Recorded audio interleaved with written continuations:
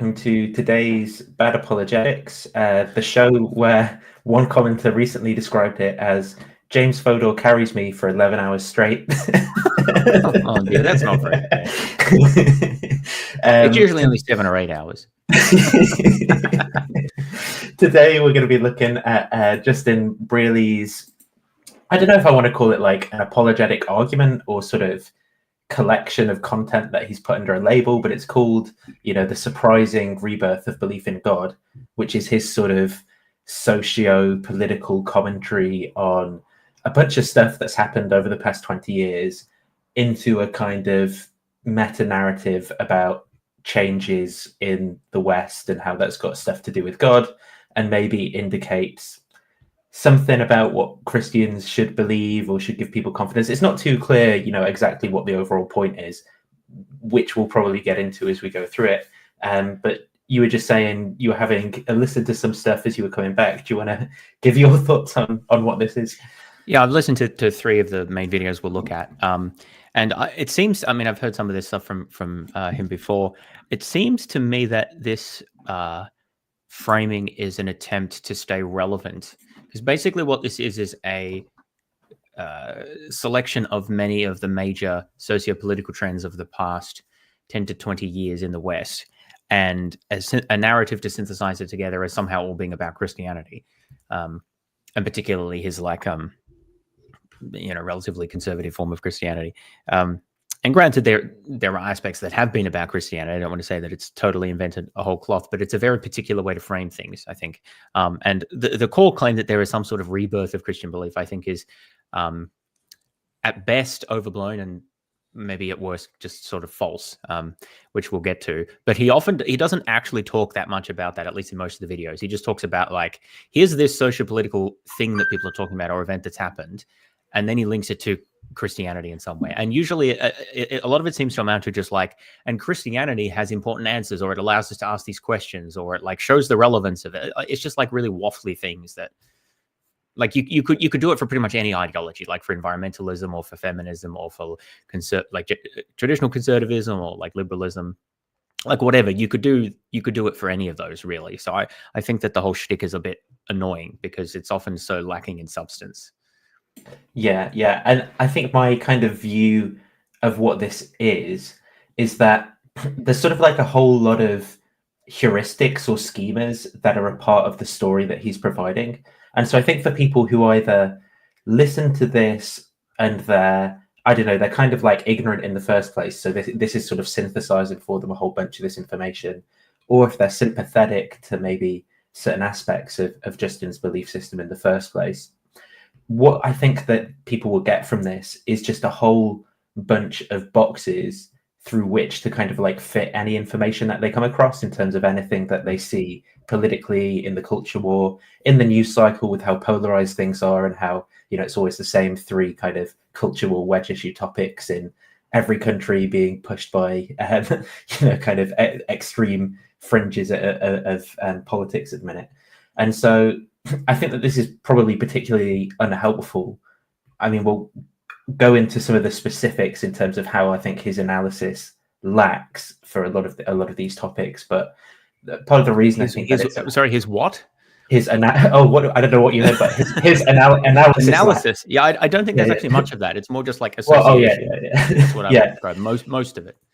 Well, yeah, I think it's because he's already kind of got his story that he needs it to be, right, and then he's kind of brushing aside anything that doesn't quite fit, and even I mean, some of the aspects I'd even describe as quite politically propagandistic in terms of just how much they leave out or distort about certain characters that they're introducing and things. So I mean, in particular, I'm thinking of JD Vance, but yeah, just overall seems so unhelpful what someone would get from this. Like, I think you would just come away from it, if you bought into it, not being able to really engage with the overall complexity of all of the stuff that's happened with respect to politics and religion across, like the UK, the US, and Europe, or Australia, if we're talking about the West, right?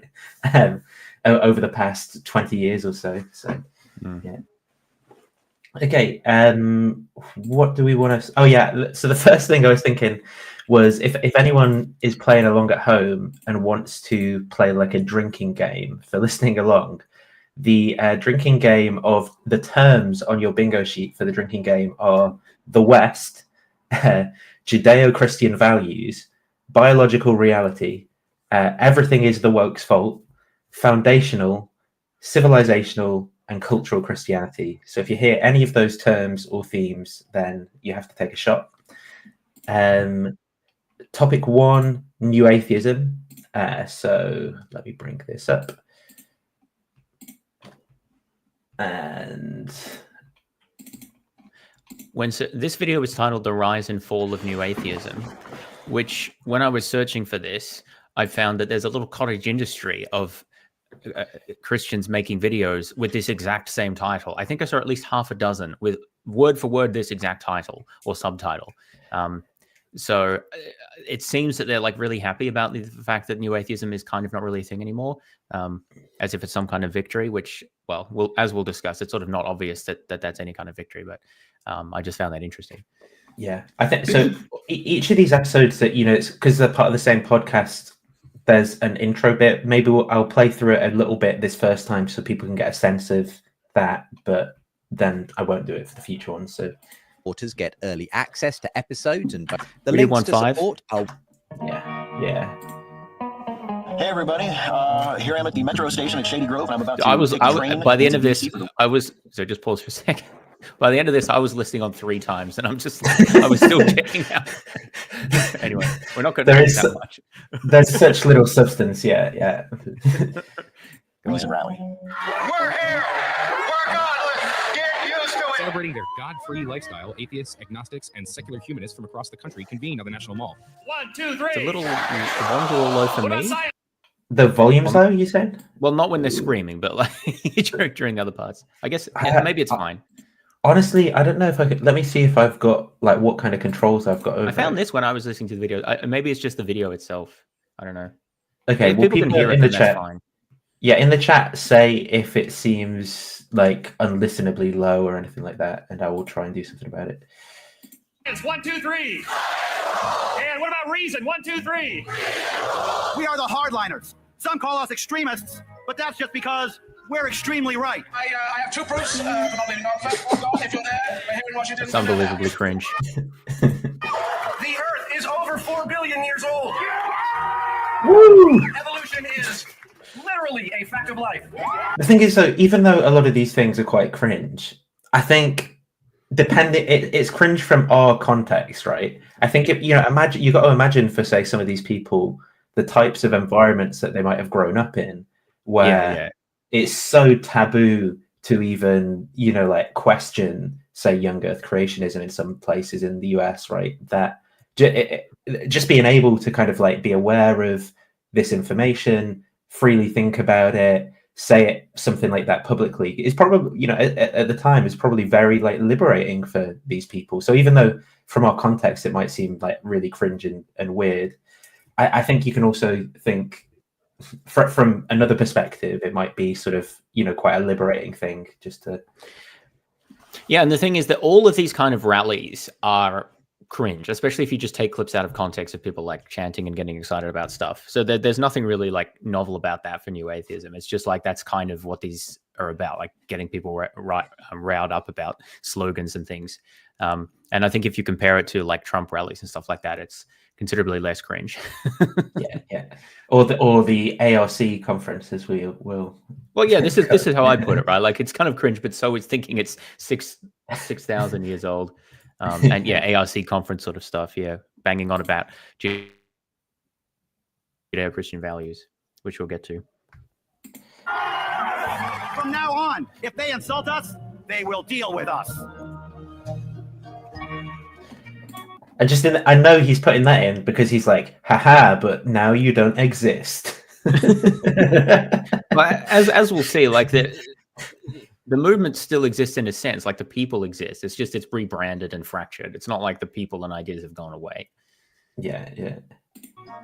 On the 24th of March 2012, an estimated 20 to 30,000 people gathered for the Reason Rally on the National Mall in Washington, D.C., a day described as Woodstock for atheists. The lineup included musicians, activists, and entertainers such as Eddie Izzard, Tim Minchin, Bill Maher, and Penn Jillette. It also included popular scientists being welcomed to the stage like rock stars. Folks, Professor Richard Dawkins.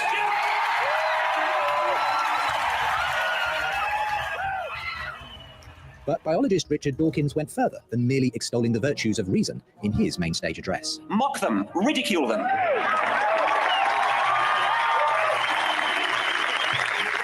In public. Don't fall for the convention that we're all too polite to talk about religion.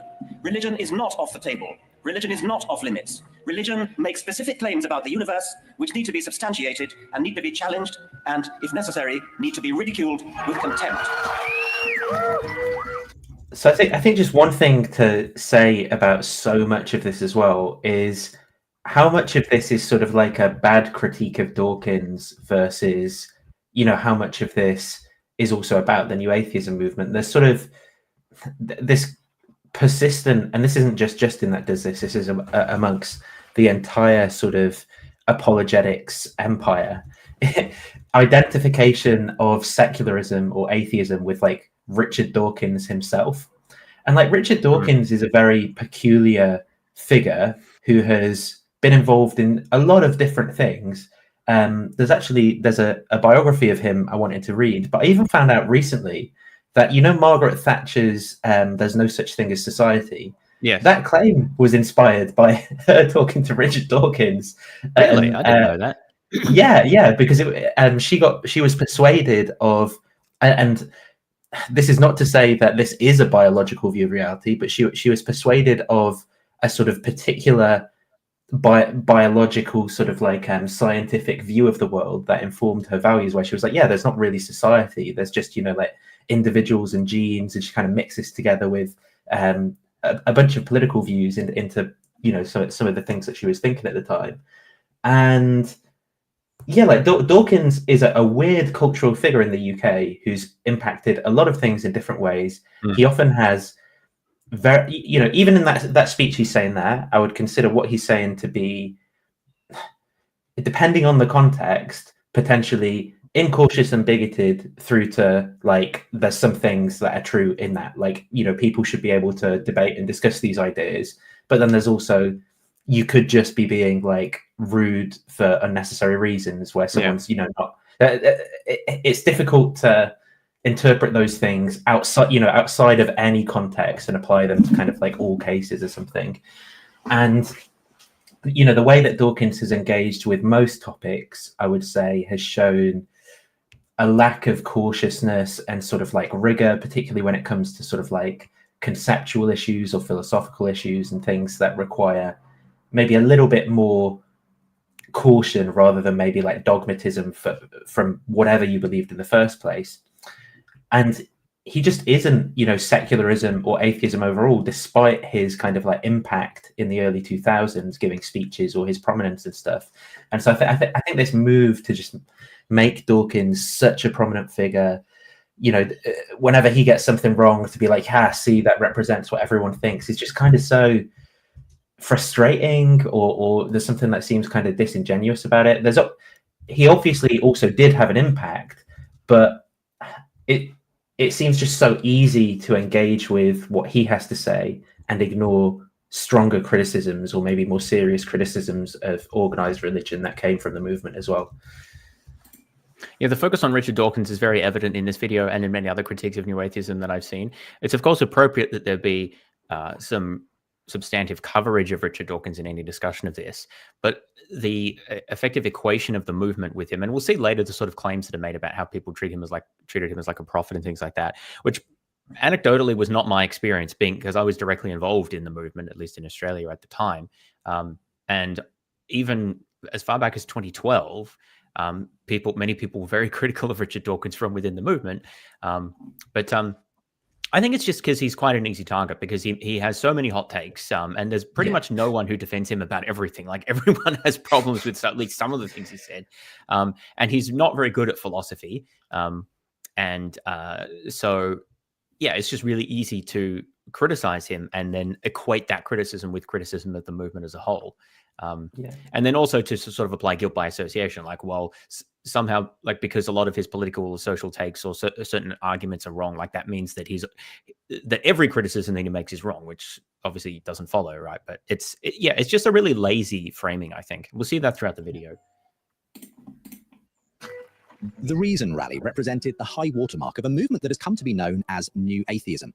I'm Justin Brierley, and for over a decade and a half, I've been hosting conversations on faith between atheists, agnostics, and believers. In this documentary series, I'm going to tell the story of why New Atheism grew old and why secular thinkers are considering Christianity again. I'll be speaking to those who have championed and critiqued the atheist movement and the many new thinkers beginning a new conversation on the value of faith. Along the way, we'll meet some of those who have found themselves surprised by God as they've made the journey from atheism to Christianity. Welcome to the surprising rebirth of belief in God, Episode 1, The Rise and Fall of New Atheism.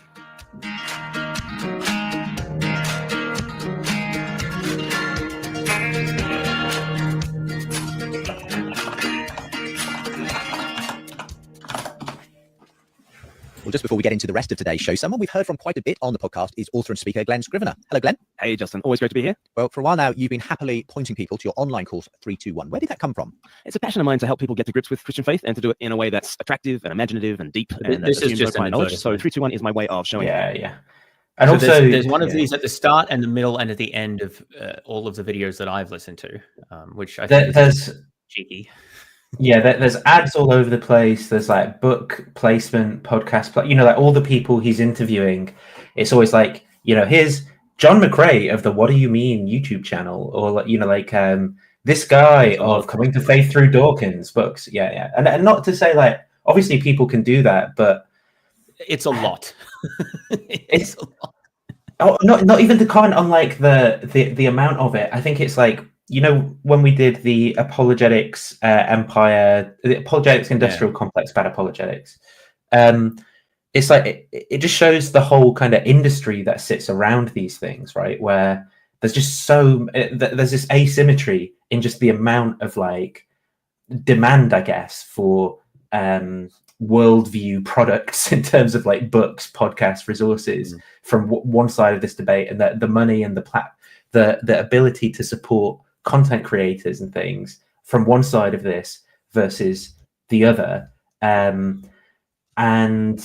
it's really I don't know, it's just really weird to see how like driven by the marketing kind of like aspect of it so much of this is like at the end of the day it's about generating content, right? And that puts a pressure on, I think, the ability to clearly assess and analyze things and provide kind of like good sociological analyses of what's going on. Who are not Christians? Well, yeah, many people have done it who are not Christians, and they found we have in mind. Okay, so free. You watch these video-led sessions. I've been really enjoying JB. That's 321course.com/JB. Thanks, Glenn. Thank you, Justin. Keep up the good work. We have free speech in this country, so I think they're entitled to their view. If it gets people talking about God and creates a discussion, I'm fine with that. It will get people thinking about their life and all those things. Yeah, I think it's a positive thing. I think it could upset a few people, but then hopefully we live in a country of free speech. There is no God, probably. That's the message now travelling around Britain. 800 buses are carrying this poster, and 1,000 more are being pasted up on London's Underground network. It follows a poster campaign last summer by the evangelical Christians, which showed the URL of a website saying all non-Christians were going to hell. Well, this is the atheist bus campaign, a response from the secularists. So just to comment on this, like I don't really have a good read on the general like cultural mood of the UK at the time, because I'm in a random northern village at this point in my life and I'm like 8 years old, but I feel that from my understanding of UK culture that Christians, of course, will probably be very like shocked and upset at that, so they probably feel like attacked and assaulted. And that's probably why, for people like Justin, when he's able to do something like this now and be like, haha, well, you're dead now, Christopher Hitchens. It probably feels quite vindicating to look back at this, what would feel like an assault on your cultural faith or whatever, and be able to say, we overcame this whole thing through time, just like in all these biblical stories where people overcame and God won in the end. But the thing that I think is important in terms of the framing is how centered all this stuff is right from the very beginning in basically political debates around topics like free speech. And the reason I think that's important is because Justin's going to seek in his narrative to kind of like drive a wedge between what he's doing as a Christian and any kind of political movement. But I think that the more fruitful way of viewing this whole thing is really to view Christianity as a particular type of politics. Yes, it's making appeal to religious symbolism, and it's not sitting just within a kind of like secular democratic left-right framework, because people have a story about how they're, you know, connected to the divine, or there's an afterlife and all sorts of other things. But I do think that it is, you get a much better overall explanation in terms of the movement, its beliefs, the things it wants to push back on, its organization, if you look at it as a type of political thing. And then and then you see why certain topics like free speech will matter to this movement, because that comes to define a whole bunch of their political concerns kind of later down the line on a bunch of other topics and things. So I think from the very start, it really is a political dispute, right? That's being juggled between a whole bunch of people with different interests.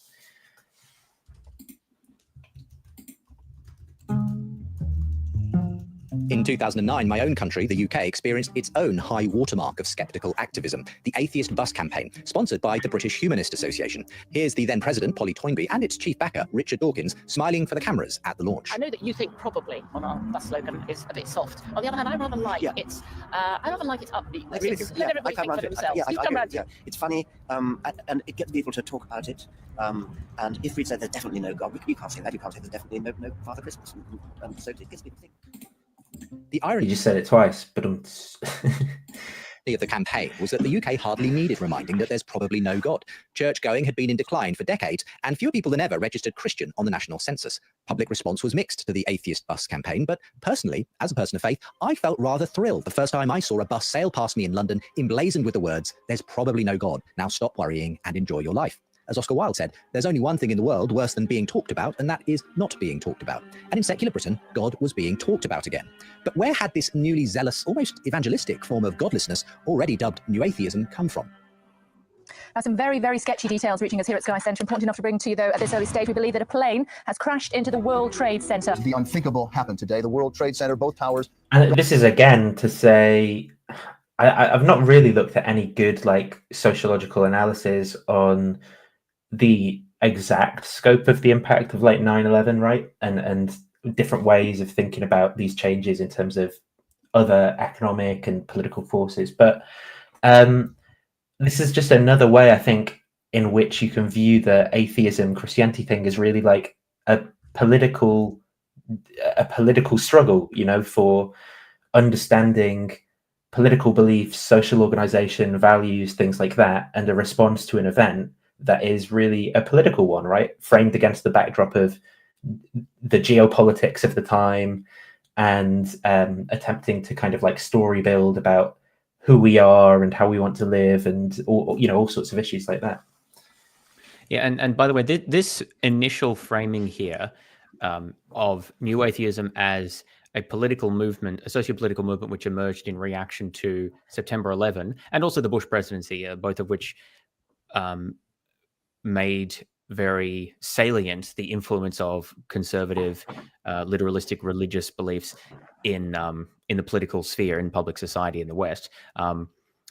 This, I think, undermines some of the criticisms that come later in the video, which say that New Atheism was never made much of an impact in the academy and it wasn't very scholarly, which I sort of agree. And I've actually wrote articles years ago criticizing the lack of scholarly rigor in a lot of New Atheism. But that sort of misses the point that it was never intended to be that. That's not what it was. And I think that criticizing it for not being something that was never intended to be is a misunderstanding. And it seems that the video here understands what New Atheism was. It was a socio-political reaction to certain events that happened in the early 2000s. And then it goes on to criticize it for not being a whole bunch of other things, which to me just doesn't make a lot of sense. Yeah. I also think, I mean, maybe this is going to be relatively tangential to the point, but just to say that I think also the direct criticism of religion kind of pointing a finger at Islam was slightly from a secular perspective, maybe slightly even a mistake at the time, because you look at all the events that happened off the back of that. Things like Britain's involvement in the Iraq War, for example. I'm pretty sure didn't like Tony Blair pray about it, and he thought he heard a voice, and so that's why he was like, yeah, we're good to go. Or why did these people? Bush said that why? about some things. Was it Bush? Yeah. I think so.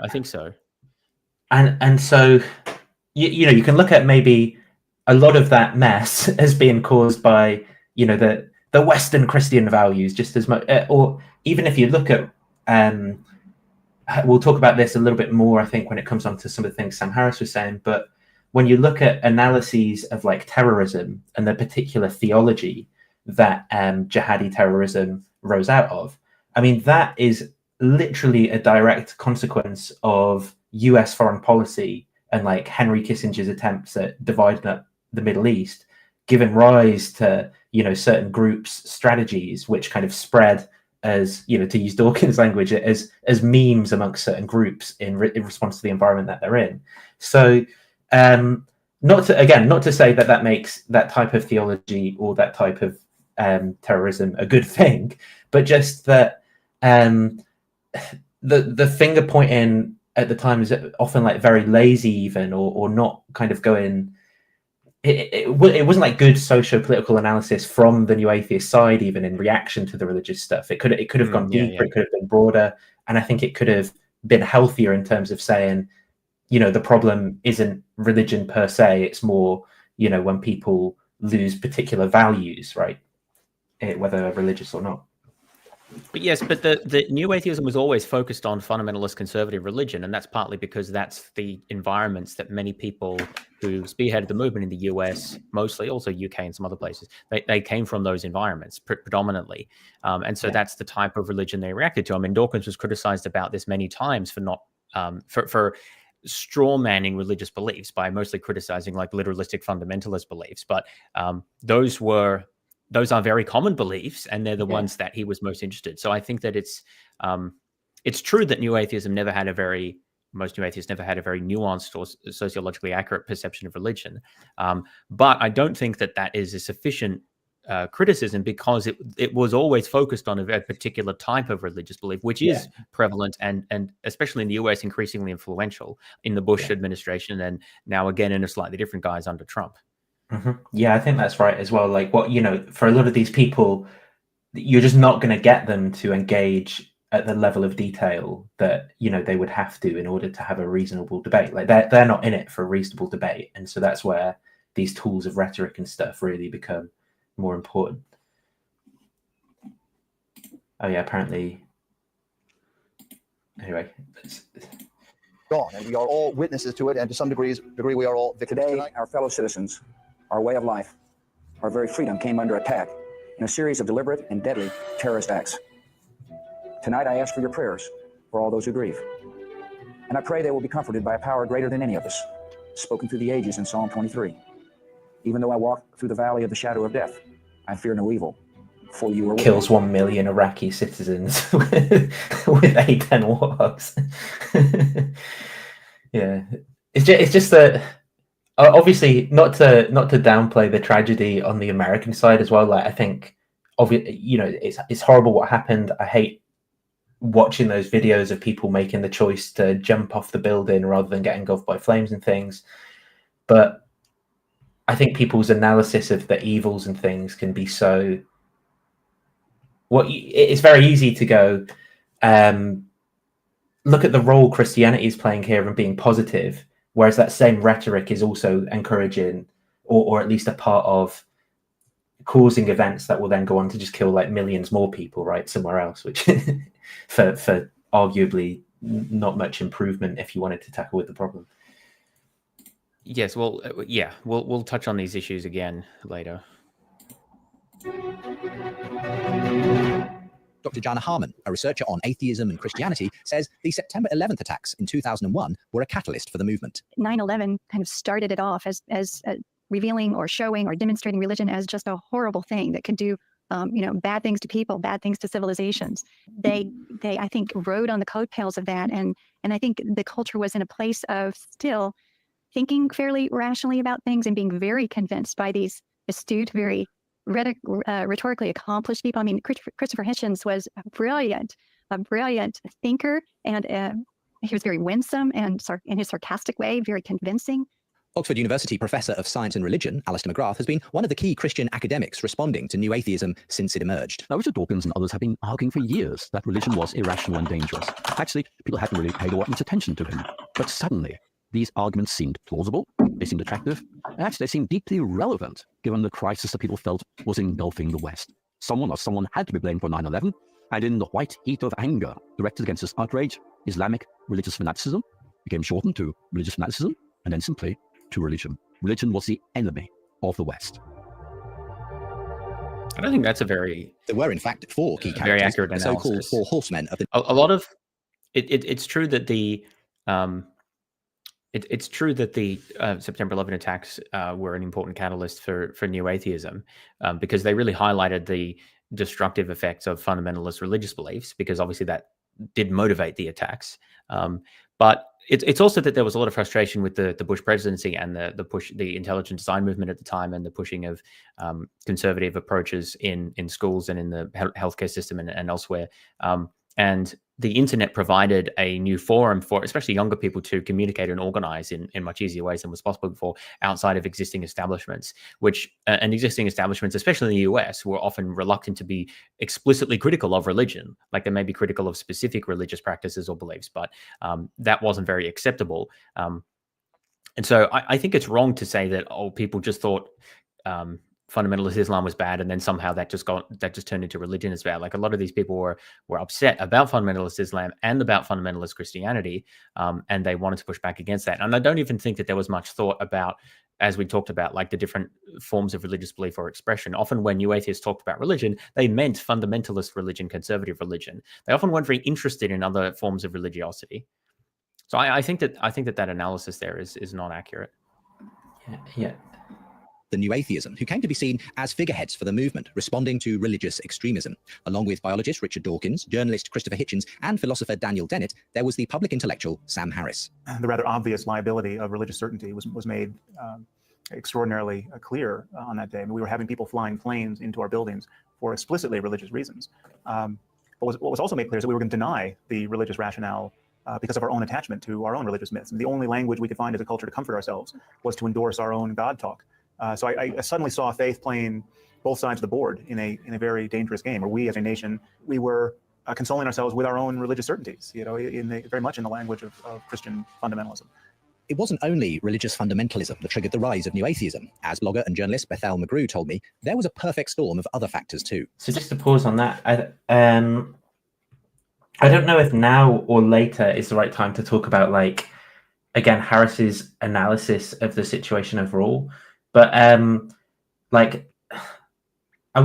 think that what people should think of Harris's kind of like analysis, particularly of Islam, is that it just isn't sort of accurate enough to engage with all of the information that's out there. So, I mean, maybe now is not the time to go into it, but he did a whole bunch, just to briefly kind of like highlight, he's been heavily criticized over decades now by a number of researchers who have looked at the causes and drivers of extremism and terrorism. They've done a lot of empirical research, both interviewing terrorists who have, engaged in acts of terrorism, but also studying the cognitive psychological effects and causes of terrorism. And, so Sam Harris is always sort of like blaming religious doctrine, which is not to say, obviously, religious doctrine plays some role, right, in what's going on. But the question is, why do people come to interpret religion in this way rather than in other ways where they interpret it differently, right?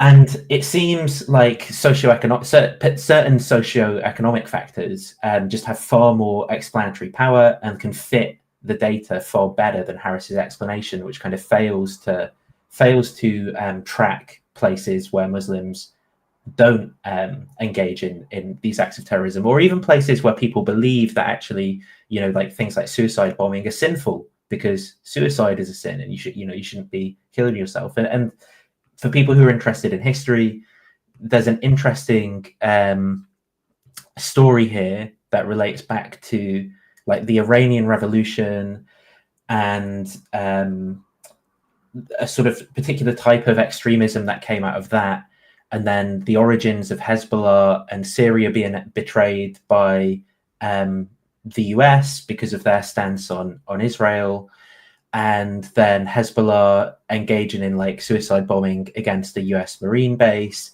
and then Israel expelling certain people, certain Palestinians into Lebanon, and then them having like cross interactions with these people who were in Hezbollah and involved in the Iranian Revolution, and learning about suicide bombing through them, and the way that these ideas have kind of like spread amongst desperate people, basically.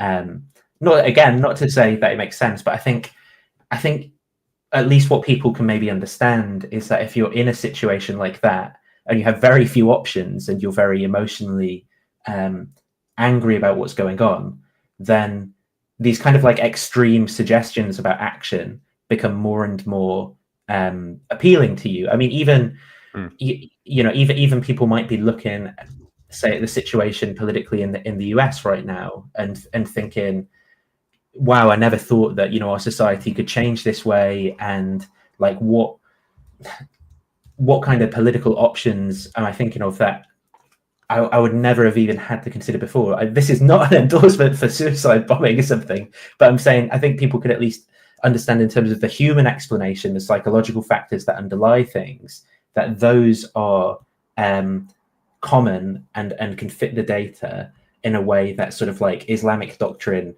can't do that.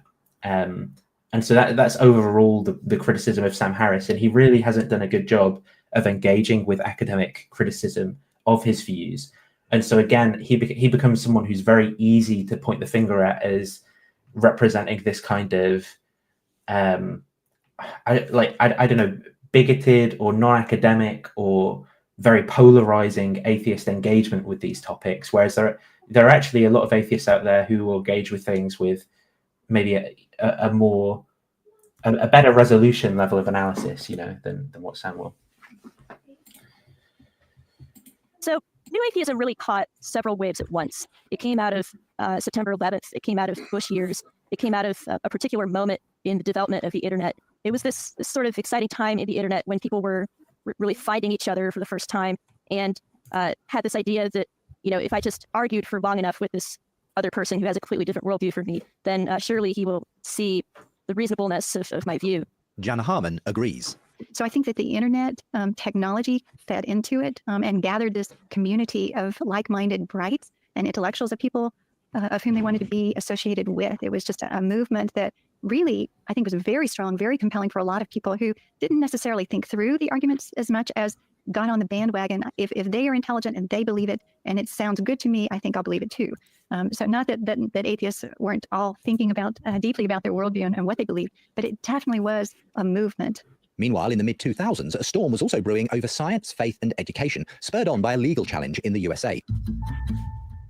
The Kitzmiller versus Dover School Board area trial pitted evolution and intelligent design against each other in the courtroom. Regardless what side of the debate you're on, if you support intelligent design, you do so because you want to promote your view of God as the creator. If you oppose intelligent design, you do so because you don't want some teacher instructing or influencing your child's religious upbringing. Either way. Oh yeah, just a comment there. Did you know Bethel McGrew, Tim and Lydia's daughter? Just I wondered if she was related. Also, her voice reminds me a lot of her mother's, so I'm like, it seems likely that this is a connection. And well, not to poison the well a bit, but I'll poison the well. I find her takes of the people interviewed on these videos to be pretty much consistently bottom tier. So, like, she just always has the worst takes, I find.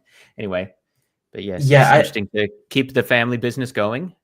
Yeah, that's what I was going to say. It's very, isn't it interesting how two apologists would, have a child who turns out to become a full-time apologist, and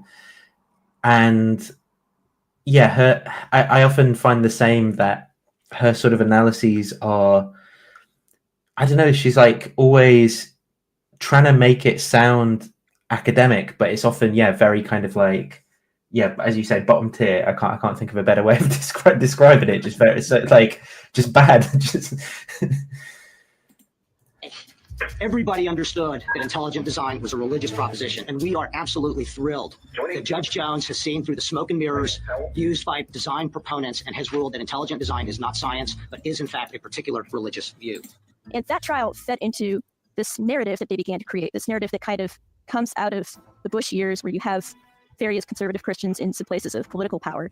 And so the atheists are telling you that these Christianists are coming to take away your rights as an atheist. They're coming to take away your abortion rights. They want to police your sex life. They want to take over the school. the thing is, like, is this not true? Like, I mean, No, I don't know.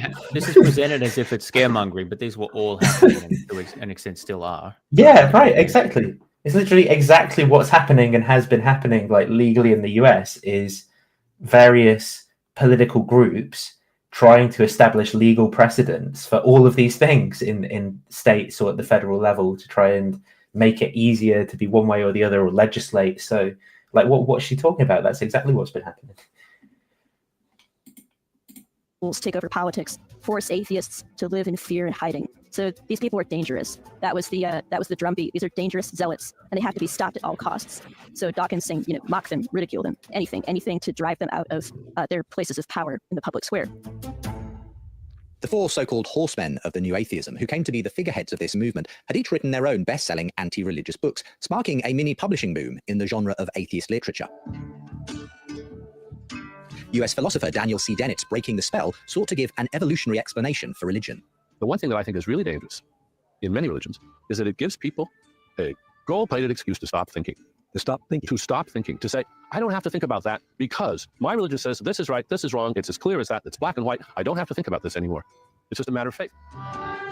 The End of Faith and Letter to a Christian Nation by neuroscientist and public intellectual Sam Harris decry the irrationality of religion and its consequences. You see religion on 100 fronts losing the argument with science. It's losing the argument ethically. It will lose the argument spiritually. I mean, we will understand spiritual experience so well at some point at the level of the brain, and we'll understand it in a way that makes a mockery of this kind of denominational religion talk about Jesus and grace, or about Buddha and magic powers. Just to say on this front, it's quite funny that Sam Harris has now become like a mystical sort of meditation guru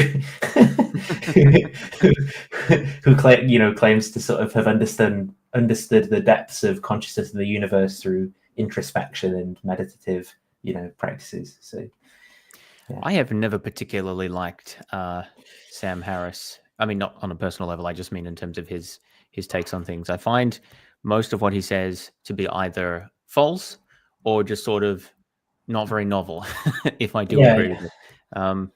Not that I'm an expert Sam Harrisologist, but I don't know. I've just never really understood the kind of following he has. Journalist Christopher Hitchens' God is Not Great, Why Religion Poisons Everything was a characteristically blistering polemic on the evils of religion generally. He passed away in 2011 from esophageal cancer, but was generally recognized as the most rhetorically gifted of the new atheists in speech and debate. It is a desire that there be an unalterable, unchallengeable, tyrannical authority who can convict you of thought crime while you are asleep. I also never got into Christopher Hitchens. I don't know why. I know a lot of people did. I was never like, yeah, that was so good. If anything, I went through a weird phase where I was into Peter Hitchens for like a year. I find him much more annoying. Yeah, no, I quite like Christopher Hitchens. I mean, he's very eloquent, as everyone agrees. Again, his philosophical points are often not very novel, but the delivery was just great. I don't know. I liked it. I think it's a shame we don't have him around, because I think he'd be a good force against some of the right-wing nationalism that we've been seeing in recent years. He died before all that really came to the fore. Another funny piece of trivia here about Christopher Hitchens, in the context of the political kind of context of all this, is Christopher Hitchens was, because obviously, so much of this was about supporting a response to what was seen as like, radical Islam, terrorism, stuff like that. A lot of people were fairly in favor of the treatment of people at like Guantanamo Bay, like people who were accused of being terrorists. And Christopher Hitchens had been in favor of waterboarding, but there's like a piece called like It Is Torture Actually, or something like this, that he wrote in the 2000s, where he himself underwent waterboarding. And he was like, no, it's actually like really inhumane and evil torture, because he did it to like prove it wasn't that bad. But when he did it, he was like, oh, I didn't know about this. Yeah. Subject you, who must indeed subject you, to a total surveillance around the clock, every waking and sleeping minute of your life, I say of your life, before you're born, and even worse, and where the real fun begins, after you're dead. A celestial North Korea.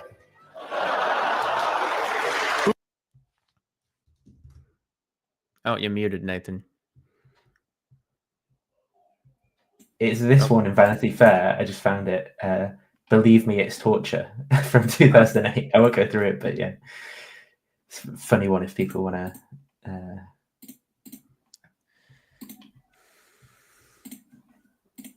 By the way, the point that Hitchens is making here is actually the one that's been discussed in the literature. The idea that the existence of God, or at least an omniscient God, makes it impossible, or at least it seems that it makes it impossible to exercise true privacy, like to enjoy privacy, which some people think is some sort of fundamental right that a perfectly good God would allow us to have privacy, but it seems like he can't or doesn't. So there's a potential inconsistency there between omnibenevolence and omniscience. Anyway, I just think that that's an interesting thing that's not been discussed much. Yeah. Like he's being presented as like a rhetorician, but he is actually making a point in this case. Yeah, that is, I think, actually quite an important point. Richard Dawkins, an Oxford professor of biology who was arguably the leader of the Gang of Four, published the most popular of all the books, The God Delusion, which sold in the millions and was accompanied by a TV series and a book tour that saw the author speak to thousands of enthusiastic fans across the world. Speaking here in 2007, he laid out his hopes for the movement. We've heard a lot recently about the so-called new atheism. Is it pure wishful thinking to suggest that there is a new wave of reason sweeping across America, Britain, Europe, Australia, South America, even in places like the Middle East and Africa, where superstition and religious dogma have traditionally had a firm hold? The obvious litmus of our nouvelle vague is the unprecedented sales figures of atheistic books. There was no electoral committee to nominate these figures, yet all four horsemen saw themselves at the forefront of a new movement, whose central arguments could be summarized in three ways. Firstly, that religious belief was irrational, even delusional. Second, that religion was a force for evil. People and society in general would be better off without it. And third, that science and reason had proven that God almost certainly did not exist, and that atheism was the true picture of reality. Of course, such arguments had been common among an older generation of atheists, but as Thomas Sheedy of Atheists for Liberty explains in this conversation with the Doubt Society channel, these leaders made atheism mainstream. They produced 4 books that swept the West. I think all of them were New York Times bestsellers, and they ended up rejuvenating these former organized atheist entities. It made atheism become more mainstream in the West. And so all these different organizations, 501c3 nonprofits like American Atheists, the Freedom from Religion Foundation, the Secular Student Alliance, the Foundation Beyond Belief, numerous others, they ended up getting millions upon millions of dollars in funding thanks to the efforts of these 4 gentlemen. And numerous other intellectuals have popped up as well. It was a very interesting time. And there was a journalist in 2006 who called this phenomenon the new atheism. Yes, I think it's kind of like the sexier new version of old atheism, as I understand it. Adam Coleman is the founder of True ID Apologetics, aimed at equipping the African-American community with answers to faith issues. Yeah, I got into apologetics. Like, this is, again, the sort of thing I mean about, like, just randomly bringing in a whole bunch of apologetics commentators and, like, promoting their podcasts and then having them say, like, a sentence, like, yeah, these guys were crazy, like, and then you got some move on. Around 2012, so, I mean, when I got into it, new atheism was, all the rage, if you will. It was in full swing. And so just having these herbaceous characters in the case of Hitchens, or just kind of the curmudgeon old intellectual in the case of, it seemed like there was something for everybody in the atheist community. And they did a good job of getting, kind of making atheism sound biteable, if you will. Just these quick shots that, whether it be memes or short videos. He says in a sound bite, It was very eye-catching and attention grabbing, and I think that they, again, to their credit, they did a good job of pushing old and bad arguments to a new audience, a new younger audience, I should say. For young would-be skeptics coming of age in the mid-2000s and 2010s. I also don't know the relevance of sort of like the way Justin introduced this guy, where he was like a member of like the Black Christian community or something, but it was just didn't seem to have any importance to the point. Yeah. Well, the question is why he was interviewed. Yeah. I don't know, because he knew him. I don't know that he added much. Yeah. The new atheism proponents represented a set of heroic-looking figures who were often idolized by their followers. Stephen Woodford runs the popular atheist YouTube channel Rationality Rules. It's something that has very much, in my early life, it defined me. Like, I've never felt closer to someone I've never met than I do with Christopher Hitchens. I wept when he died, and some of the words that he gave still resonate with me. For example, he said, take the risk of thinking for yourself. Much more truth, beauty, and wisdom will come to you that way. I think of that daily. I think it's such an important message. Of course, he's not the first to express it, but he did it in a powerful way that was relevant to me when I was a teenager. Now, as for what New Atheism was and what it was trying to achieve, there's various assessments that you can have, but my assessment is it was the precipice of people saying enough with the religious and clerical bullying, as Christopher would put it. We're done with living our lives according to what we consider to be fantasy. This isn't good enough. You can have your religion, but you're going to have it separate from throwing it into schools or forcing me to live according to your religion. Enough, done. And part of being able to achieve that required, by my lights, mockery. It required a much more fierce tone. And so that's what you saw broadly, especially with Richard Dawkins and Christopher Hitchens and a bit of Sam Harris. Daniel Dennett was always quite soft, and some of the other names, you've got a variety of how they approach the topic. But I think it was a political movement to essentially separate state institutions from religious institutions, at least in practice, even if it's not on paper. So that's how I see the movement. But New Atheism was more than just a political protest movement. It was marked by brash slogans and an unapologetic propensity to use ridicule as its weapon of warfare. I mean, that sounds political to me. It wasn't just a political movement. It had slogans and ridicule, like every political movement. And the internet was its primary method of getting the message out. Soon after YouTube launched in 2005, some of the most popular channels in its early years were outspoken atheists such as Cult of Dusty and The Amazing Atheist. We're not the ones who believe in ancient, ridiculous fairy tales based on no evidence whatsoever. We're not the ones. The other thing to note about all this is, like, again, I think what Justin's particularly weak on is like the sociological analysis of the impacts of technology and communication technology and stuff, where that, like, there is something to this that, well, there's a few things going on where Justin's lens is very like terminally online in terms of the way he gives his analysis, but obviously these things have been very powerful in terms of how they've proliferated and spread and shaped people's views online and been recommended to people online, and how there's different like content rabbit holes and things. And I think that there is a lot in that would be very interesting. For example, looking at like things like Gamergate, where there's probably a whole generation of teenage boys who are interested in, like video game reviews, and then get kind of like brought into all of these political analyses and religious, there's a whole bunch of interesting ways of looking at this and assessing it and gathering empirical data and trying to evaluate it. But I feel like Justin's sort of story about the whole thing is just like, yeah, some people got popular on YouTube, that was bad, and now we need like more debate or something. Like, you just kind of don't get any. There's no like meat on the bones. It's all very like trivial, superficial, and I don't know what my criticism is. It's just like, why? What's even the point of talking about it if that's the level of criticism? There's no real detail there. It's not worthwhile. Well, that's most of his videos. We'll see going through. It's just sort of like a greatest hits of popular culture 15 to 20 years. Like, hey, this was a thing, and then there's an interview clip where someone says something about it. Usually not very insightful. There's just not a lot here. Is to use our imaginary friend as an excuse to discriminate against gay people.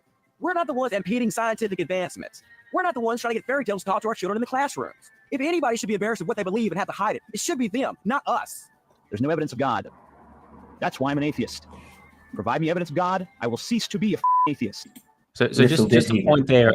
So that the first claim about impeding scientific advancements, I'm pretty sure that's a reference to a bans on stem cell research under the Bush administration, and teaching fairy tales in the classroom would be a reference to intelligent design. So those were particular issues in the early 2000s. Yeah. They're less relevant now, but they were real political issues, right?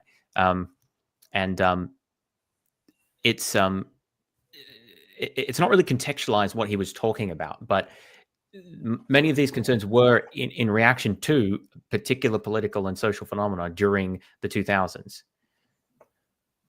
Yeah, it sounds to me like what he was raising there are real concerns, and ones that I would support, like not letting theology interfere with those sort of, like, particularly very bad theology interfere with those sorts of like policy choices. but then that's conflated with Matt Dillahunty saying there's no evidence, which is going to be taken as haha, he doesn't even know about the psychophysical doesn't even know about Bayesian updating or something. But then when you look at the politics again in America today, right, it's back to, you know, what do we legally think about abortion? So you can't, as an atheist, you can't say when life begins. You know, you can't say life begins at conception, because that's when the soul inheres in a fertilized egg or something. Or, you know, you can't animal suffering, right? The lab grown meat. It's not natural. It's against nature to have lab grown meat. Like, or, you know, all sorts of theological storytelling being brought in as justification for promoting very questionable political choices. I think even if you are a Christian, right, you should probably be in favor of like lab grown meat, or have a very contextualized view of abortion as healthcare, given the way that criminalizing abortion will lead people to get like dangerous abortions and then just lead to more harms and deaths all around. But instead of that, you just get this provision of political schemas that are going to provide people with these fast heuristics. So whenever they hear, you know, a secular person deconstructing theological justifications for these policy things, they're just meant to associate it now with Matt Dillahunty being like ignorant of some analytic philosophical argument or something, you know. It's that Satan damn simple. In this interview from 2012, the year of the Reason Rally, the late Tim Keller, a pastor and author who engaged skeptics over many years in New York City, explains why he believed this feature of new atheism was both new and worrying. One bad thing about the new atheist books is they weren't just saying that religion is wrong. Also, just to say, like, Tim Keller's books suck as well. So, you know, I think I read one of his books years ago. What was it, Reason for God, or a Reason? There's like 3 of them called that. They're all called like the I'm not even kidding. I'm gonna, if I just quickly Google Tim Keller books, I'm sure. Oh no, I read The Meaning of Marriage as well when I was being forced to get married at 21. The Reason for God. Oh yeah, Prayer. I've read his prayer book. Yeah, I think I read Reason for God years ago. Counterfeit Gods is one where he's like, you know, like Augustine's loves thing. If you don't have God as the thing that you love above all things, then you'll be a slave to something else. We'll hear that again later in this. I think it's in this video, or possibly one of the next ones coming up. In fairness, the only one I will say is relatively okay is his prayer book, where he sort of talks about prayer more in terms of like a practice that can, he's not empirically justifying any of his claims, but I suspect that the way he's thinking about it could have psychological benefits for people if they approach it that way. But in terms of, you know, the philosophy and theology stuff, not amazing in my view.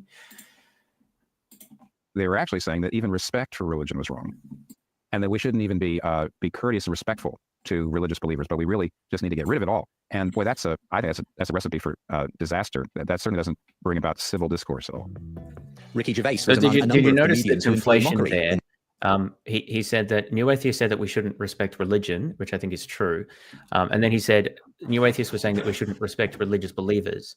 And I would say that varied depending on the New Atheist. There were some who had no interest in respecting religious believers, but there were many who differentiated between the belief system and the institutions and individuals. And I think that it's a mistake to just say, because they didn't want to respect religion, that therefore they had no respect for people, which I don't think is just true. I think, again, it was variable depending on the individual in question. And it's not obvious that not respecting a practice or an institution or a belief system means that you're going to have a negative consequences in the social sphere.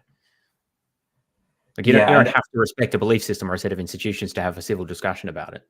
Yeah, I see what you mean. Like, so I can see Tim's point in the sense that it's difficult to disentangle the two, right? Because, you know, the religion is like all of the people it's comprised of, and that. But yeah, there's like a difference that you can make between having a stark criticism of those practices, but like engaging in that in a courteous way with people, or things like that, right? And it's never going to be nice if you truly believe those practices are a good thing. It's never going to be nice to hear those criticisms, in a sense. But it doesn't have to be like a vitriolic thing to do so. That depends on the political context. If people are not listening to you or trying to shout you down in other ways, then the political tools in your toolbox are going to be those rhetorical tools to kind of like, push back against that power, right? Yeah, exactly. But it's always important to distinguish between a belief system and the people who adhere to that belief system, because a person is not synonymous with their belief system or a component of it, even though it's easy to fall into the trap of thinking that we are sometimes. So, for example, I mean, I don't have any respect at all for young Earth creationism as an intellectual position, but that doesn't mean that I have no respect for people who adhere to that or believe in that. That there's just an obvious difference between those things. Now, not everyone makes that distinction, of course, but I think that it's a mistake to say that because you don't respect a position that you mustn't respect the people who hold it. Like, that just doesn't straightforwardly follow at all. Kip Davis says, the show's still going, who knew? Yeah, we did one a few months ago. Yeah. We when was it? 3 months ago? Or no, it was like January, was it? Yeah, that's a few months ago. In the cause of atheism. Yeah, the show will continue until this show will continue until all bad apologetics is eradicated from the earth. So, at the rate we're going, maybe another 3,000 years, I'd say, or 3 years, depending on what you think about AI and climate change and a variety of other issues. Or another day or two until I die of sepsis. It'll be one or two. That's true. Yeah. In 3 persons, but go ahead. Okay, so but there are about 3,000 to choose from that have been, people believe. I've done some reading, yeah. Okay, so basically, In a sense, actually, if I did like die in the next 2 days, I would find it personally quite funny that like the last thing I did was like a bad apologetics on the lamest, empty like talking points going. Believe in you deny one less God than I do. You don't believe in 2,999 gods, and I don't believe in just one more. Right. Along with Gervais's stand-up routines ridiculing the Bible, other comedians were a feature of the movement. Eddie Izzard and Tim Minchin both lent their support to the Reason Rally. In the USA, Bill Maher released a documentary, Religulous, lampooning religion. Memes, mockery, and even outright offense became popular. It's a good point, though. Like, are there any Christian comedians who are actually funny? Like, I mean, I don't really find Gervais that funny, but I can't think of like humor being used by Christians to actually like make a good point, which I think says something, right? It says something, but I don't know what. There's probably some. I can't think of any, but I'm not an expert. Ways of engaging with religious ideas and people. Jana Harmon, author of Atheists Finding God, conducted her PhD research on adult conversion of atheists to Christianity and explains how commonplace ridicule was. There was this culture of ridicule coming from the new atheists where you would not really entertain or a substantive argument on the other side because there was no argument in their perspective. There was nothing there other than fanciful thinking, superstition, delusion. And so there was a lot of dismissal and contempt that was coming through not only the atheists, but actually through the words and the perspectives of those whom I interviewed, that they had there was a very negative hue over Christianity during that time. I interviewed around 2014 to 2015 predominantly. And so, yes, the new atheist rhetoric was very fresh in the minds of many. At first, I definitely would have fallen into this category of mocking religious people. Stephen Woodford, aka Rationality Rules. One of the things that was being expressed is that, Christians are believing in... Just to say as well, that Justin loves to do this thing of like name dropping the big channels he gets on to provide comments as well. Same with like Cosmic Skeptic or anyone else. And I think it's because he's always... Because like for example, in this episode, he's already introduced Stephen Woodford, so we should sort of know his voice. But like, I don't know, it's just really weird. It feels to me like I'm providing this interpretation. This is not explicitly said, but my interpretation is that the context is like, here is Steve, given this rebirth of belief in God, this big movement that's happening.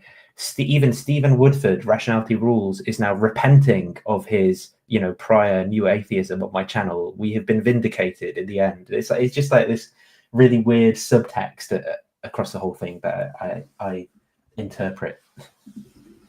Yeah, it was interesting to see he was involved in this. Sorry. No, go ahead. No, I was clicking on I accidentally clicked on the thing. I was just going to say it was interesting to see that Stephen was involved in this. Presumably did an interview with Justin at some point. I don't know how faithfully the excerpts that we hear present his sort of considered view on new atheism, but well, there's more that you'll see later from him. Kip says it's weird how obsessed they are with it, given most of us have moved on and they just seem to not have realized it. I think they probably have realized it though, and it's just like it's not a good story to tell. You know, it's like a better story to tell of like, look at how this thing died and we won in the end and stuff like that. Well, but that's what I was saying before. That the implication is that, I mean, I haven't watched all the, as I said, there's a bunch of videos that are titled this. I haven't watched any of the other ones other than this. The implication is that the Christian conservatives, apologists, or whoever sort of won because new atheism isn't really a thing anymore. But I think that a more correct reading is that new atheism essentially won in the sense of achieving its core purpose. It had political purposes, which it certainly didn't achieve. But its core purpose was to normalize strident criticism of religion in public discourses. And it's done that. Like, it's much more common to hear those sort of criticisms than it used to be, and much more acceptable. So, I mean, I think in that sense, the conversations have just gone off in all sorts of different directions. And so there's no unifying movement anymore. But it's not clear that it's necessary. I don't think we need new atheism anymore in the same way. I mean, there's many things that we need, but like, it's just sort of not clear at all that because new atheism isn't around as a coherent movement, that means that the conservative religious apologists or whoever have won. Yeah. In faith healing, if you're a Catholic, you believe that the wafer turns into Jesus' body, etc. And one of the mockeries that came across was that Christians are mentally ill, like genuinely mentally ill. And I have to admit, rather embarrassingly, that at a point, I would have considered that a fair assessment of the situation. I don't anymore, but that would be an example of where I think, the mockery was there, and by my lights, it went too far. So I would even say, like, in my view, obviously it's not. Actually, I don't know. I'm sure there's probably some like criteria in the DSM in terms of like delusional thinking or something. But for some, well, actually, those usually exclude commonly accepted belief systems. So there's like a cultural acceptability exception, which I find fascinating. But anyway, go ahead. Well, just I reckon it's not going to be to do with the particular contents of what someone believes here, right? In terms of, is it, what you believe about, like, believing a certain thing about the Eucharist or something is a mental illness. But for the way that some religious believers engage with their religious belief, like how extremist, fundamentalist their views will be, how impervious to any kind of like pushback or disconfirming evidence, or like I think that there is disordered behavior, right, that's associated with a lot of these theological commitments that people have, and I think that you can kind of substantiate unpacking that as like a type of mental illness. It's just you've got to be very careful in how you do that and how you disambiguate between the essential characteristic here is going to be the disordered behavior, the fundamentalism and stuff, as opposed to the fact that there's some stuff about Jesus in there in the theology or whatever. Like that could just as equally be secular beliefs that someone has that are very extreme in that way. But I still don't know that it's an inaccurate characterization of some of what goes on amongst some religious communities, like these, particularly high control religious communities, and the beliefs that they can foster and the behaviors that they can normalize and stuff. So, like, on the one hand, yes, it's dangerous language, but also in some contexts, particularly in the US, maybe that's actually the sort of language that is appropriate to really put forward the power of what it is that you're combating. I don't know how I overall feel about that. Yes, there was plenty of situations like that where it was pretty ferocious and unfair to religious people. A number of people did end up reconsidering their affiliation with New Atheism because of its aggressive tone. Alistair McGrath is a co-editor of a recent book, Coming to Faith Through Dawkins. I asked him how effective ridicule was as an evangelistic strategy. I think initially it was very successful because it was rhetorically very highly charged. And, in effect, particularly, teenagers find themselves suddenly being exposed to ridicule and humiliation in high schools. In effect, you believe a delusion. You are sort of covert terrorist. You are an intrinsically violent person. Wise up, grow up. I know it's actually very, very difficult for people of a susceptible age to cope with. I think that's one of the things new atheism really has to answer for. But I think people are drawn. And also this, it like has to answer for, again, I'm projecting, this is my interpretation. I'm thinking he's thinking of like the day of judgment here. Like they will answer for they will answer for causing doubts in the children. You know, like millstones around the neck, like those sorts of lines. Millstones around the neck and thrown into the sea. Like honestly, is it that bad? Like if you think about it, if you're growing up in a fundamentalist home and you have some of this ridicule and it leads you out of that fundamentalism and towards, I mean, I think even a good, healthy Christian theology is going to view that someone becoming an atheist, like in terms of their belief system, but being a better person is like more what God would want, rather than them to just like say the right things about Jesus, but be like a massive like. Well, that's definitely not what a lot of Christians believe. Yeah. Yeah. Like saying the right words is like, you know, the most important. But yeah, I mean, I agree. A good theology should not be like that. Yeah. Faith. And this is a statement of faith. I have to be absolutely clear. It's not right, and it's a gross misrepresentation, but a lot of people find it to be a very convenient misrepresentation. And that explains, I think, why so many people bought into this, at least to begin with. Again, it's just so like lazy, right? At the analysis, is there any actual empirical data though about like people in high school feeling shame and how that's affecting their beliefs? Like, is that actually what happened? Like, I mean, it's not something that I think was particularly common in my experience of high school in the UK. You know, like it just wasn't really something people talked about that much. Yeah, they don't really present any empirical evidence. Yeah. Thanks to Gareth, who wrote in to say, whether you're a person of faith, agnostic, atheist, or none of the above, this series is both genuinely thought-provoking and inspiring. I could not recommend it highly enough. What was it? Atheist or none of the above.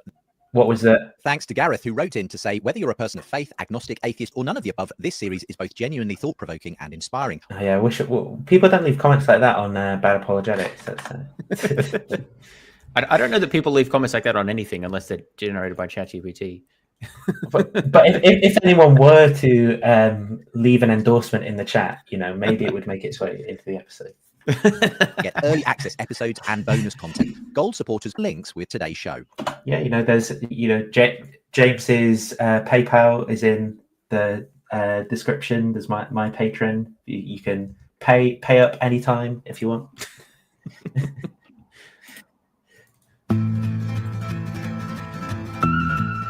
Christians and people of faith certainly had their criticisms, but not all non-believers were fans of this newly belligerent and contemptuous form of atheism either.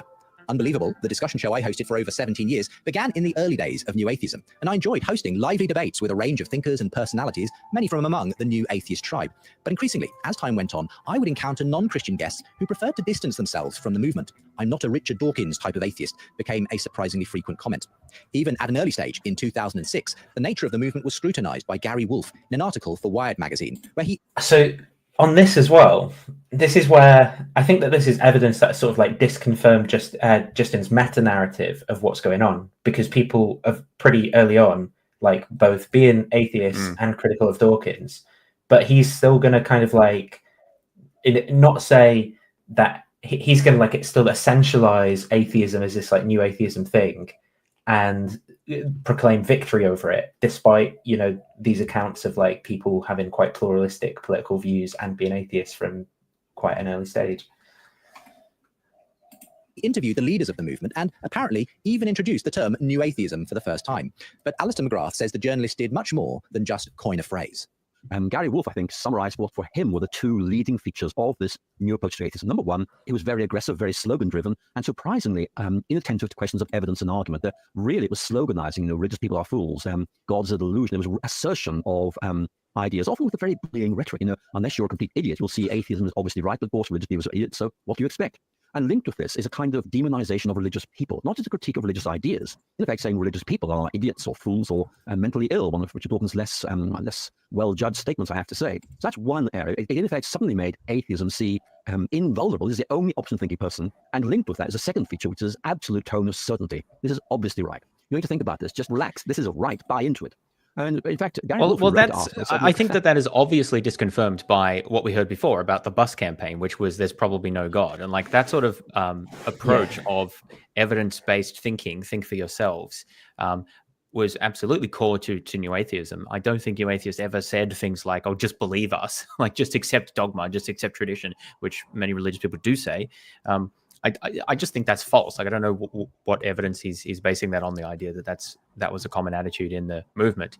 Now, as for his point about disrespect towards religious people, that did exist, but I think the idea of many was, like Dawkins, for example, the idea that religious believers were duped. Essentially, they were like the phrase. Like, I don't like the use of the phrase mental illness, but insofar as you apply that kind of metaphor, if you like. The idea is not that it's someone's fault that they're mentally ill. It's that this has befallen them and they need to be helped out of this, like, Richard Dawkins also talks about religious of mind virus, right? They need to be helped out of that. They need to be cured of their illness. So that's very disparaging of religion. And yeah, that could step over into disparagement of religious people. But it's about how you interpret that discourse. And I think plausibly a lot of the discourse was directed against religion and its social, political effects, its ideas. I don't personally think that a lot of it was about demonizing individual religious people, though I don't want to say it didn't happen. But the way it's characterized here is that those are just the same thing. Yeah, and I think with the illness language and stuff, it's like if that language is being used as a part of like policy, I definitely will always, I think, be very cautious about the harms of that, like in any context, not just religious context. Like look at like RFK's claims about like autism and stuff like that, or like Nazi claims, right, about certain things being like illness and the way of dealing with illness in the lifeblood of the people and all this. But I think that the language can also be used in other contexts where it's not going to be like so harmful, and so I just don't know that it's that. I don't know that it's always that like dangerous just to use illness like metaphor and language. I do think it should get people's like hairs on their neck standing up, like they should think about it. But you've got to think about like what is the person advocating for when they say this. And I do think in Dawkins' case, it's more to understand the causes of why someone believes rather than whatever kind of like story that they'll tell you in terms of like arguments, whatever. And then if you understand those causes, you can engage with de-radicalizing them more effectively rather than, I mean, of course this is being charitable to Dawkins because he's not saying any of this, and so maybe I should like be more of a dick to him and say, look, Dawkins, you should be not saying these false things but being more cautious. But yes, it's a difficult one that and I think Justin just isn't doing it any credit in his presentation of this. These guys are really fundamentalists. They're just asserting their beliefs and not actually really giving people reason to think they might be right. So it's a very interesting movement, which in effect for a while held high ground because the media found it very, very exciting and of course very, very novel, which of course was the intention of the slogan in New Atheism. But I think as time has passed, people have begun to rethink this in quite a big way. You also make the point in your opening to the book, Coming to Faith through Dawkins, that the New Atheism started to look suspiciously religious in some ways. Do you want to just explain how that manifested? This is the weirdest double think code. I hate this part. It's kind of like that I don't have enough faith to be an atheist, where it's like it's almost like, I mean, I don't really, but like I don't believe in the subconscious, but like it's like it's as if people have this subconscious belief or something that like religion or faith is bad, that they're always repressing, or like there's a dissonance or something, and then finally they're able to like talk about how bad religion is. But they can do it when it's like the atheist doing something that they can call religious or faith or something. It's just this really weird sort of, the joke only makes sense if you think that religion is a bad thing or faith is a bad thing or something. Well, this is one of the most interesting things about the New Atheism. I mean, quite early on, I made the point, look, actually, really, you guys are just giving us a different faith system. And they will go, oh, no, we're rejecting faith. And I tell them, prove your beliefs. Oh, we can't do that. No. But they're right. And the point is that they're just asserting beliefs, hoping we'll accept it. It's about, I believe this is right, or I have actually shown this right. So the point I was making is these guys are really bringing home to everyone that atheism is a kind of faith, which didn't go down very well with them, but everybody else saw the point. But the real points that emerge are actually more significant. They're much more to do with the question of the way in which religions behave. And certainly, the religions that, for example, Richard Dawkins and Christopher Hitchens want to critique are those that say we have an infallible... This is where, though, I think the analysis is so weak, particularly the difference that they want to draw between politics and religion, because I think that the reason that you can analyze new atheism in a similar sort of way is actually just because both are socio-political movements, right? Like religion's a socio-political movement and atheism's a socio-political movement, or that, not atheism's a lot of different things historically. New atheism is a socio-political movement. So. Text, and we have infallible people who can tell us what is right. I and many others, I have to say, made the point that actually new atheism sounded awfully like infallible prophets saying this is the way things really are, trust me. And then books like The God Delusion or God is Not Great, both being treated as infallible by their readers. I remember once I went to be at the bookstore. So yeah, JP's saying, don't make sense because you're accusing atheists of... I kind of get that, but it's like, it wouldn't be funny. I mean, wouldn't they just be doing a good thing though, right? If they were being religious and religion's good. So what would be... It feels like the hypocrisy isn't the entirety of the joke. I don't know. Oxford, and the previous week they'd had Richard Dawkins in to promote his God Delusion, and the bookstore manager said to me, Alistair, it was really interesting. When people left that meeting, they were clutching this book to their breasts as if it was some kind of talisman that warded off evil or something astonishing. Okay, can we pause on that? What the hell is this guy talking about? So some bookstore owners saw people like holding their books in a certain way, and that means that they think it's a talisman that's infallible. Like, find atheists who would... I don't know. Like, maybe it was raining. Like, maybe they didn't want to drop it. Maybe they're just really happy to get a copy that was signed. Like, who knows what he's even talking about? But the idea that new atheists were thinking that Richard Dawkins was infallible, I mean, that certainly wasn't my experience. I'd like some evidence of that claim. Any evidence that people thought Richard Dawkins was infallible? Like, I don't. This is ridiculous. Like, now? There are many people who think the Bible is infallible, the Quran is infallible. So that's not a straw man from new atheists current atheists who are criticizing that approach to things. But they're just saying, oh, it's really the same in new atheism. Well, was it? Like, what's the evidence for that? New atheists constantly talk about the need to look at the evidence, to think for yourself. Nothing is infallible. There's no sacred cows, and that doesn't mean that like they always got it right, or that they trusted too much in Richard Dawkins or idealized him too much. Yeah, I think that you can argue that. But to say that people thought he was infallible, that this was widespread in the movement, like what's the evidence for that? The evidence is that people clutched their books one time. Like, seriously? We're supposed to take that seriously as a piece of cultural critique? Like, it's just a joke. Yeah, I don't even understand the observation is my point. Like, I don't understand what observation of a person in relation to a book I could make to like... They clutched it in a like religious way. Like, you could tell by the way they held it that they thought it was infallible. You just couldn't. Yeah, I just have like a talisman. Like, how does someone even hold a talisman? I don't understand. Like, yeah. It's like... But people, this is the thing about Alistair McGrath, is that I've got his book somewhere. He's done this like Christian theology textbooks, like, but he's also got a chemistry degree, and he's one of these guys that, again, apologists love to narrativize about, because they're like, look, if he can do a science degree and a theology degree and Oxford, then wow, surely I'm not stupid. Like, but then he goes and says things that are this stupid. And it's like, clearly having a chemistry degree and Oxford are not, protection against the same moronic things. Yeah, 100%. Talisman that warded off evil or something astonishing. The increasingly religious aspect of atheism has been noted by others too. Historian Tom Holland has frequently spoken and written about the Christian origins of many aspects of Western culture, and says that the evangelistic impetus of new atheism was no different.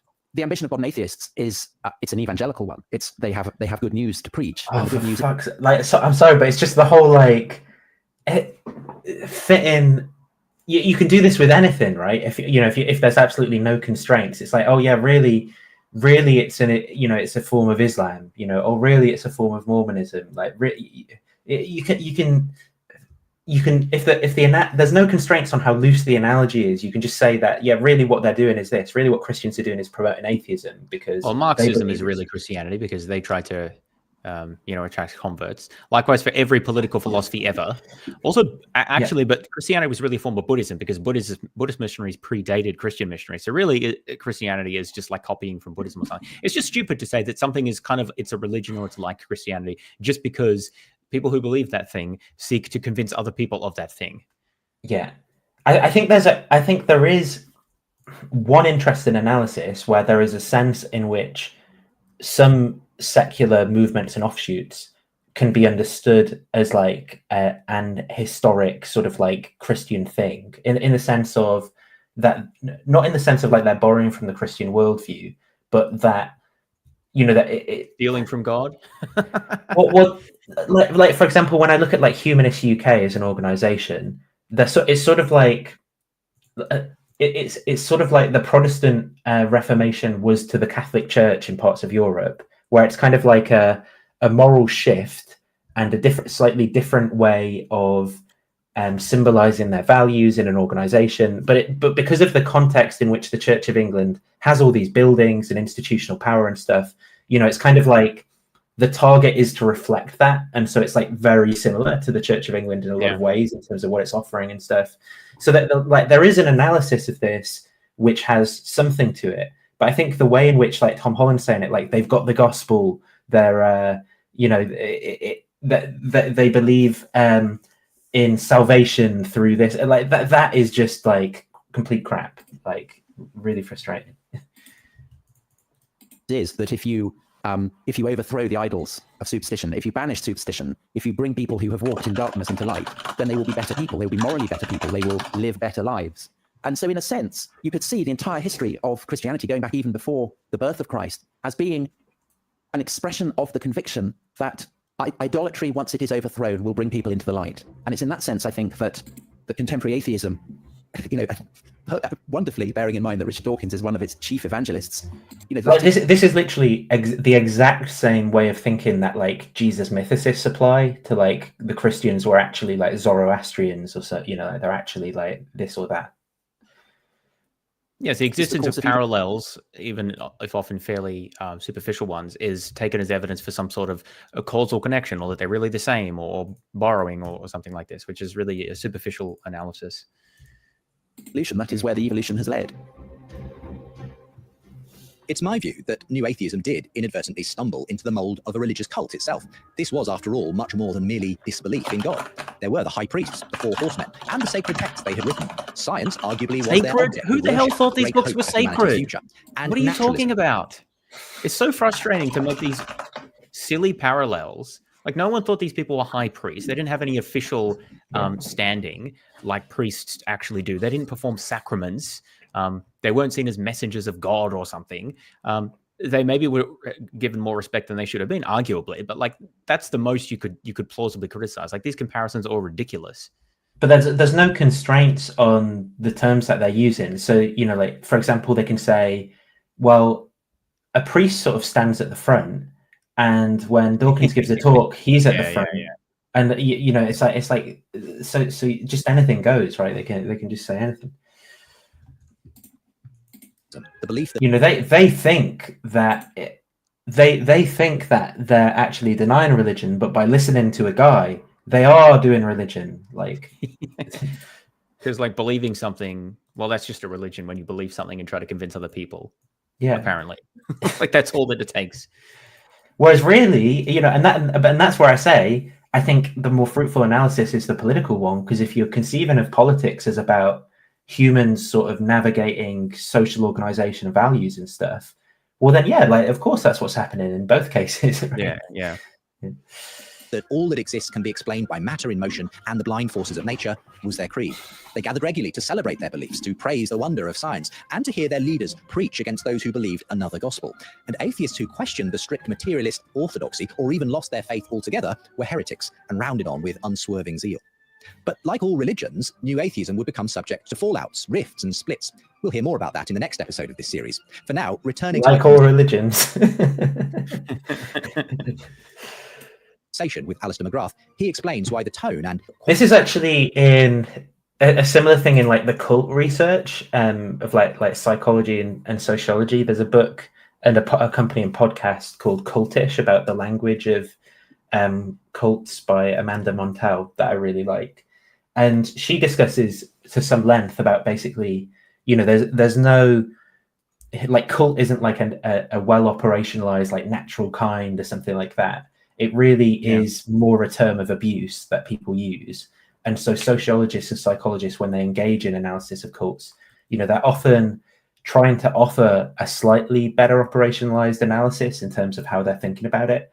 But realistically, the boundaries on that are so vague that it often comes down to there's a way in which you can see any human social organization around any set of symbols or like in-group language, like a company where people use language in a certain way, a brand where people buy a product, like can be assessed as cults under all of the kind of like criteria that you might apply, really. So in the sense in which Brealey's kind of like borrowing from the naturalist worldview to describe religion here, he's losing the specialness of it. He's making it, which I think is a good move theologically, like, because I think if you view religion as like a natural thing that humans do, you can arrive in a better place where you're not going to have as much harmful theological baggage. But Brealey isn't just doing that because he wants to have his cake and eat it too, right? He wants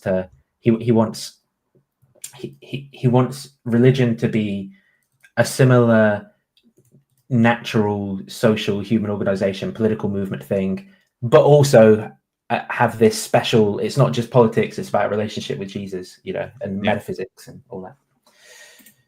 Quasi-religious nature of new atheism began to create problems even among its adherents. And I think here's one of the real problems that, in effect, as ex-new atheists have pointed out, P.Z. Myers is a very good example of this. It just says, look, this is where everything went wrong.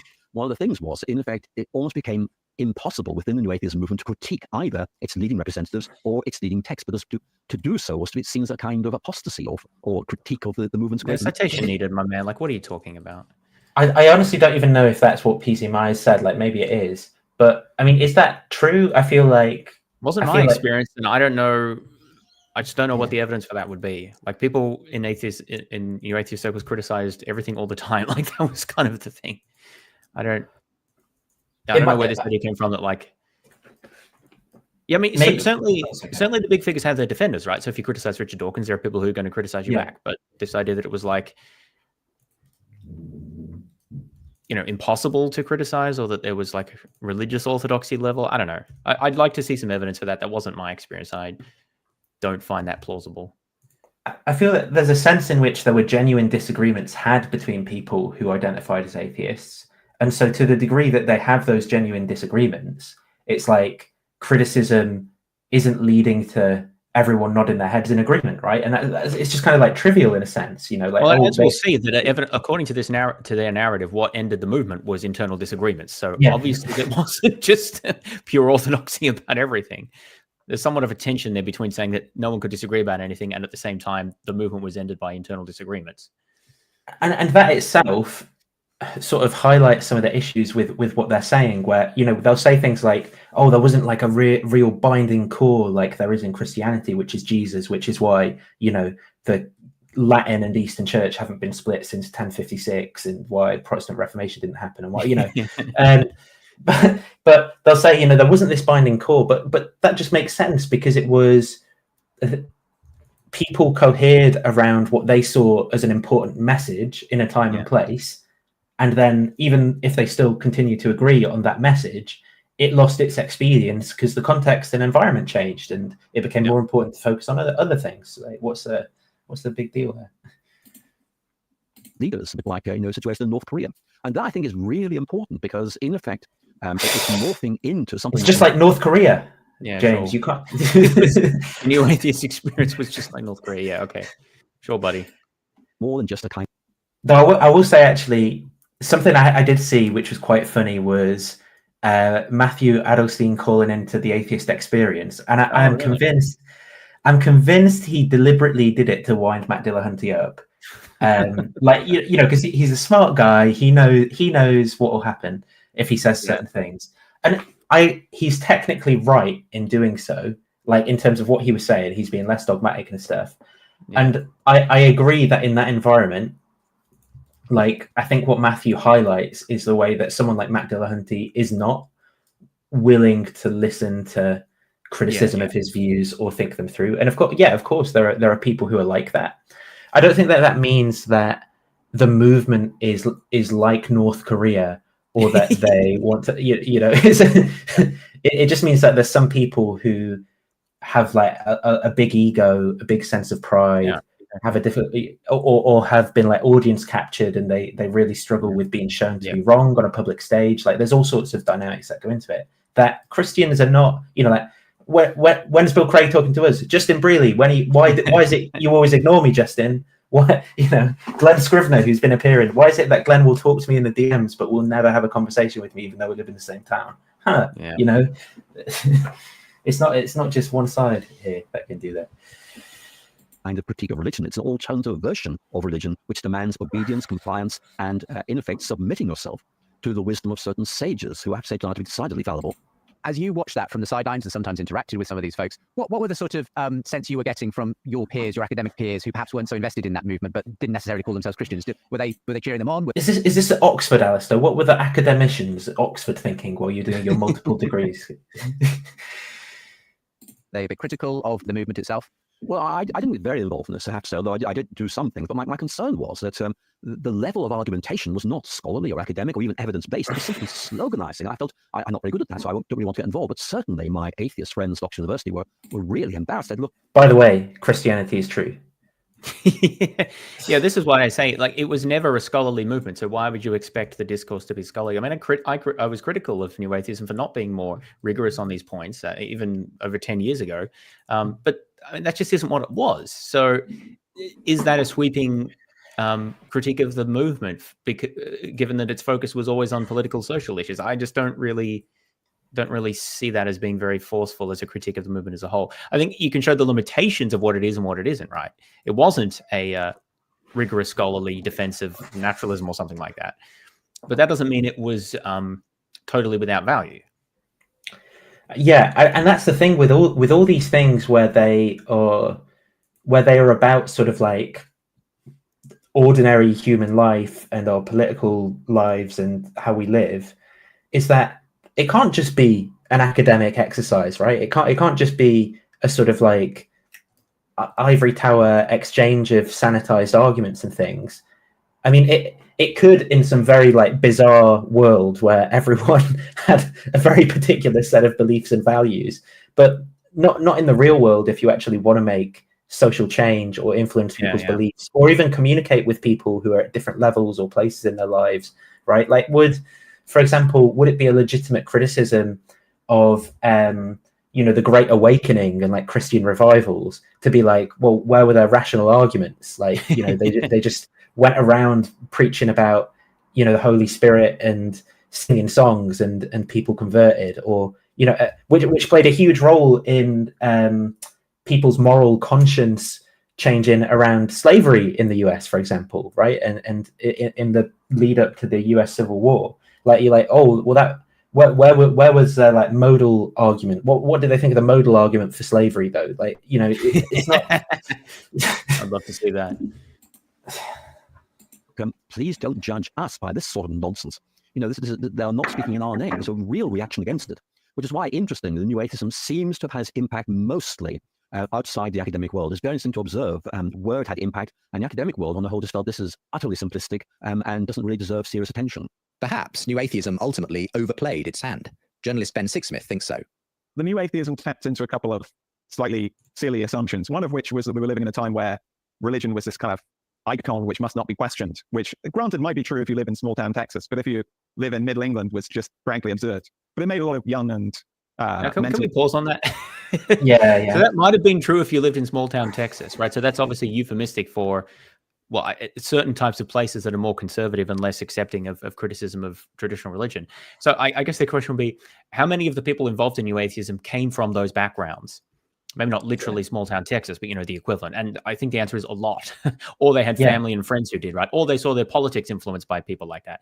So it's like an admission that, well, yeah, these New Atheists were responding to a important, influential type of Christianity, but that's not the only type of Christianity. Well, okay, yes, but that's not the point. I don't know. That sentence was so baffling to me because it's like admitting that he understood exactly what the New Atheists were concerned about, but then just pretended to not understand what they were talking about or criticizing. But they didn't engage with every type of Christianity. Even his claim though about UK theologies is questionable. I think, like, well, you'd have more knowledge about that than I would.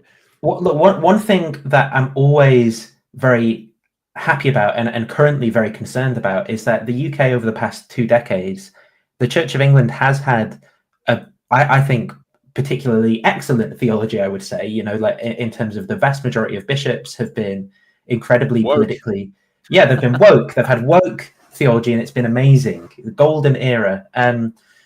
People like Rowan Williams, Justin Welby. I've always found that I've had a lot to learn from them or gain from them, agree or disagree with the claims that they're making. And the Anglo-Catholic tradition in the UK, I think, it's an interesting synthesis of aspects of Catholicism and tradition mixed with like more modern themes, mixed with British culture, mixed with some Protestant themes. What there is and has always been in the UK is first different denominations. So, there are fundamentalists like Baptist traditions. There's Free Church of England, which is basically MAGA bullshit nonsense Christianity.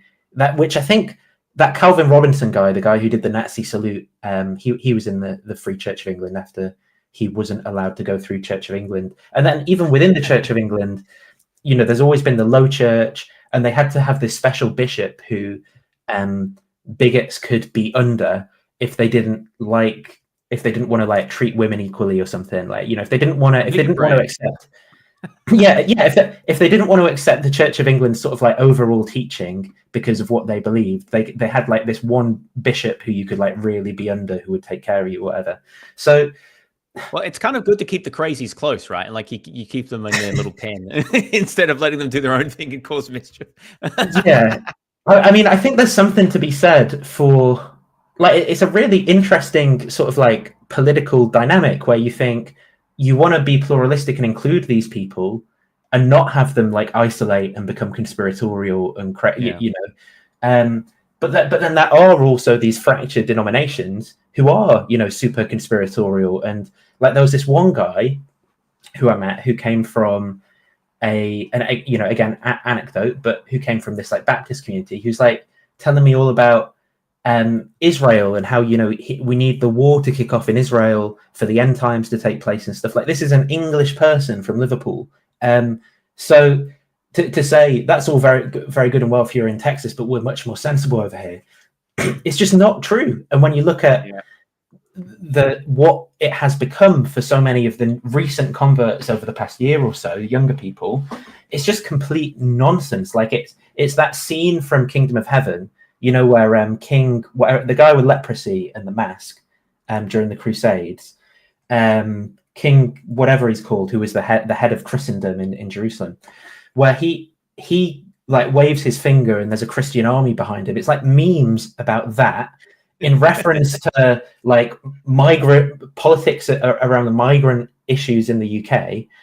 And it's this is just some weird nationalism with Christian symbolism playing the role of bigotry. Or on a day that wasn't St. George's Day, you had all this AI generated art of Knights Templar with Christian flags and things. This is just bizarre. I don't know what to call it, but I mean, it is Christianity. I've got heretical Christianity, LARPing Christianity. I don't know, but it is Christianity, and that's exactly what is problematic about what's coming out. It's in the UK, and it's exactly what's problematic about the fundamentalism in the US as well. So this guy is just coping, I think. Yeah. The young people feel very good to imagine that they were kind of. Oh, sorry. What? I just said agree. Akin to Solzhenitsyn challenging communism in the 20th century to be, insulting the Archbishop of Canterbury about his ridiculous beliefs. And I think after the New Atheism flurry, people realized kind of how silly that was. And I think that's another reason why there was a backlash against it, because people thought, that was quite absurd of me. It's like when a teenager looks at a photo of themselves, age 14, and what on earth was I doing? If you actually were... Sorry, there's an aspect to this which is accurate, but I think it's when he says it's like when a teenager look back at themselves and says, what on earth was I doing? I think that's because that is literally what most people are doing, is they're looking back on their teenage selves and going, what on earth was I doing? It's not so much to do with the inherent cringeness of the movement, as much as it is that most people were teenagers, Yeah. you know, full of hormones, trying on identities and engaging with this stuff online, and they look back on their teenage selves and kind of cringe because they've grown up a bit since then, right? And if they've been 30, 40-year-old people, they would have probably they may have agreed with the new atheist takes, but had, you know, these slightly more tempered views that aren't as cringe or as extreme, or that they wouldn't look back on in such a bizarre way. So I think what he's saying there again is, even though it's like a strand of truth in it, it is you know, part of this like overall narrative of just like outright rejection that I don't think people should retrospectively look at it through. An American Christian living through those years, then you knew how ridiculous this narrative actually was. Bethel McGrew agrees. You know, you knew how ridiculous it was for Harris to call his book a letter to a Christian nation. America really wasn't that Christian of a nation, but it didn't matter because people bought it, and it made young atheists feel like the brilliant underdog heroes of their own story. America wasn't that Christian of a nation in 2004. What percentage of Americans identified as Christians in 2004? It's like 80%, right? 90%. Actually had, yeah, I'm just checking the survey data, and I think it was about 70 to 80%. Now, of course, you can always say, well, they weren't real Christians, but I mean, at that point, like, what are we even to say to that? I think, and like every US president ever, and almost all congressmen have been Christians. There have been a few Jews and I think a couple of atheists more recently. Like overwhelmingly, Christianity plays a huge role in US public life, much more than in most other Western countries. So this idea that, oh, they weren't really Christian. Now, the reason she says that is because they weren't her brand of Christian, right? And she also wants to downplay the enormous power that Christians do have in American popular culture, American political culture. But I just find this to be a patently absurd claim. Oh, well, it's not reasonable for Sam Harris to write a book called Letter to a Christian Nation because America was barely Christian at all in 2004. I mean, come on. There were hardly any Christians or influence of Christian positions in America in 2004. Like, come on. Who's really taking that seriously? So, you know, it was really their own kind of. Yeah, it's kind of. This is again, I think, Bethel's just like cooked takes on these topics. Yeah, it's where such a bad take. It's shockingly bad. Oppressor-oppressed narrative, where Christians were the oppressor, or religious people in general were the oppressor, and atheists were the oppressed, and that's what made it sell so well in those early years. Ultimately, beyond the narratives and ridicule and dogmatism that often characterize the movement, New Atheism sold itself as being the only option for a thinking person. But as someone who was engaging regularly through my discussion show Unbelievable with some of the intellectual thought leaders of the movement... This is the other thing Justin never acknowledges about selection effects as well, where he's always like, these atheists presented religion as if it was for unthinking people. But as someone who had a podcast talking to academics, I found that I talked to lots of academics. Like, you know, it's like, yeah, Justin, the reason that you are seeing the things you're seeing is because you are hosting a Christian radio show where you explicitly select for people who, you know, fall in a certain demographic. Yeah. It's not because the people that you talk to represent a shift in the underlying demographic, right? In the underlying population. It's because you're selecting for a sample. Yeah, he never acknowledges this. You know, it's like, well, you know, new atheists criticize Christians for being thoughtless and not thinking through their positions. But as someone who runs a Christian apologetic channel, I find that most Christians that I come in contact with are interested in thinking through their positions and seeking evidence. Yeah. But how many Christians watch Christian apologetic channels? Like it's a tiny minority. And even those who do often, you know, I don't think are very good at taking it, like actually thinking through it. Some are, of course, but yeah, it's just a silly argument. And the other thing I'd say is I think that's right as well. Like, I much rather, like, I really like, say, European Catholicism, where people aren't, well, broad overgeneralization, but where people can be very comfortable with it being a part of their culture, that they, you know, at these festivals take saints around or have meals with their family and enjoy certain rituals and things. But it's got very little to do with like metaphysics and reasoning through things. And, you know, there's both people from both ends of the political spectrum that participate in these shared rituals that they have and things. Like, I much rather that than what Justin is putting on the table personally. But of course, that can also be bad in various ways. But it's just that all of this is missing from his analysis of religion and new atheism. I also came to believe they overplayed the claims to their own intellectual prowess. It's not that there was nothing to the arguments. After all, not all Christians did have good reasons for believing in God, but I found that a compelling case for God could be made nonetheless. The charge that religious belief was delusional never seemed to make sense to me. Likewise, I could see how religion could often be a force for evil and oppression, but I also saw that that was simply true of many human institutions, and religion could equally be a force for great good. And as I met scientists on both sides of the atheist and Christian divide, I realized that science and God weren't in opposition to each other, rather it was two worldviews that were in conflict, naturalism and theism. What I was Okay, just to comment on some crazy, wild stuff that's being said in the chat. Oh, I haven't seen that. What? I don't think nationalism is problematic because I saw a Holocaust film. You know, this isn't something I believe. It doesn't engage with my views, and you're saying wild, irrelevant things. We will talk about nationalism at a later point. And putting you in timeout for now because that is just some crazy nonsense. And we'll, and we'll talk about our views on nationalism at the point where Justin, talks about that stuff. I was glad for was that New Atheism had kindled a lively debate on all these questions. But as Adam Coleman reflects, the popular level New Atheist arguments weren't that impressive in the end. Just as I was getting into apologetics, I would find myself in, of course, chat forum, Facebook, and whatever it may be. I don't even know if Twitter was a thing at that time, but definitely Facebook. Getting arguments and encountering the same arguments over and over again with the atheists that I would encounter. But I couldn't figure out exactly where the source was. Like, where's the atheist mothership? Where all these atheist mothership? What? That's really strange.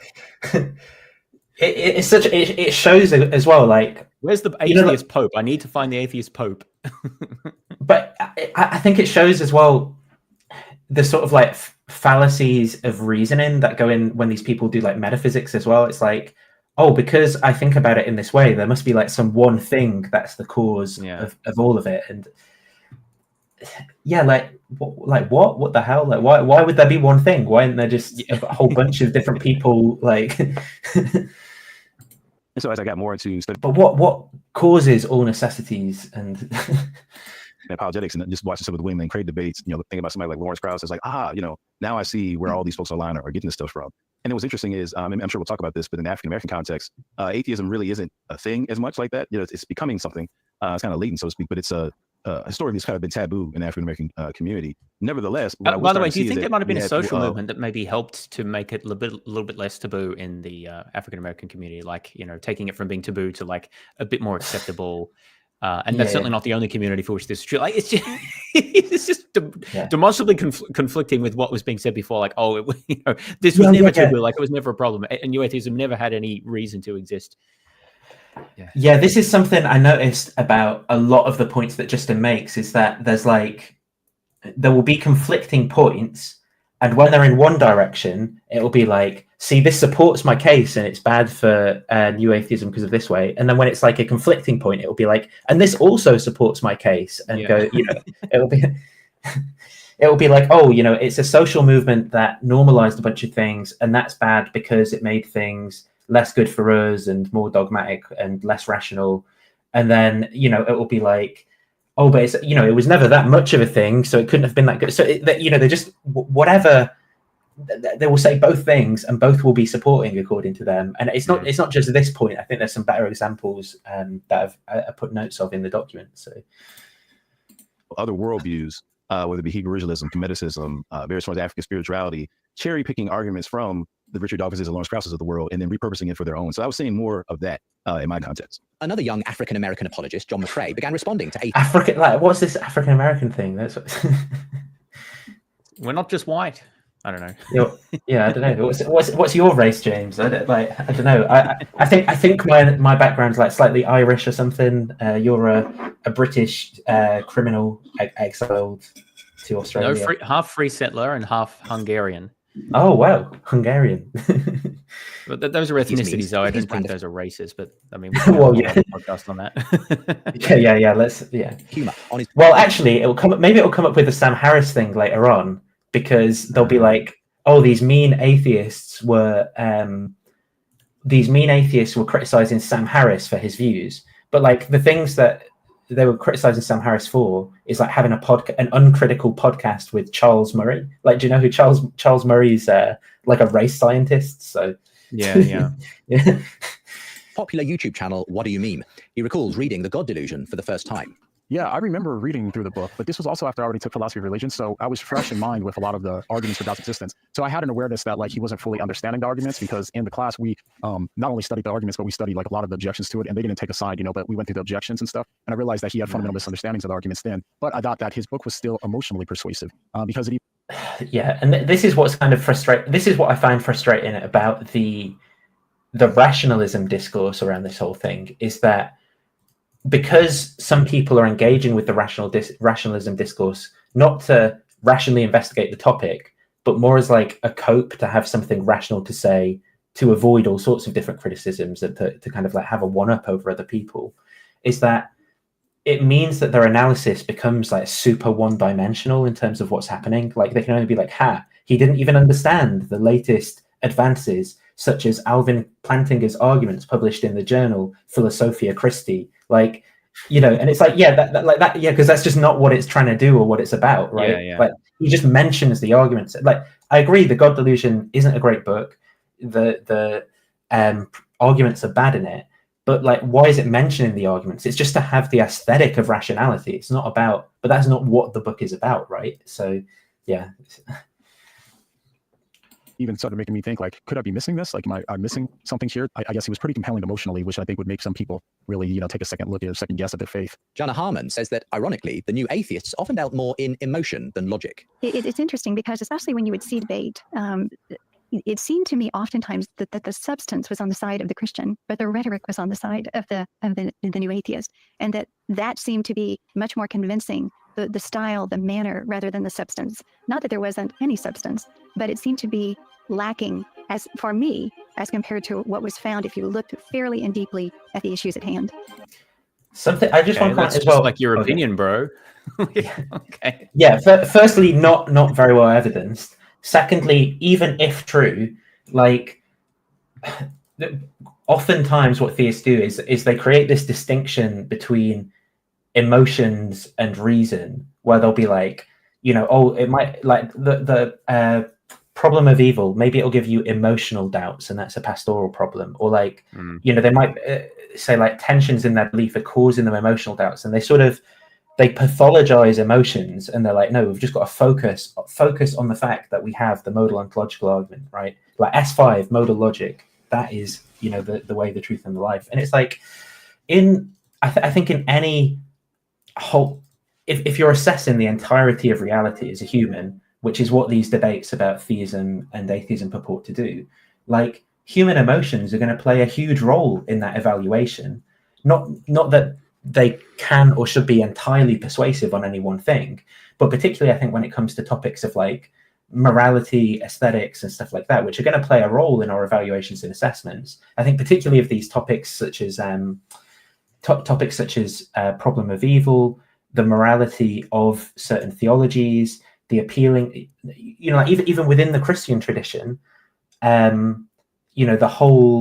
hermeneutic which undermined slavery was one saying, listen to your moral conscience, right? Like what does your morality tell you as you read and engage with the Bible in light of the gospel, as opposed to what does the Old Testament literally say about slavery, or God creating like the nations and different races and stuff like that, different kinds. So to ignore, I think it's a deficit to ignore and pathologize emotions in the way that they seem to be doing. Not to say that if someone presents you with the Kalam cosmological argument, your response should be, that makes me feel bad, therefore it's wrong either, right? That's not the point. It's that properly integrating the emotions into your political and value considerations is a part of assessing these worldviews, I think. Well, and they typically say this as well when it suits them, like, oh, Christianity provides an emotionally satisfying worldview and atheism's not livable and all this stuff, which appear to be emotional appeals. Yeah. And when it doesn't suit them, then they say, oh, well, it's just all emotion. Atheism's just all emotional appeals. Yeah, like Craig's video, the meaning, ultimate meaning of that, yeah. Oh, man, yeah. Meanwhile, a number of academics, church leaders, and theologians, such as Oxford professors John Lennox and Keith Ward, are responding to the new atheism with their own publications. Tim Keller's best-selling book, The Reason for God, established his reputation as an international Christian thinker. In this archive interview, he explains why he was. Yeah, I wouldn't overstate that. I mean, it is true that it did, but it's just not a good book. Like I don't know how else to say. Well, it. there's a mean-spirited response to that, which is an international Christian thinker. It's not yeah, isn't that? Oh yeah. Ooh, cheap shot. what my brain popped in with is, isn't that an oxymoron? But yep, exactly. Prized by a philosophical naivety to the new atheist approach. The other thing that's weird about the new atheist was most people in the last 30 years came to understand that knowledge is perspectival. We've seen it move away from this idea that you can have this objective view from most nowhere. people where? What's he talking about? Well, but even this, right? This is like the postmodernist point. This is another case where they want to have it both ways, where they want to be like, oh, these people, they're all about my point of view, my emotions. There's no objective truth, blah, blah, blah. So, but then they're like, oh, they're not realizing that it's about your point of view as a person. And from your point of view, it might be rational, or it might make sense. You might have reasons to do that. So this is another example of it, that they give with the left hand and take with the right. They want to criticize the same exact thing and praise it in the same podcast episodes when it's convenient. The old Enlightenment, scientism. And I've talked to a number of scientism is not the Enlightenment, by the way. I don't like that conflation, but and also it's like scientism, yeah, it's such retconned bullshit. Like I've been reading a bunch of stuff on a bunch of changes in science where the author of this book I'm reading keeps doing the same thing, where he accuses people of scientism. And it's like whenever you actually go to the primary sources, you find that they're not doing any of the things that they get accused of. They're always being much more cautious, making relevant distinctions between things. And actually what's being called scientism is often legitimate progress of science in some particular domain, right? Like it's just who are themselves atheists, actually, who told me it seems like all the guys who wrote the new atheist books just refused to take philosophy 101. They just did not listen to what's happened in the last 40 years about knowledge. They're just so sure that if you can't prove something, then we don't have to believe it. And so there's a kind of epistemological naivete. When the literal first quote from Dawkins was like, of course can't prove it because that's not scientific. Yeah. In fact, that's what new atheists would say all the time, that you can't prove things, but you have evidence, right? Now, it's true that I think a lot of new atheists did not have a very sophisticated philosophical perspective of like evidence and things like that. And there was some scientism in the movement, which I criticized at the time. But again, you have to see this in the context of what many new atheists were responding to, which is a literalistic, very simplistic notion of truth and an inherited authority that many conservative Christians and Muslims and others as well have, right? That's what they're responding to. And so then to say, well, in the academy, right, there's all this perspectival knowledge and, scientism critiques of excessive reliance on rationality, things like that. Like, that's all fair, but as judgment of new atheism, it should be, we should also consider what new atheism is responding to.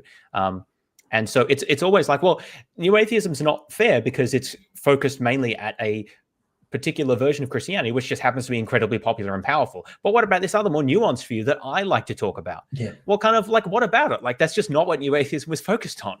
I don't understand this criticism. It's like saying, what was Newton even doing, right? He didn't have anything to say about quantum phenomena. He didn't have anything to say about dark matter. Like, Newton was an idiot. He just didn't even think about these. It's like, no, because Newton was in this context where people are thinking, of all this scholastic stuff. And so you have to appraise the ideas and the so there's a difference between advancing that as a limitation of new atheism versus a criticism of new atheism. I think it's fair to say that was a limitation. It focused on one specific or a certain type of manifestation of religion. It wasn't a general critique, or at least it wasn't good as a general critique of all types of religion or dealing with all issues. But to say that somehow refutes the movement or discredits the movement as a whole, well, that's a different claim because it wasn't aimed at that. And I interpret this as coming from the problem with Justin and a lot of his guests' theology being so sectarian. So at both times, both in the early 2000s and as we'll come on to see now, it's like what matters for him isn't it isn't like good things. but it's more which side someone's on tribalistically, like which side someone says they're on.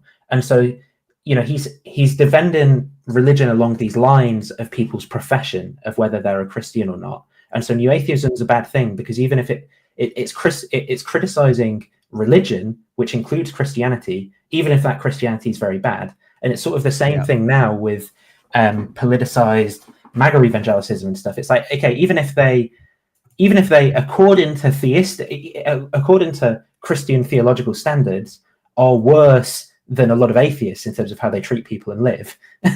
It's like, but they're actually the bad guys, because here's how the battle lines are drawn, is like professing Christians versus not. And I think that's the problem behind all this way of viewing things, is that I think what Christians should do, what atheists should do, is just not view it along those lines. Like, yeah, sure, there's a discussion to be had along those lines that can be interesting, but that isn't what the political forces are about. Like, if you have a Christian theology, you want to have a Christian theology that is equipped to oppose fascism, isn't so desperate for people to say the same thing that, you know, your kind of brain falls out your ears, right?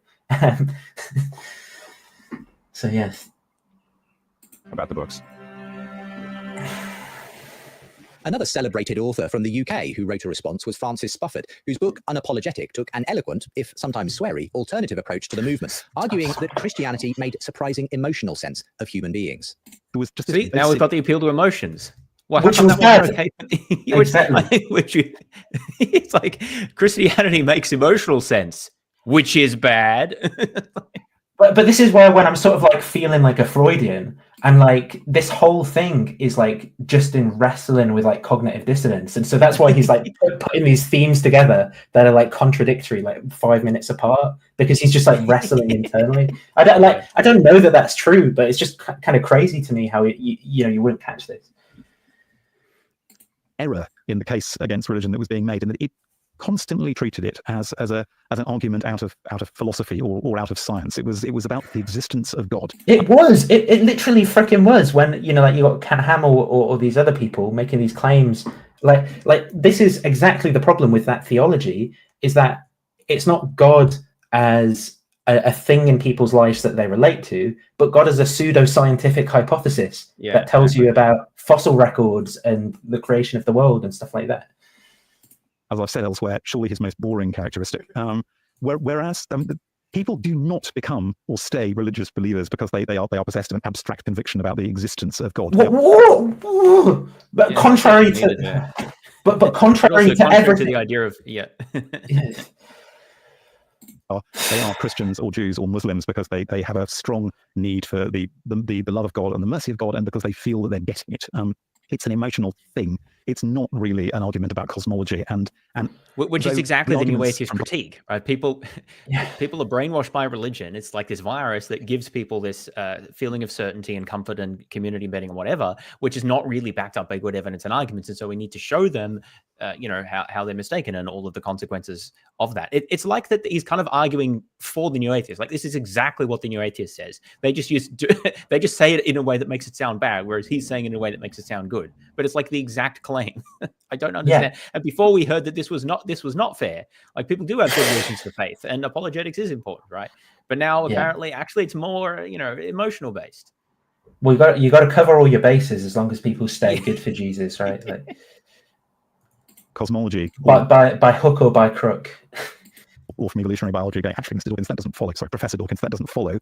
Were good and necessary. I didn't think that they actually dealt with the fundamental problem, which is that he was having the wrong argument. He kept pulling religion away and trying to treat it as kind of some sort of dodgy inferior grade science. But that is literally exactly. I mean, I would say that's how metaphysicians present it. That's how Bill Craig presents it. That's how young Earth creationists present it. It's explicitly how intelligent design was constructed. That was literally the argument. Teach the controversy. It's two theories of human origins. It's like, again, this guy is not looking at new atheism within its context. I mean, even today, this is still common that, many people interpret the Bible literally, 6-day creation and all this stuff. Many people treat creation science or intelligent design or whatever it is as a scientific hypothesis. And metaphysicians often talk about what they do as constructing, not literally scientific theories, but in the guide. Theories, metascientific, metaphysical theories, explanatory theories. And religion definitely does that. So the idea that somehow all religion isn't really about that and new atheists should just sort of forget about it is bizarre. It's just not at all addressing all of the concerns that new atheists had about places where religious beliefs absolutely did that and did it poorly. So this guy can be like right in his analysis, but if he's right in his analysis, it vindicates the new atheists. Yes, exactly. and it undermines the response of the rationalist theists that Justin has been kind of like promoting as the good guys with the right answers for a lot of his kind of like storytelling. So yeah, this is intention. I mean, what Justin could say is, well, I'm commentating on the whole movement. So in my commentating on the whole movement, I'm including lots of different perspectives, but he's not drawing out any of these tensions in terms of how he needs to editorialize more about that. Like he's putting it all together. He needs to put a bit more commentary. I mean, he does that sometimes when it suits him. Yeah. He needs to tell us like how all these things fit together. Because otherwise, as an audience, we're just like, I'm a bit confused as to how this all, makes sense together and what your perspective is. But I think that's the point, is that he won't say, because he doesn't care if there are tensions, just whatever means will get you to vindicate in Christianity, right? So if he will present contradictory stories side by side, as long as there is an avenue for every person there to get to what he considers to be the right answer, is my view of the presentation.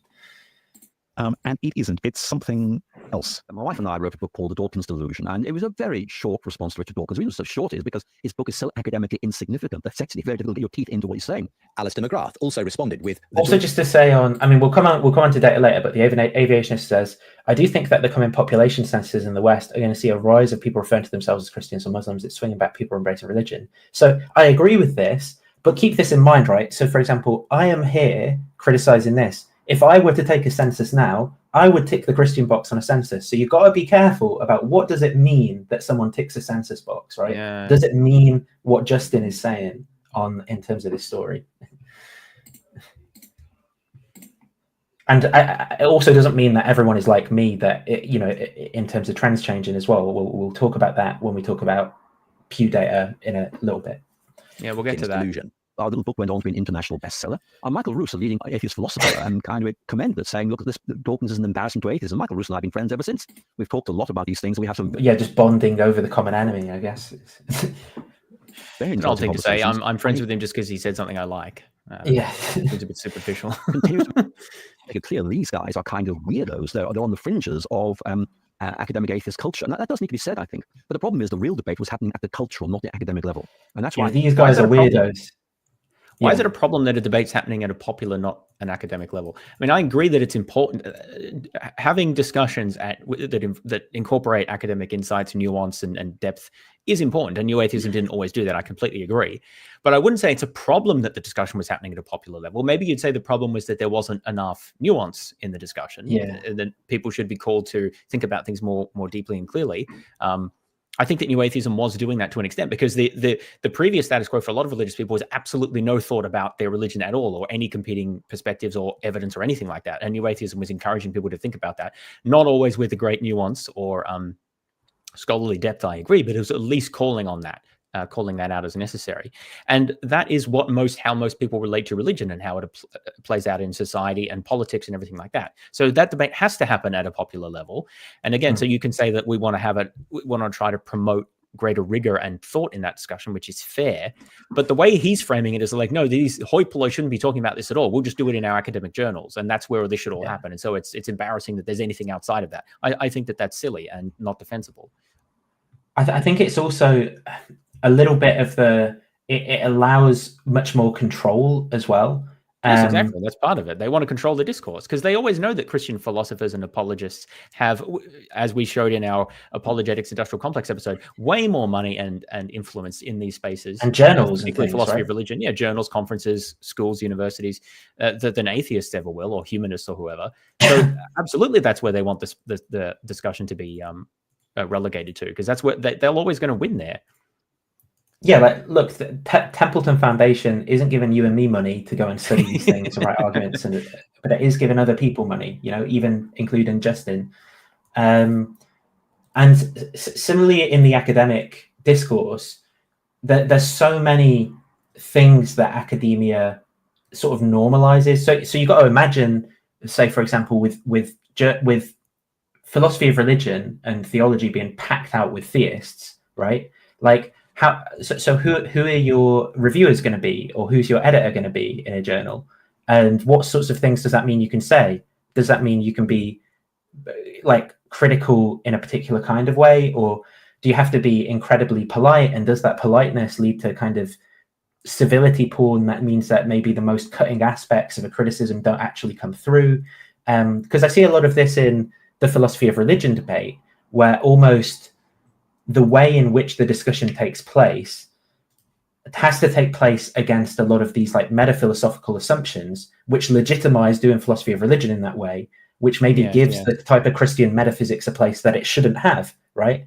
And their objection to that will be either, oh, you know, this is scientism, or that's crazy, or whatever. But the way that those things get normalized of saying that's crazy, that's scientism, is by the mechanisms that prevent the norms from changing in philosophy. You know, you can't get the momentum to change those norms, to legitimize a view, to stop people from kind of like pushing it out as crazy in the first place, in terms of the criticisms of the methodology and things not being very empirical and all that. So I don't take, in a field like philosophy, academic consensus or academic legitimacy as any real guide to you know, how serious that's something people want to do, is they want to say if it's being taken serious by academics, it's a serious argument. But I don't think that is actually true, because there's all these explanations for what's wrong with the academy with these topics. Yeah, well, I mean, I take academic philosophy a little bit more seriously, perhaps, than you do. But the thing is that to say that something is taken seriously in academic philosophy doesn't mean that people agree with it. It means they publish about it. And this is a completely different point. Any outlandish claims that are technically interesting from an academic, from a philosophical point of view, will get a lot of attention.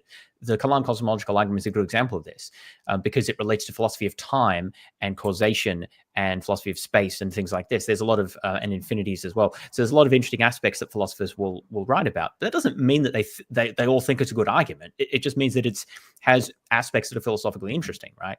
So you have to be very careful there, that just because something gets a lot of philosophical attention doesn't mean that it's widely believed or accepted. And particularly in philosophy of religion, that increasingly many theists are going into explicitly to defend the faith. You can see that there's direct push to do this, to get people into PhD programs, and then what else are they going to do but publish on philosophy of religion and apologetics? So it really is dominated, like not exclusive obviously, but it is dominated, that particular subfield, by a lot of people who have that explicit goal. And so obviously people who disagree with that, like me, who might be interested in the field, well, we're going to publish critiques of those arguments. So the field is dominated by their interests and concerns to a significant extent. And I don't really think this tells you much about how good the arguments are. Yeah. Oh, sorry, I didn't mute myself when I was typing as well. That's right. I think it was so important that so many people began to emerge who were willing to take on Richard Dawkins and Christopher Hitchens and say, look, this is simply nonsense. This is not what we believe. Your arguments simply do not make the points that you think they do. And also, the only way in which you're able to make these points is by simplistic misrepresentation of alternative positions. I think that's a very important. I also dislike this as well, because it's true sometimes. It is not always true. Yeah, exactly. You know, so sometimes it is a simplistic misrepresentation.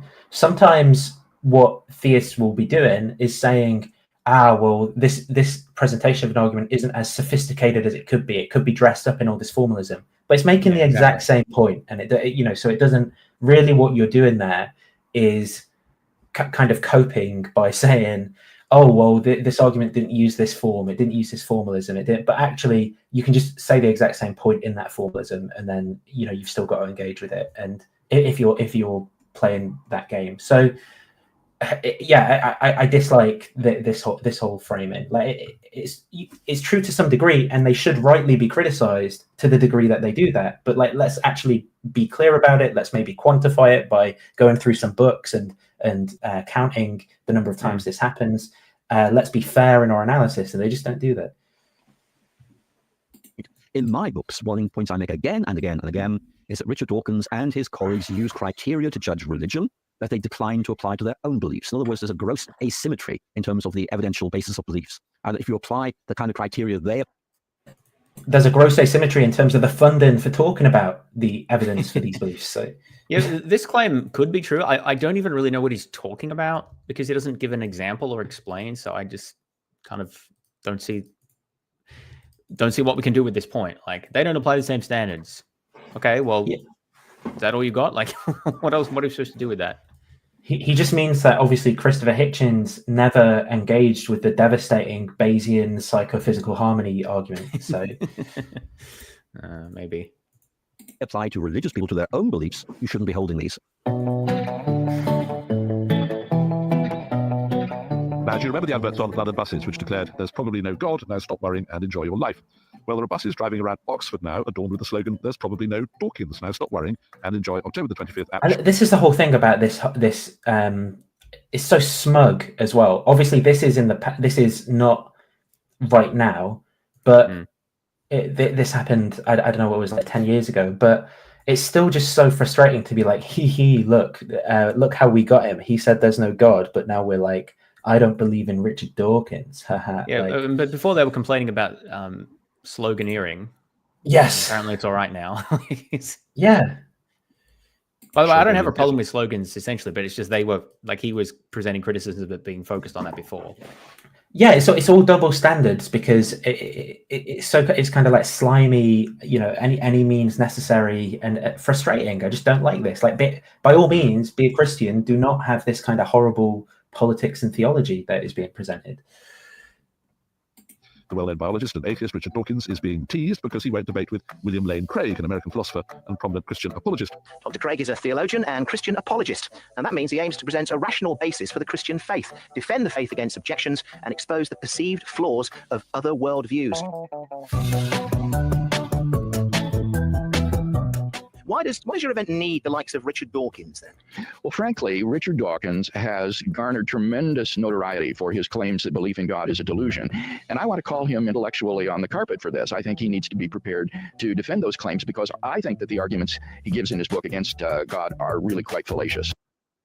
So, James, how many years ago now did you write Unreasonable Faith? It was published in 2018, so 7 years now.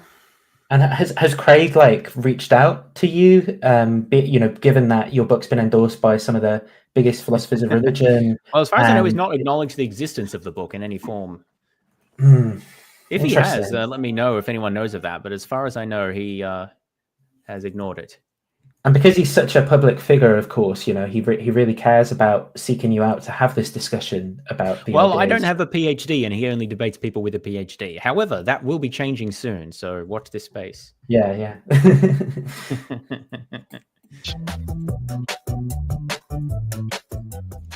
We began today's episode hearing about the atheist bus campaign, but in 2011, I was involved in helping to organise a different, rather tongue-in-cheek bus campaign stating there's probably no... It's tongue-in-cheek when he does it, but when other people do it, yeah. It's just cheeky. I'm just being cheeky. That's me.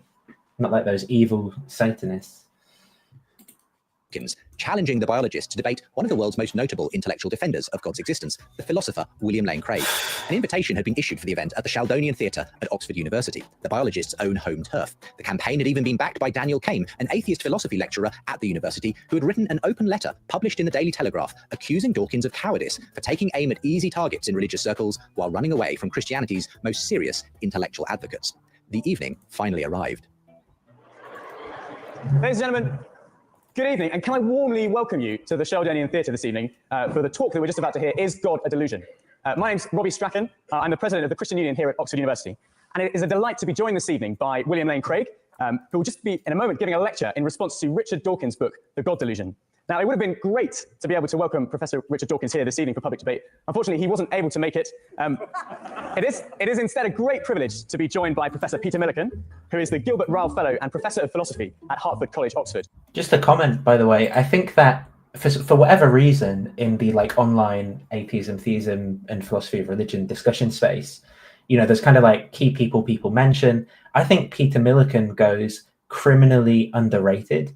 He has so much really good stuff out there that he's done, including public philosophy stuff. I don't know too much about him. Yeah, he has a really good essay on the ontological argument in a compendium of things on the ontological argument published I think edited by Graham Oppie, and but he has a free series. This is what I would actually promote to people is there's a free series of lectures on Turing and computation, and that is so good. Like he goes through all of the different things that Turing published basically in his life, and all of like the history around them and the philosophical considerations either way. And it's like a really good. Also, like Gödel's proofs and Hilbert's program and Diophantine equations and all this stuff. Like amazing series. Anyone who's interested in computer science, and it's a shame he doesn't get as much credit in the online philosophy space. He's going to be chairing the evening, and I really hope that you enjoy the evening this evening. I was part of the audience that night, and in the end, Craig... What's that? I said, what's with this music? It's like... Oh, yeah. Well, because Dawkins is missing, it's like, oh, where's Dawkins? Yeah. We enjoyed a spirited discussion with a panel of agnostic and atheist... It's not rhetoric, though. It's rationality. Thinkers who were willing to engage him. But a symbolic empty chair was left on the stage to note the absence of Richard Dawkins. He. But what was the story behind They should have put like a dunce cap on it, or they could have put like they could have put a mannequin on the chair with a dunce cap, and then they could have just just symbolically, of course, just beat the mannequin to symbolically represent nothing. It's bizarre. Behind the empty chair at the Sheldonian Theatre. One of the people helping to organise the event was a young agnostic man called Peter Byram. Today, Peter and I are good friends, and I sat down to chat with him about his early experience of becoming invested in the writings and online arguments of the New Atheists as a university student. I asked him how he thought the Four Horsemen fared in debate with Christians. The first people I saw them debating were useless, really, really pathetic. And they came out on top, the New Atheists did. They looked like they were speaking the most sense. But eventually, that's when I discovered people like John Lennox and then especially William Lane Craig, because those were Christian apologists who they actually had evidence and argument. William Lane Craig, especially, I think, made a very big impression because he would spell the arguments out very clearly.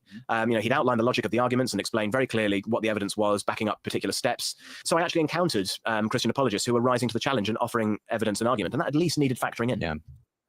Yeah. The other thing to say, I think we can see in hindsight now, so many years on, where the direction that philosophy of religion YouTube has moved in, this is to everyone's benefit, is that I think people who are educated in philosophy, to grad student level and above, have become YouTubers in this space and interview philosophers. But I think as that has happened, Craig was elevated to like God tier, right? And I think as that has happened, Craig now kind of looks a little bit like a joke to people, as it like really like discredited, not to put aside his rigor and conviction or dedication to these things, like those things are all true, but in terms of the level that he's engaging at and how good those responses are, it's above Frank Turek, but it really is viewed as like pseudo philosophy, I think, by a lot of people, like not as good academic contemporary philosophy as it is presented as, like that, this cutting edge stuff by apologists. So,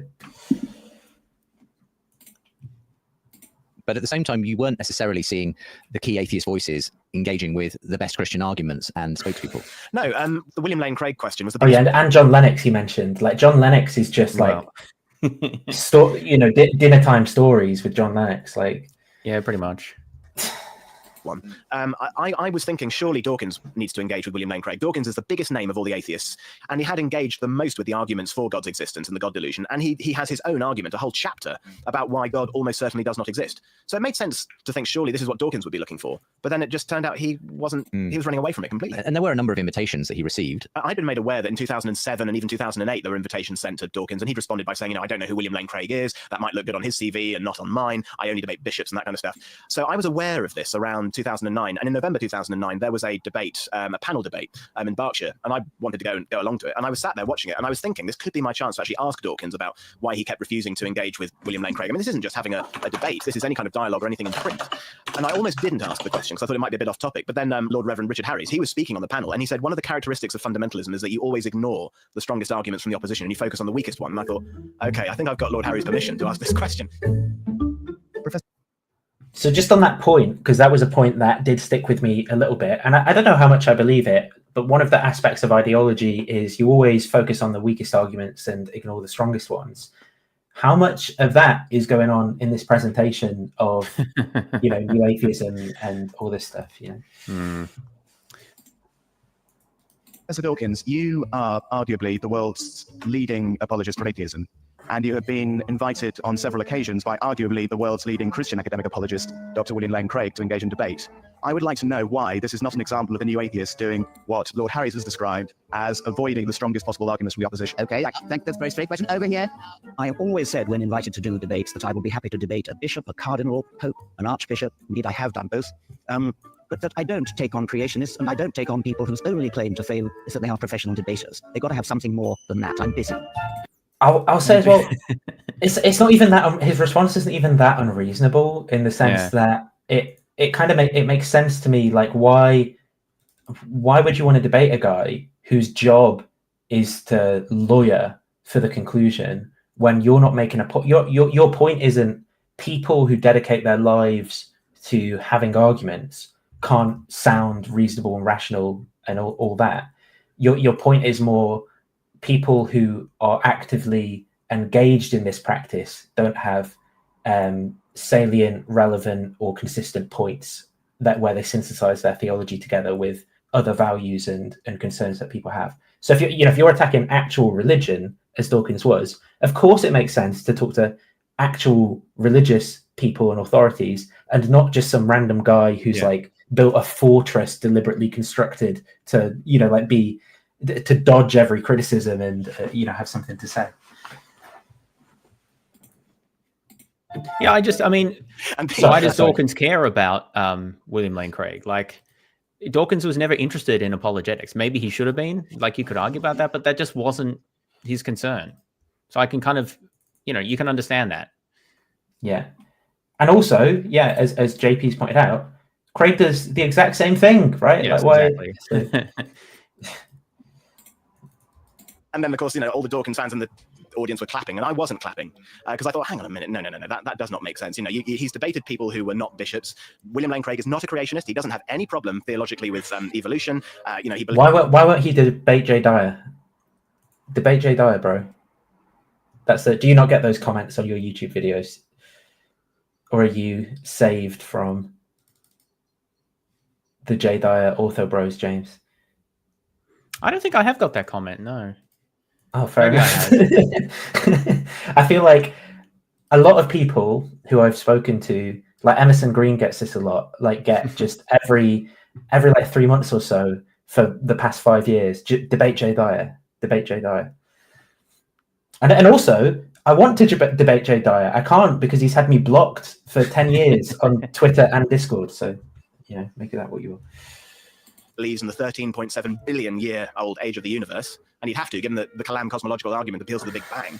And calling him a professional debater, well, that's ignoring all of his credentials as a professional philosopher. I remember you making the point, actually, on your show that sat next to Dawkins was A.C. Grayling, who's a professional philosopher, and William Lane Craig's credentials aren't that different. He is publishing.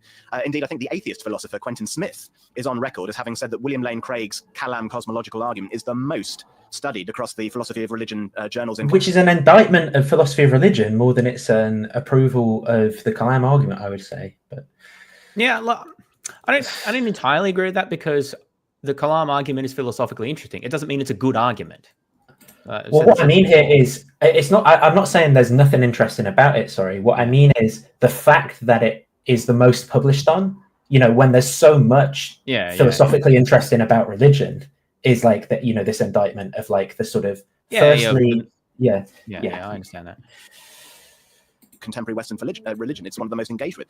So that really just looked like this list of different excuses from Dawkins was growing. You'll hear more of Peter Byram's story in a future episode of The Surprising Rebirth of Belief in God. You can also read it in the recently released book, Coming to Faith Through Dawkins.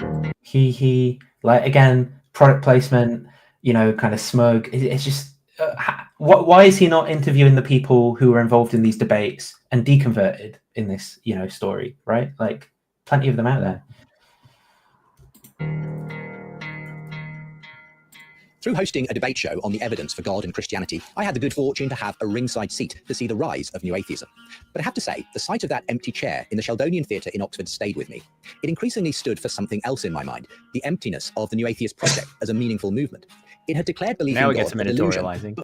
What for me, what the chair stands for is the emptiness of any like substantive point that Justin Brearley can make. So it's interesting how different perspectives can change art. Yeah. What had it erected in its place, as the architects of the movement were about to discover? Without proper foundations, even the most glittering of edifices will crumble under its own. Yeah, the drinking game. Yeah, without proper foundations, civilization will crumble, which is why there's no theological controversies in Christianity. Okay, so the next one, elevator gate. Let's. Yeah. I think it starts at actually the start. Hi friends, if you're enjoying this series and you'd like to help me reach even more people with thinking faith, please consider supporting the catch up with me. The links to support Later, and 4 a.m. I said, I've had enough, guys. I'm exhausted. Going to bed. So I walked to the elevator, and a man got on the elevator with me and said, "Don't take this the wrong way, but I find you very interesting, and I would like to talk more. Would you like to come to my hotel room for coffee?" But she decided that because of her religion. To be fair, he did say she wasn't allowed to take it the wrong way, so it was very impolite of her to take it the wrong way. Programming, it was appropriate to lambast this guy publicly in a video as a degenerate pervert. Now, you might be wondering what religion this girl belongs to. Well, she happens to be a member of the Church of Radical Atheist Feminism. But it really kicked off when Richard Dawkins put a comment on the Pharyngular blog. This is what he said, quote, "Dear Muslima, stop whining, will you? Think of the suffering your poor American sisters have to put up with. Only this week I heard of one, she calls herself Skep Chick, and you know what happened to her? A man in a hotel elevator invited her back to his room for coffee. I'm not exaggerating. He really did. He invited her back to his room for coffee." After Dawkins talked to her that way, she wrote this post called The Privilege Delusion. And in the first paragraph, she said, "Thanks, wealthy old heterosexual white guy." When atheist blogger. Just to comment on that interaction, which is all like, I think both sides are kind of annoying in that. I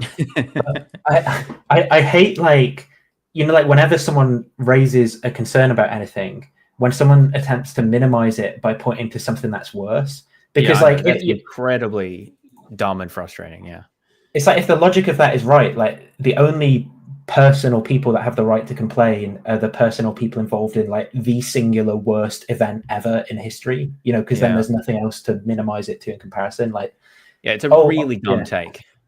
You've got cancer. Well, think about Hiroshima, or something.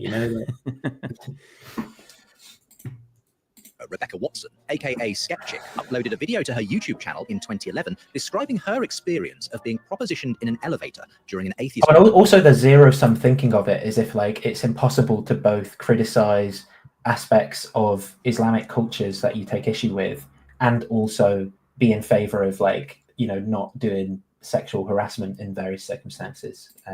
You can't believe both. Yeah. Conference in Dublin, Ireland. She could never have imagined the far-reaching consequences of her small vlog piece. I'll just sort of lay it out that I was a single woman, in a foreign country at 4 a.m. in a hotel elevator with you, just you, and don't invite me back to your hotel room right after I finished talking about how it creeps me out and makes me uncomfortable when men sexualize me in that moment. So they don't make this clear here, but she actually had just given a talk about don't be creepy as a way to encourage people to help men make women more comfortable at these sort of skeptical atheist events, and that's what made it all the worse, that she'd literally just been saying that, and then he made her uncomfortable. I'll just give a little bit more context here, because I remember when this happened in the skeptic atheist movement. It was huge. Everyone was talking about this. It was major controversy, largely because of Dawkins. Rebecca Watson was somewhat well known, but obviously Dawkins, everyone knows Dawkins, and so when he commented on it with his spectacularly dumb take, and then everyone just went crazy about it. So she had just given that talk, and this is in the background of concern in the atheist skeptical movements about it being very male dominated, not very many women. How can we make it more welcoming? This was a constant issue that I had running the Secular Society at the University of Melbourne. It was consistently male dominated. And we tried to do what we could to make it of more interest and more welcoming to women. But it was always a challenge. And these things only just made things way, way more difficult, and it was so annoying that we had to deal with these sorts of problems because it was just so destructive to the movement. So I mean, I do broadly agree that this was a major problem in the movement. Like it was a turning point. But yeah, so that was the background. And then her post, she didn't identify the person. She didn't, to my recollection, say that this was some sort of horrific crime. She just said, like, this is bad. It makes people feel uncomfortable. Don't do this, right? Which I think is perfectly reasonable. I don't think what the guy did was horrific. It was like wrong. He shouldn't have done that, right? But it was also fine for Rebecca, in my opinion, to say, hey, I didn't like this. You know, it's not advisable. Don't do that. It makes people feel uncomfortable.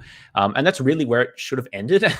But I think it was an indictment of the movement that it got so much controversy because it played into the real culture wars of the time, feminism and free speech and all this stuff. Yeah, it was important for the movement, and it was really a catalyst for the splintering of politically, like political differences between people in the atheist movement. But I have to say that I do think that it wouldn't have been nearly as big of an issue if Dawkins hadn't tweeted about it. So he needs to bear a lot of responsibility for this, I think. And this is the thing as well about like holding Dawkins up as you know, some kind of representative for the movement, or you know, some kind of like what he says is gospel, because like Dawkins this is massive counter evidence to this. He was hugely criticized for this. Like he was crazy. Like look at, could you see the tweet I put on the screen from 2013? I had a little jar of honey now thrown away by rule bound. What is that word? Dundridges. That's a cool word, Dundridges. But look how he starts it. Bin Laden has won.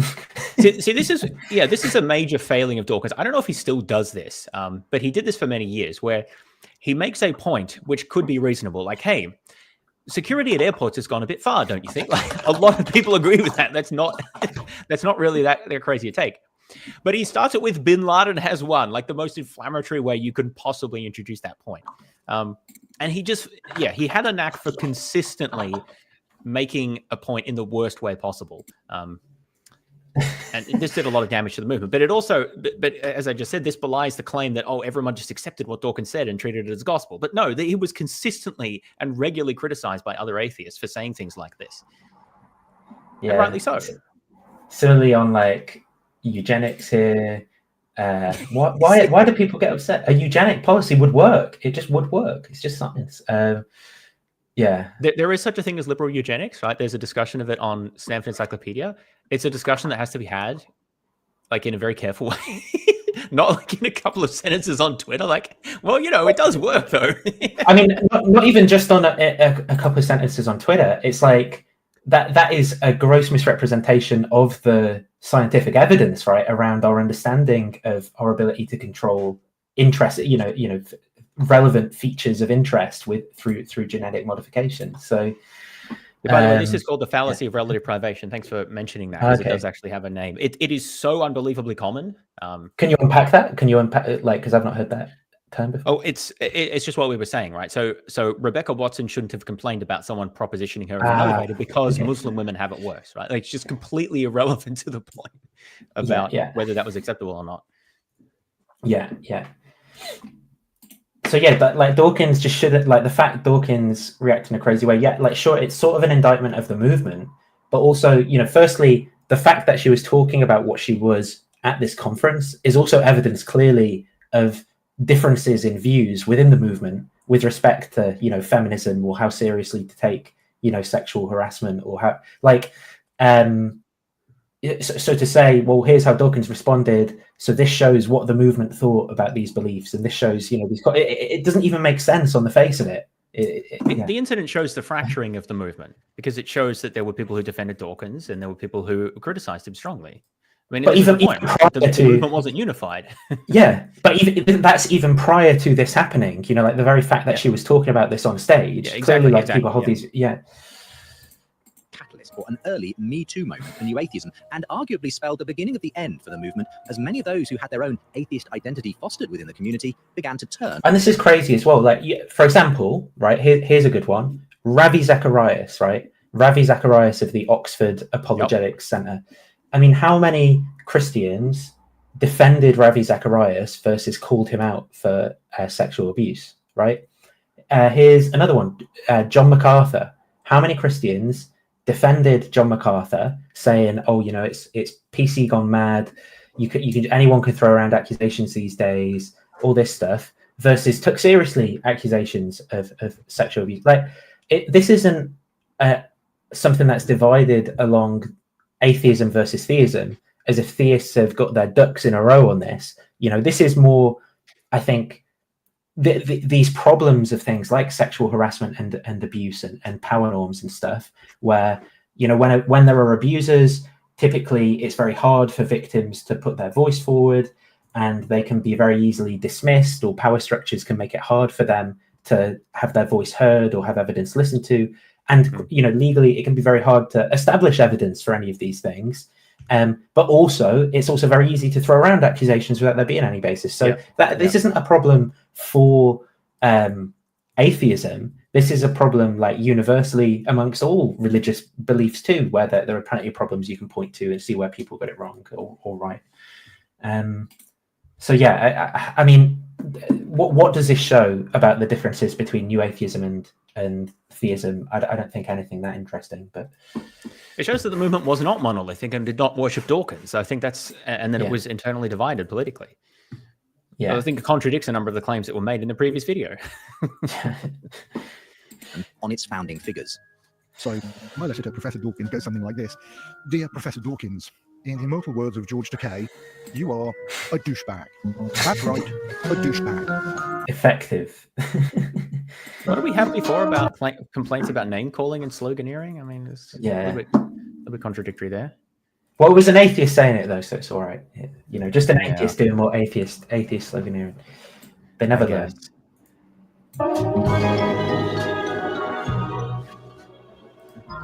I'm Justin Briley, and for over a decade and a half, I've been hosting conversations on faith between atheists, agnostics, and believers. In this documentary series, I'm telling the story of why... I'm telling the story of how I didn't learn a goddamn thing.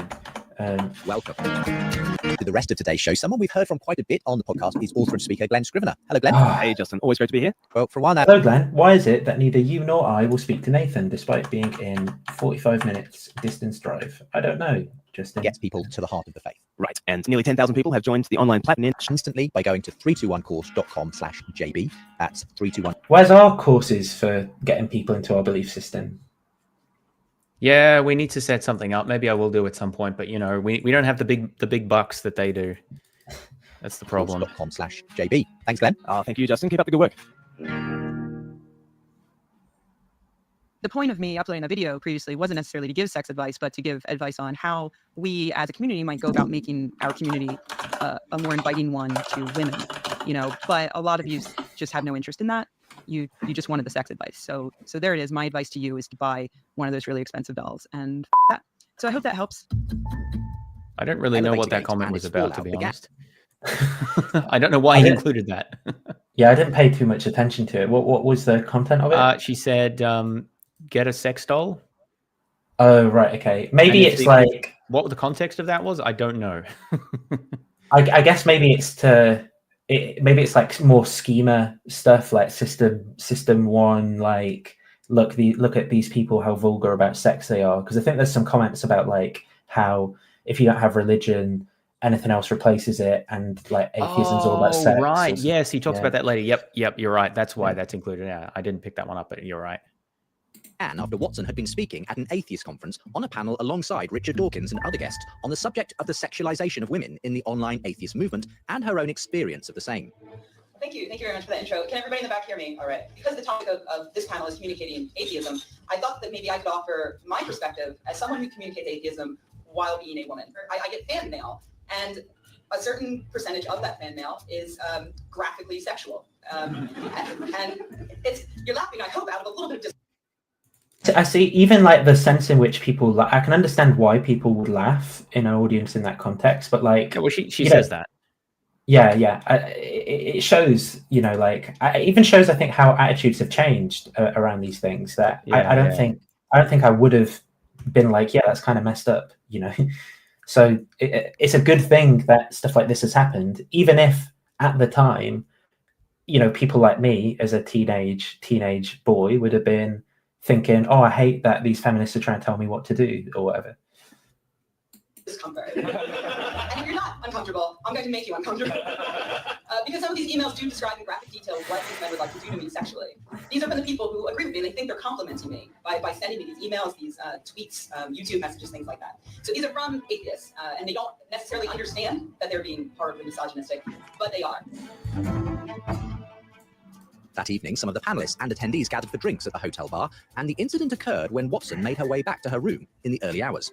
Many fellow skeptics came out in support of Watson, but her reaction was also seized upon by many other atheists as an example of an overly censorious and politically correct culture that they didn't want to infect their oasis of free thinking.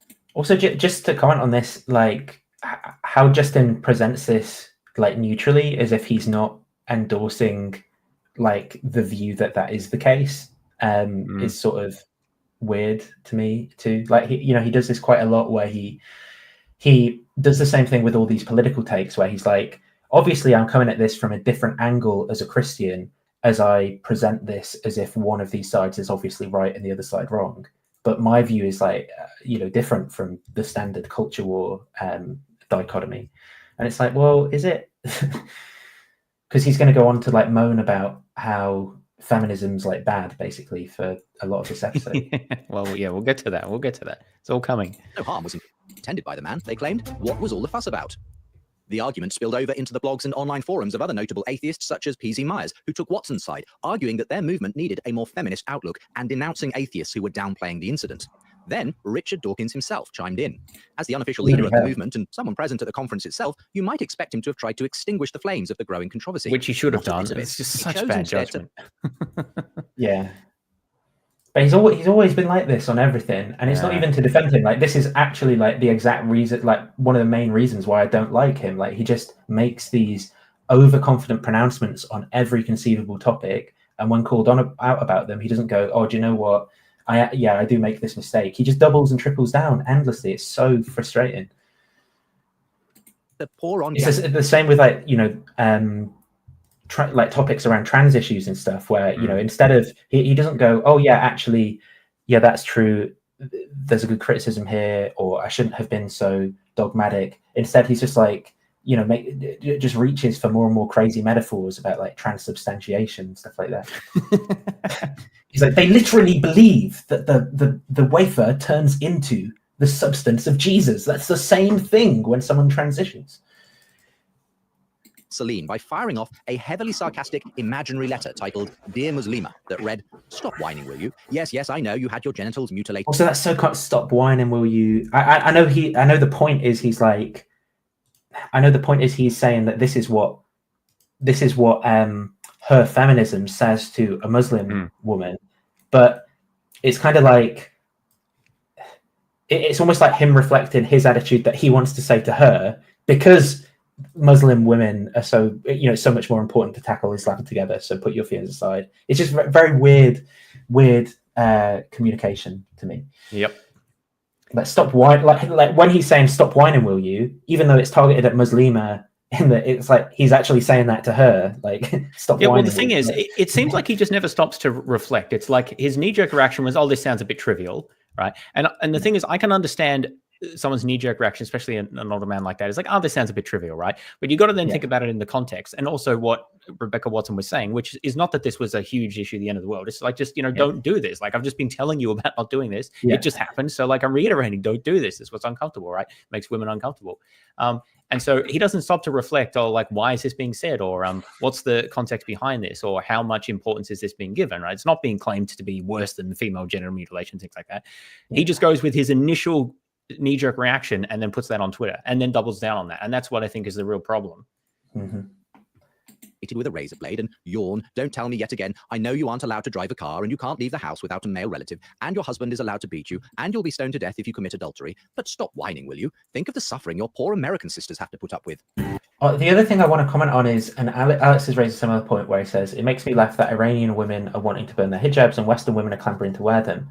I think that a lot of this discourse comes from just, again, overly essentializing religion, where and not being able to view it contextually at all. Where, for example, it can obviously be the case that in, say, the Iranian regime, wearing a hijab or not wearing a hijab is an empowering political statement because of the fact that it's legally enforceable and that, there are all these rules around it and social taboos and things. Whereas in a Western context, the opposite for the same act can be true because of the way that you might be treated, even if you're, a liberal democratic Muslim who, supports Western values in a number of ways, whatever, Western values might mean, but you go to mosque or you celebrate your culture, and that can be subversive because of the racism that you receive. So I don't think there's a lot of opposition to Muslim dress in the West. And I think, again, there's justification for that in the context of many traditional Muslim countries. There's a lot of pressure on women, legal or otherwise, to wear head coverings. And so I think there's legitimate criticisms there. But we shouldn't then, it doesn't mean that that abuse or prejudice or criticisms of women who do choose to wear that in a Western context, it should be tolerated either.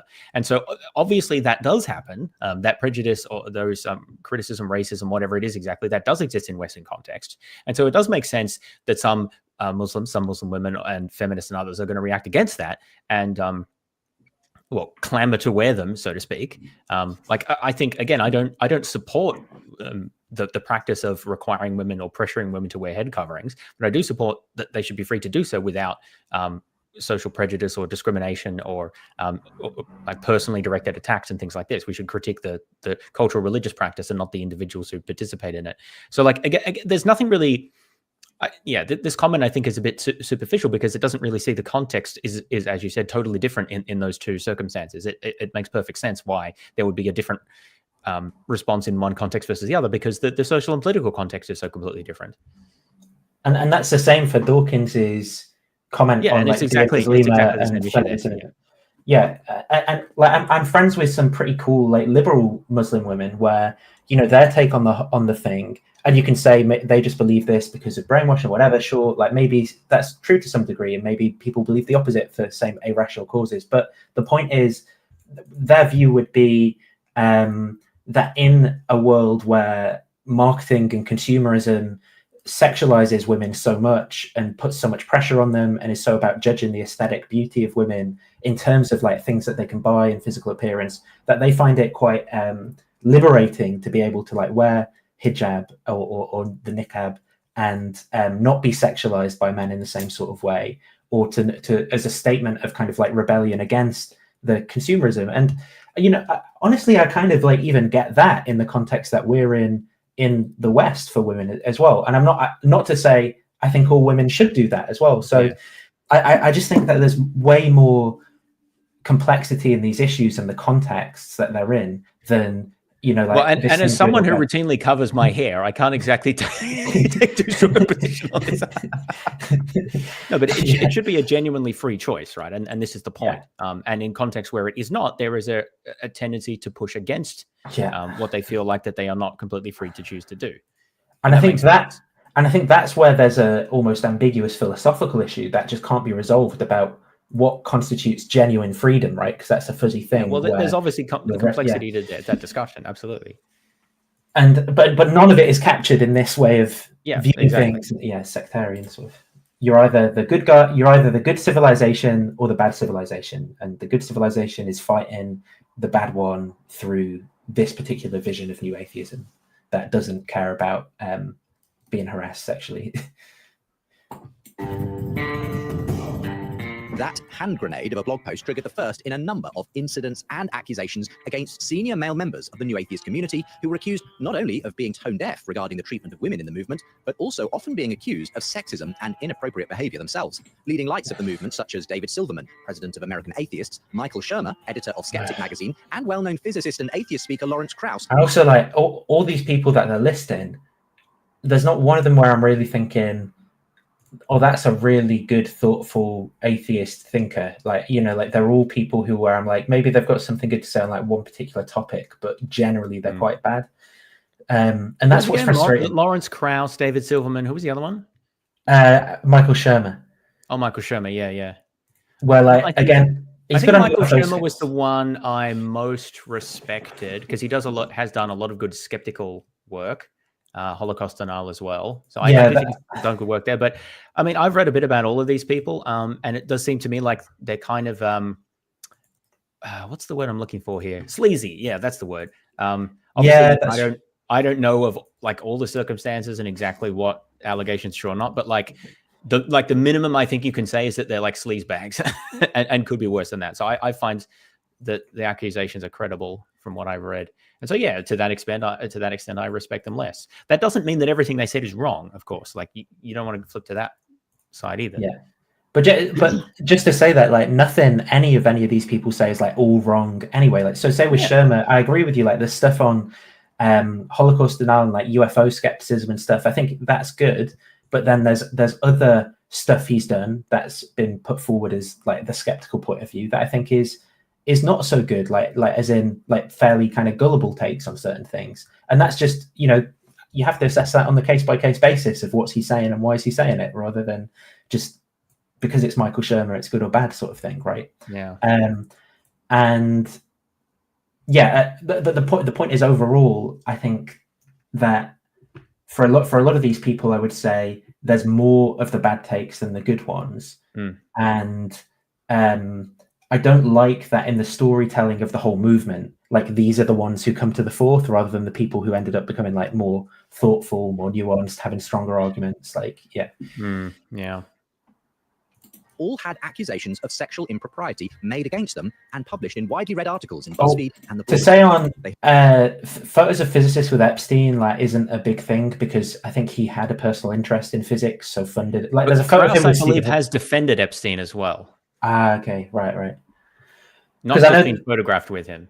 Because there's like a picture of Stephen Hawking with Epstein, right? Like, are we supposed to believe, you know, that Hawking was involved in, you know, so all sorts of nefarious? No, but Stephen Hawking did like ditch his wife at one point for one of his carers or something. Not that that's equivalent to sexual assault or anything. But I lost some respect with him when I read about that. But like, you know, no one's a saint, right? Like, this is why we shouldn't idolize people, like, because everyone's flawed.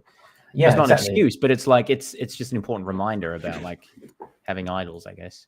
Apart from Jesus, because he wasn't a man; he was man. He was and perfect. God. Yeah. Well, no, in his divine nature, but not in his human nature. Yeah. Okay. Yep. Sure. Have all vigorously denied the claims made about them. Journalist and blogger Thelma Grew. So here she is. This is connected with Me Too, because you have these different figures getting accused of sexual indiscretion, and to me, this. To a degree, this is connected with Me Too because I want so much like her mother. Like, it's just like a younger version of her. I think it's crazy. Yeah. I don't know. Oh, exact same. The other thing that's interesting to me is that they got her to do a math degree as well, which I again, long stretch. This is a long stretch, but I suspect was something to do with, you know, some like mathematicalizing arguments for theism and being very comfortable with that. Now, if you're cynical, I don't know. People have long interest in histories that lead to them becoming professional apologists like their parents that don't involve those kind of pressures. But this is ironic because we talk a lot about how science was kind of the new atheist substitute religion. I think you could also say that sex was a kind of substitute religion. Yeah, you could say my left foot was. Like, why would you say this is a, you know? I don't, you could say that, but what are you talking about? Like, I'm just asking the question, was sex their replacement religion? You know, like, why are you asking that question instead of some other question? Like, because if you go back and you read these books, that's a theme they return to again and again. Sexual liberation and how these conservative Christians they just want to police your sex life. They want to. Yeah, it's because they do though. Yeah, it's because they do, and because you're engaged. Like, a lot of what these new atheists are doing is reacting to, engaging with high control conservative evangelical Christianity and other forms of religion. And in those high control religions, sex is often used to control people, whether it's within their relationships, whether it's with shame, whether it's with thought crimes. I mean, thought crimes not being the technical term, but like thought stopping and thought control, to use, I think, Hassan Piker's terminology, because people have, you know, sexual thoughts, right? People's minds are weird. It's like that thing where, you know, you can say congratulations, you're now manually in control of your breathing and biological processes. And then people's mind, Thanks for that. People can't help themselves from thinking about certain things, and sexual thoughts are one of them. And if you can bring guilt and shame into that, then that can become a mechanism by which you can control people, really like at their core. So of course, sexual liberation, and particularly for women, where they're often being treated because of a theological story as second-class citizens, or as their role is really just to reproduce functionally, but they don't have much other status. Yeah. Of course, it's going to be about sex, So evangelicals are obsessed with sex. New atheists criticize that, and the response is, "Why are you so obsessed with sex?" It's like, yes, it's because they've replaced religion. We're criticizing that.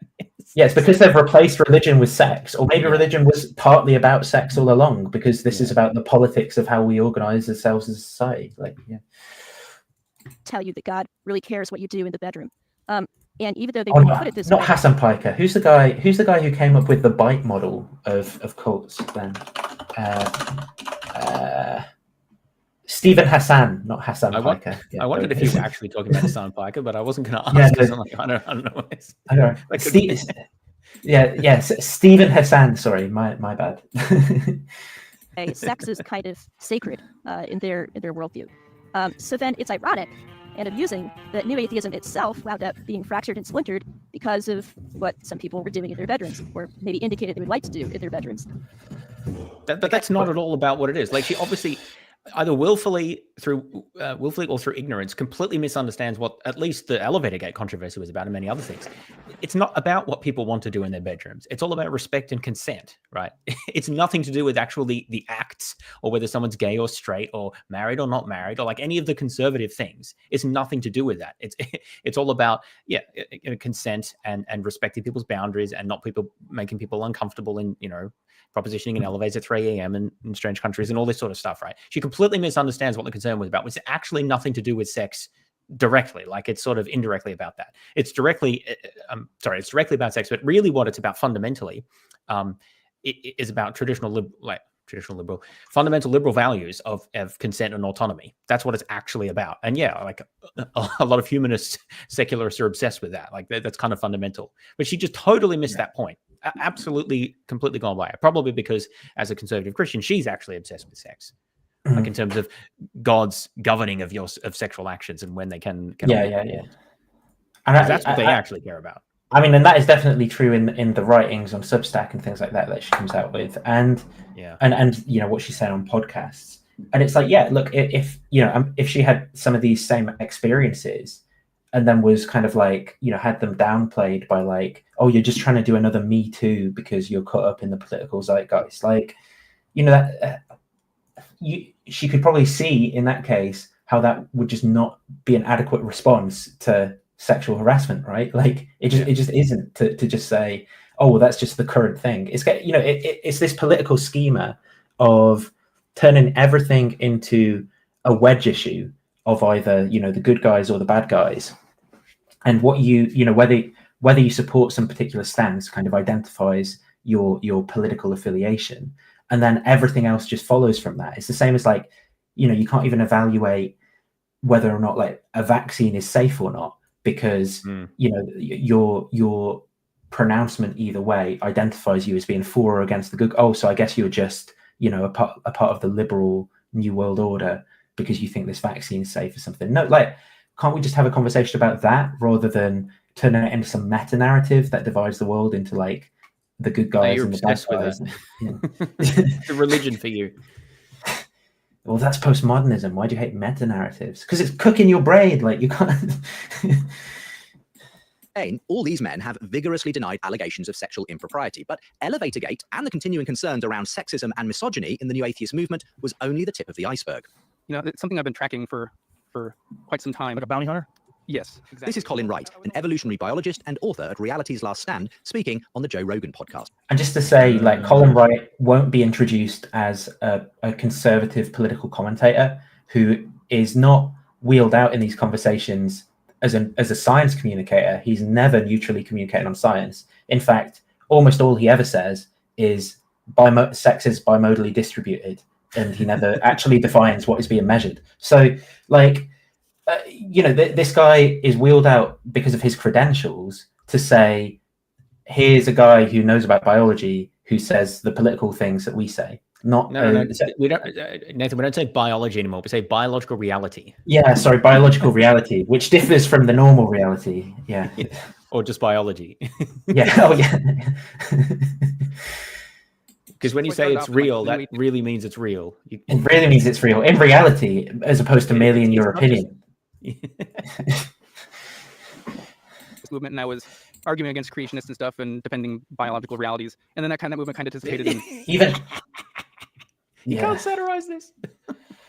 Just on, because another point's come up in the chat. Like we can talk about things like consent. Like basically, agree with what James is saying in terms of the relevant moral features are ones that are open to rational evaluation, regardless of whether you're a secular person or a theist, right? You can kind of like pick out those same features around like things like consent and autonomy and so forth. Or at least is not nearly as prevalent. At Reality's Last Stand, speaking on the Joe Rogan podcast. So I started off in like the new atheist movement, and I was arguing against creationists and stuff and defending biological realities, and then that movement kind of dissipated, and or at least is not nearly as prevalent. What happened with the new? There was, I think, it's Atheism Plus. Have you heard of Elevator Gate? Yes. With Richard Dawkins involved in that whole. Yes. Yeah, that was sort of the thing that sparked off in a big way the split up between the super woke people and the classic skeptics. And yeah, that never recovered really. Right after that, that's one way of phrasing it. Yeah, that is. And again, like, what even is like woke? Like, I, honestly, this term amongst people who are inducted into this way of thinking. There's so much work, and we covered it. Like you said, it's just this amorphous nothing. I think in our universities, it's such a mind killer of a term. Like I think. Yeah, we talked about it when we did an episode on this. You can processify it in a way that can make it useful, but just no one bothers to do that. And so I would say at this point, we just have to get rid of it. Like it's so much of a mind killer. It's become horrific as to how. But I don't know if you've seen the most recent, the most recent use of it. It is, so we use this term for a bunch of people we don't like. But now we want to be also able now to point to people that we want to people that we want to ostracize from our right-wing movement. So what do? We say they're the woke right.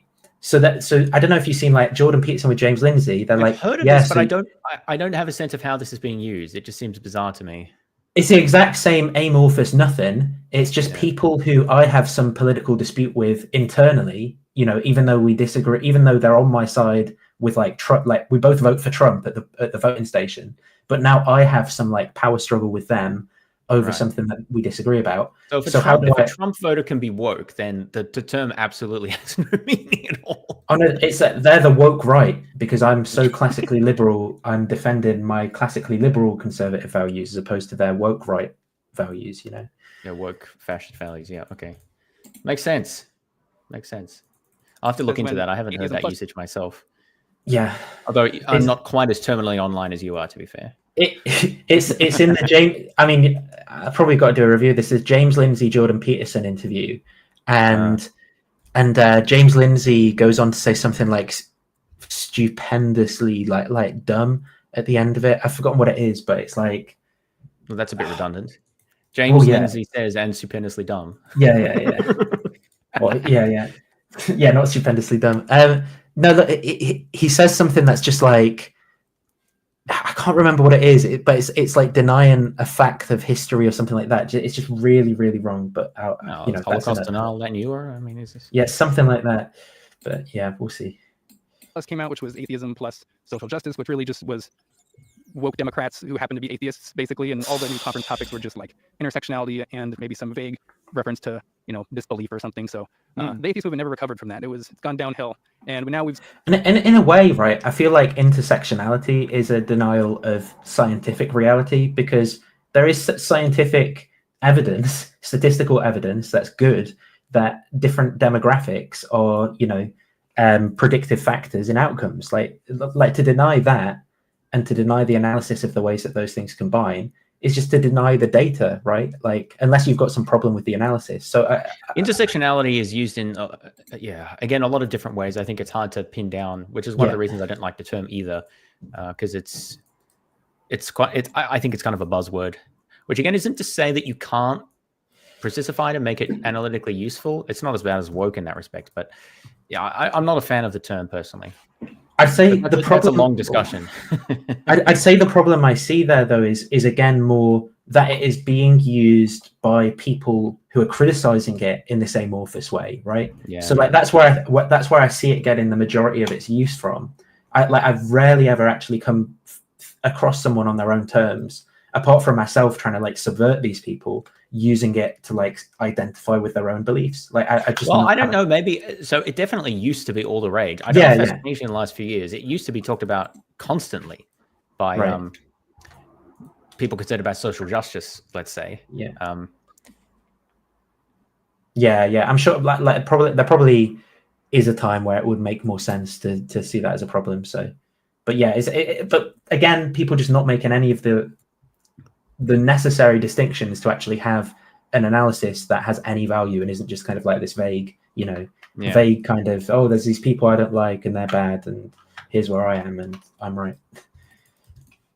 Seeing how the same type of activism has moved in and taken over all over the country and what we're seeing now. So that was sort of the canary in the coal mine for a lot of what we're seeing now. You also had, and people have talked about this a lot, but you have the rise of atheism plus. So we are atheists plus we care about the rise, like it was like 10 people, it was atheism plus was a complete nothing burger. It was just an idea of how to move beyond like mere atheism and do something more constructive with the movement. But yeah, I don't think it really ever took off, and the name is silly and was rather criticized. It was really just secular humanism with a slightly different branding and maybe a more overtly like left-wing political lens, although secular humanism's always been somewhat left-wing, but there's degrees. I don't even know why they're talking about atheism plus. As far as I'm concerned, it's not even worth discussing. There was the Brights as well, I think, in the UK. It's a similar attempt to do something similar. That name was even worse, arguably. And I think with all of these, maybe the reason that it's important to them, despite how small they were, is if it's a narrative, like, oh, atheists trying to make meaning or something and it doesn't go anywhere. It's like, well, no, there are still movements. They just, those ones didn't. I mean, how many denominations don't succeed or merge with others or whatever? Like it's like they were talking about. They're talking about meeting once a week or once a month. Well, you know what? Who else does that? Churches, like RSL. That's a religion, boys. And the key phrase I think is plus we care. We're atheists plus we care. And suddenly, in this new social justice landscape, the hard-headed, rational white male atheist is not the hero. He's the villain. He looks like the new kind of villain. And so just like that, you have yesterday's cultural victim, the atheist, becoming today's cultural oppressor if he's the wrong kind of atheist. And this is the other thing that she's doing here as well, where she's trying to paint it as like they'll never be satisfied. They're always just looking for victims and oppressors. Like, because that's the Jordan Peterson thing, is that left-wing politics is based on unjustly looking for victims and oppressors everywhere, even when they aren't there. And I don't think that is a correct analysis of what happened. It's not that white males became the oppressor in some like weird sense. It's that there are actual factors that can be pointed to in terms of why disproportionately, it's white men who are like academicians or people in positions of power able to talk about these things. And you can say, oh, actually, our sociological analysis can be understood slightly differently. Like maybe the reason this person identifies with certain political norms is more because of their like class background or something, as opposed to it being because of their rationality or something. And that maybe that's a better explanation that has slightly more fit to what we're seeing. And it doesn't have to be, it could just be because they're right, instead of because they're like they've got some victim oppressor narrative that they're trying to fit everything into. Yeah, I think that there are people who fit everything or try to fit everything within a oppressed framework. And I don't agree with that. But I also don't think that it's correct to equate any concern for social justice or consent or oppressed peoples or anything like that with a mentality that focuses only on that. Like, again, it's judging everything by an extreme minority who see everything in those lenses rather than see that an important aspect, but just one aspect of, well, reality and understanding societies and things. So, yeah, I mean, I think there are people who did focus on that a lot, but again, it's inaccurate to describe that as being what happened to the whole movement, I think. Yeah, that's right. So Dawkins no was evidence is born- being given here, really. It's just being asserted. Dawkins was born and grew up under British colonial rule in Nairobi, and his parents were British civilizations in the British Empire. So like, and he goes on to get all this private education and go to Oxford, and it's like, if you think that all of that is divorced from the position that he ends up in, the status people give him because of his education and stuff, you think like that's got nothing to do with like class or colonialism and stuff like that. That's just not true, right? It does. You can't reduce then everything in the world to that, but it does in this case. The culture wars began early in the new atheist movement, with anti-woke pundits on one side and many advocating for a new socially justice-motivated form of atheism on the other, sparking intense debate on blogs and podcasts in the atheist community. Atheism Plus is the first time I've been excited about atheism. Because, I was a feminist before I was an atheist, and my, interacting with atheists was always, well, you're right on some things, and I'm just going to go and leave the room sometime. This is like the first time I feel like explicitly welcome. And you had numerous far left, what you would argue today as woke bloggers and activists claiming to these established and growing nonprofits that your conferences are filled with sexism and racism. These people took over the entire organized atheist movement in the United States. What was new atheism, a really rich, healthy movement sweeping the modern world, died. Because so it'd be nice to hear an alternative. I don't know a great deal about the organized space in the US. I think that there was definitely controversy. There were inviting and disinviting of speakers and things like this. I don't know a great deal about that. It would be nice to have heard from someone who had a different view, who was familiar with that space, rather than just this guy saying, oh, the woke mob took it all over and it went downhill. Because I don't have a lot of detailed knowledge, but I doubt that that's a fair characterization. Let's just say I have my suspicions. It's also not even true, because it's, that people, well, there are cases you can point to where students have been very upset and not wanted to have certain speakers for various reasons. Some justified, some not justified, in my view. And what you can also find is all of these conservative commentators who are apparently upholding these values of free speech, dodging, avoiding, engaging in debate with people who criticize them as well. So, like which way does it go? It's not clear. All that happens the other way around is you have these people who talk about how much they love free speech endlessly amongst their friends, but never actually challenge their idea. They'll talk about the marketplace of ideas. They never put their ideas in that marketplace. They only do it in a way where they have literally state power over, media and universities. So it's a restricted marketplace. Yeah, Keynesian ideas. Yeah, Keynesian marketplace. Stephen Woodford of the atheist YouTube channel Rationality Rules told me how the movement began to splinter. Time went on, it progressed, and you had like somewhat of a split. Call it Catholicism and Protestantism, right? You had this split, and some of the atheists are just really considering, let's just have good conversations and have free speech and not worry about, whether or not we say things that hurt other people. That's the price of free speech. Whereas other parts of the atheist community very much was like, no, like this is a movement and an activist movement that cares about something, and it cares about X, Y, and Z, and X, Y, and Z tends to be social rights. So it'll be something like women's rights or gay rights or trans rights. So I think that it's split in that sense, but it's very much alive. It's actually got control, if you will, of a lot of society. When people start complaining about, that film's woke, I think that's actually partly in the legacy of new atheism. I think Stephen's analysis is pretty much right about that. Yes.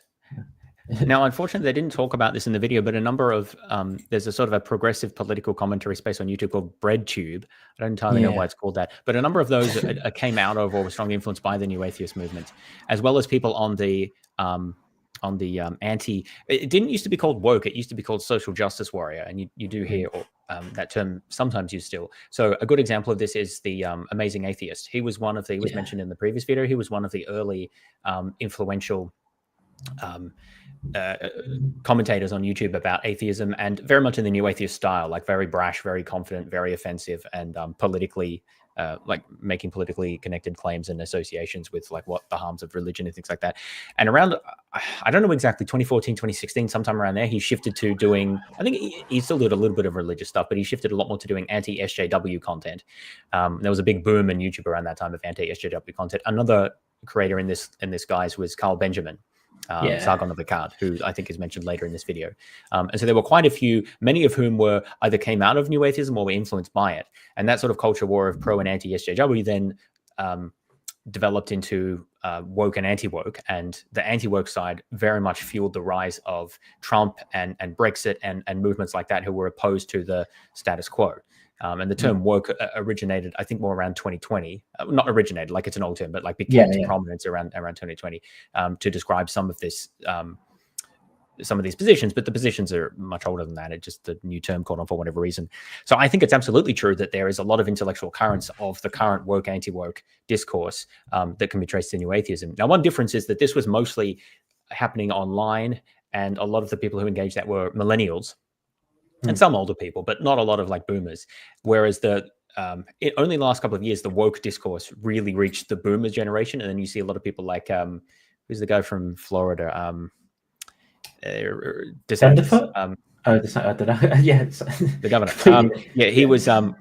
He really, when he was trying to run for president, really, as many others did, really emphasized the anti-woke rhetoric. Yes, yeah. Vivek as well. Yes, many people did this, and that appealed to a lot of the boomers who somehow caught on to what this term meant. I think they were taught what woke is at the same time as they were taught how bad it is. Like, this is the thing you really hate, right? That's it. And it's just anything that's associated with things that they didn't like was sort of attached to that term. And so, this discourse then reached a broader audience than it originally had. And obviously, there's many other currents that are related to that. But I think he's spot on, Stephen, here when he says that a lot of the current woke, anti-woke discourse and cultural aspects trace back to and significantly influenced by New Atheism.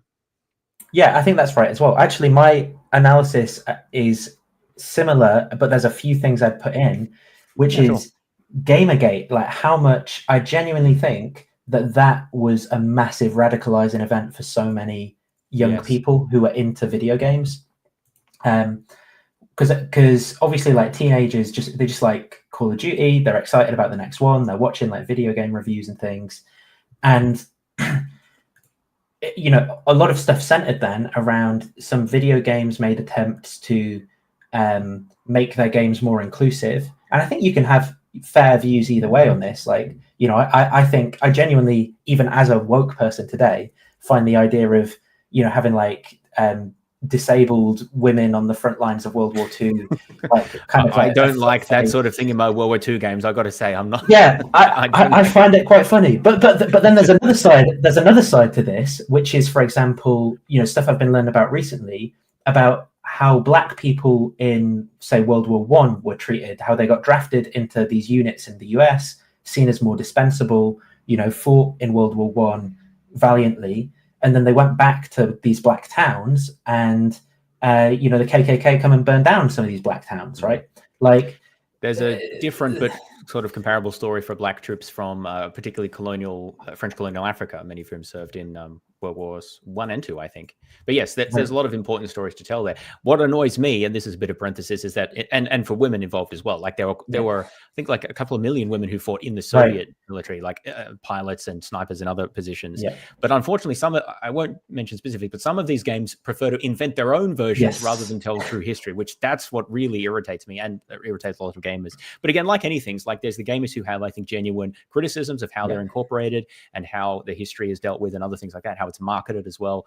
And then there are those who are just like hateful and bigoted and don't like women in their games or take the excuse or whatever. So like many things, there's extremists who sort of make it impossible to have a reasonable conversation. But yes, that really, Gamergate and then developments in the entertainment space, which attempted to make games more inclusive, definitely has led to radicalization there as well. You can also see this in movies, like particularly Disney movies. with race swapping of characters Yes, and casting women in like most of the leading roles in news stories and changing the relationships between male and female characters and all this sort of stuff, which rubs a lot of people the wrong way. And again, I think that you can have reasonable discussions about that. You can ask like, well, how about telling a new story rather than changing an old one in a way that seems like obviously politically motivated and not very well executed. But again, I think all of these things increase the radicalization that we've seen and developed over the 2010s in particular, and have contributed to the mess we're in now. my favorite anything at all. My favorite take on one of those was Matt Walsh saying that the Little Mermaid couldn't be black because there's not a lot of sunlight at the bottom of the sea. So it's scientifically inaccurate, which is like, it's a mermaid. It's a mermaid. Although in that movie, they did show that she has many sisters from the same father, all of whom are different races, which does raise some interesting questions. Yes. I really like the film, though, overall. But the point is, though, all these things are kind of taken as, oh, well, it's okay. It might be frustrating or upsetting or whatever, but therefore now women's rights in the real world have gone too far because they're appearing in historical video games, or and I think obviously that would be crazy, but almost something like that has happened where, because people are frustrated about some of these things, it then becomes satisfying to say, if YouTube recommend, the first misaligned AI, the YouTube recommendation algorithm gives you wrecked feminist videos, right? And you see some woman who's full of herself on these talking points get destroyed by Ben Shapiro, and you get to watch them get upset and rage and cry, and Milo Yiannopoulos, like trample all over them, and then they're like, "You're a sexist." He's like, "You're a misogynist white male," and he's like, "I'm gay and fabulous, darling," or whatever, and you're like, haha, wrecked. See, and all of this stuff cultivated in people, I think, a whole bunch of system one schemas through which they could then approach and engage with politics more generally, which has, I believe, over time, look at people like Cole Benjamin. He genuinely ran with, Brealey ain't going to mention any of this, he genuinely ran with UKIP, right? The party of the UK leaving Brexit, which has had massive geopolitical implications for Europe and European defense against Russia and all this, right? He ran as a part of that. On this platform of all of these like schemas that people have been furnished with from things like Gamergate, and it has led today to even a lot of the stuff that you will see discussed amongst the Heritage Foundation people in terms of policy and MAGA and these executive orders. They come directly out of talking points connected to stupid YouTube videos and schemas that people developed, right? So it's kind of crazy, but Carl Benjamin one is interesting because in 2018 I had a difficult time for a whole bunch of reasons, and I started watching a lot more YouTube, and his voice I found very calming, and many people comment on his accent and his voice. Like he has a good voice, right? Many people agree with this, and so I liked that. And I was watching listening to some of his earlier videos, many of which dealt with social political issues, feminism, and stuff like that. And I thought that some of the points that he makes are fair. Not all of them I agree with, but I found it interesting to listen to.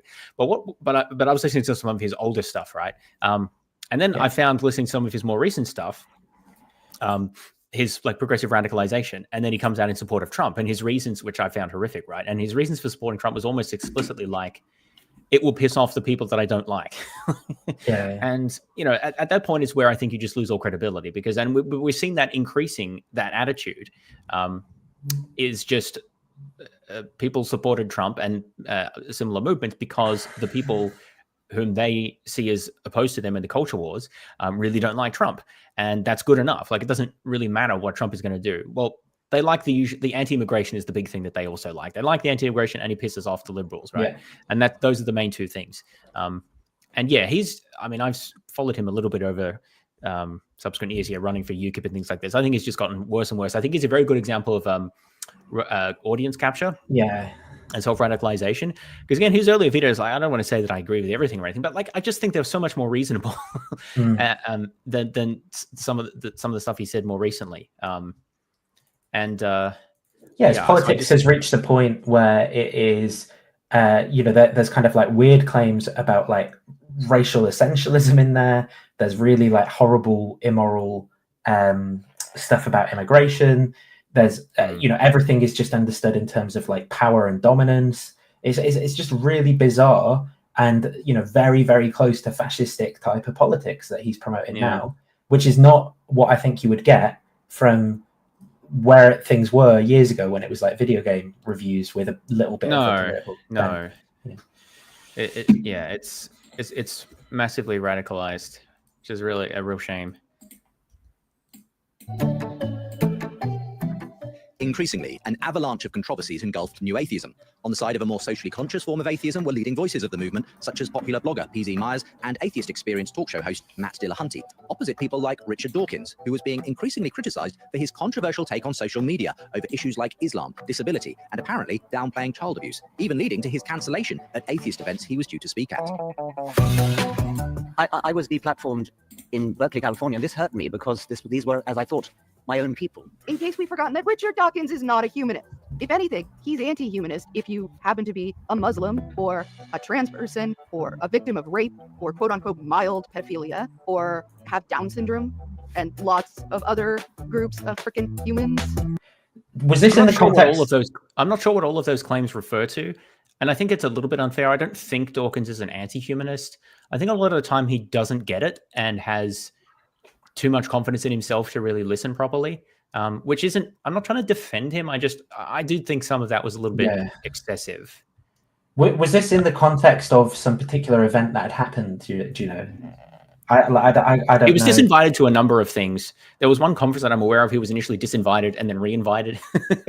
I didn't think there's any one thing. I don't know what the Down syndrome reference was. Was it maybe the eugenics there's a stuff? tweet about these things? Possibly. I don't know. Yeah, I was thinking the eugenics stuff, but it's hard to, because I also do definitely get the other side of the argument of like, I think people with Down syndrome have flourishing lives and they're valuable people, and like I think that Dawkins probably doesn't have the relevant sort of like complexity in his worldview to say something like that and also say the things he wants to say about like reading people. Exactly. That's the problem. He doesn't know how to be sensitive about sensitive issues. I think that's a huge problem. I don't think he actually like hates Down syndrome people or stuff like that. I mean, yes, that's my opinion. Though maybe on Islam more, I don't know. I don't know. Islam might be a bit different. And trans people as well. He's been very weird about that issue and not talked to everyone. Yeah.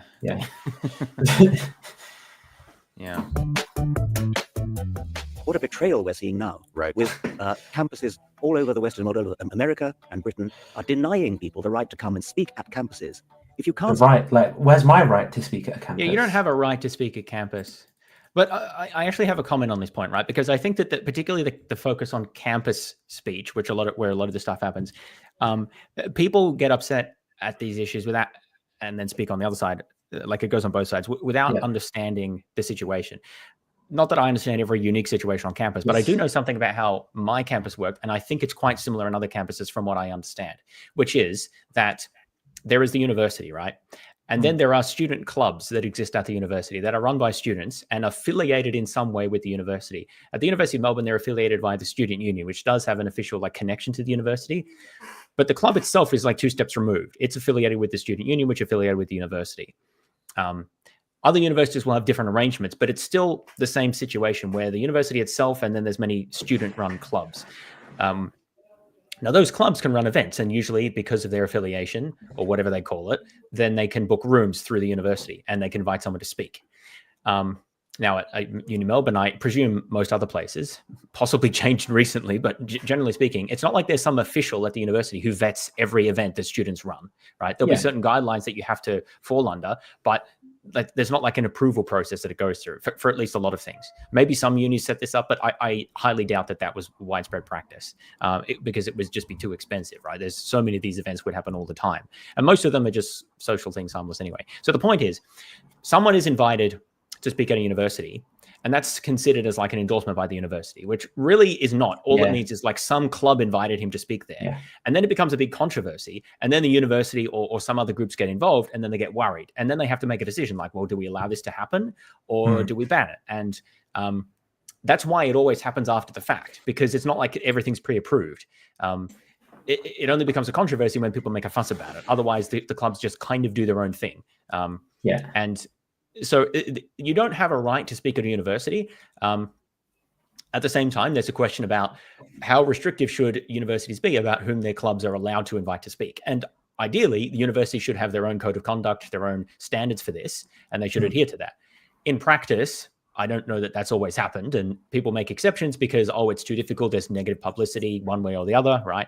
And it can get quite political. And I don't think that's correct. I think that there should be a rule that's followed and not basically like decided case by case based on how much of a kerfuffle is raised. I don't think that's the right way to do these things. So like there's absolutely discussion to be had here about what the right standards are and what the universities want to do. But yeah, on the one hand, it's just not true that you have a right to speak at a university. And on the other hand, it's also not true that just because someone speaks at a university, that's an endorsement by the university. That's just not how any university that I'm aware of works. So the question really should be something like, what standards do we set and how are those decided and enforced in like a fair way? Yes, unfortunately, it's always seen through. It seems to always be seen through a cultural war lens. It's just like which side. Yeah, is there's just this one issue.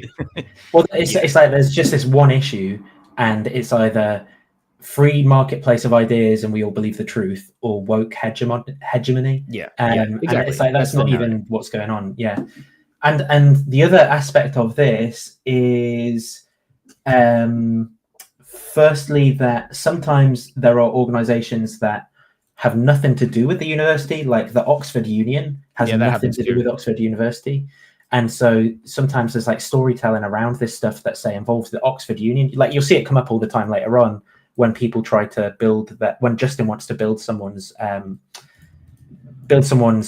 persona up, like he'll say Konstantin Kisin at the Oxford Union said, when actually, you know, it's not the university. And the other thing that people will do is, knowing these dynamics, they will deliberately generate controversies so they can play into this narrative and appear on podcasts and say, oh no, I've been cancelled. Like it's just, you know, my ideas are too true. There was too much truth in what I believed that they couldn't handle it and they had to cancel. Well, that's the thing you can do, right? So I don't know of specifics here, but like if I was going to do this, what you would do is set up an event that manifestedly didn't fulfill the standards. In fact, it could even be nothing to do with the speaker. You could just book the room in the wrong way or something like that, right? Do something that you know is going to get you in trouble and then make a big fuss about it and claim that you were censored, right? And it's not like people are going to check through the administrators or whatever. And often these union administrators are not competent anyway. Like they're underfunded and all this sort of stuff. Like, so it's so easy to do that, which is why any controversy about someone not being allowed to speak on campus without a lot of detail about exactly who invited whom and what the circumstances were, it's pretty much meaningless. Like you just have no idea what the actual circumstances were, but it's so easy to get publicity out of that. Yeah. And I would say, I actually think someone who will appear later, Peter Boghossian, explicitly, I believe, did this. And then after he voluntarily retired from his position, he's now at the University of Austin, which says a lot. But you know, after he voluntarily left his position at Portland, he tried to reframe this as like him being driven out by the woke when it's he voluntarily left. Like, so it's just, people game this stuff, and this whole free speech on campus debate is just such a mess when it's framed in such low resolution terms. Speak your mind on a university campus. Where can you? I mean, that's what universities are about. Well, on this podcast, there you go. You're doing it. Like. So it's also, I mean, sorry, this is a broader point, but many of the people who claim that they can't talk about something, you know that the way that you know that they are worried about them not being able to talk about it is because they're talking about it on a broadcast platform that millions of people are listening to. It's the most obvious nonsense I've ever heard. Yeah, you can't especially like they go on anymore. Joe Rogan and they say, "Oh, I can't talk about this anywhere." Like, well, what are you doing? Like, on the biggest platform in the world. Like, how can I? Yeah, like you can nuance that by saying, "Well, there are certain places that won't let me talk." Okay, but often that's not what they say. They just make low resolution claims like, "Oh, you're not allowed to talk about this." I think there were some of those in these video. I can't remember exactly when, but like it's just like, but you're just talking about it to a huge audience. What are you saying? Like, yeah, and what's going to have more impact, right? Your interview on Joe Rogan, or this like campus you were meant to appear on. These like 10 students in some, you know, some, and these dining campus hall. events often are fairly small. Like not always, but yeah, the whole discourse is problematic because of how I think it's been co-opted by people who want to create a controversy for the sake of having the controversy. So the event itself is not important. Yeah, just make a story that then gets people upset. It's the splintering between the more social justice inclined sort of radical leftist types like PZ Myers and Matt Dillahunty. And so those guys are going on the eighth. I imagine call it like Matt Dillahunty a radical leftist. Like, yeah, I can see PZ sees Myers the is quite left, but I wouldn't have sees the means of production left though. Like what's no, I'm serious, because like when I'm thinking radical, like I'm thinking, you know, well, I'm there's different thinking types like of radical, but yeah, I don't know. That's not. I wouldn't have characterized him that way. Yeah, I don't know. Like that's what I mean. Or even Matt. I don't even know what Matt Dillahunty's political affiliations are. Like I genuinely don't even know if he supports even like welfare or government. I could guess that he probably leans in favor of it. I have no idea what his political views are overall. Atheism plus side, where it's like, well, you know, I'm all for the LGBTQ plus whatever. I'm all in. I'm on this train. Like being for gay rights shouldn't be a left or right issue. Like it's not. Yeah, it's just crazy thing. Well, and the thing is, it kind of isn't, because the vast majority of people, at least if you do surveys and you ask them what do they support, like gay marriage, for example, is extremely highly supported in the vast majority of Western countries. And that is an issue that I think is often discussed poorly by both sides, is that they talk about rights in a very broad terms and they don't specify what rights they're talking about. But anyway, yeah, it becomes just purely like what team are you on is really what they mean. Yeah. But it's this hinting that if you're on that side, if you take this stance on this issue, you're on this side or you're on that side, and it's like the world just isn't like that. Like there's so many like hardcore conservative thinkers who are like massive gays. Like, you know, it's not a left right. Of course, there are flavors of conservatism that are like, you know, very against gay rights, or, you know, so it depends on that. There's a lot of stuff out there, but just to frame it as if like, oh, Matt Dillahunty is always saying like stuff about gay rights, therefore he's a radical leftist and it's all his fault. What? Like that's such a low tier take. Bottom tier, yeah. You have those guys on the one side, and then you have guys like Dawkins or Harris, who are still modernists. They want to maintain that modernist commitment to biological reality. Also, biological reality. Mark your bingo cards, everyone. Oh, what's a modernist? Descartes' a modernist, right? Descartes believes in the soul. Like what? The use of the term modernist is interesting there. I don't know that really is relevant to this. I think what I know what she means. I think Dawkins is a modernist, right? But yeah, I just don't think you can throw a term like that in and without unpacking it a bit. It just doesn't. I think tell you very much. I think the way that she's thinking about it as a narrative is like the time when we were best at science, we knew what was true and false, and everything was good, was when we had the beliefs that these people have, and they're still trying to think about things in those terms. I don't even think that that's quite true for the state of academia at the time. I think that's a bit of, and I don't think that the history of thought fits into these neat categories like this. But I think that that's the way she's trying to use it, right? She's trying to say like we've reached this like meta theory of science, and what we're doing when we do science, that is what these guys are operating with. That's the right one. To truth.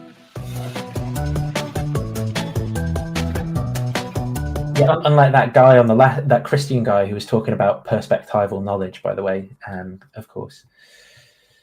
Actually, this is an interesting point. She means not postmodernist. Possibly.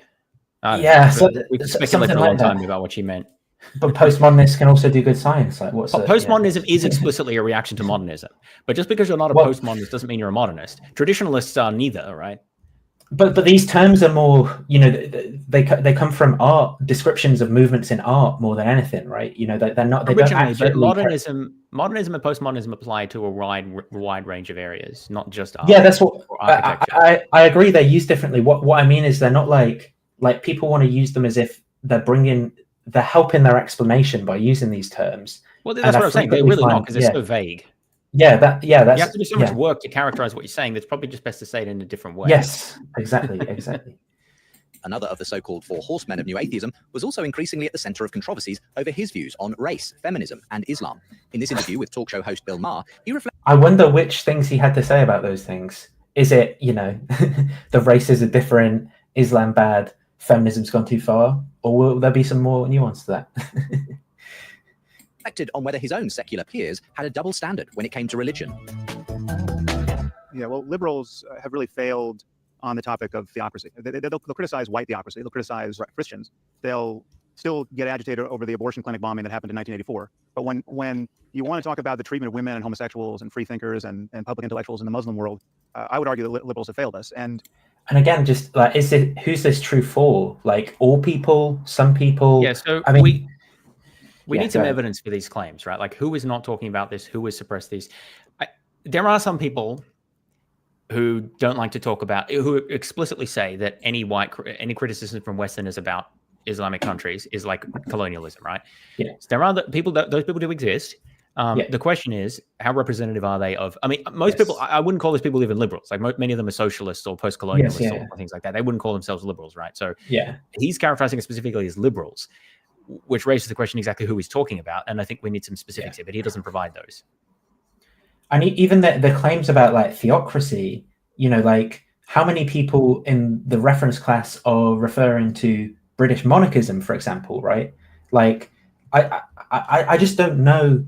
I just don't know that there is like this general principled view that people have on the topics he's referencing from a liberal point of view. I think that there's going to be all sorts of like some people saying, oh, it's cool that Canada still, has the king as sovereign, and some people saying, no, we want republicanism, and both of those are going to be at home in liberal views. And there's going to be some people who say the UK's monarchy is good, but the Saudi kings or the Ayatollah is not a good thing in these places, like in Iran. So again, it's just why does someone need to have a general theory first before looking at the complexity and contextual information about all these places and assessing that with that in coordination with their values? Theocracy itself is a sort of a tricky concept, but I'd also add, just to tie things back to the general discussion here about the rise and fall of new atheism, the fact that Sam Harris has been criticized by many other atheists about his views here is evidence against what was said in the first video, which is that these people were idolized and everyone just believed what they said. I suppose you could try to marry them by saying at first everyone just believed what they said and idolized them, and then suddenly the movement was split. I just don't think that's true. I think those discussions were always there, and the division became more pronounced over time.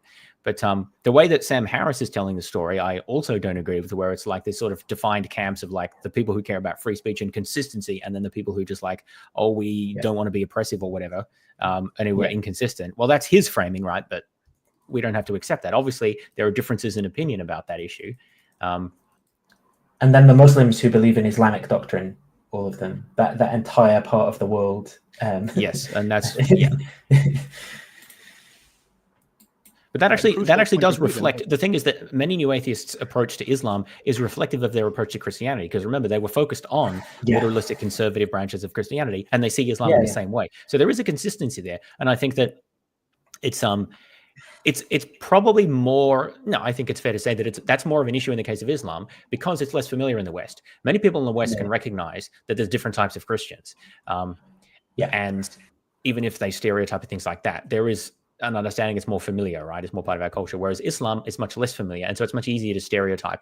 And to be fair, many Islamic countries do have very bad regimes, right? And very authoritarian regimes. And so there is that correlation there.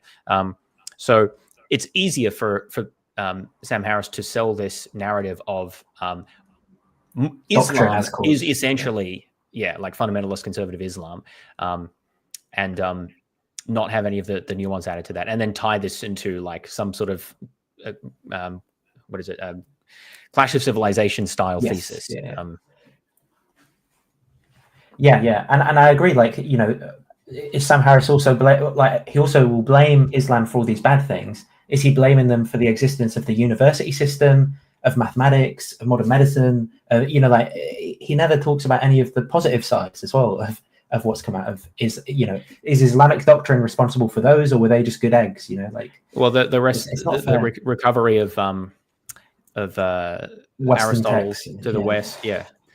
The Islamic Golden Age is fascinating, actually, because at a time when the West was very thoroughly Christian, the Islamic world was well ahead of us.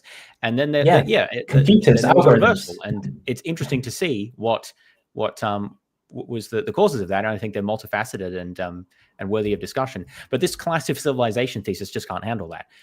The position of different civilizations has changed in terms of progressive in science and economics and things like that many times historically, whilst they maintain the same religion. These theses just have simplistically nothing to say about that, whether they come from the atheist or the Christian side. And I think we'll hear a few more of that, more of those sort of remarks later on. And so I find it incredibly frustrating and superficial. And one of the reasons why this matters is because these narratives are used to justify exclusive immigration practices. Or even in Sam's case. Oh, sorry, go ahead.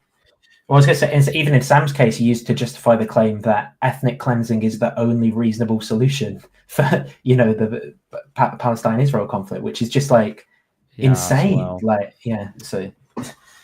Well, see, the thing is, if you believe what he says, of course it's consistent. Right? I'm not saying, but look, but that's what I mean is I mean, this is why rationality isn't enough, or consistency isn't enough. You know, like Well, and he doesn't know enough about what he's talking about. He doesn't think about it clearly enough.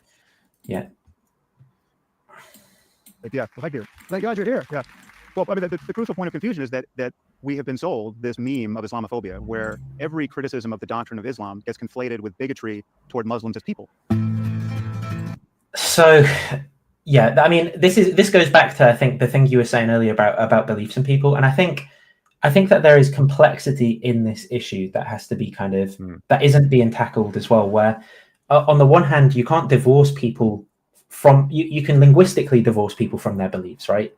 But what it comes down to is, are you respecting these people in terms of who they are, whilst you politely engage in a criticism that isn't sort of like violent against them or something like that? And that there are aspects of that might be unpleasant for them, but it's also true that you are attacking their identity and personality and stuff. Now, where I think in the case of Islamophobia, this is like super problematic, is because what people are doing is often they're just completely wrong because they have such a low resolution engagement with the topic, and they're not like divorce. It's not like a criticism of the ideas in the sense of, here's what I think is wrong with those ideas. It's more like, here's these like dirty people with their backwards Bronze Age myths building a mosque in my community. Get out of my community, get out of my country. Don't be wearing your hijab around me. Like that is, and then you say why, and they'll say, oh, because, and then they'll refer to some like doctrinal issue without even establishing that it's what these Muslims believe. Practices in other countries. Yeah, and so it's that there isn't what it means to disambiguate the ideas from a person is a complex issue in terms of the pragmatics of it. Yeah. And it is not engaged with sufficiently by someone like Sam, right? Like the debate around Islam isn't just ideas in the abstract. It's like literally about what should these people even be able to like live over here, you know, and have their culture, express their culture, or you know, have rights, legal protections on their religious practices in certain ways. And that can also be, obviously, it can go too far as well in certain ways. It can clash with other values. These are complicated legal political issues, and there's no one right answer. But I think Sam's view here is really, I think all he's trying to do is create a justification for being aggressive and dogmatic and bigoted on these topics, rather than actually having a respectful engagement. So I remember in my teenage New Atheist phase reading Sam Harris's book, The End of Faith, and I was nodding along with the criticisms of religion, and then I got to the bits where he started talking about American foreign policy. Is The End of Faith the one that begins with Sam's fictitious story about an Islamic terrorist, where he's like, I haven't read The End of Faith. Or is it there's one of his books where it begins like there's this I'm not guy. sure. He's like, there's a man on a bus and he is sweating and he has in his backpack a bomb and he goes to an airport and then he's like, now guess what religion he adheres to. He's got Islam. It's like, yeah, obviously, because this is a book that's coming out 1 year after 9/11. Like, I'm sure, like, now do a trial where you ask people that same question, 1 year after a Christian airport, terrorist attack. Ask that in Italy in the 1970s, right? And Yeah. they tell you it's the Red Faction, right? Ask that in Russia in the 1890s, and they tell you it's the Socialist Revolutionaries or whatever they were called. Like, it's the time and place about, or in India at the moment, they're still having problem with the insurrectionist, like Marxist group that they've had, or maybe it's Maoist, I forget, that they've had there for decades. Like, it's highly contextual. This is what I mean. Like, he's just bad at thinking about things in a contextual way. Like, yeah, obviously in a Western post 9/11 context, people are going to think about that. But what does that tell you about Islam? Well, not very much, especially not Islam as distinct from Islam's current geopolitical situation and because, as I said before, it's true that many governments of Muslim majority countries, in fact, the majority of them, are authoritarian, and quite a few of them support terrorist groups, and they're very oppressive and all of these other things. But how do you distinguish between whether that's due to Islam as some sort of essentialized religious decontextualized essence, whatever that might mean, versus like everything else? And a good scientific thinker knows how to disambiguate variables and try to think about, well, how can we distinguish that? What are the evidences we would look for? How would we try to control? Very difficult thing to try to do, but you can try to do this. There are people who try to do that. They try to distinguish the effects between like geography versus religion and other factors. But a lot of these thinkers, they don't just seem to want to think rigorously about it, which I find very frustrating. And I want to engage just with this because I did say something uncautious in the chat. Aviationist says the likes of Nathan and most liberals are always trying to play fair when it comes to defending Islam, but I feel like they've never looked into Islam as a religion. We ex-Muslims know how bad it is. I don't doubt that your experiences with Islam have been like very bad, that there were, harmful beliefs expressed, harmful behaviors, all sorts of things.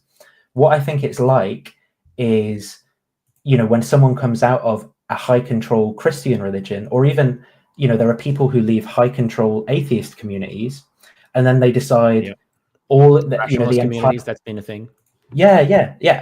Anyone who has these beliefs, think of effective altruism, right? I like effective altruism. The Zizians were like a group of like terrorists who used effective altruism to justify, a whole bunch of crazy stuff.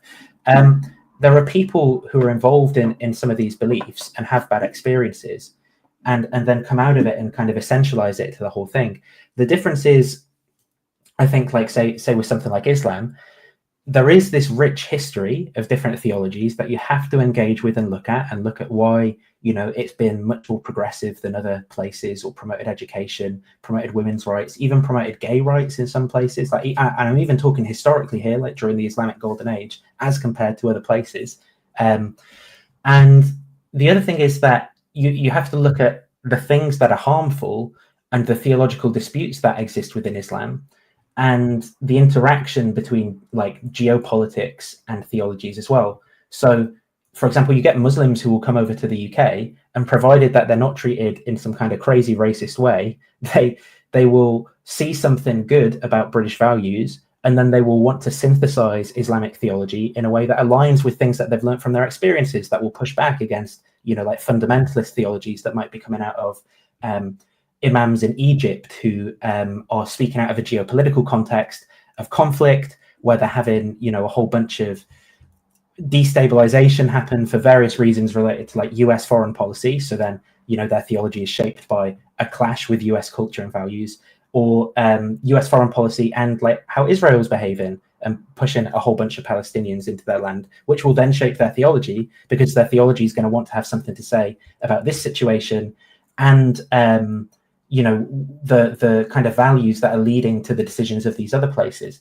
So when you kind of contextualize the negative theologies that you find, you can often even understand and interpret them in terms of the geopolitics, and you find theological disputes where there's people from other places or within the same cultures providing pushback, and it's not, there isn't just this one like homogenized, here's what Muslims think about this, you know? Islamic practice is different in different countries. It's different in Indonesia and Turkey and Egypt and in France and in America. It changes across time. So there's been a trend towards the rise of Islamism, I think, since roughly the 1960s. That's partly due to the perceived failure of the many of the secular Arab governments in opposing colonialism and then promoting development. That failure led to a rise in support for more extreme, also anti-Western, but in a different way, appealing to traditional Islam rather than socialism and nationalism as a unifying force. And that was substantially bolstered by the success of the Iranian Revolution. So obviously how Islam is practiced in Iran now is not the same as it was in the 1960s and 1970s, for example. So no one person or group of people's experience with religion can tell you some general claim about whether that religion is like good or bad or the effects it has on society. You have to engage with these sorts of questions. And so yeah, that's why I find it. I mean, you know, I say this about Mormonism, which is my background.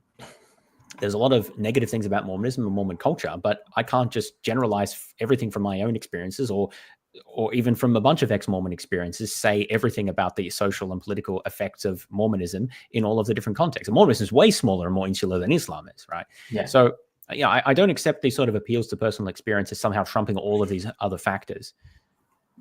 And I just think these general claims about religion are often, you know, they're just so vague or conflicting that they just can't be assessed or true without a million caveats, you know, kind of contextualizing them. And, you know, that's not to say people can't, I absolutely think people can criticize theological movements, particular claims people make, things like that. But the criticism has to be contextualized. Who is it to, right? You can't just, you can't reasonably just criticize Islam. It doesn't even make sense, like what you are criticizing, because Islam is as varied as humanity is varied, right? It's like every which thing someone can believe has happened within someone who will self-identify as a Muslim or a Christian, you know? See, and even torture, and saying that Islam was this big threat. Why is there still a significant portion of the atheist skeptical community that seems determined to protect this bigoted at all costs? Why is this self-impressed know-it-all who compulsively demonizes Muslims while claiming that's not what he's doing, who disrespects women while insisting he actually respects them more, who proudly aligns... I thought you were saying yeah to the criticism. I was like, yeah. Oh, sorry. Sorry. Himself with racists and anti-feminists and xenophobes while insisting that he actually super disagrees with their views, still treated like one of the leading intellectual lights of modern atheism and skepticism. But even who was he talking about there? I couldn't... Sam Harris. Okay. Yeah, yeah. And to be fair, I think that you can support a lot of the views that he's saying. I do think that one of the most telling examples of this for me that I would recommend people watch is either there's a woman, an ex-Muslim, who became a Sam Harris fan called Anya, who has a podcast called Polite Conversations, where she interviewed Sam. And she provided some criticisms of, she was a Sam Harris fan at the time, provided some criticisms, and Sam got just incredibly like thin-skinned and weird about those criticisms, and you know and so she kind of like started thinking, what's going on? And I think it highlights the way that Sam deflects a lot of legitimate criticisms by appealing to his own rationality and reasons and things like that to ignore points that are being brought up. Similarly, Chris Kavanagh on Decoding the Gurus, they've had 2 interviews with Sam. Same thing, where he was being criticized on specific claims that he's made that are false. And rather than Sam just saying, do you know what? Yeah, I got that one wrong. Or yes, yeah, you know, instead he just kind of like introduces more and more modifications. And he's like, how can I be wrong when there are people who are emotional and I'm speaking rationally? And I can't be tribalistic. Instead, like he just says, he like talks about himself in these terms as if that gives him the reasons, as if that gives him the rational powers he would have if he were doing those things in debating the issues, you know? And and often the criticisms are to do directly with how claims that he's make embed value claims that are like Islamophobic, or, you know, might be sexist claims, or they might be claims that are, you know, in support of ethnic cleansing, where he can be quoted saying that as well. But you can criticize these things, and he will try to pretend he's not making a value claim in any of these statements, and he's just being rational and stuff like that. And I think that that's just really, it's really frustrating and bad that someone can do that. Like it's an intellectual vice to not be able to identify where things depend on your values, as opposed instead to just think you're always being scientific and objective. Comparison to a culture war debate which by 2021 had engulfed not just the atheist community but celebrity authors like J.K. Rowling and Hollywood actors like Ellen Latterly Elliott Page, an issue which led to honours once bestowed on Richard Dawkins being cancelled yet again. Unless you've been living under a rock, you're likely aware of the kerfuffle revolving Richard Dawkins' recent tweets, and because of said tweets, his 1996 award of Humanist of the Year being revoked by the American Humanist Association. This has led to quite a schism among atheist activists. Well, friends, I regret to inform you that Richard Dawkins is very much alive and is doing what UK skeptics have quickly become famous for, which is being wrong about trans people. We all know that trans men aren't really men, but let's just be polite about it and refer.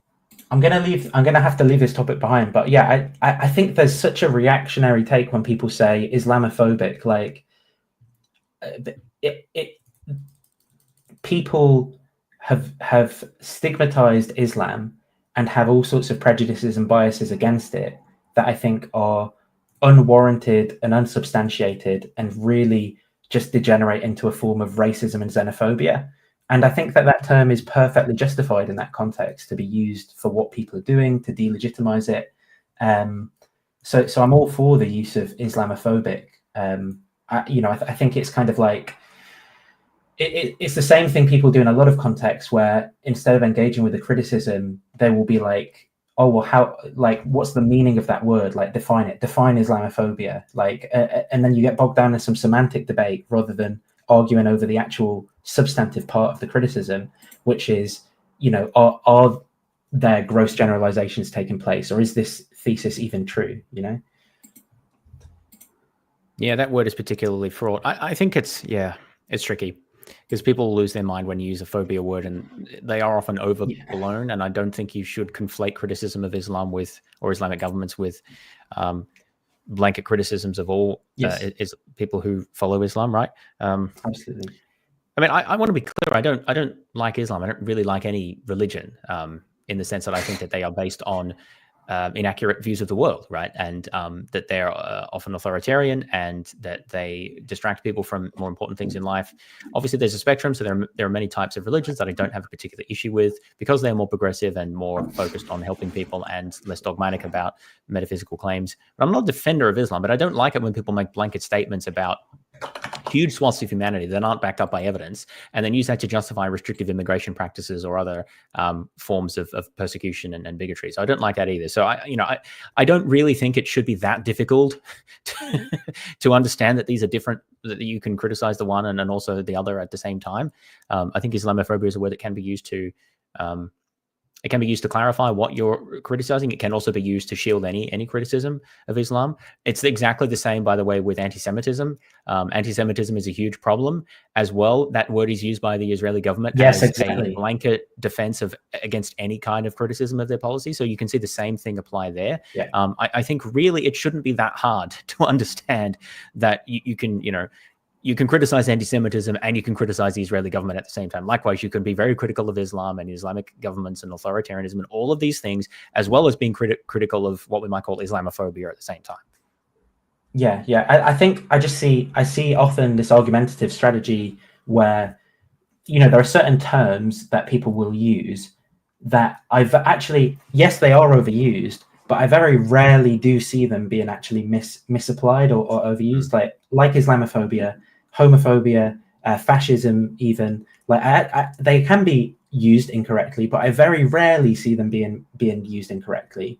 And what people immediately do when they hear them is they jump to saying, "Oh, that word's just meaningless. It's just for whatever you disagree with or whatever."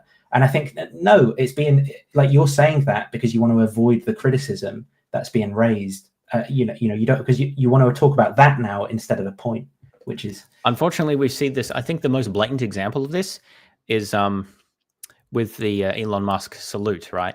So he literally does 2 Hitler salutes on the back of known sympathizing with far-right claims and anti-Semitic claims, Holocaust denial, things like this, and all of everything else, and supporting Trump.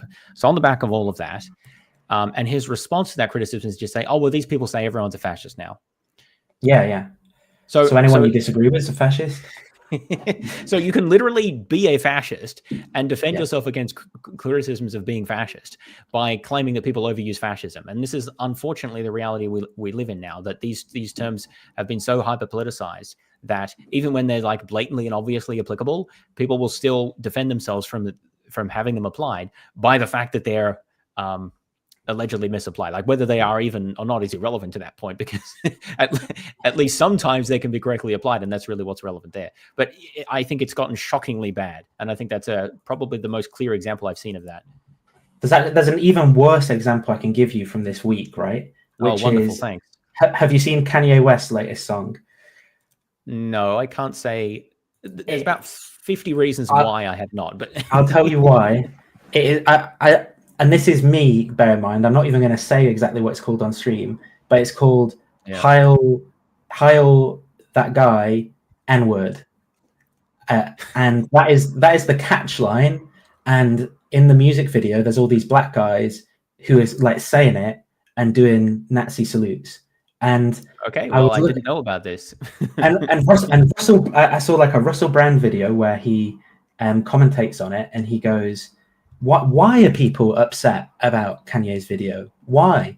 Well, maybe I it's don't think of any because reason. the Nazis were bad. They killed a lot of people. But think for yourself. Why is it really bad? What he's doing is subversive. And you see these people again. People will say, "This is crazy, Kanye. This is fascism." And then you get the comments again to that stuff. I mean, okay, maybe these are Russian bots, but probably not all of them are Russian bots, right? Or maybe some of them are FBI bots now. But there's no difference. Yeah, that's ultra-based red pill take. They're the same. But some of them are not. And what people are saying in response to that is what? So everyone who disagrees with you is a fascist. Like the same thing. It's like, no, what more could he do than have a music video where these people wear Nazi uniforms, do Nazi salutes, say Heil Hitler, and what more? Like literally, how else could you even characterize it? It's not even the Musk thing, right? Where it's like, oh yeah, he just he's actually just autistic. That's why he did that. He doesn't understand these things. I mean, his heart goes out to people. Okay, like super charitable. I could maybe see that. Mother Teresa, although she wasn't, yeah, but combined with the words over and over and over again in a hook, and the title of the song, there's no getting it wrong. It's just crazy. Yeah, it's not parody because Kanye appeared on Alex Jones a few years ago to talk about these things as well, where he expressed some views. But that's also kind of the problem that people don't usually think about Trump, especially earlier on. People said, "Oh, it's just a joke. Oh, he's just being." Yeah, that's how these things get normalized. Exactly, and that's why I really worry about the third term talk with Trump. Yeah, is that people say, it starts off as a joke, and then it's normalized that way, and the Trumpists are like, "Oh, come on, snowflake liberals, right? It's just a joke. Get over it." And then it becomes not a joke, right? And then it's like, "Oh, but he's been talking about this for years. Like, why are you just getting upset about this now?" Yes.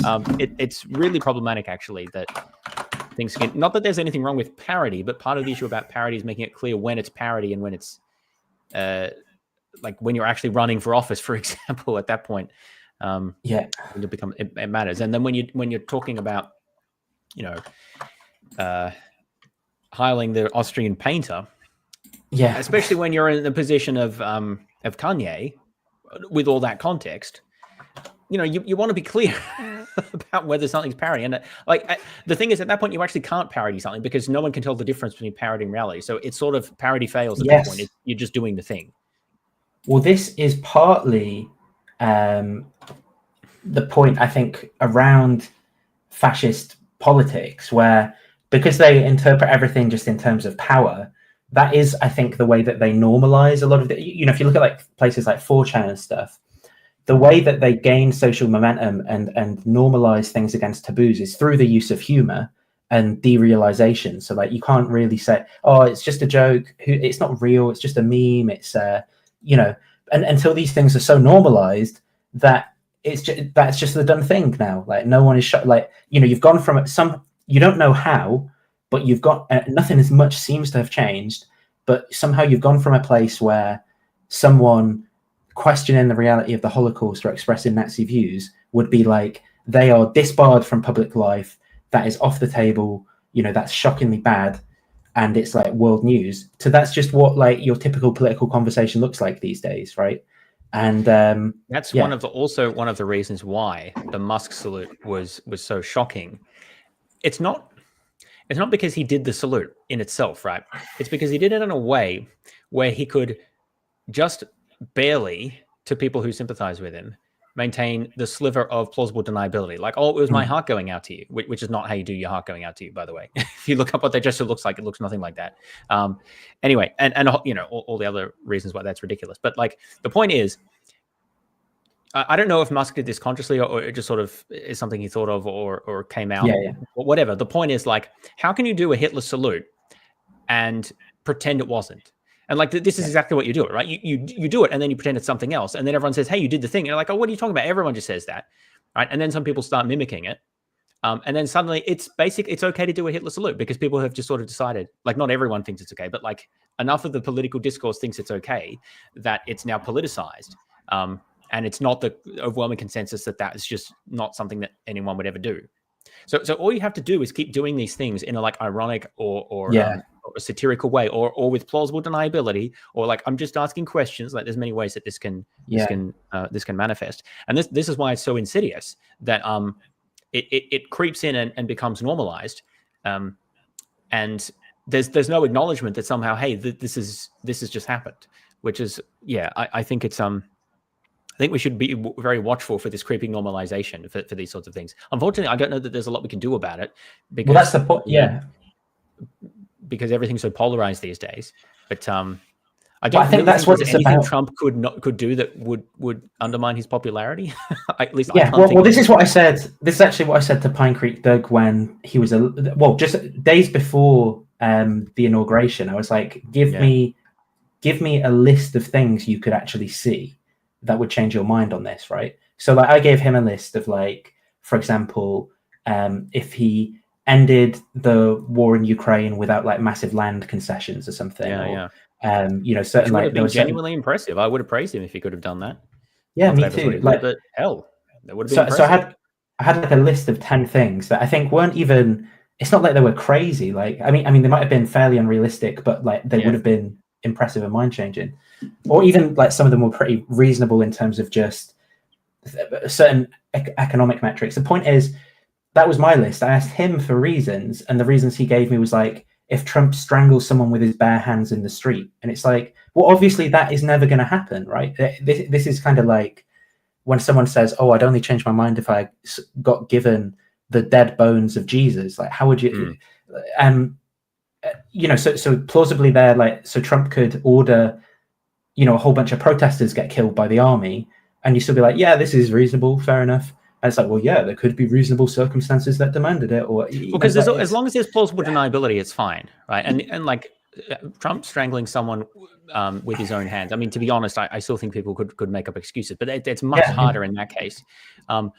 Almost any other scenario, there's always going to be plausible deniability. I mean, Trump essentially ordered a march on the Capitol to prevent the counting or the accrediting. I forget the word. Whatever it is that they do with the votes for the electoral college certification. But because he didn't like literally say the words, and because he said the word peaceful like one time, well, he did say the words, right? like 20 times.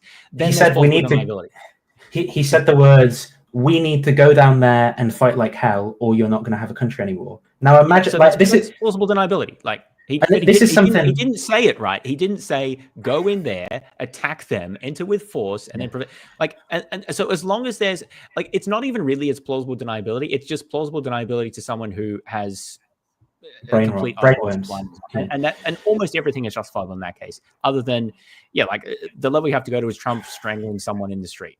You know, just going up and then choking them out. Like, that's the level you have to go to for them to not have anything that they can come up with. anything short of that. This is the same strategy used for Holocaust denial, by the way, because there is no documentary evidence of Hitler ordering the mass extermination of Jews. Yes, right. And almost certainly, most historians think there never was. Not that there wasn't documentation, but there was no signed order where Hitler said, like, exterminate them. It didn't work that way. But the thing is, then people say, well, unless you can find that, then I won't believe it, right? And so it's putting implausible restrictions, because the reason they demand that is because for anything else, any other evidence, there's plausible deniability. They come up with excuses as to, oh, well, resettlement, it actually was resettlement, right? And it was hardships of war and, blah, blah, blah, excuse. And this, so it's exactly the same thing with people who support Trump and these far-right figures as well. It's just all about plausible deniability. And by the way, I think it's the same thing with religious apologists as well, in many cases. It's just about the veneer of a cover of an excuse, not anything really plausible. And I think there's a power asymmetry in that as well, whereby they're always often showing, look, I can do this publicly and get away with it, and we all know what it means, but you can't do anything about it. Yeah. But then you can't do the same thing. Like, imagine, for example, if at a protest, someone said to a crowd who had weapons and a guillotine outside, we need to go down there and fight like hell, or we're not going to have a country anymore, right? What would the response be? Is that Democrats are so scared to even use that language, right? And it's like there's just this complete Musk saying the Second Amendment exists to defend the First. Now imagine if in response to any of these kind of crazy constitutional thing Trump's doing, Democrats were saying, the Second Amendment exists. There's just this complete asymmetry around these displays of power. Maybe Democrats should do that. It'd be interesting to see how the right deals with the use of that. Well, they freak out, right? Because do you remember in Trump's first term? Do you remember there was I can't remember, some Californian celebrity did like a music video where she appeared with like Trump's bloody head decapitated. I don't recall that. And like they freaked out, like they fully freaked out. I can't remember who it was, but yeah, like that. Honestly, like they're like some things are just too far, like properly freaking out over it. It's a joke, bro. And now obviously the context is different now. I don't know what the right thing is to do, but I'm just saying that I think this quote kind of captures it, where they know that their remarks are frivolous. Obviously, this is in the context of Nazi anti-Semitism. They know that their remarks are frivolous, open to challenge, but they're amusing themselves, for it's their adversary who's obliged to use words responsibly, since he believes in words. The fascists have the right to play. They even like to play with discourse, for by giving ridiculous reasons, they discredit the seriousness of their interlocutors. They delight in acting in bad faith, since they seek not to persuade by sound argument, but to intimidate and disconcert. If you press them too closely, they will abruptly fall silent, loftily indicating by some phrase that the time for argument is past. Now, we've gone down some rabbit hole around around contemporary politics and stuff, but I think it's useful for framing how an alternative way of narrativizing all of these events that Justin is bringing up compares and contrasts to his sort of like Fisher Price Christian story time thing that he's got going on, which happens to just align perfectly with a sort of right-wing take on it all, but also gives him special religiousness and yes, because the narrative that's being constructed here is, and he didn't say it quite this clearly, but it's basically what the narrative is. It's that there was a political split in the atheist movement because half of it went woke and crazy, and they decided they didn't like free speech and they wanted to defend Islam and all this other stuff. And then the other half, the more reasonable, the free speech half, and the part that respects biological reality and all this other stuff, they were kicked out of the movement and dissociated with it. And so sort of the movement broke in two and then went in their own different ways, which there is some truth to that. There was absolutely cultural and social political dispute within the movement. I've talked about that. But his framing in terms of like who the goodies and the baddies are is, needless to say, like highly suspect. And the way that he ties it into the culture, I think is misleading, because there were, we've talked about this at length, right? So I think it's yeah, it's important to push back against this simplistic characterization. And again, the idea that this somehow indicates that new atheism was a religion and that it had its own dogmas and infallible prophets and so forth. Whereas now we're just showing how, like, actually it was fraught with dissension kind of throughout, and it accelerated, and there was widespread disagreement. This completely demolishes that narrative that we heard in the previous video. Like, that's just completely untenable given everything we've heard here. To them as such, because it makes them happy and it avoids conflict. But we all know what the real deal is. Nathan, I'm going to go and grab some dinner, so just keep going, and I'll come back in like 5 or 10 minutes. Yeah, sure, no worries. Cool. No worries. See you, chat. I know you'll miss me. For years. And that doesn't seem to have changed at all. The level of commentary has gone down from 10 to 3. Only in the past year, Dawkins has doubled down on his critique of transgender, speaking to multiple outlets about his concerns. Sex really is binary. There's no question about it. You're either male or female. And it's not that sex is binary. I mean, that is just false even for humans. And this is not to do it as a cop-out, but there are intersex people who are, either however you would look at it under Dawkins' paradigm, both male and female, or, neither. So that is just false even for the most simplistic views. It's absolutely clear. So why state it so confidently? Well, you could say pragmatically, the reason to state it so confidently is because the importance of understanding these scientific categories is so valuable that it's worth brushing aside a few edge cases. The problem with that would be, first then, how do you handle actually applying the biology and medicine to those edge cases, right? Why does it matter so much? Is that the same for all species and biology? What are those truth makers, and how do they actually express across humans? Like, there's all sorts of questions that it raises that I don't think there are good, actually principled and consistent answers when it comes to Dawkins' point of view. My view personally, just to express it, is when it comes to biological discourse, I endorse a view called sex eliminativism, which is the view that sex terms in biological theories are used in so many different ways across different subdisciplines and domains of inquiry in biology, so many different and conflicting ways. And it's so underspecified what they mean in each of these different cases that it's actually more fruitful to eliminate sex talk in our theories in favor of reference to reductive explanations that give us more precision over what it is that we're actually saying when it comes to biology. So I'm not at all in favor of biology even having accounts of sex, within it. Even medically, it's not clear to me why it's that important, because every criteria that's a medical criteria for, say, screening can be better understood in terms of some reductive entity, right? You might say, oh, well, if we didn't have biological sex, then who's going to get screened for cervical cancer? Well, then, people with a cervix is the obvious, thing. And what do you do if a person's had, some kind of surgery where their cervix has been removed? Did they not a woman? Do they cease to be a woman? Do they get cervical screening still? No, because the relevant thing that we care about is the having of a cervix. So this is the point really about eliminativism when it comes to these topics, is that there's just far better there's better ways of describing things. Why draw a boundary at that level? And I think realistically, the only reasons we can find are going to be cultural, human history, because this is how the cultures which have given rise to science have divided things up, and how we've been told to think of dividing things up. I'll not labour the point. You can do it on gamete size, you can do it on chromosomes.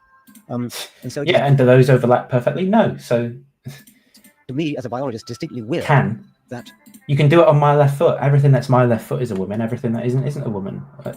People can simply declare, I am a woman, so I have a penis. That seems to me to be look, people can declare it, but that doesn't mean that everyone, even people who are pro-trans rights, are gonna.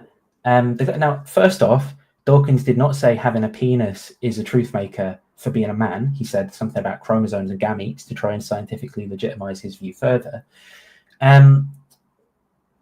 But even if you're pro-trans rights, you might think, you might not think that just saying that is sufficient for the acceptance of someone into a gender identity, because you might think that that's far too loose. That there might be something like sincerity conditions that you would want to put in place, right? A strange distortion of language, because distortion of language. Language changes all the time. I will agree that it's a change. Well, it's not. Trans people have existed.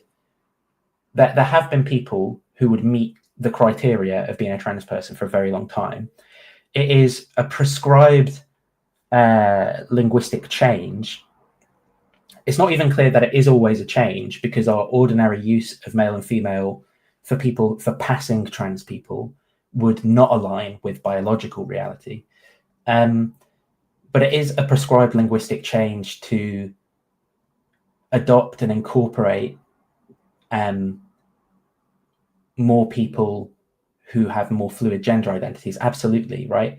But to call it a distortion is just to beg the question, right? Whether it's distorting or clarifying human life just depends on what you think about the topic. Useful as something to express your thoughts clearly. And so I'm bewildered by it. And I will just say, to express your thoughts clearly, like as if you've got essential thoughts that carve the world at the joints, and language expresses them. These commentators like Steve Shives have rounded on Dawkins and those who support him. Richard Dawkins is past his expiration date as a leading light of the atheist movement. He is not the person that we should be putting out front and saying, this is our guy. And yet we continue to do it. We let him have endless second chances. And some of us will even rush to his defense when he faces the most minimal consequences, like getting his Humanist of the Year award revoked 20-some years after the fact. We refuse to just let it go. The trans issue continues to polarize both politics and culture in general. The trans issue, the existence of trans people, the legal rights that trans people have gained continue to annoy some people. The legitimation of trans people in social life continues to annoy some people. But I came to see how directly corrosive it was to the atheist movement in one incident that's... Oh yeah, it's the trans issue that's corrosive, and not extreme fundamentalist wedge issue politics. Stood out at a personal level. I introduced Stephen Woodford last week, aka Rationality Rules, a young YouTuber who I got to know after some friendly interchanges between us led to him being a guest on various conversations I hosted between him and Christian thinkers, in which he confidently argued for the atheist position. But in 2019, the atheist he published position. a video. The atheist position. That struck there are more than one. There's plenty of atheist positions. A very different note. This is the thing again. Justin is trying to homogenize everything into along these boundaries of sectarian Christian versus theist worldviews. It is with great sorrow that I make this video, but I haven't really got a choice. I've just got back from Texas, and despite a very sour bite to end the meal, I've had a truly amazing time. I spoke at the Faithless Forum, fired some guns, threw axes, and even rode my first mechanical bull. But the highlight for me, outside of meeting many outstandingly wonderful people, was being a guest at the atheist community of Austin. You see, my interest in atheism and skepticism began by watching YouTube clips of Matt, Tracy, Don, Jen, Russell, and Jeff wielding logic that was, at the time, far beyond my understanding. So when I was featured as a guest on the Atheist Experience, and was literally sat next to the Matt Dillahunty as we achieved the greatest all-time live viewership in the history of the show, I felt incredibly humble. I literally fulfilled a dream. The community that taught me that free thinking is a virtue, and that I ought to question everything, no matter how emotionally attached I am, just featured little old me, Stephen Woodford, as a guest. But once I left the ACA's warm hospitality to fly back to England, their board of directors released a public statement denouncing me as transphobic and heavily implied that I'm opposed to the LGBT+ community. So a couple of weeks ago, Stephen was featured on the Atheist Experience with Matt Dillahunty and Alex O'Connor, who's Cosmic Skeptic. What do you mean? YouTuber John McCrae covered the fallout. And yesterday we see that the Atheist Experience... And this is also what's frustrating here, is that, does he get someone neutral to commentate on this? No, he gets John McCrae, Christian apologist YouTuber. Does he like, now I was thinking when I was listening to this, he's had Stephen Woodford on to commentate on some things. Is he going to ask him about this? And to be fair to Justin, he does at least do that. The problem is he doesn't, Justin is offering a meta-narrative throughout this whole thing about everything that's happened, and he doesn't ask any interesting questions to Stephen with respect to his hypothesis. He doesn't say, he doesn't say, do you think that you have replaced your need for religion with these like secular values and progressive values or something like that? He doesn't forward any of that. He just leaves it all implied by Stephen's answers. And I think that if he had, you can even hear in Stephen's answers, though, Stephen trying to preemptively deny some of this stuff, where he says things like, I was wrong at the time. He's trying to signal that his view has genuinely changed on this topic. And I don't think that this fits with the way that Justin wants to present it, but it won't stop him trying to present it this way anyway. Posted on their Facebook this. Recently, the ACA Board of Directors was made aware that guest co-host Stephen Woodford, YouTuber Rationality Rules, has made ignorant and transphobic videos and statements on his social media platforms in the weeks leading up to his appearance on the ACA shows. Transphobic, meaning he's spreading a fear of transgender people. I mean, again, transphobic mean he's spreading a fear of transgender people. I think that this is, again, an etymological fallacy, which is to say that the origins of the word phobia are in phobos for fear, and so that means that it's, anything with the word phobia appended to the end means a fear of. That's not right? You got to look at how it's being used, and it's being used to refer to bigoted values and attitudes and political actions around this particular group. So that's what transphobia means. It doesn't mean a fear of, just because of the etymology of the word phobos. We would like to make it clear that that's like saying, talking about, like the etymological origins of the word atom, and saying like you can't have a modern theory of atoms because of what Democritus meant by it. we do not share or condone his opinions or attitudes, and that we fully and actively support equal rights for the LGBTQIA+ community.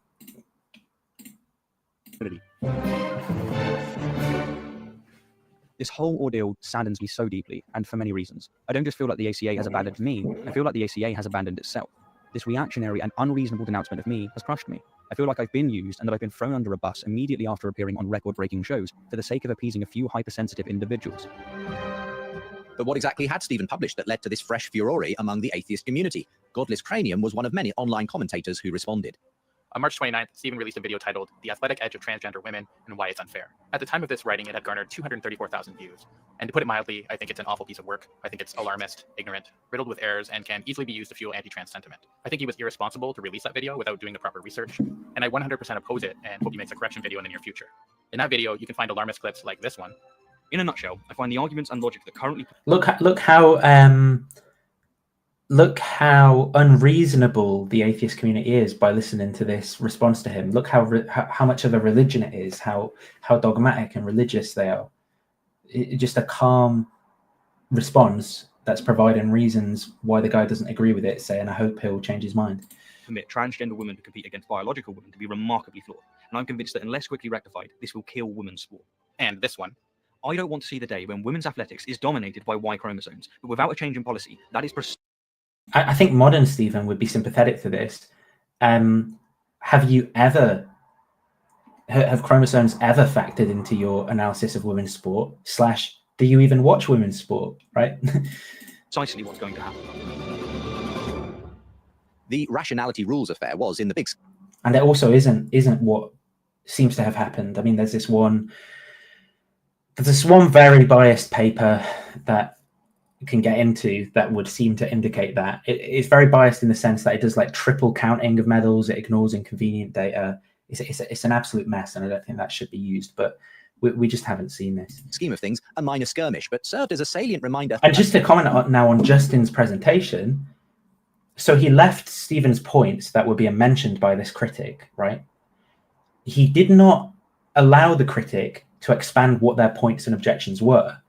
And then he comes in to say, now here's how I synthesize all this in my narrative. Maybe they were very good points. Presumably they were, because they changed Stephen's mind, right? He's changed his mind on this. Of how divided the atheist community was when it came to ethics and culture. I sat down recently with Stephen Woodford to capture his reflections on the saga some 4 years on. So on the trans thing then, so what I did is I made a video on trans athletics, and I did a pretty damn poor job of it. I didn't do my due diligence. I didn't think about, what kind of effect does HRT have on, say, a trans woman's body? Because it has a profound effect, but the video didn't even include that. So it was a really poor video. I messed up. However, because I am part of a niche, or I was part of a niche, that very much was fighting for transgender people, obviously that's a problem. If you have someone on a platform, say the Atheist Experience, which is what I was on, and that platform is meant to be inclusive to trans people, and yet I've got a video that is really poor. I need to go and take an antibiotic. I just realised as I was. Give me a moment. Give me a moment. Chat.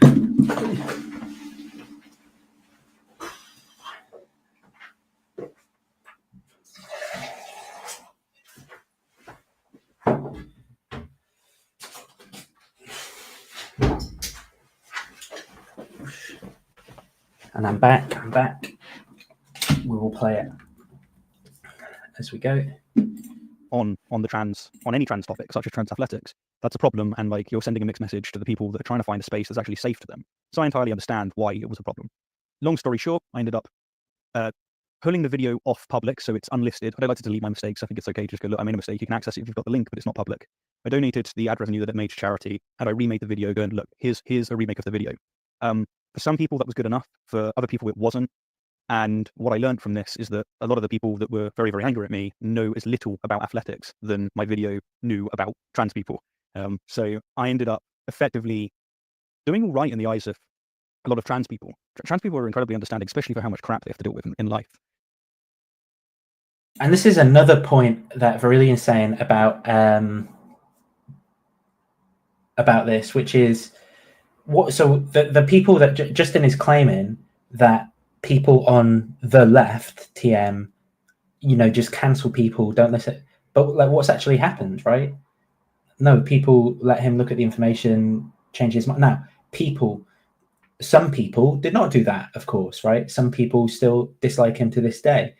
There's all sorts of different people with different views, and a lot of them changed their mind of Stephen in light of the way he reacted to this in exhibiting these virtues of skepticism and reasoning and rationality. So I have no idea how this is supposed to prove the point that Justin wants it to prove, that they're all bigots or something. No, they're not all bigots. And it's not even, the point isn't even that there's only one right answer, because in principle, Stephen could have made an even better case, and other people would have changed their mind back, right, as well. This is the point, is that it's not just because truth has a bias that goes against what you want to believe, Justin, right? It doesn't mean that people are using the same crappy epistemic mechanisms as you are to come to the beliefs that they hold.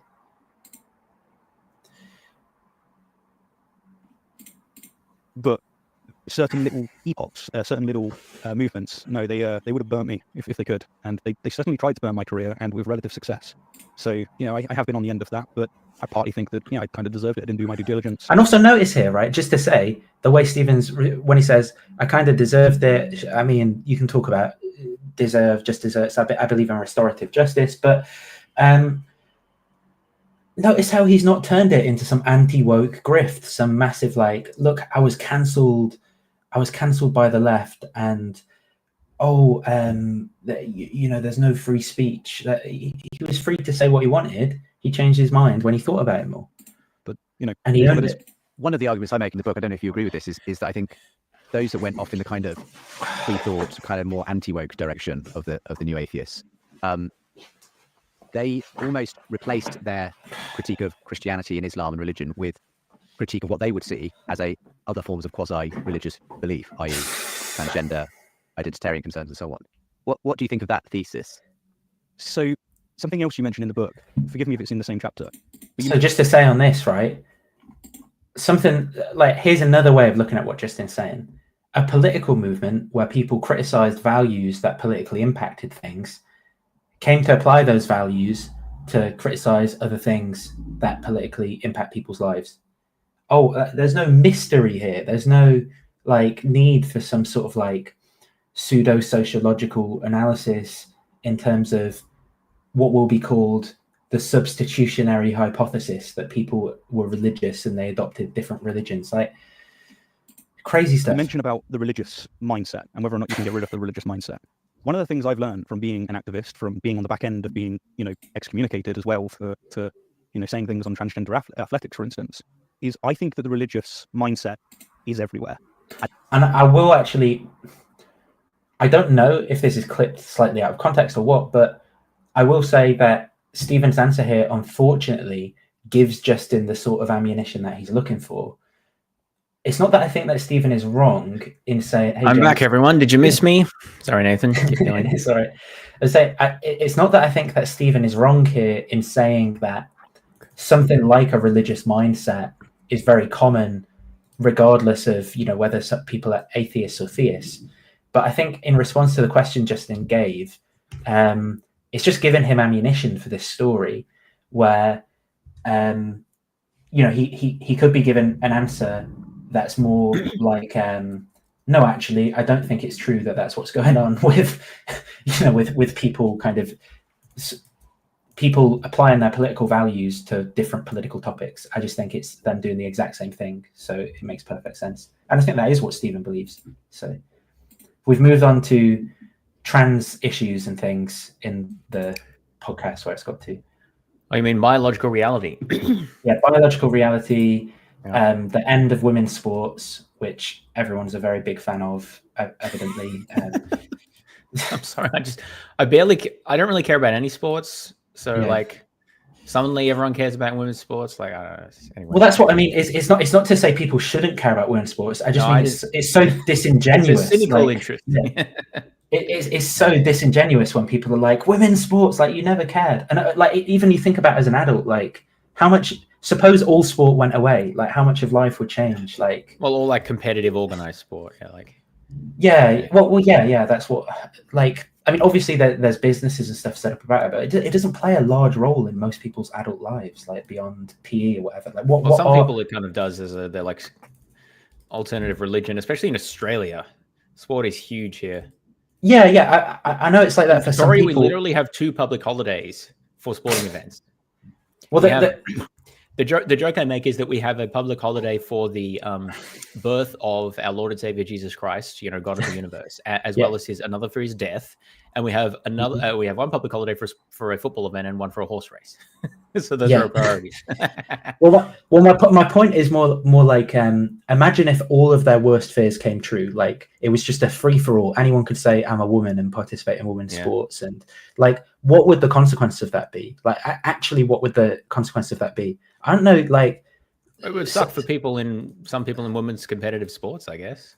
Well, it depends. Would it like they could still do those sports? Like, it depends on what they're getting out of it. Is the winning of the sport the thing that makes you fulfill your potential, or is it the participating?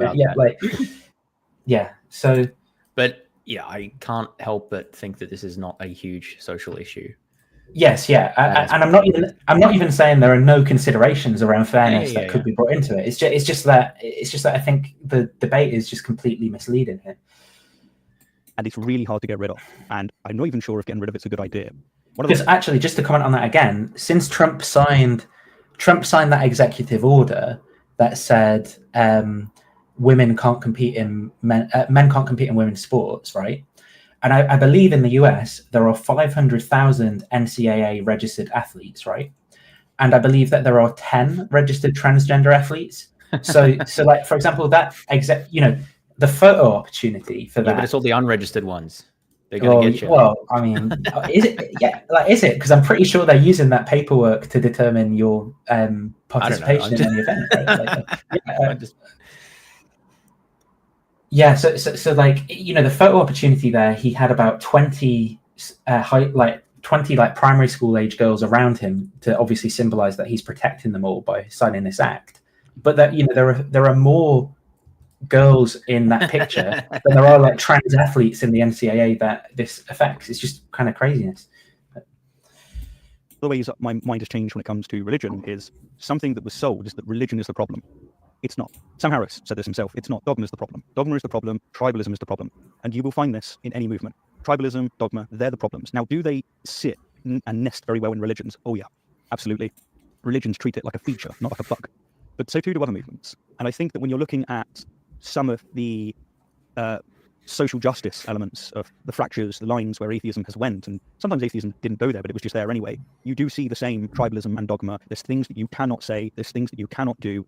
That person is a blasphemer. You must remove them from the premises. This is something that you do. But even I just want to say on this, like dogma, taboos, I think they have a legitimate role. You know, in response to the things we were saying before about, say, normalizing Nazi salutes and Holocaust denial and things like that. Or even like vaccine skepticism. Of course, in principle, everything should be up for grabs, but there are some claims that are so dangerous that we sort of like create mechanisms around the way that we ask them, like therefore experts to treat with caution, because if we get this wrong, the harms are so big. Like, you know, say with vaccines or Holocaust denial, the appropriate, like in principle, a historian could find something out that would show, you know, it was all a big conspiracy or something. But there's so much at stake behind that claim that you don't make it just something that people toss around like, you know, like candy. Same with like vaccines efficacy. Yeah. That any old hack can just talk about, you know, wherever they like. I agree that, yeah, taboos have value.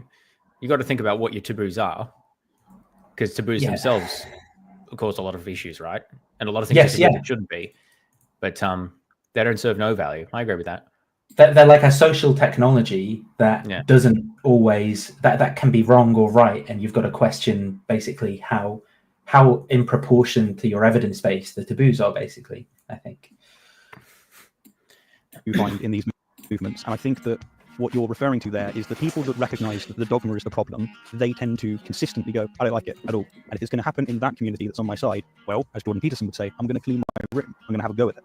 And I'm someone that would. And just to say, I think that in terms of what Stephen's expressing, a little bit a part of that socially is to have a kind of anarchic process where you have, you know, a lot of different ideas kind of bubbling up creatively or whatever, and there is some method by which they're kind of like determined between, which is what, you know, I think good science is like. For example, you will get people coming out with some crazy stuff from time to time, and that gets tested and it doesn't turn out to be right, or that offers a new way of looking at things and that will turn out to be right, not just as necessarily pure conjecture or whatever, but I think the same is true in communities centered around like philosophical beliefs or whatever.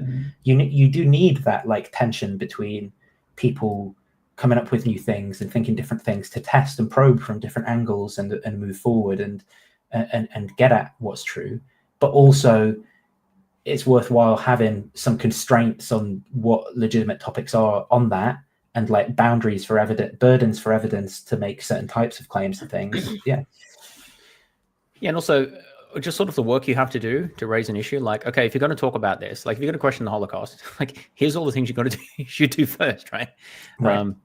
Contextualize and explain your, you know, why you're engaging in this, and, you know, put that context in. And then there's the context in which the discussion happens, right? Like an academic journal versus, you know, a Joe Rogan podcast, or, you know, something like that, right? And even the pragmatics of the delivery of like, oh, I understand that this is going to sound shocking to you because, you know, like I've got this evidence, so I'm going to just need you to listen. Like, you know, you can exhibit a type of empathy that would signal the sincerity in things of your belief, as opposed to you might be throwing it out and almost taking pleasure in people's reaction, which clearly indicates that what you're doing is more about some kind of like sadism or attention seeking, and is not like truth conducive, you know. So absolutely agree with that. That's, you know, that's what you've got to do. Thanks to Gareth, who wrote in to say, whether you're a person of faith, agnostic, atheist, totally or true, other, this totally series real is both comment. genuinely thought-provoking and inspiring. I could not recommend it highly enough. Leaving a review wherever you get your podcasts, or simply posting about us on your social media helps others to discover the show. If you want to follow more of my work, why not get my fortnightly newsletter? I'll even send you the first chapter of The Surprising Rebirth of Belief in God book for free when you will receive Psygo. Why do I get the feeling that I'm being marketed a multi-level marketing scheme? I know. I'll even throw in the first chapter free, and that's not all. Well, yeah. Look, after this, we got to buy Justin's book. We got to go on Glenn Scrivener's course. We got to buy that guy's book. We got to listen to John McRae's podcast. Like, there's, you know, the products of apologetics are endless. Stephen's words about the religious mindset seem to ring true, as I saw the debates and controversies multiply among the atheist community, with different camps taking their stand on divisive issues such as feminism, gender, race, and LGBT, and whether or not their movement ought to be activists for or critiquing these ideologies. Yeah, what's your stance on LGBT? That's such a weird. I don't even. I thought that as well. Like, what exactly is the issue there? Like, LGBT, do they exist? But I think from their point of view, from the point of view Justin's arguing for, like that is all it is. Like you don't think any further about the topic. You just have like you just see that and you have your answers and go like. Yeah. I realized that the religious instinct hadn't really gone away with the new atheism. It had just morphed into new forms. Many others have reflected a similar sense to me, including author and journalist Louise Perry. Yeah, C.S. Lewis talks about this, doesn't he? Where he says if there's like a longing that nothing on earth can fulfill, then we must be made for God to fill us or something. It's the sort of new atheist project, of trying to construct an entirely rationalist, secular sort of guided philosophy for society. I think it's supposed to be an abject failure. I mean, what we've learned, I think, in the last 20 years, post-new atheism, that wasn't the new atheist project. Yeah. I mean, arguably way more expansive than the new atheist project. There were new atheists who wanted to do that, but I wouldn't say that was the new atheist project. It's actually completely in tension with the way Justin presented the new atheists as these like emotional rhetoricians, because either they were appealing to sort of like primal forces and rhetoric, or they're appealing to rationality, right? It can't be both ways. or I guess it could be both at the same time, but he's saying that they were doing that to the exclusion of the other thing. Yeah. Criticism. Religion, they just turn politics into religion, and it actually makes politics much worse. People are less religious in the sense they just get religious about other things. Exactly, and I say in a more dysfunctional way, and often lose the good bits of religion, like community, whatever, and hold on to some of the more dysfunctional bits. If you look at, I think there is some validity to this, that some people who deconvert from high control religions and religions that promote particularly like toxic behavior and evangelism and stuff can kind of continue to engage in those behaviors from a different perspective. And I think there's just a psychological explanation there, which is because they've been sort of habituated through these patterns of abuse that they haven't recovered from yet. So they're still kind of carrying on, engaging in or reacting to their trauma by feeling a need to evangelize, but for a different point of view. And it's not always bad if people are finding solace amongst a community of people who are like that as well. That might be a better place for them than being alone. So there's more. It's not wrong what she's saying, but there's just more complexity to it than they're like these dumbasses, Google search trends between 2012 and 2018, you'll notice these interesting patterns. On one hand, you'll see a decline in searches for atheism or other related terms. On the other hand, you see an explosion of searches for terms like sexism, racism, social justice, as well as an explosion of searches for terms like hate speech, triggering, traumatizing. And so this is your new post-Christian, postmodernist religion. You're instructed. Postmodernist, sorry. I'm sorry. How does that follow? More people are searching for these terms, so therefore it's a new religion. Yeah. Well, so how can you have a postmodern religion? Right, postmodernism is a rejection of meta-narratives, and religions are sort of the prototypical example of a meta-narrative. So explain to me how that works. Nothing of what you said makes any sense. I'll do a video on that for you sometimes, Jay. This is what's funny is because I self-identify as a postmodernist and a religious person. But you have all. No, I know. You're the only. I agree. Other people who identify like that. I completely agree with you, but I'm saying in terms of the way that they're lumping it all in, it doesn't make any sense at all, right? Like they're giving some story about what postmodernism is and about what religion is that just it is completely, in contradiction, nonsensical. But also, like, why is searching for Google on sexism a sign of postmodernism? Like, yeah, well, that's what I was saying, or for anything really, other than the people interested in this. For all we know, that there could be a bunch of conservatives who are searching that because, like, what's this about? And I'm angry about it. Like, it only shows you that there's more interest in it, that there's more discussion. It doesn't tell you anything about the people's attitudes. Yeah, it's just such a bizarre. All the causes of their attitudes. Yeah, like it's nothing about this. How do you get that inference? It's like, because it sounds good on a podcast, and I only ever talk to people who like don't think about these things critically, so I get away with it, and I'm very confident now. Like, because I will say this kind of thing happened about 2 or 3 weeks ago. I called into Paul Vanderklay does this thing on Fridays, and Bethel McGrew was there, and I had a similar thing where because they were talking about the ALC conference, and I raised some of these criticisms of that, and it was the same sort of just hand wavy, complete non-engagement with the criticisms of these meta narratives about like the Christian shift and stuff, where I was saying really what ARC is just, culture war politics, using religious symbolism because it's expedient. And I think that they just, instead of engaging with these criticisms properly, they kind of like, we'll see Justin do this in some of the following episodes.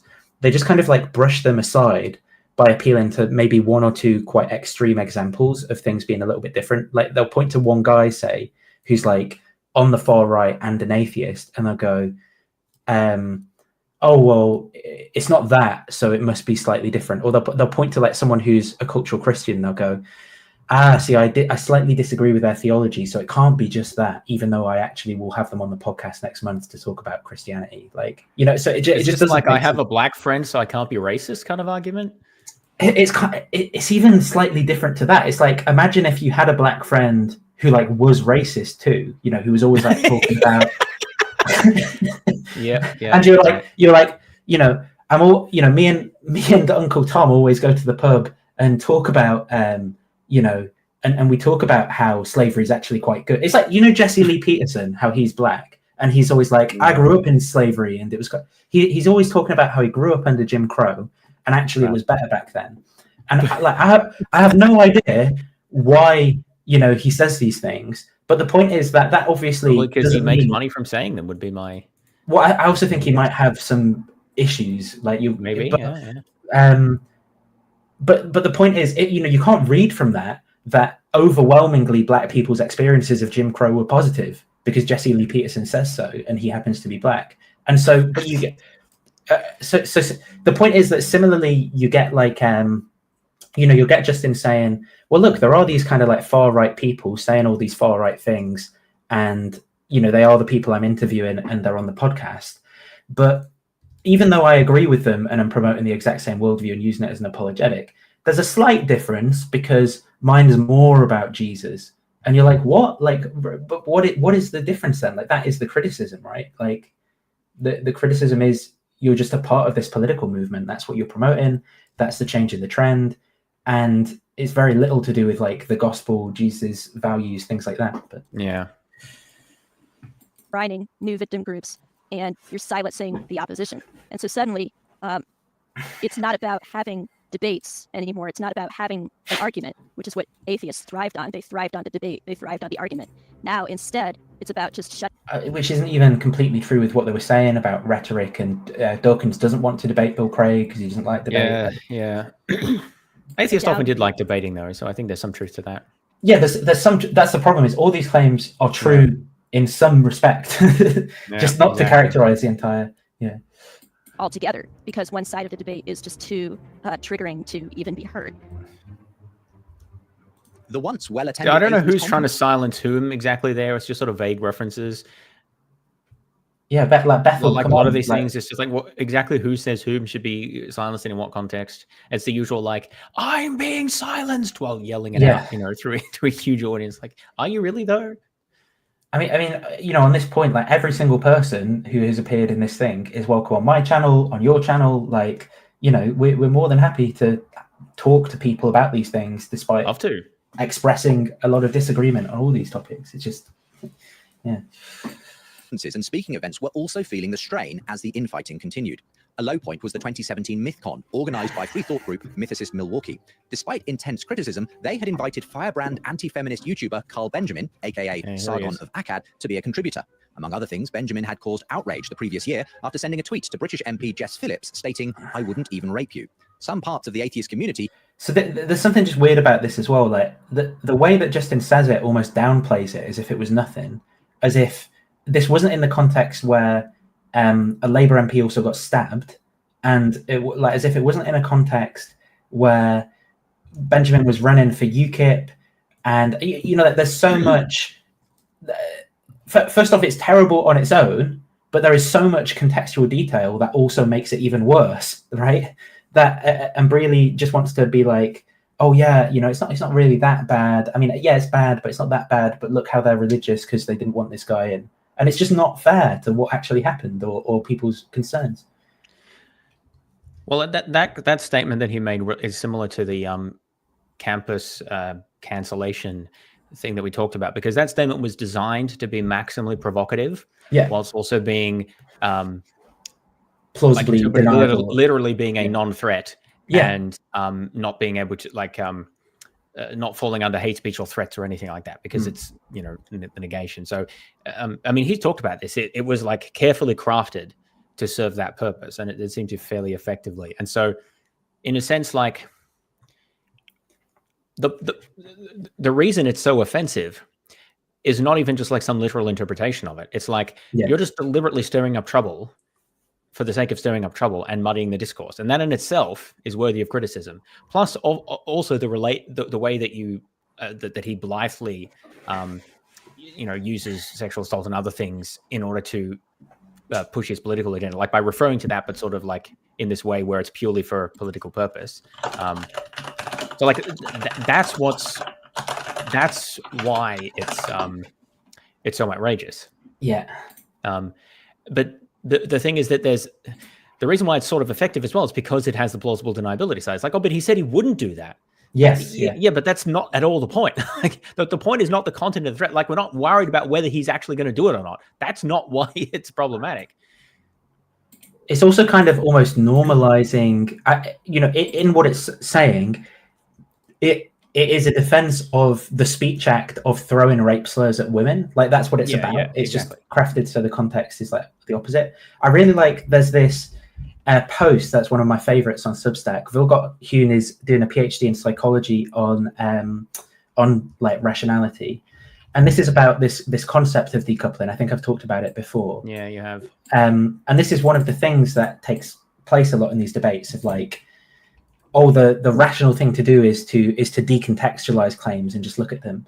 But we're often communicating to a large audience, right? And human communication is a complicated act. When people communicate, the meaning of what they say can shift depending on contextual factors, including the tone they choose, their identity, the audience they're talking to, the things they choose not to say, and so on. Humans are highly sophisticated communicators and can take account of such factors without needing to explicitly recognize that that is what they are doing.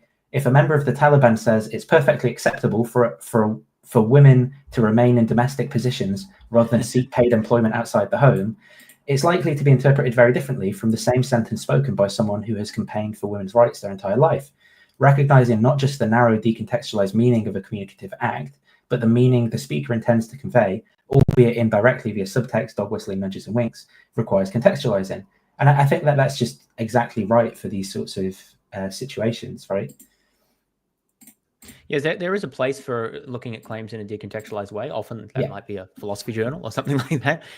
But it's certainly wrong to say that it's sort of always better or that's the always the right way to interpret things. And in fact, often that's dangerous for the reasons that we talked about because of normalization and the plausible deniability, especially with hate speech or other types of speech that's targeted against minorities, particularly because words can be used to mean the opposite of their literal meaning or their decontextualized meaning. And so just always standing by, well, that's not literally what they said. The Nazis were experts at this. They often use euphemistic phrases like dealing with them harshly or something like that. Or they didn't even use harshly. It's like, I forget the exact phrasing, or the euphemism for sending Jews to extermination camps was resettling in the East.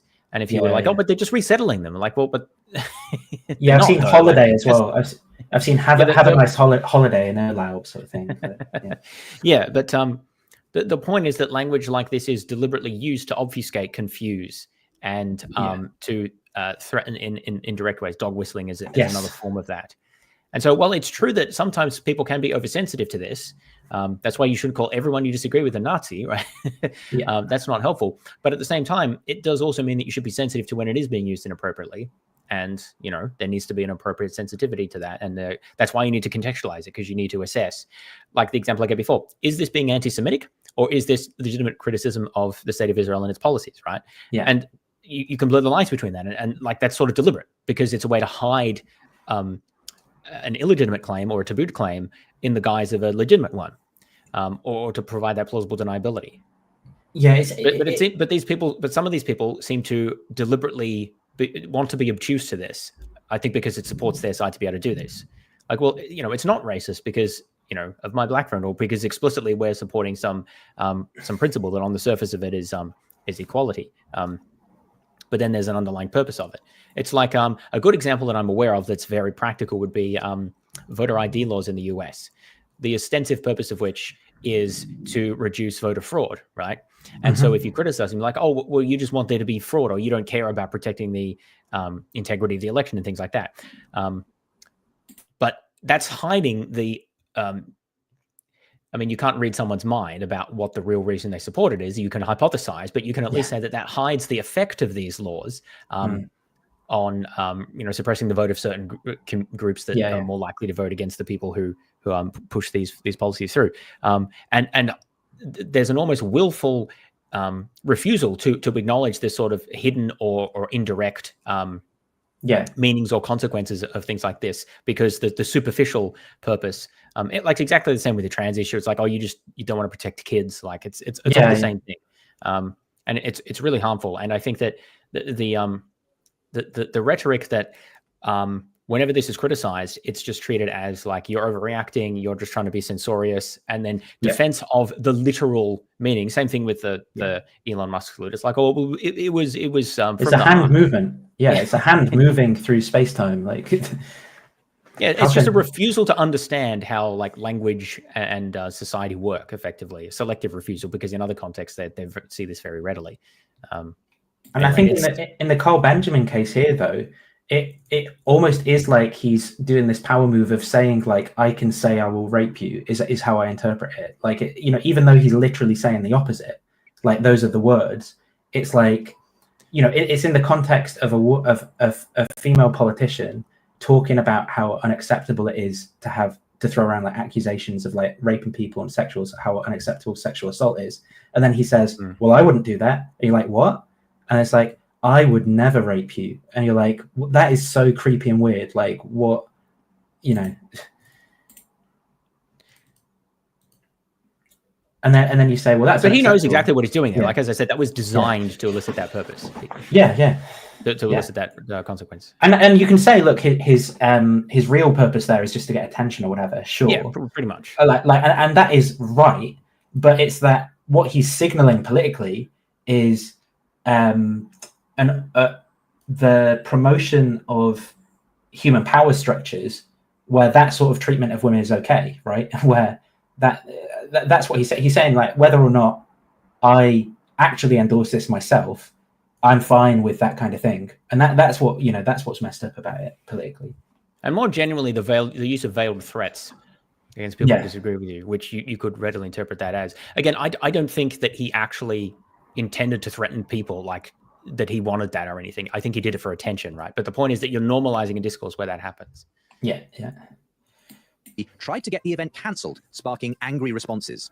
In case you're wondering, here are the three that seem to want to ruin the Myth Information Conference by contacting the Pabst Theater up there in Milwaukee, where the conference is supposed to be held, and telling them that they should definitely shut down this Myth Information Conference because they have invited Sargon of Akkad. He's going to be talking with Thomas Smith, who is actually on the opposite side of the conversation from him.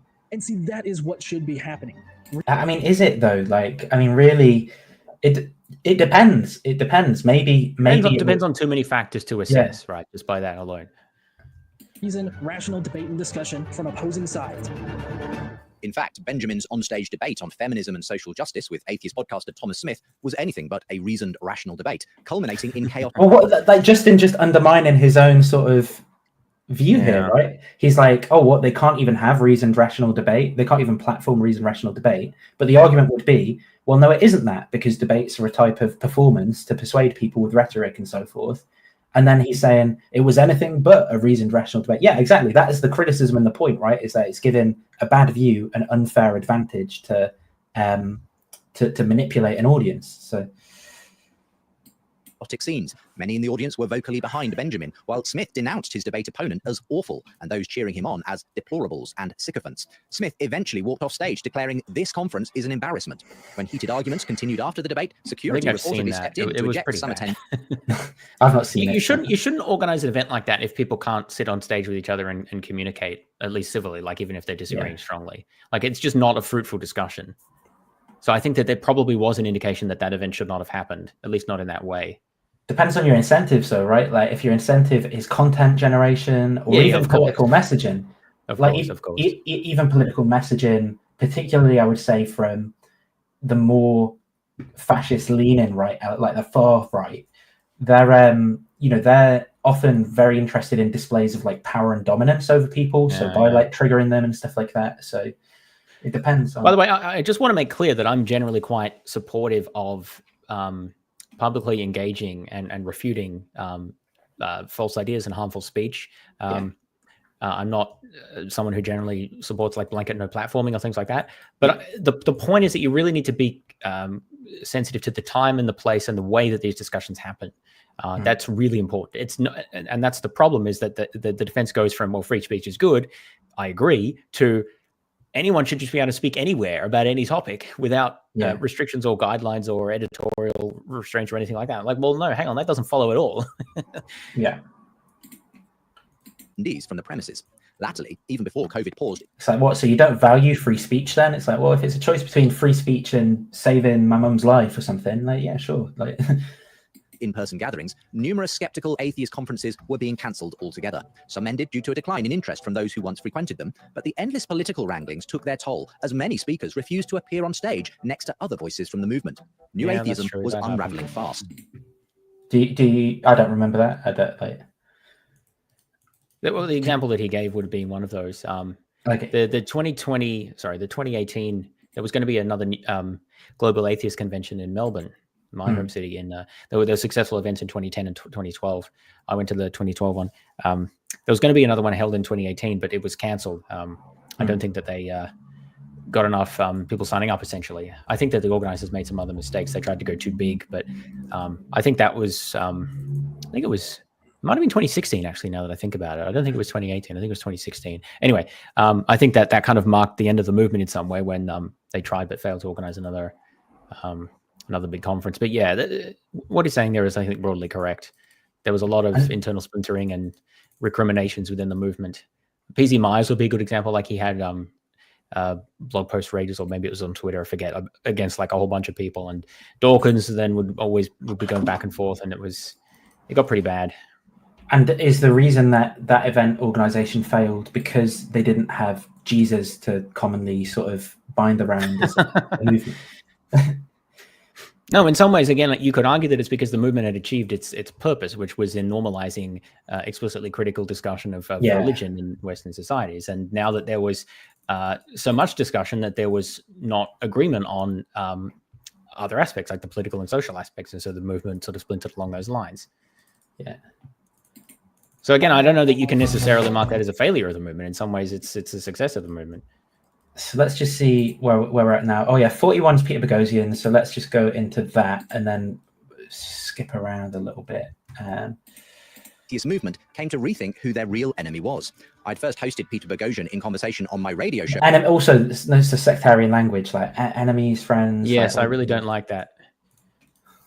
In 2014, when he was I honestly, I don't think of theists as my enemies, right? They can genuinely frustrate the hell out of me when they don't listen to criticisms and don't seem to be like willfully blind on certain things. Like these sorts of things can really frustrate me, but I don't think they're my enemy. Like, in fact, some of them are my friends. Like, yeah, I can't really think of any individual I would say is my enemy.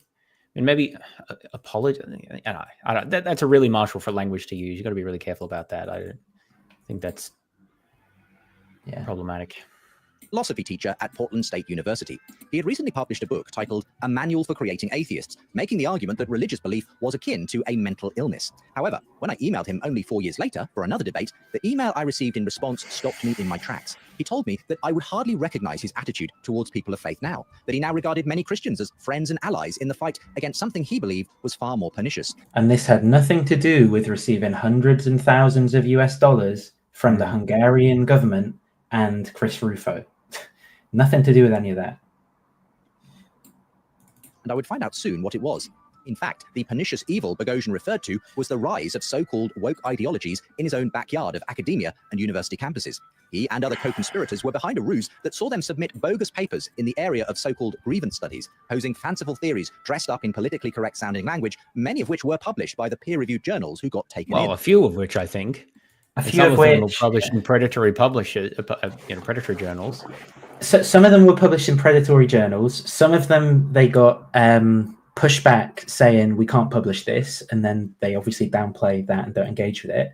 The ones where they did get published, they completely falsified their data. So they said that they had like n equals 1,000, like data from these like dog interactions, and they provide analysis on that.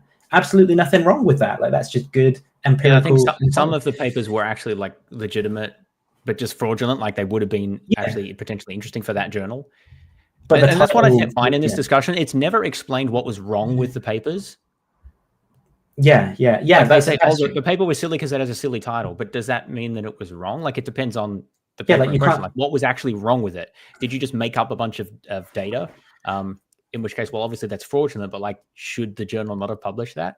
I know that they disagree with the ideology of the journals that they submitted to, but that doesn't mean that the paper was wrong in the context of what it was doing for its journal. Like I could, you could write a paper that I could write a paper and submit it to Apologetics journal and think like, this is not really very good philosophy, right? And disagree with it. But if I've like played by the rules of what the journal does, I could get it published, and like that wouldn't undermine the credibility of that journal.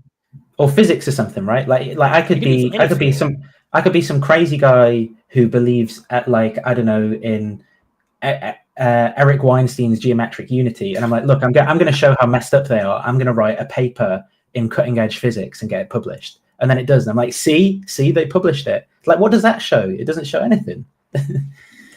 I think all the work is being done by those titles where it's like, for example, like dog microaggressions or whatever. And it's like, well, that might sound silly, but then, papers are not assessed by their titles anyway. There are lots of legitimate scientific papers that have silly titles.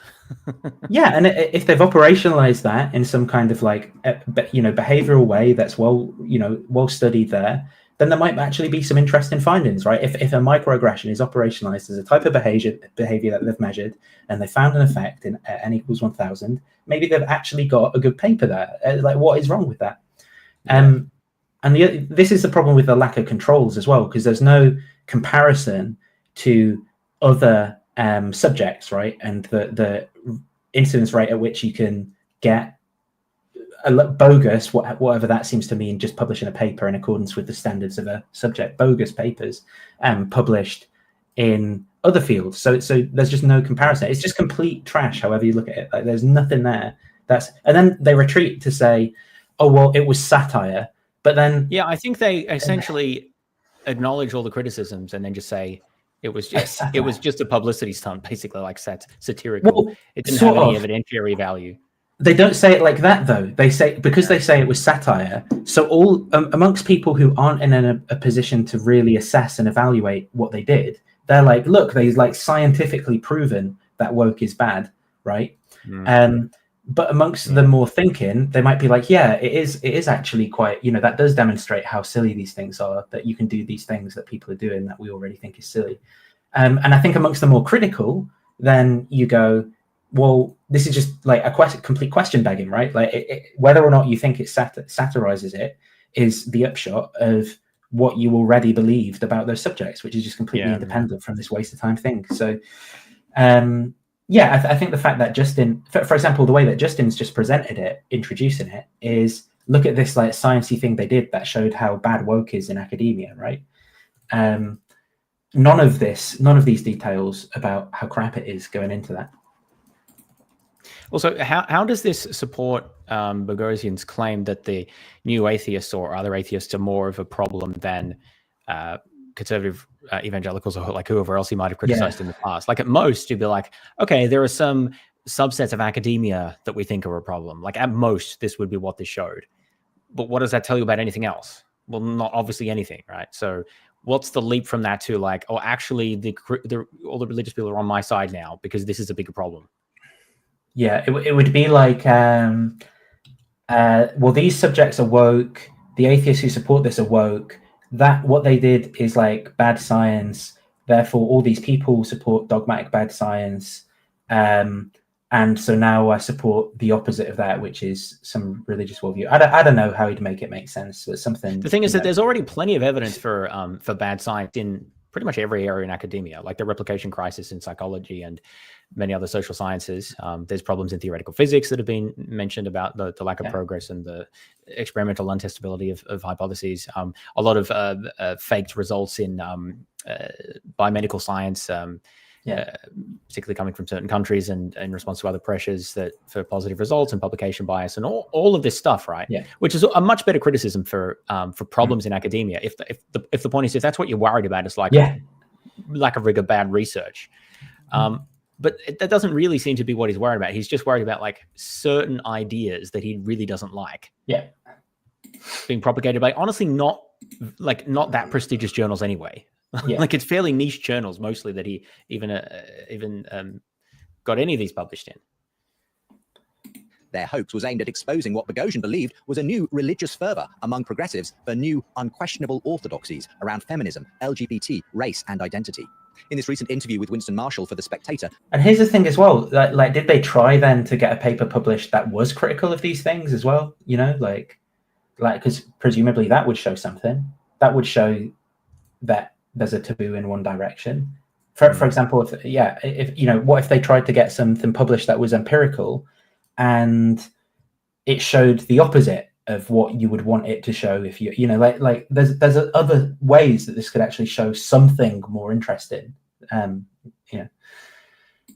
Boghossian explained why he now sees the new atheist movement he was part of as a contributing factor to the rise of such woke ideologies. Do you think it would be unfair for me to say that the new atheists perhaps played a part by killing God again? This does my head in though, like the constant as well, just blaming of it's like, is it the new atheist fault? Is it the woke's fault? Yes. Like, why is everything their fault? It's like, is the fact that we're too far right wing now actually the left's fault? Yeah, it's actually their fault. We have to have these toxic politics because the left's gone too far. So can I ask, how did a bunch of edgy teenagers on YouTube and like some relatively small conferences kill God? Like really that influential? I don't think so. I think we shifted the conversation a little bit. But like, I don't think we killed God. Like that's giving us a bit too much credit. Iron chariots. For these new religions these new quasi-religions, pseudo-religions to flourish. 100%. Is there absolutely true. And I think there was a Pollyanna attitude that many new atheists had that somehow will bury God, to borrow a turn of phrase from Nietzsche, and everybody's going to be living in some rational paradigm. Oh, wait, did Nietzsche say that? That's deep, bro. That's like some deep connected to the law of philosophy. If Nietzsche said that, the death of God. Little did anybody know at that point, although the canaries in the coal mine were in the new atheist movement, the skeptical movement, we started to see this in the very beginning, that what would replace it would be horrific. I mean, it would just be horrific. I mean, look with the kind of things that we're dealing with. Wait, let's see what he says. What are we dealing with? What's horrific? Now, and so it's called the substitution hypothesis. I can never remember if I came up with this or Peterson or my partner. I don't really remember where this comes from, but the idea is that you have new gods because people don't believe in the old gods anymore, right? So the substitution hypothesis is when you get rid of the Abrahamic traditions or whatever is the traditional religion in a country, something else will come in, some other form of irrationality will come in and substitute what was lost. Because the default is you just have to believe in something. Rationality or religion? It doesn't have to be irrational, is it? Or another? No, it would have to be. It would have to be a worldview that wasn't substantiated by the evidence, because that's what substitutes it. And what is popular that? Atheist YouTuber Alex O'Connor. No, yeah, just don't answer it. What's horrific? It just is horrific. They just move on. Yeah, that's what I mean. So there's just no substantiation. Not even a single example of what's horrific. He just sort of said, "Oh, well, it's not substantiated by the evidence," but didn't say what. Not even like one example to flesh this out. What's so horrific? And like, it's not like I don't think that there are problems from ideas or people whom he would describe as woke, and we've talked about some of that before. But I wouldn't really call any of them horrific. And it's just not clear why. Like, I really actually find it hard to understand why people like him think that this is such a problem. Well, I think like, it's even if you think that there's some like woke journals in academia that publish crap, and like some activists who go kind of crazy and with pronouns or whatever, like, how is that the end of civilization? I just don't get it. Like, even on their own terms, they kind of grant all the specific things. It's like, that just doesn't get you very much. Well, I have some things that could constitute an explanation. I mentioned receiving $400,000 from Chris Rufo to Peter Boghossian's nonprofit. I mentioned a university position at the University of Austin, which is a right-wing MAGA sort of think tank thing. I mentioned being made an honorary fellow by the Matthias Covington Institute, Matthias Covington Collegium, which is Hungary's dictatorship's university system, and being kind of gifted dinners and flown over, and the prestige and status of all that. And then there is the fact that some students at Peter Boghossian's campus in a student-run newspaper criticized him. They said that he was actually sexist, and so that would be very hurtful as well. So I think that is you pretty can understand horrific. why it's the end of civilization. Actually, yeah. Cosmic skeptic told me why, even though new atheists believed they were right about religion, many still came to recognize that once they had torn down faith in God, they failed to provide a positive ethic in its place, and that was partly why the movement waned. I do think it's true that the popularity of it has declined, and I think that's got something to do with the meaning crisis. They try to live with the conviction that there is no God. I really dislike the meaning crisis as well. Like, it's so vague. It latches onto about 100 different effects that have about 1 billion different causes. It's like increase in rates of depression, increase in political polarization, increase in like sense of alienation from work. There's all sorts of different ways, lack of optimism about the future, different things that fall under this term meaning crisis people use, that are better operationalized in psychology and sociology, and have explanations that can be understood in terms of economic effects in areas, industrial effects in certain areas, so like specific things that actually are causing those things, accounting for the variation between them in different places, as opposed to just this ambiguous like meaning crisis because religion down thing, which is like, is it called Simpson's paradox or whatever, where just kind of looking at a general trend, religion down, meaning down, therefore they all fit together, but actually that's constituted by like a lot of different things you can compose it down into. What, that the heavens are empty, that there is no objective morality, that everybody just gets to decide for themselves, what they want to do, and find themselves a bit nihilistic. And so even if they can't bring themselves to say that the new atheists were incorrect, they're less. It's just not exactly what's like. How do you know that it's the fact that they can never buy a house on the salary that they're on, because wage stagnation in the UK has been, about the same for the past 20 years, and house prices have doubled every 3 years? How do you know that that's not playing a role in their sense of nihilism as opposed to their lack of religion? Enthusiastic about it as a movement. I would receive emails and messages from people who say, I saw your video about free will and it convinced me there's no free will, but I'm having a bit of an existential crisis about it. How do you live like that? Or sometimes people just saying, look, I've lost my faith in God, but it's so meaningful to me that, I don't know what to do with myself. I think that maybe enough people feeling that way, and the people who sort of talk about new atheism being dead often describe an experience like that of themselves, that, they realize that it hasn't put anything worthwhile in its place, means that, like I say, doesn't mean they can say the new atheists were wrong or incorrect, but it's not like a cause they're going to rally. Okay, I think move on from this one, because I don't think there's anything that interesting there. I skipped through. Look, there's a bunch of stuff in this that honestly is too much for us to go over in the way we have, and it's the same shit. Some of it is also just repackaging apologetics arguments, like new scientific fine-tuning argument. One of them's like Philip Goff says he's a Christian now, fine-tuning argument, consciousness. I think that interesting. We should talk about the demographics, because the whole premise of this stream is the surprising rebirth of belief in God. Yes. Well, I haven't think actually within given that, any evidence for that yet. yes. In the hope But sort of like, I honestly don't know that he has a demographic argument in any of this. Doesn't he talk about? I could have sworn he mentions one of the survey results. You shared this with me, right? He appeals to like the one little piece that. Did I? If you can find where I shared it with you, that will. Okay, I'll have a look. Let me see what I can. He will have somewhere.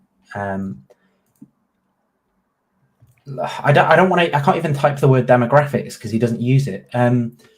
Statistics, maybe, just in really Christian statistics.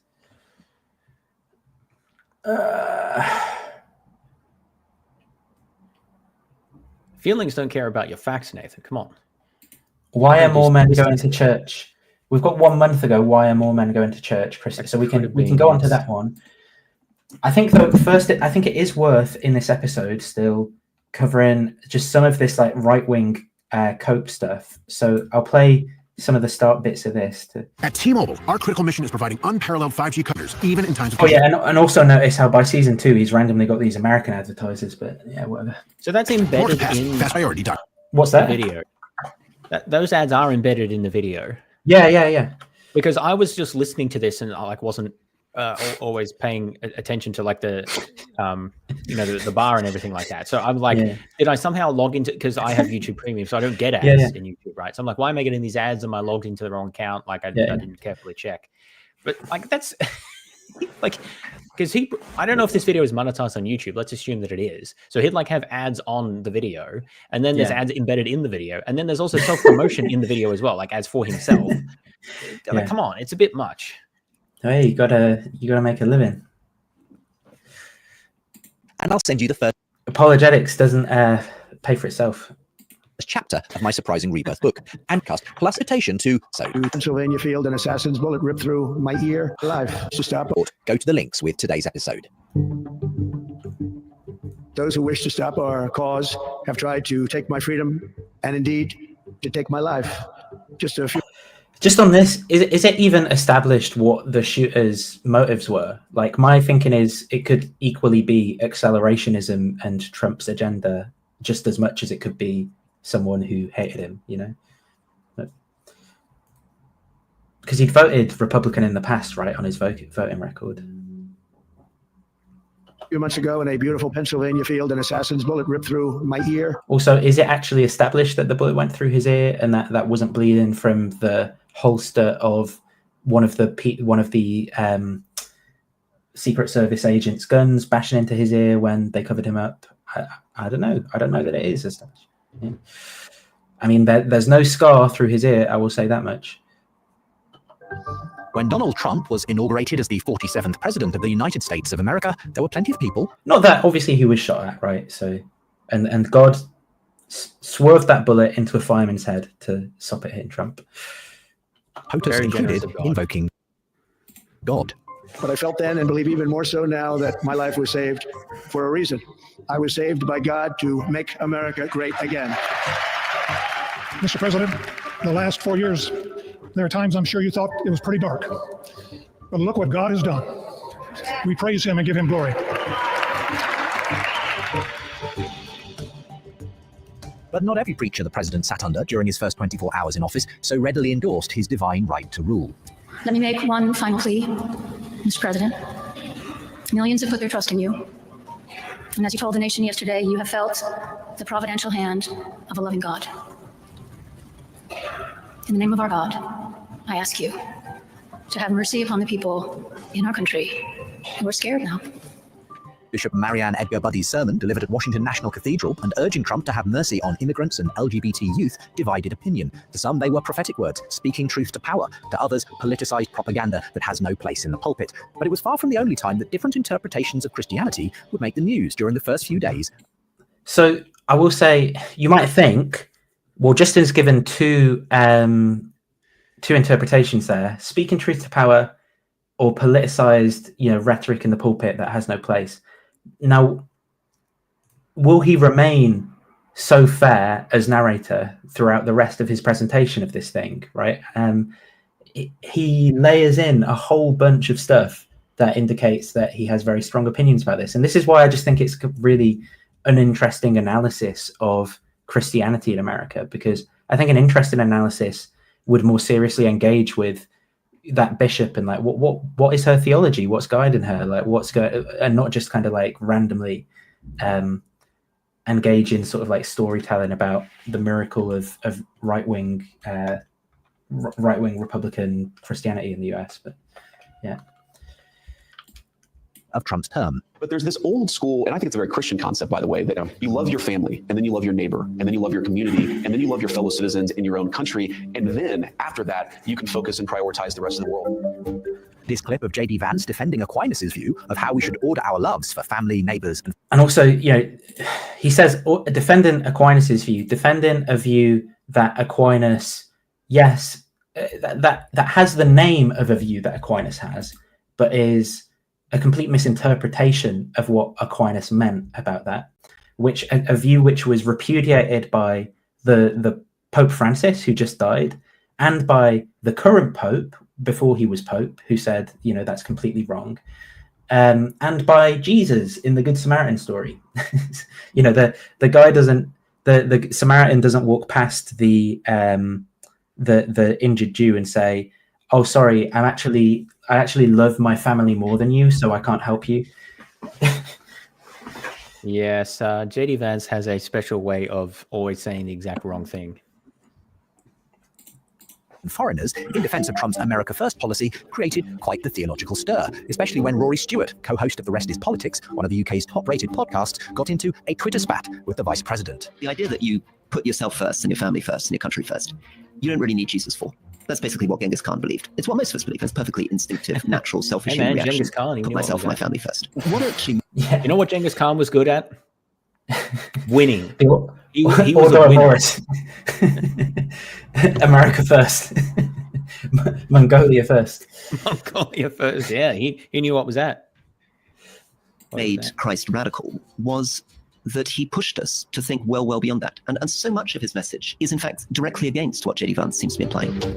Whatever your view of the Bishop Buddy episode or Rory versus Vance, it's clear that religion is far from redundant in the new political era of Trump. And this is the thing, is like, firstly, why is Justin going to stay completely silent on this, but then imply it all through the story he tells afterwards? That's what frustrates me, is that it's all said in subtext. He won't just come out and say what his opinion is.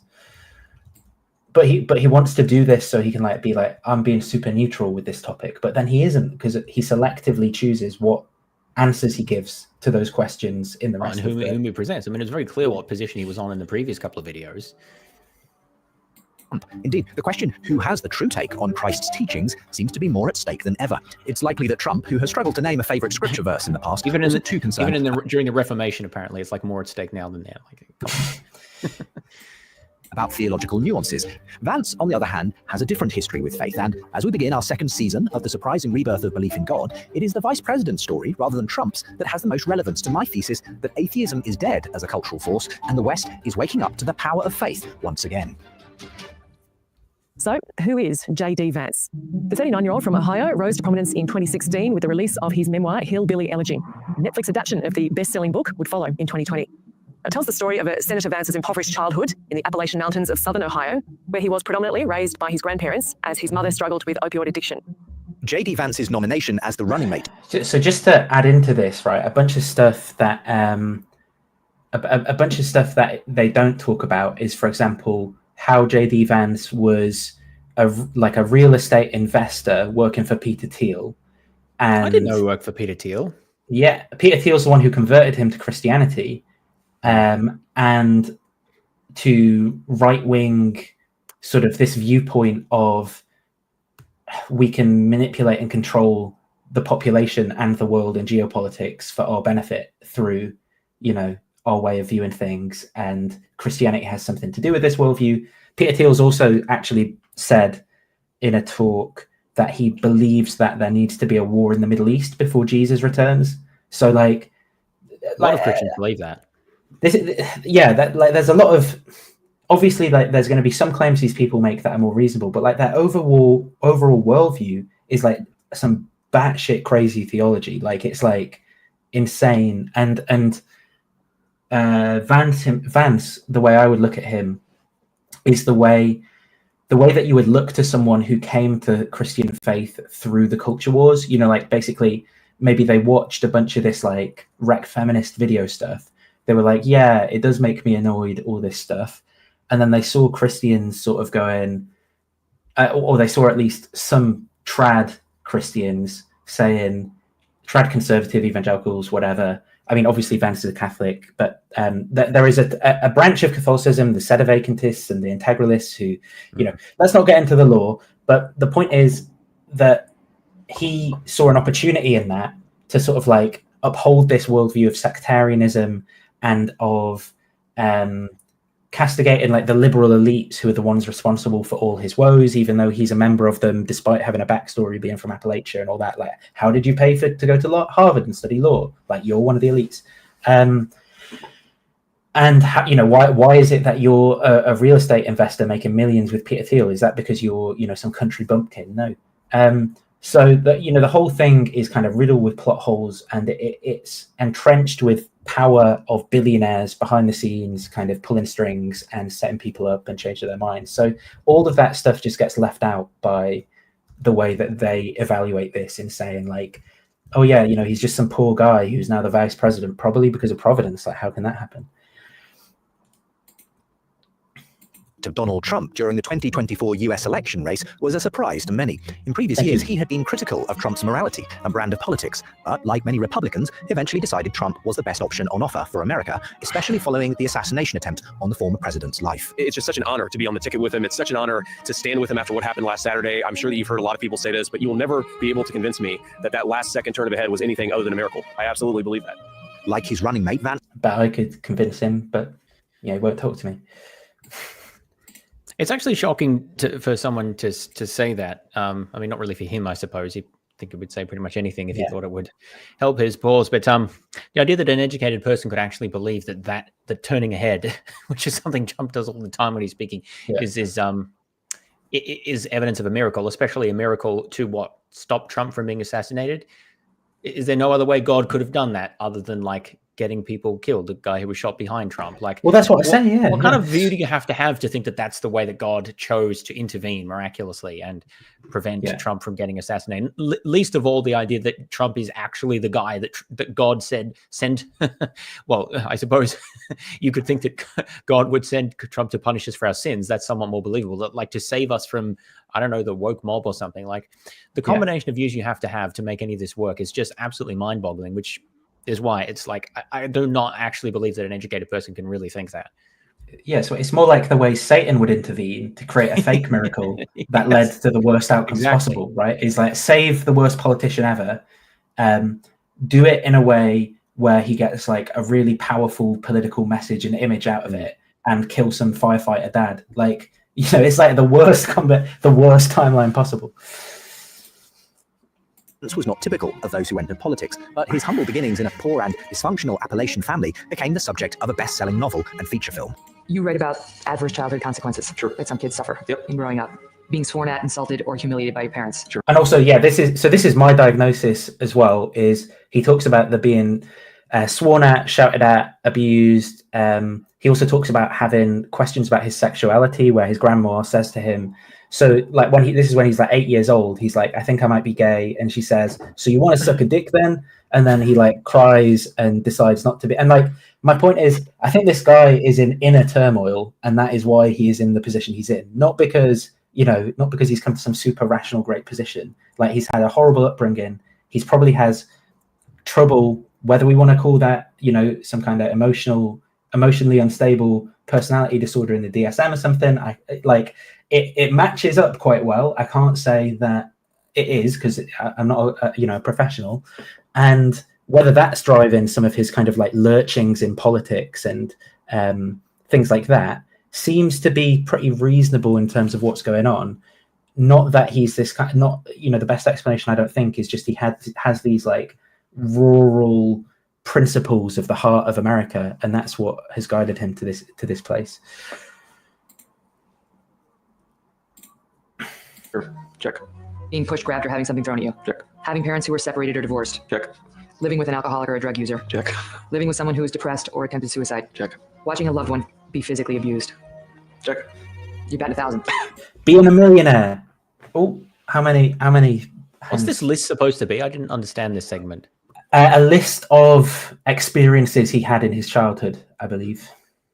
But why is he saying check? Like, if they're listing off things that he already has reported from his childhood, he's saying...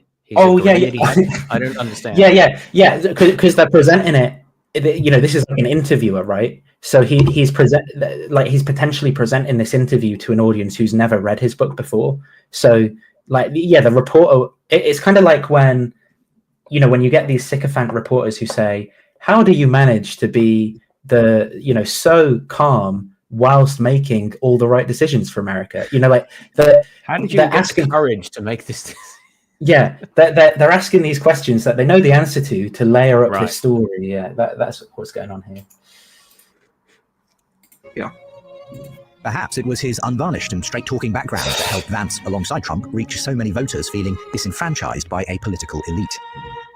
I don't think there's anything he said that is like sentences that can only be said by someone who has that background. It's the same stuff that people who were Vance is an elite, and it's the same stuff that all of the people who are elites and billionaires are saying as well. Like, there's nothing about your background that means you can only say these all things. of the top members of Trump's administration are selected from elites, right? Yeah, maybe not yeah. like cultural elites in the same way as traditional administrations, but elites in the terms of very rich and influential, powerful, and often yeah. went to elite schools and all that sort of thing, but with somewhat different values in different ways. But yeah, this idea that it's like anti-elitist is an absolute joke. Anyway, that's another discussion. Yeah. People who I know who are very well educated, who typically have pretty sophisticated attitudes about politics, will talk about Trump supporters as if they are just, Donald Trump is the dumb redneck candidate that these dumb racist rednecks deserve all along and who they've wanted. This is Vance speaking during Trump's first run for office. There is what's wrong about any of that? In a way that's literally true. It's partly true, but I think that in terms of his criticism, this is probably the one thing he'll say that I agree with, which is there are feelings that these people have, right? And those feelings aren't being taken seriously by like left-wing or Democratic politicians. And so that's why they want to see the whole thing be torn down, because they're seeing these people, enjoy their kind of like middle-class lives while they're hurting, and they hate the system and they want to see it, they want it torn down. They want to see that hate. They want to see the people that they see as responsible feel some of that hate and hurt. And I think that his analysis there is partly right, that the left hasn't done a good job of connecting with and engaging and explaining that stuff. Yes, I agree with that. And that's what I said during the Trump's first electoral campaign in 2016, is that he did appeal to genuine, particularly male, particularly rural, particularly blue collar dissatisfaction with the political establishment, with changes in the economy and in other aspects of life. And I think that those issues had not been sufficiently dealt with. I think in large part due to systematic problems with the US political system. I don't think it's just because the elites didn't care or something. It's because there were systematic problems with the way that those issues are managed in the US. But the aspect in which it's ignorant is because these, in one sense, the Trump voters are less educated, like massively so, than non-Trump voters. But what also it's in terms of many of the things that Trump supports are sort of very obviously in their own, against their own interests, like his tariffs as being a great example. So it's sort of, I don't think that means we should demonize people who are in difficult situations. That's not what I'm saying at all. But like just sort of the idea that, elites thought that Trump voters were ignorant and voted in this candidate who was like the, dumb person's idea of someone who will do a good job politically. Like, I think that that's essentially a crude characterization of, what happened. Like what is wrong with that characterization? As a crude explanation. I think that that's correct. Like, are you going to tell me that Trump voters were like thoughtful and educated people? Like, they're just not. And I think he's also wrong in part in what he's saying, where he's like, there's nobody on the left who believes in these things. I think that, there's no one on the left who what? Who is connecting with or resonating with these like working class concerns in the US, right? I think what about Bernie Sanders? Yeah, that's exactly what I was about to say, right? Yeah, that's exactly what I was about to say, is that I think that there are, a lot of these people on the left who have a more accurate explanation of the reasons that these people feel the way they do, disenfranchised, upset and angry. Yeah. And some actual policies that aren't going to hurt them even more and entrench, wealth inequality even further in the US. But everyone's now they've got to work in Team U sweatshops even harder than the Chinese because, autarky, right?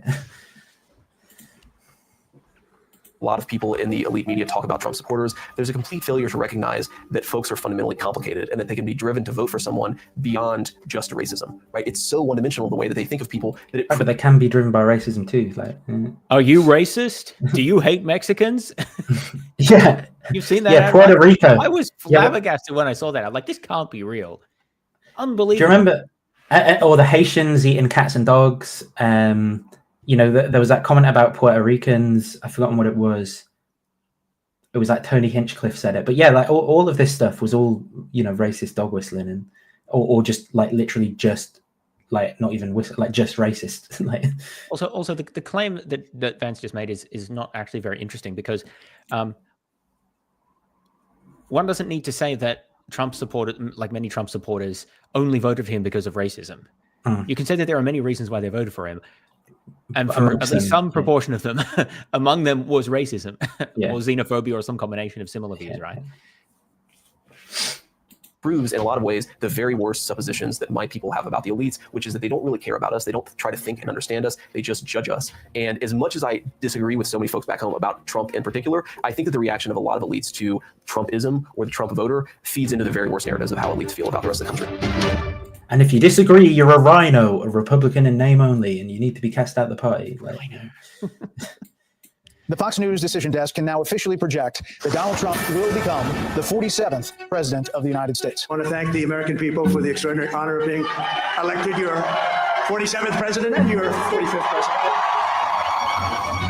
J.D. Vance is now the vice president of the United States of America, swept to power along with Trump on a political tide of voters that the Democratic Party failed to reach. But Vance's story reflects another changing tide, the surprising rebirth of belief in God.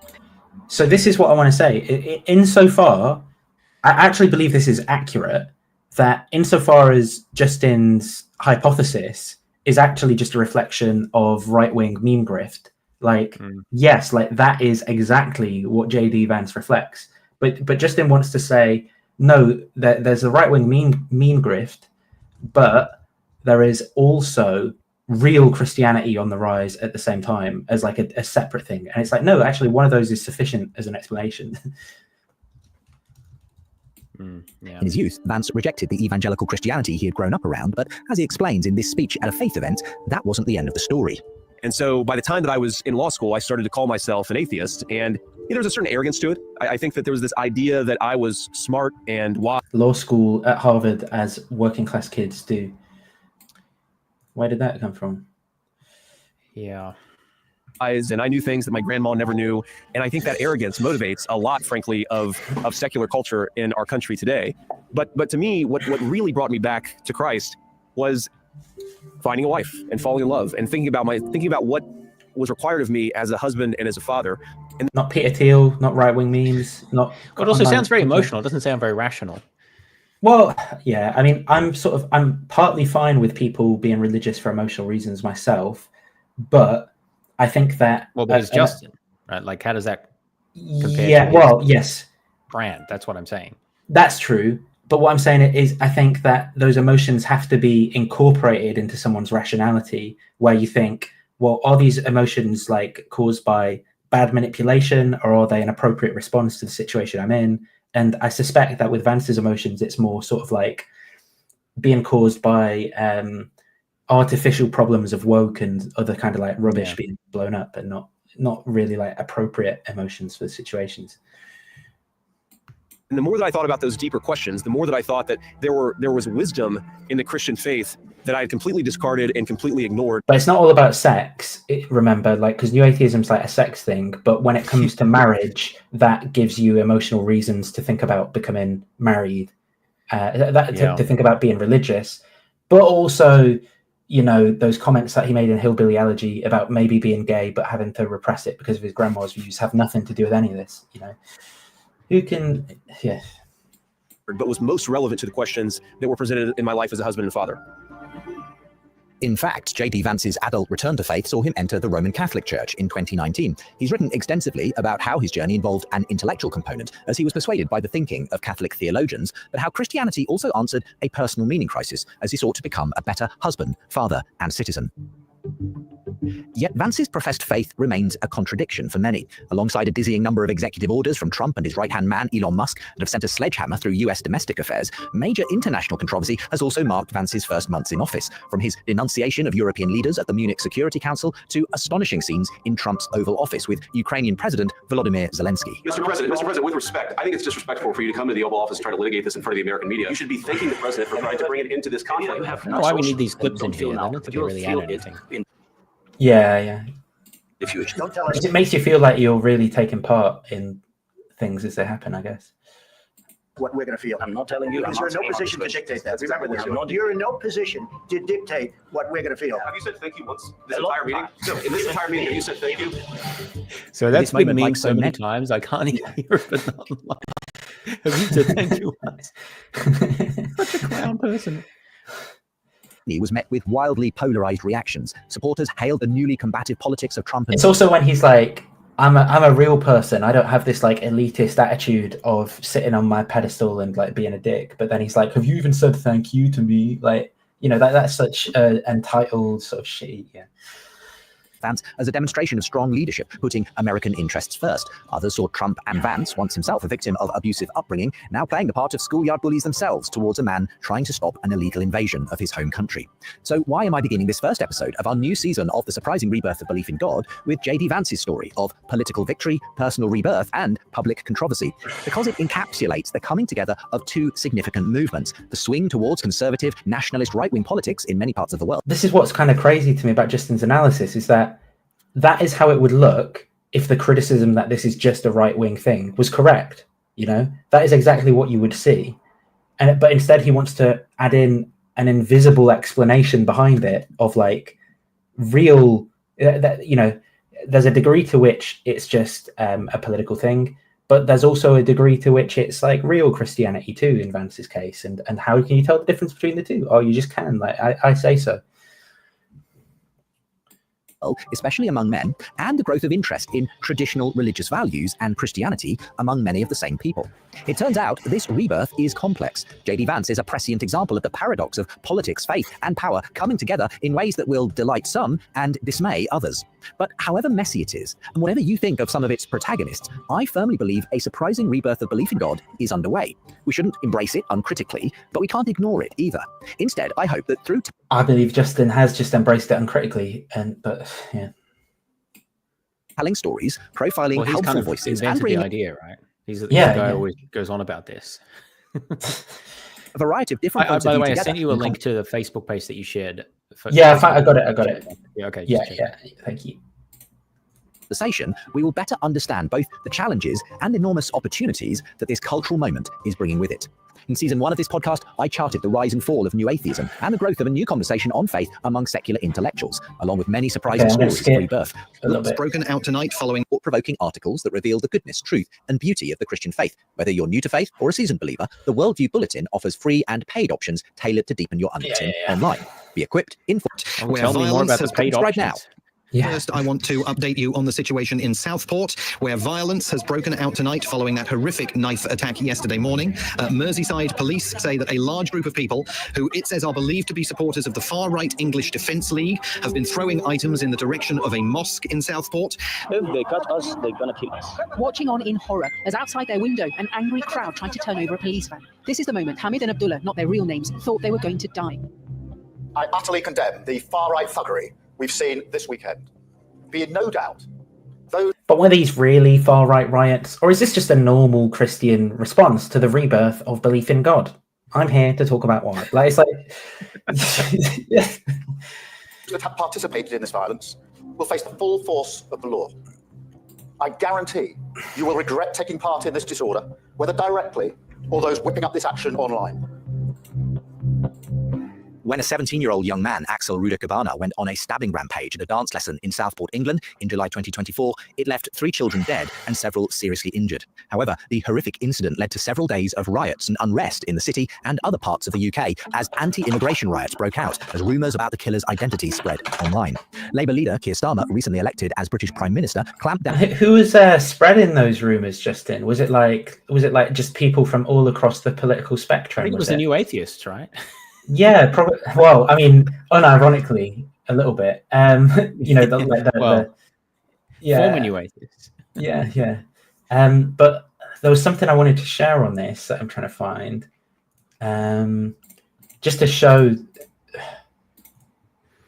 because I put something in a Substack thing that I wrote. Where was it? Where is it? Wasn't this? It was one of these. This one. Go away.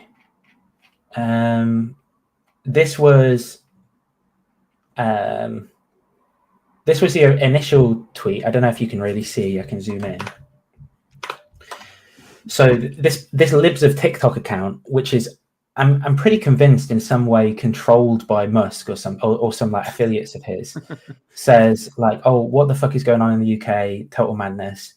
And this is right after, the attacks kind of broken on the news. And then this random account is like, the effects of mass migration and open borders. Elon Musk comments, civil war is inevitable. And you can see in the responses, the effects of like boosting that Elon Musk's engagement with these things has. And there's a lot of like studies people have done who are looking into, like researching misinformation and stuff.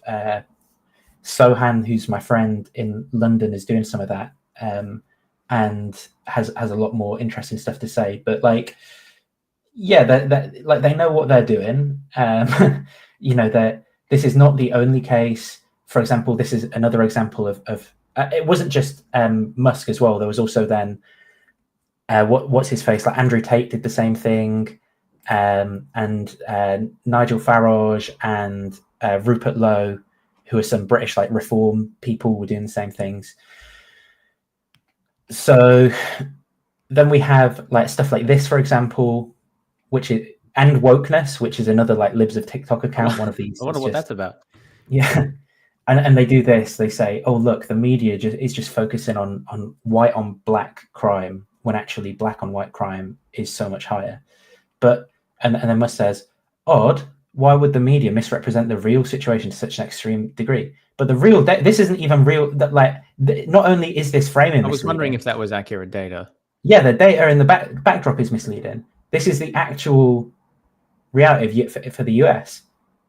Black on black crime isn't even as much as white on white. So, it's just, again, and this is his engagement with this thing. Look at that, So, I mean, these are just a couple of examples, but that's Musk, but it's also the people uncritically engaging with this are often Justin's pals like Douglas Murray, Ayaan Hirsi Ali, the people who are converting for good reasons and part of the rebirth are often the people falling for this type of nonsense, falsehood propaganda, and promoting it around and establishing and reinforcing these beliefs. So not today. Maybe another day.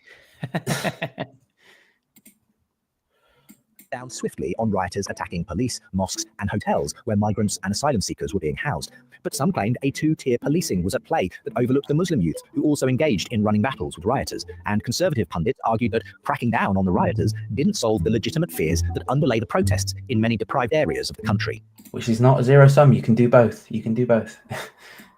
He and the Home Secretary are just going to keep on repeating the same mantra. This is all about far-right thuggery. This is not... But notice how, again, Justin doesn't engage with any of the criticisms of any of this stuff. It's all like right-wing spin on the whole thing. Vance is a good family man. That's why he come to Christianity. There's good Christian values that people have got, and they're just concerned about there being like more and more dark people. So when a dark person stabs someone, of course they'll be like annoyed and go and firebomb a migrant hotel. Like that's just a normal thing to do, even if the guy wasn't a migrant himself and was a Christian. Yeah, but he looked like one, right? Yeah, that's right. He must have been at some point, because look at his skin color. Yeah. There is an element of far-right, of course there is, but a lot of people involved in this are people who genuinely feel aggrieved and overwhelmed by uncontrolled migration to this country. If the society isn't working for you financially... And this is, again, correct analysis, if the society isn't working for you financially. Joblessness has actually gone up, and on top of that you have challenges to your identity. Well, of course, there's a cause right there. So completely agree, but then the analysis is going to be woke. Here's what we need to deal with that: tax cuts for the rich, policies which are going to favor stock market manipulation for people already invested in financial services, like all these sorts of things, which just make the wealth gap even worse for people and don't do anything to improve the conditions for people who aren't already benefiting from that messed up system. It's really bad. Not an ignoble one if it's about saying, I want to defend my culture and all that. Ignoble once somebody thinks that the best way of doing that is to pick up a brick and throw it at a policeman or a place of worship. Krish Kandaya is a Christian who works with refugees and asylum seekers. Speaking on the Re-Enchanting podcast, he explained why he believes some right-wing influencers are using anti-immigration rhetoric to play on people's fear. This kind of shift towards the extreme end of the right wing isn't just happening here, it's happening in lots of places around the world, around Europe.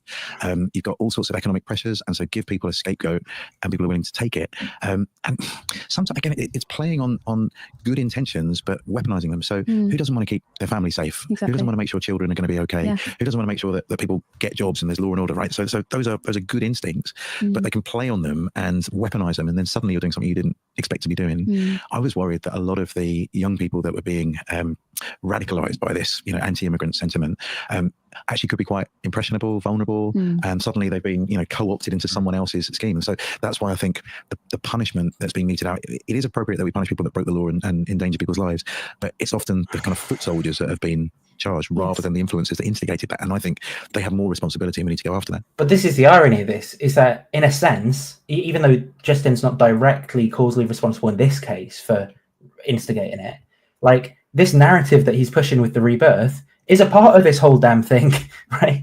Which is kind of crazy. Yeah, there's some pretty strong claims that he doesn't respond to. I think actually, I don't want to besmirch her name if it's not her, but I remember it's later in this video, talking about the all of the far right talking points and relating to Christianity. I'm pretty sure it's in this one. I don't remember where though. Christian I think it's near journalist Heather Tomlinson, it might be this one. Has written on the riots and says that while the violence is inexcusable, the lack of a proper conversation on immigration has not helped.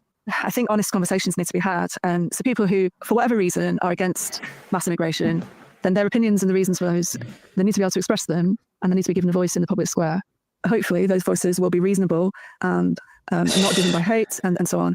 Yeah, so there's been no discussion of immigration in the UK in the last 10 years, has there, Nathan? I'm pretty sure that's like not been an issue. There's been no one talking about this. It's like you're just not allowed to discuss it at all. That was my understanding, especially with Brexit and everything. Like no one talked about immigration. It was like, no, you can't talk about this. That's pretty much right. You just can't talk about these things anymore.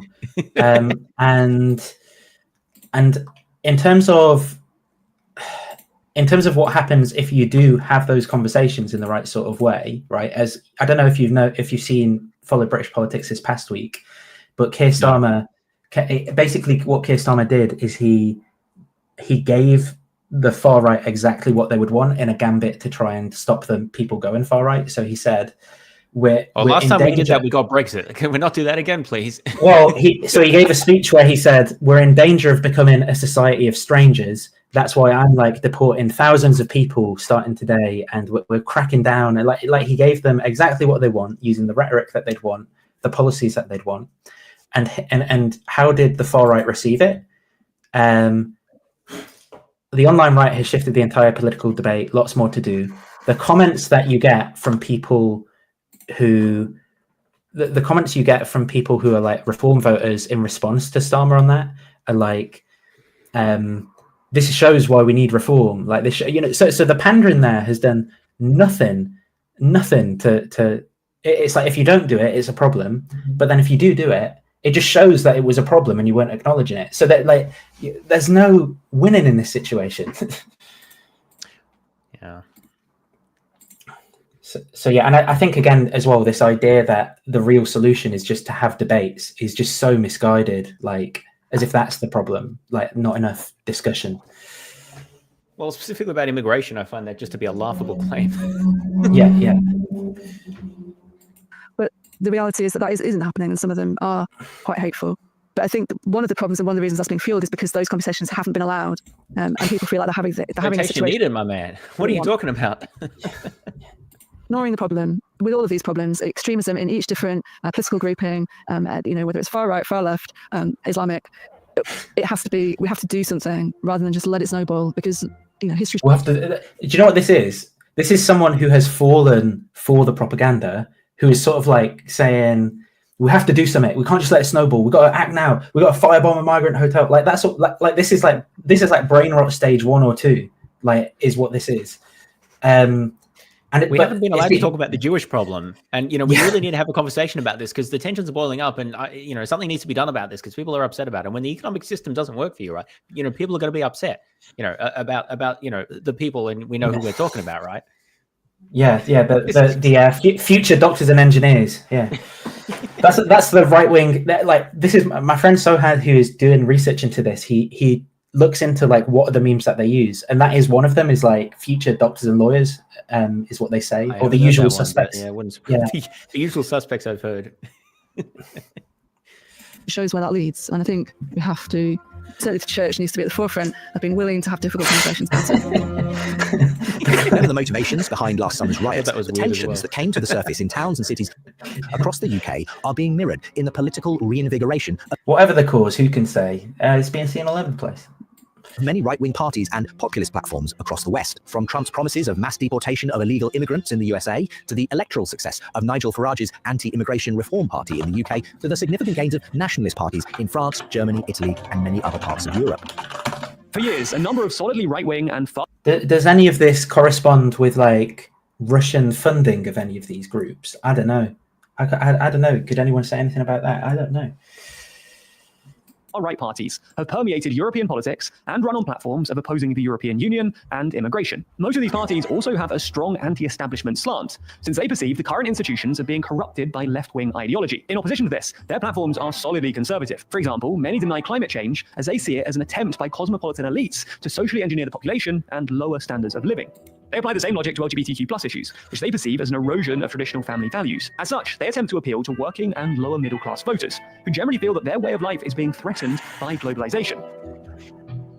However, the turn towards a more conservative-leaning politics is complex. In his election win, Trump made... And this is what's insane, a more conservative-leaning politics. It's like a millimeter is that what they away. call fascism now? Yeah, it's like... More conservative. How cooked have you got to be? Like, conservative leaning. It's literally, literally Hitler salutes. yeah. Well, yes, that it is literally Hitler salutes. Expected gains among black and Hispanic voters, groups that have traditionally been Democratic strongholds. Some say the result of the US election was as much about the Democrats losing touch with working class voters as it was the appeal of Trump's policies. But wider social changes are afoot, especially among young men who are becoming far more conservative than young women. That cohort is growing. That's why I don't think all of Gen Z are just left-wing white warriors. This is the self-styled Catholic reactionary Zoomer podcast host Connor Tomlinson speaking to Andrew Gold. I think as well, like even just the people he's bringing up, like Andrew Gold is like a horrible right-wing commentator with, constant. There's this one thing of his where he interviewed a female football player for England's football team, and he basically, like, she's not a philosopher or anything like that. He just baited her with like some stupid questions. And she like ended the interview, and he's like, "Look, the woke can't even debate me," because he was like a really rude dick to her. He's a nasty guy, and so so like slimy with his framing. Because obviously, then he had a load of commentary afterwards as well about how this shows how the woke just can't even. She was angry, but she couldn't explain why she was angry to my satisfaction. Because that's what happens when you get angry, when you get cornered, when you didn't expect it, and bullied into in a certain kind of way. It's just so annoying that Justin's adopting these people as like non-partisan commentators. There is a cohort of reactionaries who see that there is very little to conserve, who again grew up since 1997 when things did not get better, and who have looked for answers and are implementing that practically in their own lives, and politically are looking to the sorts of parties that are hoping to rectify this. And this is why I think the King's Speech just passed, and there was the commitment in there to lower the voting age to 16. And I'd wager that backfires. Give it 5 more years of worsening economic, cultural, and demographic conditions, 5 more years of alternative media and various political figures making compelling TikToks, and you're going to see a growing cohort of particularly young men, but also young women fearing for their safety, voting for the likes of Le Pen and Bardella, or the AfD in Germany, or Farage in the UK, or particularly in November, Donald Trump. I don't know that you can make predictions like this about the youngest. That claim's cohort. definitely not borne out by the US data. Younger people are not more likely to vote for Trump than older people. Yeah. I don't know about those other parties. I maybe he means either. Maybe he means compared to historically or something, but it still wouldn't change the fact that the vast majority of the left vote share. Yeah.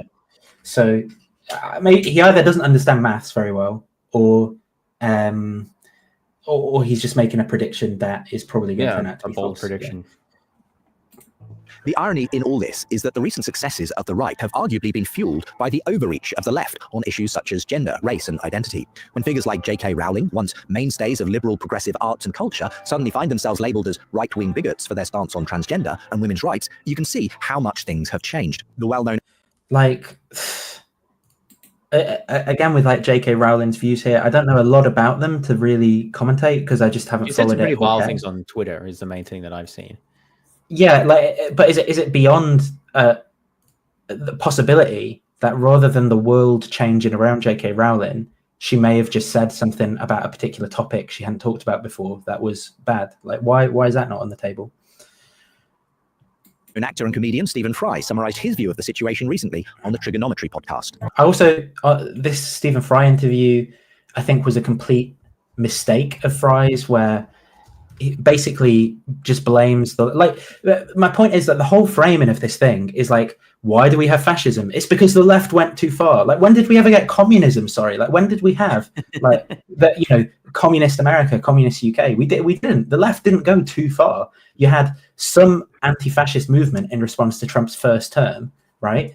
And there are some people whose views are off and like too far, but there was never like an appreciable movement that was like that. There's just nothing like that. There's nothing like the left-wing equivalent of MAGA that has gone so far in the opposite direction and gained power and had effects. Unless you look at like the Soviet Union. Most of the time, the left's greatest sin, seems to me, and I speak as a sort of leftist, is they would rather be right than effective. Mm-hmm. And that to me is I'm very English in that regard. I come from the empirical tradition, and things should work. Things should have an effect. They should, and if it's simply just the usual screams of racism and so on, then that's not going to help. It's not going to help stop. Except in Australia, the left made some gains in your recent elections, right? Was that because of Trump effects? Well, yeah, people say that. I think that probably contributed. It's important to understand that the Labour Party, which is our left-wing party, is very centre-left. It's not very well. I mean, it's all comparative, right? Like, our politics are different to US politics, but the Labour Party here is probably generally comparable to the Labour Party in the UK. So they're quite centrist. It's very much like post what's his name, post Blair Labour. Right? So so it's not like, but the point is like, there are people on the right who see that as like, this woke threat, right? Where it's really like very middling mainstream, like milquetoast leftist sort of. Yeah, it's 2000s globalist. Yeah, like I kind of like that sort of politics, but when you say left wing, it's like, it's very centrist. Yeah. I think in Australia as well as Canada and other countries, there has been somewhat of a reaction from people seeing what's happening in the US and some of the conservatives who lent too much in that direction or used similar talking points. And they're like, we don't want any of that here. Thank you. Not everyone, of course, but enough to make an appreciable a shift in the vote. The rise of reform. It's not going to stop the terrible deaths of immigrant families coming in on rickety boats across the channel. It's not going to help anything. And almost everything that I dislike about the rise of the right in America and here and in Europe, I can say is probably the fault of the left. I mean, I just think it's just a lazy analysis, I think. I mean, it's the fault of the left in the sense that they haven't politically engaged well enough to win in the landscape that they've occupied. I mean, the Democratic Party should never have nominated Hillary Clinton as a candidate. Like, she's the least likable candidate imaginable. It's a horrifically bad decision. Yeah, there's things like that, but there's also, I think, criticize, of course. It's a mistake, for example, I would say not to have had primaries or go with someone like Bernie as well, which is offering a genuine, I would say, left-wing alternative. So then you actually have a difference that people care about, that you have some evidence for a movement that people want to get behind. And then you have the reason that Trump has momentum in the US is because he's seen as a genuine alternative. And if you're saying we'll do the same thing, right? If you say here's another genuine alternative, now you've got a story to tell. And politics is a messy, weird thing. I'm not saying that is perfect, but I think that would have been a better approach than what they did do. So like there's a sense in which it's the fault of the left, I would say, but I think there's the sense in which Fry means it, which is like they caused a reaction because they went too far. That is just bullshit. Like, it's not true. They did not go too far to the left. As Fry indicates, as activism has caused the left to lurch even further in progressive directions, those who might have once considered themselves left-wing or centrists now find themselves on the right of politics on various social issues. That all gives... Not because they've changed, of course, but because the ground has shifted underneath So them. this is a very common narrative, and it is also... so I've seen Elon Musk explicitly endorse this narrative. He shared a meme about this, where he stays fixed and like the left moves so far left that he's now right. Carl Benjamin has also said something similar to this. I don't know if he still says that, but I've heard him say that before. So this is a common narrative for people who used to call themselves like centrists, but now they're very obviously right wing, and they claim that, well, this is because the left went so far left that now I'm on the right. And whilst you can't say that that doesn't happen for anyone, obviously there are changes in the political landscape. But on the whole, I think this is cope, and I think this is not true.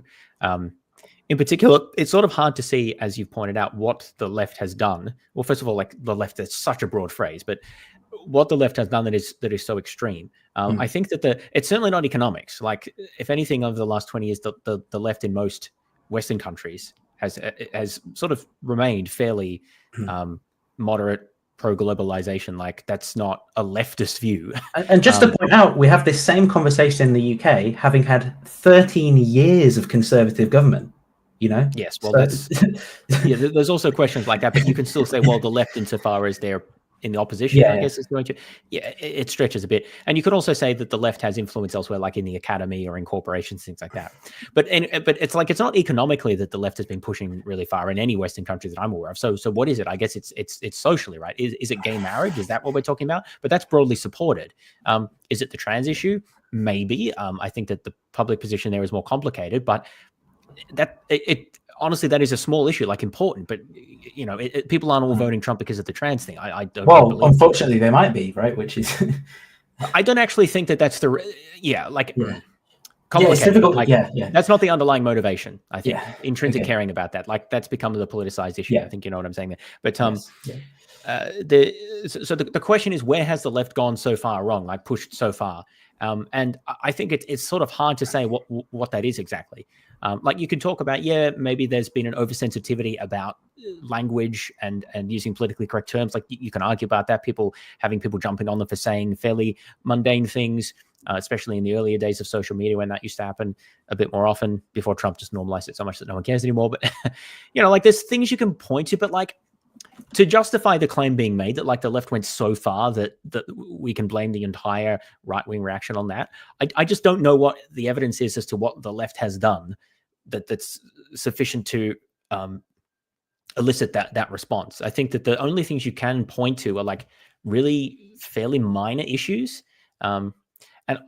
Conversely, I think the big issue that does explain these phenomena is dislocation in the workforce and increasing inequality due to globalization and skill bias technical change, which are, by the way, not issues that any side of the political spectrum is like unique about. Like all of the mainstream parties until recently supported globalization, and there was no significant difference in policies there. It was just like slight differences at the margin, right? And skill bias technical change is not really something that any political party can do much about. That's just underlying structural change in the economy. So these economic changes are not really don't really differentiate left and right very much. And then as for the other issue that I think explains the support, I think it's immigration. And there's been pressures for higher amounts of immigration from developing countries in Europe in the 2010s. That was largely stemming from the Arab Spring and increased disruptions in the Middle East, because you had civil wars develop in Syria and in Libya. and of course the war in Iraq and subsequent insurgencies against ISIS and so forth. And more recently, you've had the Ukraine war, of course. So there's been increasing disruptions there. And in the US, there have been, in the late 2010s and 2020s, there's been a surge of migration from Central America, which is due to a complex combination of factors. And that's really pushed anti-immigration sentiments in the US. So complex set of factors have led to increased immigration or attempts to migrate into Europe and America in particular, which has really pushed up anti-immigration sentiment. So I think these are the two factors that I would advance as explaining the rise of the far right, which is then amplified through social media and all these other factors. It's essentially immigration plus economic changes, which increase disparities. And leave certain demographic groups relatively behind, especially when there's a gap of education and rural, urban, and other things that exacerbate that. Like there's in Germany, for example, it's the East and West Germany divide. In America, it's like North-South and also urban and rural. But anyway, these are the point is that if you're trying to explain the rise of the far right and these sort of nationalist movements, these are the factors that I would advance as being more plausible explanations. But the idea that it's like the left going too far, well, what's the evidence for that? Like, what have they done that's gone too far? And yeah, I mean, as you said before, Nathan, I don't see it. And none of these people seem to make a claim as to what that's supposed to have been. Yeah, I don't think it's, I mean, other than vague references to like woke or something, which could mean anything. Yeah. Also, someone in the chat said like denying biological reality we got as well. And it's like, I mentioned the trans issue, which I assume that's a reference to. But even putting that aside, it's like, this is where the inconsistency is, because where did any left-wing government ever determine the uses of language in the sciences? I only have examples of the previous UK Conservative government doing this and the current Trump administration, like literally politically dictating what scientists can and can't say in their own disciplines, right? I cannot find any example of politicians saying you can only think about science in this way from the left. So regardless, like, I think the point is false, like in terms of the way that it understands the use of language in science and all that. But regardless of that, where are the examples of the left doing this politically? It's just not true. I think the claim might be that the left tells us that we have to call men women and women men, and that's a step too far. Whether they're in government or not, they're like telling us that. Yeah. And in that case, it's just going to be that that's not what they're saying, right? That's you sort of forcing them to be saying something that they're not quite saying, like by equivocating. I think it doesn't. Well, yeah, it's interesting to speculate as to how important that is in motivating people. I think it's been massively politicized over its actual importance.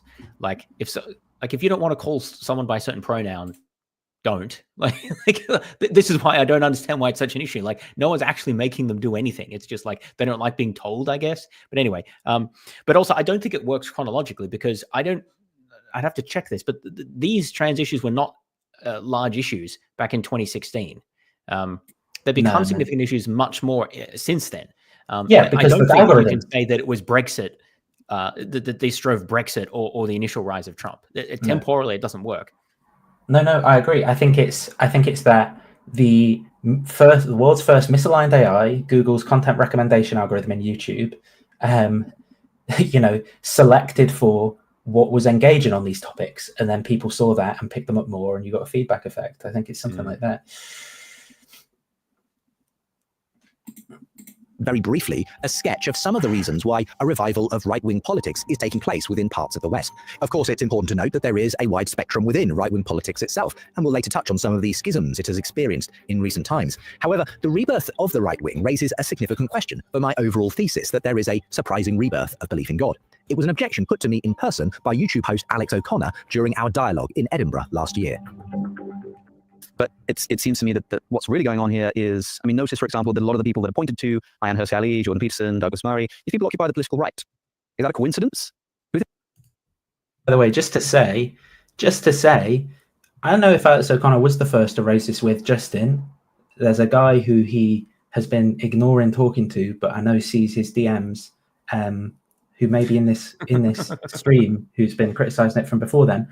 I don't even know that Alex was making this criticism a year ago. I think Alex was on board with some of the immigration rhetoric and maybe we need an alternative in reform at the last general election, just to point that out. It may be pushback from people in his close circle that has led to recent revision of views. Who can say? I don't know. Do you think that Douglas Murray considers himself to be Christian adjacent because he's sort of sat in a room somewhere, prayed to God, and started to hear someone talking back? Or do you think he's just upset with the way that the country's going, has been convinced by people like Tom Holland to identify the Western civilization ethic with Christianity, and therefore started sort of cozying up to Christianity as a defense mechanism against Islamism and wokeism and Putin and China? So there's a rebirth of anything. I think it's a rebirth of, the utility of religion. So, this is the question that Alex and many others have posed to me since I began this podcast series. Is the rebirth right-wing? It's certainly fair to say that many of the examples I focused on from those who are talking about the value of Christianity again, think Jordan Peterson, Joe Rogan and Douglas Murray, as well as some of those who have converted, such as Ayaan Hirsi Ali, among others, are all broadly anti-woke and conservative-leaning on many issues. Now, does that mean this is just a cynical co-opting of Christianity for a political agenda that mirrors the current conservative backlash against progressive ideologies in various parts of the West? That's the question I'm attempting to unpack in this episode. At one level, it's no surprise that those who are interested in conservative values... I mean, pretty much, right? Like, what? There's not really. Thanks for listening, everyone. If you'd like to, like and subscribe. I'm trying to think. Is there anything else? I mean, I think the biological sex stuff is going to come up, but I think some of the just a couple of the points in the ARC thing are probably on the agenda, and then we'll go to the demographic data. So, streams were dedicated. This one is like. Justin's still lost. He's wondering, is this just right wing? And so what he does is he attends Jordan Peterson's conservative conference for political revival of conservatism in the West and wonders, am I here because this is a right wing movement? Are we the baddies? turns to his left, just like a swastika. Turns to his left, swastika. Yeah. How did this happen? But I'm a Christian. I can't be a Nazi. I know they're incompatible. Yeah. This episode is brought to you by LifeLock. It's tax season, and we're all /podcast. Terms apply. Hi there, it's Justin. Just before we jump into today's episode, I wanted to check something really important. Are you subscribed to my Think Faith newsletter? If not, you're missing out on articles, news, events, and updates. Subscribe today, and I'll send you pictures of me on Zoom. For the newsletter or... The choices. You either renew the original inspiration, or replace it with something else equally good, or decline. And all the great civilizations of history, they're in ruins. We are the first generation to... It's also like all this like civilization talk I find so strange. Like, why do people have to think of themselves in terms of like a great civilization instead of just, What does it mean that all of the great civilizations in history are in ruins? Like the Chinese civilization is still around and thriving, as is the Indian, as is Western, if we want to call that a civilization. Yeah, so you're unclear how that term is being used here, but like they're not all in ruins. Like many still exist. Yeah, I don't know what he's talking about. I think that this is because conservatives in particular love the decline thesis that like everything's falling down and society's about to crumble. But like actually, and then they say, oh, this has happened so many times historically, but it actually kind of hasn't. What you tend to see is that there's change, and there can be periods of decline, but there's also change in reinvigoration from outside and responses to changing circumstances. And it's pretty hard to find examples of large complex civilizations that have just like fully gone away. It's mostly the relatively smaller civilizations, like for example the Maya, who contracted quite a bit, and the Spanish sort of mostly finished them off. There are still Mayan people around today, but the civilization doesn't really exist anymore, I think is sort of fair to say. But they were never as large as the other competing civilizations. And the point is, like, I'm just pushing back against this historical narrative that is like, oh, every civilization falls and it's because of like cultural decline or turning away from the fundamental values or whatever. Like, I think that this is just wrong. Yeah, it doesn't even really make that much sense when you look in the history a bit. Like you think, well, the Roman Empire went away, so it must have declined. And it's like, well, sure. Yeah, and the best case for this, by the way, why did the Roman Empire decline? What happened around that time, everyone? Come on, say it with me. Christianity. I don't know. Oh, yeah. Christian just at the time the West was going downhill. That's literally the best example of this happening. I just want of like a religious change leading to the. No, I don't actually believe that it declined because of Christianity. Right? I just think it's hilarious that like this narrative. That's the best example that supports their narrative of like religious change or like value change leading to civilizational collapse, and it's the exact one that they don't want. Even within that, as you pass it up into like, okay, so you've got the Eastern and Western Roman empires. You've got that becomes Byzantine, that becomes, like Europe and all these kingdoms, and then you've got Holy Roman Empire. But if you look at these things continually, Harry got woke.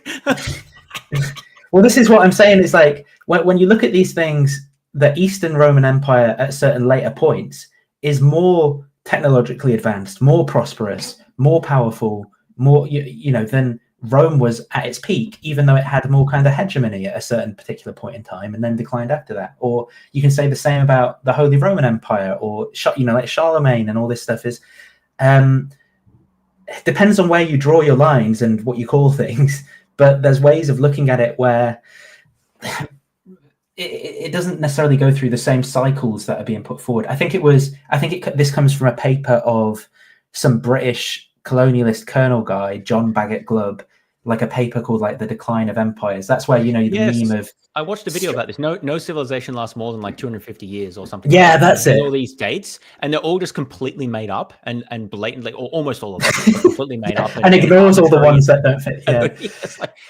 But this mindset, if not those specific dates, this mindset still seems to be active in for some conservatives, because I hear this sort of these sort of appeals to this narrative about civilizational decline and past empires falling or civilizations falling, and the need to preserve values, which I think it's all just based on a completely inaccurate reading of history.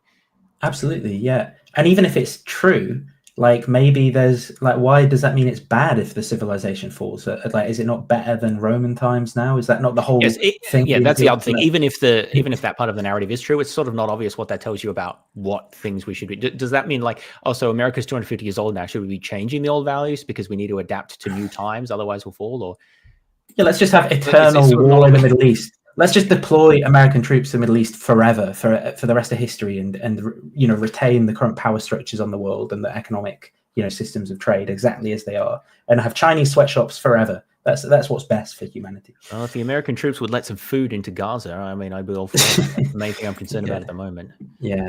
It's utterly insane. Anyway, it's another discussion. Yeah. Run a large-scale experiment to actually try to do Western things, cut loose from our spiritual roots. Let's aspire to build or restore the nation states on which our security depends. I and Hersiele talk about the pollution of the blood of the nation. Nation states? Yeah. Why does she think that security depends on nation states? I mean, fundamentally, like I would say security depends partly on nation states because they are the prime actor in geopolitics, but it also depends on international institutions like the UN, NATO.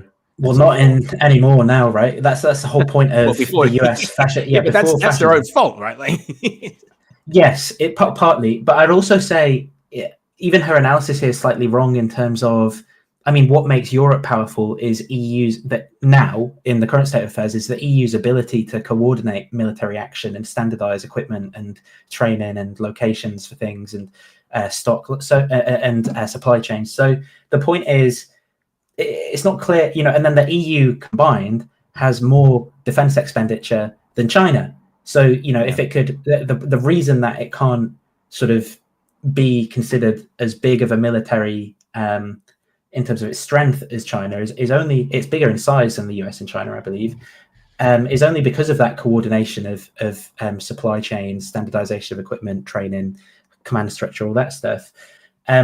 So there's like a really strong argument there for a non-nation state military organization, right? That's like pan-European, European federalist. And even if you look at America, it's complicated how you would look at it between the relationship between the federal government and the states themselves. So yeah, Ian Hersiele's claim is just this bizarre, I think, low resolution, nationalistic, pandering rhetoric that doesn't make much sense.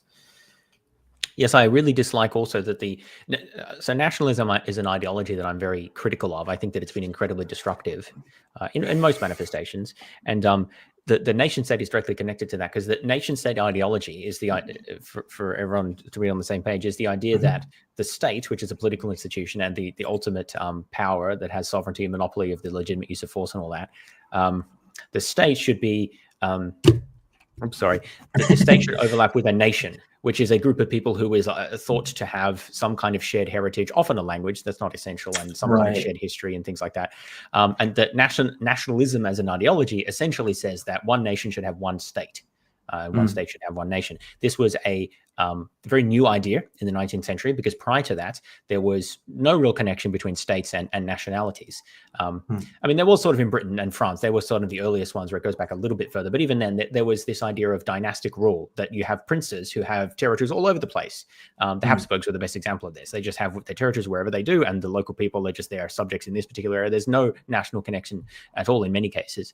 But the idea grew up that no, there should be one government for the French and one government for the Germans and for the Italians and all that. And that idea particularly was very important for fostering unification in Germany and Italy. Previously, there were many small states. This idea was obviously convenient for national rulers because they could use it to justify their rule and for increasing power over like smaller princes and other rulers. It's also a reason why the Holy Roman Empire sort of struggled to continue, or its successes, because of the pan-German nationalism. But of course, what you define as a nation is highly contingent.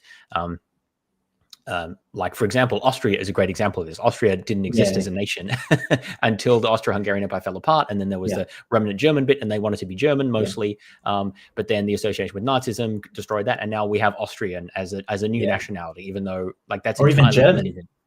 Well, Prussian unification. Absolutely, right. And Bavaria could have easily been a separate state, right? But the Austrian one is just so obvious because of the history of the 20th century that was just created purely in opposition to Nazism, and wanting to distance themselves from that, framing themselves as a victim, as a separate people, rather than as essentially, Germans, many of whom did support Hitler. Of course, not all, but then neither did all Germans. But anyway, so the point I'm making is this is an ideology which says that nations should have states. And depending on how you define a nation, if you define it in pseudo-ethnic terms, which many people do, then this gives rise to a justification that in order for our state to be secure, the state needs to preserve its national identity, which is a reason to oppose immigration, right? Because they're not part of our nation; they don't belong here.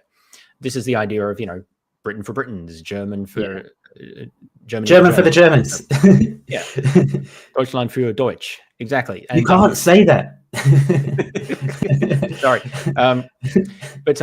But this is why I think that this is it seems like it's a sensible thing to say, we need to strengthen nation states. But to me, that's really just a call for xenophobic restrictions and an opposition to multiculturalism. The idea that you can have multiple cultures in one state, which historically was the norm. Holy Roman Empire was mostly German, but there were non-German peoples in there as well, like the Bohemians and some Poles and so forth.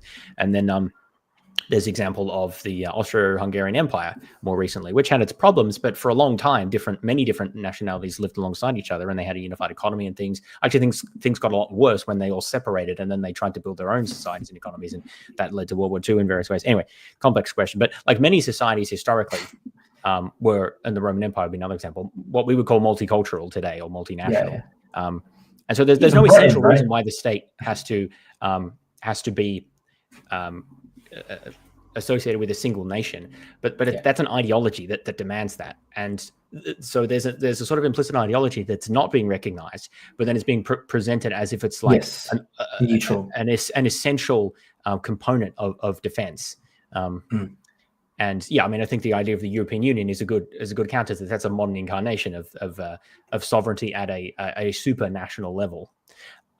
This ideology is also one reason why a lot of conservatives, especially in the US, dislike the UN, because it's a multinational organization, and they kind of just don't like anything that exists outside of the nation state level. They just want, especially Americans, they just want to do their own thing. And it has a strong history of isolationism as well. But it's it's almost like the problem is presented in nation state terms, and therefore the solution has to be in the form of nation states. It's like, well, the problem is that we have people coming in who aren't part of us, right? And so that's undermining our existence as a single nation. And this is a problem because only nation states can have security. Like, that's the basis of security. Right. But that's only a problem because you viewed it that way. Like, you've defined the term, viewing it that you have to have because you're thinking, with a single identity. You're thinking of like a geography map with like a wall around it where the army is, like some Hearts of Iron 4 map, rather than the reality of the situation, which is lots of different communities. Well, you can make it that way if you really want to. And this leads to what happened with the fall of Yugoslavia, right? That's another example where different nationalities lived alongside each other. I mean, there were many problems. It was dominated by the Serbs and so on, but I don't think that was an essential aspect of the state.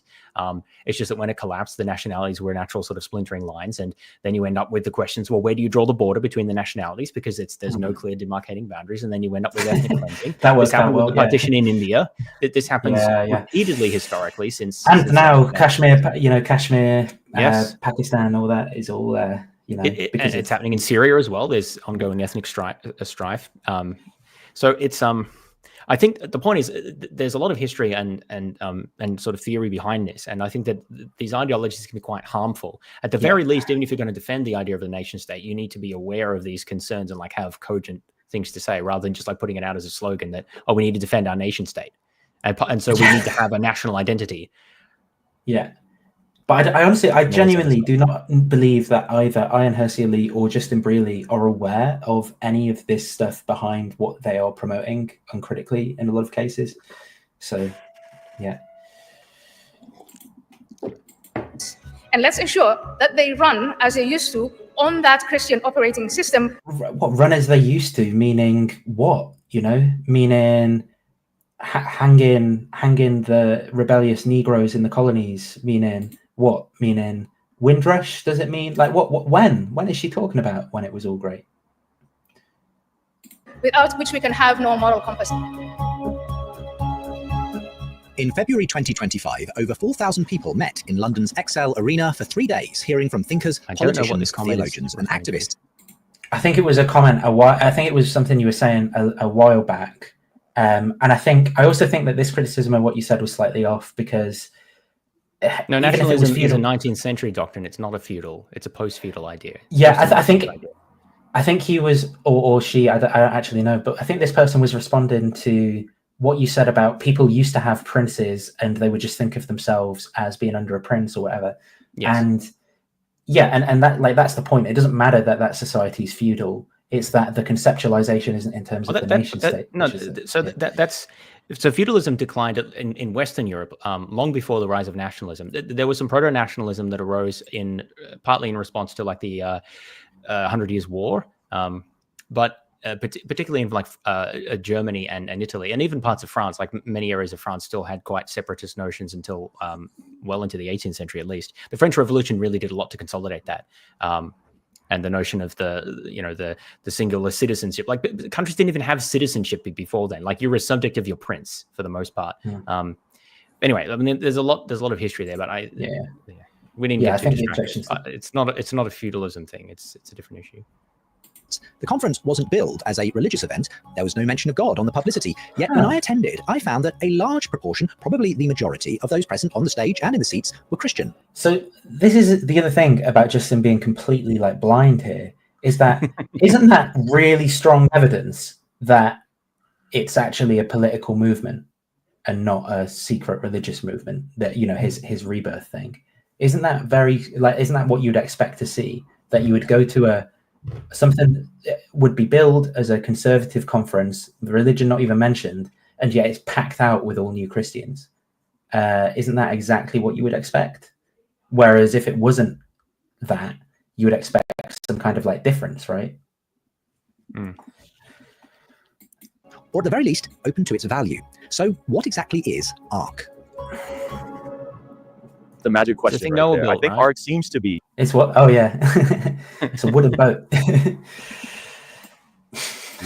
The response to the World Economic Forum elite types on the left?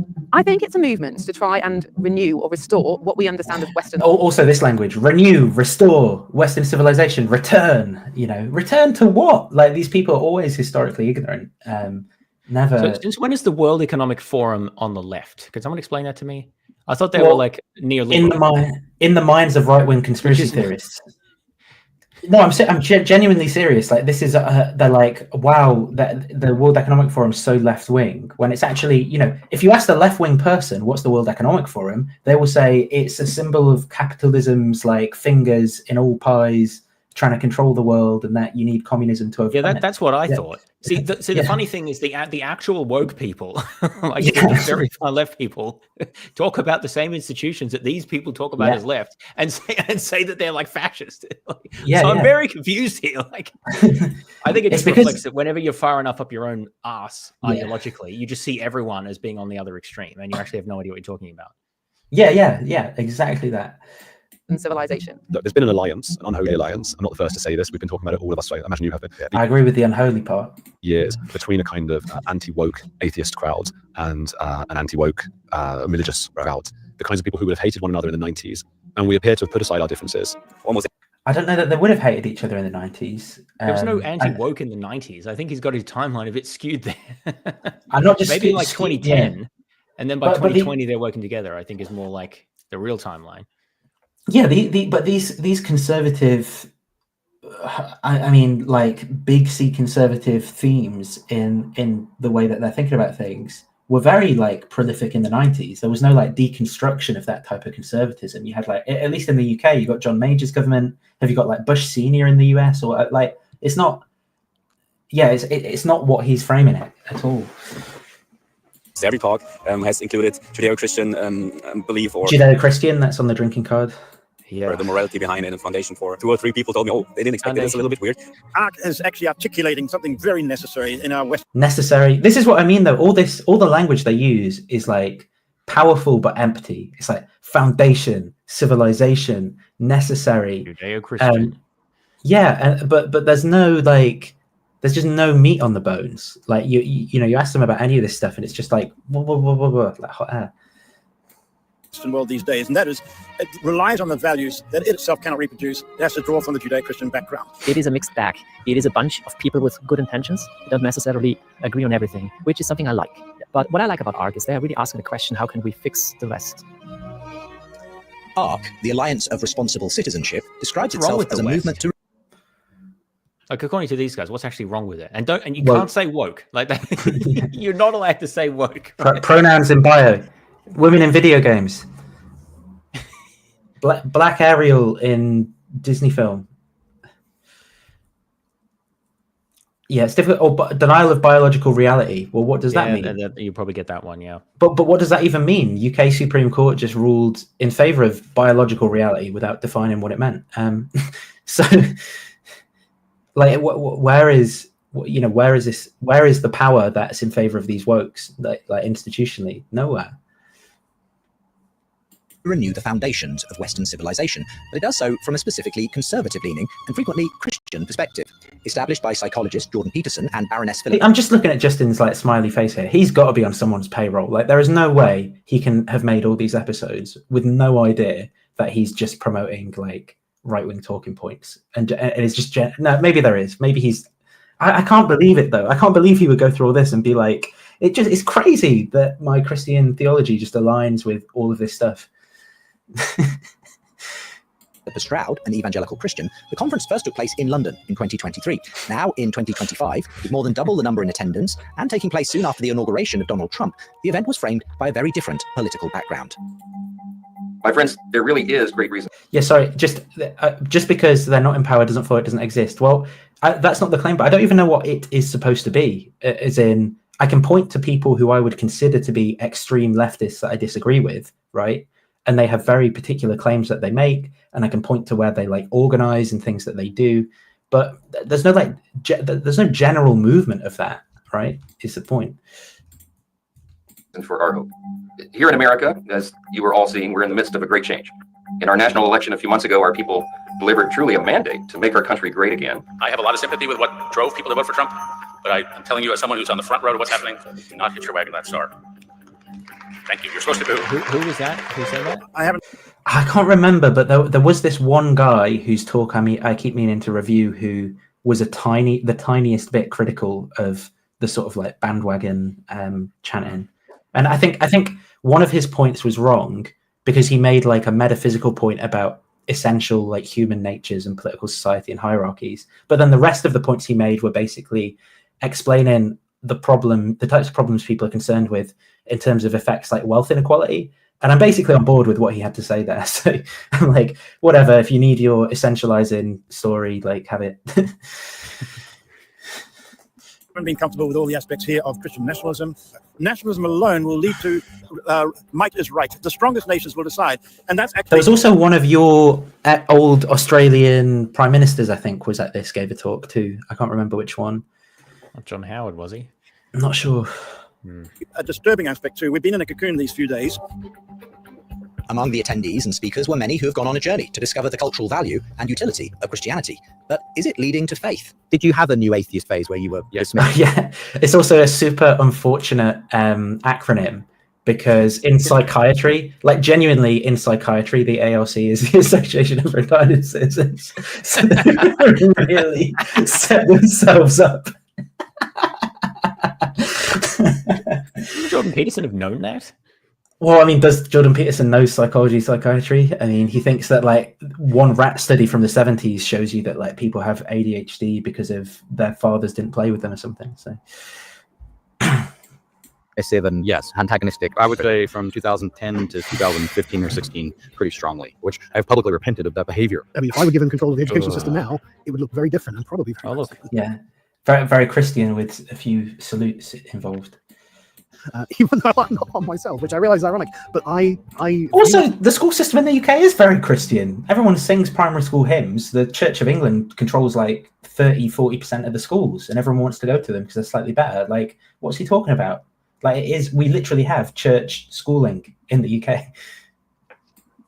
It's going to get to a point soon, I think, where, well, maybe in some country at least, where the Christian schools are going to be the woke savior from the like crypto fascist like public schools. If these people take over the education. Yeah, we'll need the Sargon youth. Crazy upside down land. If we were not already there, how could we? Yeah. Christian faith will not do anything for civilization if it's viewed as useful. It will do nothing for civilization if we turn it into a psychological version of whatever. It will only be true if it's and effective if it's understood to be true. Huh? The thing is that homo. It'll only be true if it's understood to be true. What? Yeah, it's just a mess. Thing to say.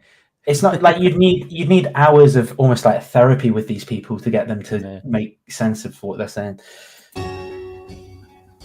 Since beginning my own journey charting the surprising rebirth of belief in God, I've been aware that many of the most significant voices influencing culture back towards the value of faith have been gathering under the banner of ARC. I've also been charting, as you'll hear on the first 2 episodes of this new season of the podcast. And this is the other thing, is that he's still framing all of this stuff as if it's like some subversive minority movement, when this is literally the political norm in control of the US military and, you know, like all sorts of populist governments. Nathan, who really supports this? So apart from the richest man in the world and the most powerful political leader in the world, who else is supporting this stuff? Like, you got to think to yourself about this.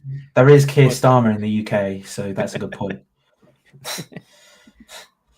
We do have 18,000 fieldable infantry, frontline infantry, so that is some power.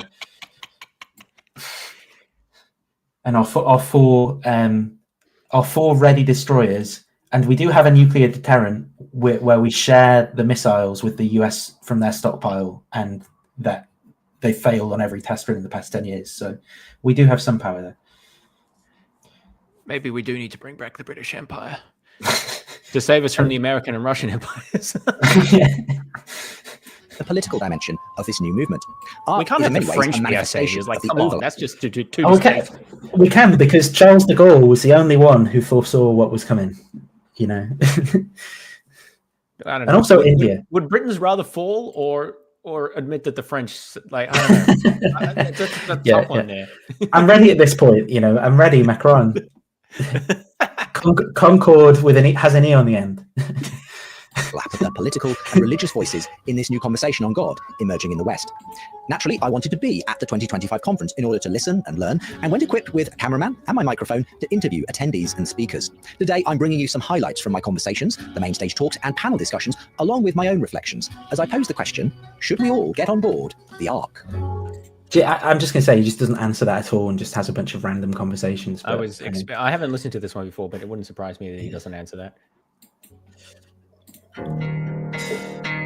I presume the answer is he thinks that we should, because like he's put himself on it, right? Like that's the image here. He's on the arc. He's in the middle of it. So like, what does that indicate? He's got all these figures surrounding him from that movement.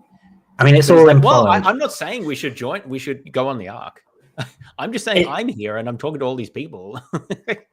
It's all implied, and I think it gives him the plausible deniability whenever one of these guys does a Nazi salute. He can go, well, you see what happens when it's not real Jesus.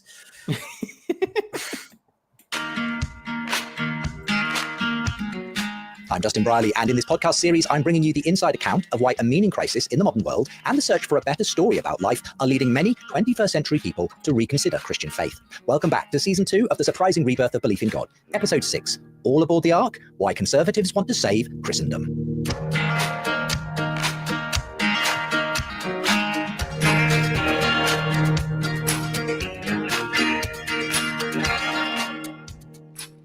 I was vibing to that. Acura's all-new ADX, a compact SUV that isn't just built for one thing. Not vibing anymore. Match your energy. The principles and It's so lazy to leave those in. because those of us Yeah, I don't know what's going on with him. How many views does he get on these things? Like, Not a lot. only what? Yeah, not a lot, to be fair. I guess it's because he's not using or hasn't been allowed to use Premier Christian to do these. I don't know. Also, there's a discussion on Premier Christian being uploaded in the next, who knows, future that I had. So we'll see that when that gets 500 views. So you're the woke Who love atheist who our calls in and nations calls and a who- ruckus, are you? It was actually quite funny because they framed me as like an evil atheist, like in the discussion. They were like supporting what else the would you naturalist atheist position. Well, that's what I'm saying. And then when my views were all like, do you know what? I actually just really care about combating fascism and I quite like religion. I find my psychology is very religious. They were like, what's going on? It was a very funny experience. love the principles and values on which it is founded, know that there is something that is wrong. We know that the narratives and the stories that we are telling ourselves about who we are and about our future is damaging us. We are living through a civilizational moment. We are living through a social revolution, a complete experiment. We're living through an energy revolution and a technological revolution. And like in the days of old, we're coming together to decide what is to be done. It was Frodo who said to Gandalf, I wish it need not have happened in my time. So do I, said Gandalf, and so do all who live to see such times. But that is not. Like these people like to make What are they fun of talking about? atheists for being into Star Wars or whatever, but Nothing wrong it with was Lord of the Rings. Frodo I who just said not to showed that Gandalf. this quote. So this quote is in the context of Frodo saying that he's upset that he has to bear the burden of the ring and deal with Gollum and like all of this stuff. Why does he have to be born in such times when there's an evil literal Dark Lord who's trying to enslave the entire world? There's no ambiguity about that. Like that is what is happening in the story. So who is the evil Dark Lord in the analog? Like who is trying to enslave the whole world? I guess it's like, was the woke Pope? Like who is this? Yeah, Or this is the usual suspects. Like what? Like what is the analog? How's this allegory working? This is sort of the other thing in terms of all of their sort of mythologization, is that it fits far better to viewing Trump as the evil guy and Vance and stuff, and like wolves in sheep's clothing, massive evil empires of power, destabilize geopolitics. Good people pray for them in that time, and they'll try and do what they can. But it's like all of the sort of, even if you take the Lord of the Rings sort of story of it, it's like with say Ukraine or Ukraine, Palestine, any of these places, it's like, will Rohan come to Gondor's aid sort of thing? I mean, not to make, I don't know, I don't want to make Hamas Gondor, but like the thing that is... Yeah, but Hamas is clearly not Sauron, right? Sauron has overwhelming military force, huge armies, like a big tower that he lives in and no one can get him there. It just doesn't work. Like that's what I'm saying. Like who is Sauron if this is the allegory you're drawing on here? It's Peter. Doesn't Peter Thiel literally have like an AI like device for identifying victims of genocide? That's called something like Sauron. Yeah, like because I don't know exactly what it's called, but I'm pretty sure that. I had a company called Palantir, I believe. Yes, yeah, I think, but it's a product of Palantir. That's how they say it in the. It's a product. Yeah, he has. It's a product of that company that is being used by the IDF. Yeah, but anyway. Interesting. I didn't know that. Yeah, because I seen as well. They did like a product demo. That was one of the most terrifying things I've ever seen, because they were talking about the battlefield of the future, where you've got all these weapon systems connected up to an LLM. And I was like, imagine that thing like hallucinating or. Like I don't know what they're actually proposing there, if it's just hype, but I was like, this could be the craziest, most, like, hey, you're typing in the target in, like, I don't know, you're trying to fight a Chinese amphibious invasion of the Taiwan Straits, like, and it's like, target locked on Chinese cruiser. By the way, while I was on the topic of white genocide in South Africa, yeah. Well, even like, if you ever try and play chess with it or something, for example, and there's a move that you try and it says, no, that's an illegal move, and then you go, no, it's not, and then it goes, yes, you are correct, you've won, or whatever. Like, imagine these sorts of things in a context where there's lives on the line and bombs and things. It's just crazy to me. But yeah, anyway, it'll all be fixed. Don't worry. The point is, Peter Thiel has also used. He names his products and companies and things after like mythologized things from Lord of the Rings. Not for them to decide. All we have to decide is what to do with the times that we are given. With Tolkien's inspiring words kicking things off, Jordan Peterson took to the stage to a standing ovation. The foundational texts of Western civilization, the biblical texts in particular, are an extended study in the intricacies of sacrifice. And this is what annoys me about this narrative is that he's also always excluding things that aren't Judeo-Christian in the canon. And even what's Judeo is like kind of complicated mix of weird pagan desert god religions. So it's just some like nonsense sort of, what is the influence of other places that you wouldn't want to consider? Firstly, a lot of that influence is actually Islamic in terms of mathematics, algorithms, the introduction of Greek philosophy through the preservation, all that stuff, all just gets ignored and downplayed. And even that Greek philosophy, Plato and Aristotle, right? Like, if you're going to say the foundational texts of Western civilization, plausibly the Bible is there, right? But you've also got to have Plato and Aristotle. Like, I don't know how you could argue against that. And so we've already got a synthesis of multiple traditions here.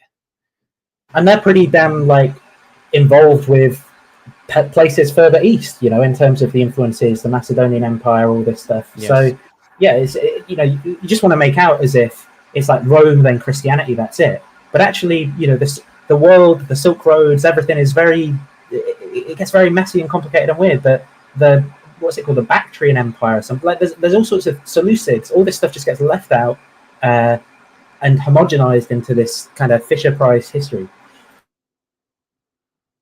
I don't know what's happening on Nathan's end, guys, by the way. I think it's the Illuminati trying to get him or something. Yeah, sorry. It's because I'm boiling the kettle. It will be gone in a second. Emergent discovery or realization that the sacrifice most pleasing to... And just, we can't comment on all of Peterson's word salad, but emergent, like, he wants to make it sound like he's doing some rigorous analysis that's scientific. Like, what emerges from what? What are the laws here that are at play? It's just, all he means is happened. He just means something happened after something else. To God that sets the world right, that creates the order that is good or very good, is the sacrifice that tends towards the ultimate. And the Christian drama portrays the sacrificial process in its...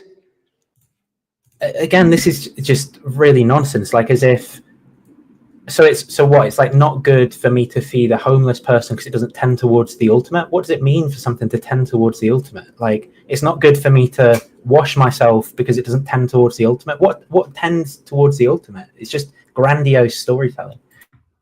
Oh, I think everyone at that conference was like listening to this, his usual word salad, nothing, and they're like, "Oh man, this is so deep! Don't you think this is so deep?" I'm like, "Yeah, this is so deep, bro." It's like.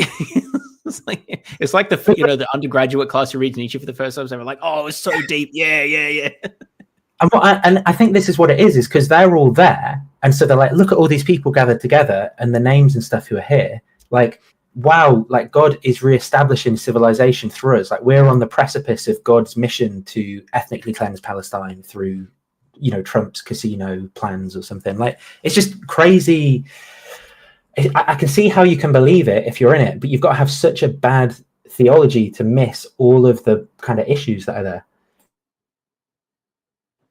Arguably ultimate form. As ever, Peterson delivered an intense, psychologically framed, and some might argue slightly verbose opening message from the stage, mixing the political aspirations of the conference with a call to sacrifice inspired by the Bible. And it's not just sacrifice. It's voluntary self-sacrifice towards the highest possible end. That's the foundation of civilization. The postmodernists be damned. Peterson knows how to inspire people. Evidently, many of those present were there because of him. I happened to be sitting next to Johannes, a good example of a young man who's decided to proactively take charge of his life. He told me about Exodus 90, a course he had embarked upon aimed at getting rid of porn addiction and cultivating spiritual maturity. The aim of it is to get rid of your vices, connect with other men, and grow closer to God. I did it. I do it now the fourth time, and it really helped me to improve my prayer life and my relationship to my wife and my children. And also to grow closer to God, basically. Yeah, where did it come from originally? It came from a US priest seminary, and they had some issues with internet pornography and other vices, and so they came up with this. I think you were saying the same thing I was going to say when I was listening. Atheists are the ones obsessed with sex, exactly, right? Yeah. Oh, it's crazy. And it's not just, it's also like the analysis that they give of the whole thing, which is that this is something to do with like spiritual warfare and values and stuff. Like, why do they give that analysis instead of, for example, like consumerist capitalism is really what's driving some of this stuff, because it's easy to create the desire in people in terms of, you know, sex products, and technology's enabled that and incentivized the proliferation of porn. Like, they never give an analysis in terms of the morality of technology and how that socially impacts things. Instead, it's like, no, something like that would be communism, and actually it's all about Christianity and your inner soul fighting against the the lusts of pornography and stuff like that. It just really frustrates me that their analysis is so bad. Spiritual dopamine detox program, basically. And yeah, I think 200 men are supposed to have done it so far, and it's as a... And also, like, I don't know how you feel about this, but these things, I get wound up when people give like neurobollocks explanations, like dopamine detox, where, you know, the actual role that dopamine plays in the brain is incredibly complicated, and people that's pure sort of pseudoscience. Yeah, just pure pseudoscience. It's a huge impact for many men's lives. And it involves prayer, but also cold showers. These ascetic disciplines are quite rigorous. Yeah, as you said, you have to do cold showers, but also you shouldn't eat sweets and meals in between and so on. But yeah, the focus should be on prayer, of course. And another very important aspect is fraternity. So you're doing it in a group of people, of eight men, and you're growing closer to those men as well. So it's formed a huge friendship and very precious friendship. Oh, very close. But personal. Taking cold showers together. That was so funny. The nipples harden. Yeah. And the thing is, I can even get where the guy's coming from, but it's just the complete blindness to all of this stuff, you know, is like, you know, it is really just like a projection of all these like the gays are taking over, so we need to take cold showers together and pray, is like the most homosexual response to being afraid of homophobia that I could possibly imagine, you know, like it's just so, yeah, so bizarre.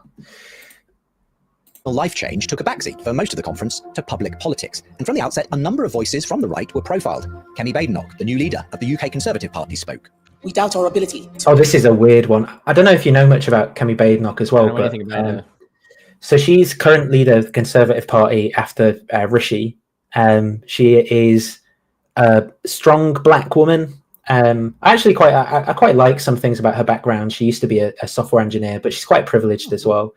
And transitioned into politics, but I think she's been trying to make the Conservatives appear tougher than Reform on certain things, you know. So rather than offering a sort of unique thing, build like our predecessors did. We doubt liberal values of tolerance or free trade, demanding a post-liberal world. It's not liberal values that are the problem; it's weakness. Mike Johnson, Speaker of the US House of Representatives, unable to break away from drama in the Oval Office, joined by a live link to tell delegates that Trump's government heralded a new dawn. My friends, there really is great reason for our hope. Here in America, as you were all seeing, we're in the midst of a great change. In our national election a few months ago, our people delivered truly a mandate to make our country great again and to restore common sense in our public policy. Yeah, that like 51% victory. So much common sense in American policy. Oh my god. No, it is, because you see what the rational economic, what all the economists, I don't know why I can't think of words for people today. Economists do is they have their game theory models of how all this stuff works based on rationality. But Trump is a random actor that confuses the system, and so that means that there's opportunities for the US to take advantage of with their ingenuity spirit, and that's why it's a good thing. Here and elsewhere, the radical big government progressives pushed that pendulum too far and too aggressively to the left, and the people rose up and said, and this is that thing again of it went too far to the left. No, that it did not go too far. It'd be interesting to see how the evidence for this in the US case of how under 4 years of Biden, or just taxes went through the roof and government spending accelerated more than it did under the conservatives, which didn't, it keeps growing and they don't increase their tax base. It's just lie. He's just complete talking out his ass. Actually, didn't this week Moody's downgraded the credit rating of the US for the first time ever after their deficit went up by some unprecedented amount? So how's that for responsible governance, Now they're cutting the waste and fraud. Yeah, they're cutting well, we can talk about that as well in terms of what can even be. They found $200 of it so far, and they're going to root out every last bit. Yeah. I mean, Musk says it's 4 trillion of cuts or whatever that they found, but about 200 million can be accounted for, in terms of, so. Nigel Farage, leader of Reform, a party that's now the right-wing alternative to the Conservative Party in the UK, set out his stall, but also had a candid moment when interviewed on stage by Peterson about whether he stands for putting monogamous heterosexual marriage back at the centre of society. What do you think about that? Well, I may not necessarily be the best advocate for monogamous heterosexuality or stable marriage. Yep. Because you're bent. He's not. It's just he. I don't know what his. He's divorced a few times. Is his thing? Yeah, infidelity and stuff. Yeah, having been divorced twice. I'm told that speakers from other left-leaning. Yeah, but what does he actually then go on to say about what? But I am in favour of. I think marriages between a man and a woman, all this stuff. So what does Justin leave out in that framing? And also the other thing that Justin leaves out is that they had this big long talk about climate change where. They talk about how CO2 is plant food and how we need more coal production for energy, which it doesn't even make any sense because wind power and solar are the cheapest forms of energy production in the UK. So why would you go for the more expensive alternative rather than what we already have an industry for, which is just again, I think this is genuinely one of Reform's biggest mistakes actually is their rhetoric around energy policy, which is only driven by climate change denial and not at all by the economics of it. But climate change is a woke hoax, so what are you talking about? That's true. But what's not a woke hoax is how cheap wind energy and solar energy are. Now, a lot of the research has been done. The industries are set up and things. So, yeah. Leaning political parties were invited, but chose not to attend. Regardless, the profiling of conservative politicians at the outset of the conference set the tone for the day and immediately raised the spectre of how politics and faith mix at ARC. As well as interviewing attendees on the floor of the conference, I had the use of a private podcast booth for some more intimate conversations with speakers and delegates. And I began by sitting down with influential Christian YouTubers Ruslan and John McCrae, aka What Do You Meme? What is ARC? Do you guys have a working definition of what this strange melding of Christians and conservative-leaning thinkers and influencers actually is? I'll start with you, Ruslan. It's the magic question right there. I think ARC seems to be the response to the World Economic Forum elite types on the left. This seems like a calculated, intentional investment to respond and provide a better alternative to. No, but you see, that's what just Jordan Peterson says his motivation is, right? But what is it actually? How can it a response to the World Economic? Why was one required? None of this stuff is articulated. Where the world should go. Yeah, I'd say similarly. I think the way I understand it is they're trying to grab a lot of thought leaders from around the world, and kind of like the ARC. I'm sure the ARC, it's as an acronym. But also, I think what they use it symbolically as well too, because it's Like a biblical. That's right, like the biblical warrior. Alongside the political voices profiled on stage were plenty of Christian voices too. An early panel discussion included Christian thinker Os Guinness, Archbishop Angelos of the Coptic Church, and Catholic philosopher Johannes Hartl, looking at what faith has offered and can offer to this civilizational moment. For me, the conversion of the barbarians, or the gentling of the European people, we're barbarians underneath. Oh God, you know, like what a normal thing to say as well. Maybe Like, he is. I mean, it's a more civilizational language as well, because there's a constant, yeah, the nature. constant language of under threat of civilization being under threat by barbarians. I wonder who the barbarians are, by the way, in the analogy of where the civilization, the barbarians, who might they be? But this is literally the language of first German colonialism for World War One, and also kind of like some of the Nazi rhetoric about the strength of the nation in terms of like, you know, the Germanic peoples being these kind of like strong barbarians. Yes, that's also true. And it's this essentializing, like, what does it mean to say like I'm a barbarian under the hood? Like a barbarian just is like, I mean, I don't even know the exact etymology, but my understanding is something like it's a description from the Roman point of view of a civilization that sort of sits outside of it, right? So I'm like, well, what does it mean for me to be a barbarian underneath? Like, does that mean that I have a natural propensity to Uncivilized, want I to live think, in is what he means. Yeah, like I want to live in a hut. Do I want to live in a hut? I don't think I want to live in a hut. Like I I think want it to means club that the deep down, what you really want to do is like rape and steal and pillage and smash stuff and, you know, I want to do all any of those those antisocial things. Well, Grow- he does, grow I a guess. must- I don't grow know. a mustache, yeah, right. It's the same thing that the apologists say. Like, you know, without, you know, religious morality, everyone would just like, you know, rape and Yeah, pillage state of and nature. steal. State of nature is, you know, a war of all against all, but civilization constrains us and makes us. That's why we need Western civilization.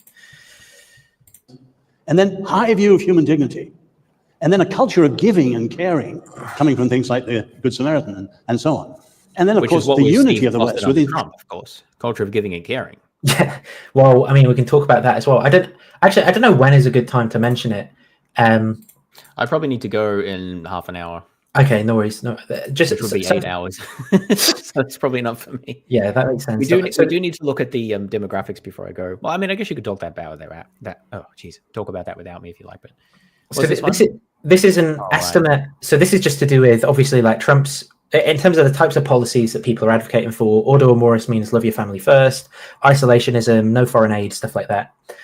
I mean, I think there's a brilliant Christian case for foreign aid, and I actually think that a lot of the Christians involved in effective altruism do a really brilliant job of making that case in the UK and other places. But yeah, in the Lancet has published this estimate in terms of deaths due to the withdrawal of US AID, and an estimate of 15.2 million AIDS deaths between 2025 and 2040, 2.2 million additional tuberculosis deaths, 7.9 million additional deaths from other causes, 40 to 55 million unplanned pregnancies, and 12. Is this assuming that the cuts are sustained?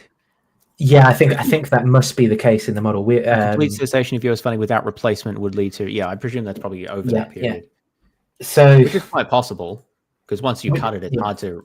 Well, you can't just magic it in place, right? I mean, of course, then you might have attempts to reinstate stuff, and that helps things. So, I mean, look, how is that any of these good things, you know? But they're not Americans, though. Like most of these people probably aren't even white, so like, who cares? Yeah, they're probably exactly. Yeah, crazy views. Incredible diversity. The one point of unity was not authoritarian, it was the faith. And then you've got the Catholic contribution, the revival of learning, the cathedral schools, the universities, and then the first university. The learning, the text of which came from where? Sorry, can we hear where the text came from? The Islamic world. The first university learning. The first university was founded by a Muslim woman. You know, so how about that? I didn't know that. Yeah, exactly. Candidate skills, experiences, and more. Free job at linkedin.com/. Religious voices such as Douglas Murray. We've wasted so much time in recent years. We've wasted so much time People have made us move at such a retarded speed. We've had years of talking about the most basic. Sorry, I just have to clip that. Wasted so much time in recent years. We've wasted so much time. People have made us move at such a retarded speed. We've had years of talking about the most basic things that our species knew. Men and women, what are they? Come on. Who had time for this? Come on, my view is just the true one. Come on, we knew this. New convert That's a Ayaan very Hirsi Ali convincing argued for the argument, importance of the actually. nation Come state. Yeah, come on. Built on Judeo-Christian foundations. Let's aspire to build or restore the nation states on which our security depends. And let's ensure that they run as they used to on that Christian operating system without which we can have no moral compass. Comedian and self-described lapsed atheist Constantine. Just as, Confucians have no moral compass and Chinese and all this. Kissing borrowed a phrase that I'm rather partial Not like to. Chinese civilizations ever really accomplished anything or lasted for very long. Come on. No, they didn't invent the printing press before us, I don't think, or gunpowder and all that. What has happened since we were last here? Well, on the positives, let's call it what it is. The tide is turning. But for the trigonometry host, the turning tide is a political one. Our American friends are leading the way. The DEI, a system of anti-meritocratic discrimination, is being dismantled, not just in the American government, but much more importantly for us here, in the global corporate world as well. Once again, we can dream that our children will be judged on the content of the character, and not the color of the square they post on Instagram. But they will be judged on that, because if they do that, then they'll be woke, and then they're not allowed in the discourse. So This positive, even belligerently confident tone of conservatives emboldened by Trump's rise to power was present at various points in the conference. I sat down with former Conservative MP Miriam Cates, now a presenter for the right-leaning news channel GB News, and asked her how her Christian faith sat alongside her political career. Very common. And subject to all sorts of Ofcom investigations about MP, serving MPs for the Conservatives, interviewing themselves and all that stuff. But if you really throw yourself into the job of politics and you are trying to do the right thing, stand up for the truth, then you kind of have to. Well, I kind of have to rely on God for the security, the protection, even because it is a very, very vulnerable place. And I know a lot of people don't say certain things, won't speak on certain issues because of fear, and I totally understand that. But I think if you have faith, if you believe that seek first the kingdom of God and everything else will be added, that does give you the courage to step out. As much as I'm encouraged and quite enthusiastic about that, I also hear a lot of people who are rather concerned because they look at an ARC conference and they look at essentially a lot of conservative leaning thinkers want to kind of embrace civilizational kind of Christian values again. And they say, is that just co-opting the faith for another political agenda? Yes, we shouldn't allow people, we should certainly challenge people when they co-opt Christianity for political means. I think that's probably what taken that we really like J.D. Vance. I think it's absolutely right for some of the disruption that's taking place. Look at the money that's being spent through USAID on some of the most absurd and sometimes obscene things. like HIV medications for Well, what are people. the absurd things that they say, by the way? I've heard this, but I haven't seen any examples. I didn't look into it, though. Condoms to Gaza, 50 million on condoms is one of them that they say. Why is that absurd? Well, it's because what's the prima facie case of that being absurd? Like, I don't even see that. Well, I tell you how they play it is that there's a video of like Hamas using condom balloons with like bombs on or something, and I don't even know if it's a real video, to be fair. Condom balloons with bombs on. Okay. Yeah, and like sending It those. seems like a over. bit of a stretch to me. I think there are videos of it, but I don't know if those videos Like, are if this being- accurate or proper. Yeah. But are we weirdly worried about this? Like, Hamas is going to get condom Yeah, balloons? but it's not even. The thing is, it wasn't Gaza Strip. It was Gaza Mozambique, and these things were being sent for and the other thing is even if it was Gaza in Mozambique. Yeah, and even if it was Gaza, Palestine, like what, can people not get STIs there? Like even if, it's about risks and harms, right? Like how effective are condom balloons as a Birth weapon? control, do you want more young people being born in Gaza when there's already not enough food? Like, shouldn't people be able to decide to exercise birth control? Like, why would you not want that? Oh, because Hamas if you're are a there. Catholic, I suppose, but like, aside from that. Well, because Hamas are there, I guess millions of other people have to suffer as a result. It's just. Is that really the best they could come up with? Condoms? Yeah, condoms for Hamas. There's a couple of other ones. I don't know if people want to put in the chat if they remember, but like they're all just either like exaggerated or false, sort of bullshitty things. Well, one of them was transgender mice. What was that about? Oh, that was just a mistake, right? Wasn't that transgenic mice? Yes, it was, and so it was like they're making them. They're trying to make mice trans, but actually it was like some biological method for gene translation or something like that. I don't know about it. You probably do, but yeah, well, that's a very common experimental intervention. I never really look into it though because it seemed like obvious nonsense. Although almost everything is these days, I suppose. But yeah, the point is, whenever government spends a lot of money on anything, you can find some frivolous and stupid uses. Like that's just guaranteed, like all of the time. Any large organization, in fact, which doesn't mean that we shouldn't be critical of those. But the point is, you can't reasonably discredit an entire program based on like the worst few examples you can find of the spending within that, especially if the worst examples are really not bad. It's just embarrassing that people think that passes for serious critique. Yeah. Of course, not in anybody's interest. I think it's good that those things are being broken up, but I also don't think for one moment that the Trump government won't have the same flaws, the same temptations, the same weaknesses as any other secular authority, because it is a secular authority. So I think we should be cautious. We shouldn't be uncritical, but at the same time, I think we should welcome some of the things that the government is doing. But I think I'm not an expert on the American political situation at all, but it does seem to me that they're much more open about talking about God. I mean, even Donald Trump talks about God and how he believes God saved him. Whether he's doing that because he's appealing to an audience, I don't know, but you just can't imagine that. Oh yeah, I remember this woke arts grant. What this was. And they were saying, why are we giving money to the BBC? The BBC had a charity which ran journalism training for people who are in, developing countries. Right. And the reason is so there can be a free press in those countries, idea being it would help promote democracy. And so there'd been a donation of this money to the BBC for these journalism courses, to this BBC charity, I should say, not the BBC. And so they were like, yeah, why are we subsidizing the BBC, which is a left-wing propaganda arm of, the UK and all this sort of stuff was one. That they cut funding, or I think are trying to. I think it's being challenged in court for Radio Europe and Radio Free Europe and Radio Asia, which I think it's sort of hilarious, right? Because these institutions are some of the paradigmatic examples of what the actual people on the far left call like imperialist propaganda from the US to spread its ideology and so forth. And in a sense, like it is propaganda designed to spread ideology. And a lot of what they do to promote democracy and free expression of information that's not available in these countries, I think is great, right? People rely on this for news that they cannot get in their governments, in their societies. And this was like one of the ultimate expressions when this was set up, like after World War II. Initially to broadcast across the Iron Curtain, right? Like one of the ultimate expressions of like American values and promoting democracy and freedom around the world. And suddenly, like, oh no, this is woke. Like we got to get rid of this. Like, it's just this so unbelievable inversion of in this country. Despite the overall positive attitude of speakers like Miriam Cates towards Trump's new term, not everyone was as enthusiastic. One of the key talking points at the conference came when New York Times columnist David Brooks made a dramatic critique. I think this is the guy, David Brooks, of the Trump administration from the stage. The third thing the educated elite has done, and this may not please you, is we produce Donald Trump. Some people think Donald Trump is a populist. Donald Trump and Elon Musk went to the University of Pennsylvania and Ivy League school and became billionaires. J.D. Vance went to Yale. Pete Hegseth went to Princeton and Yale. Stephen Miller went to Duke. Fox News type like Laura Ingraham went to Dartmouth.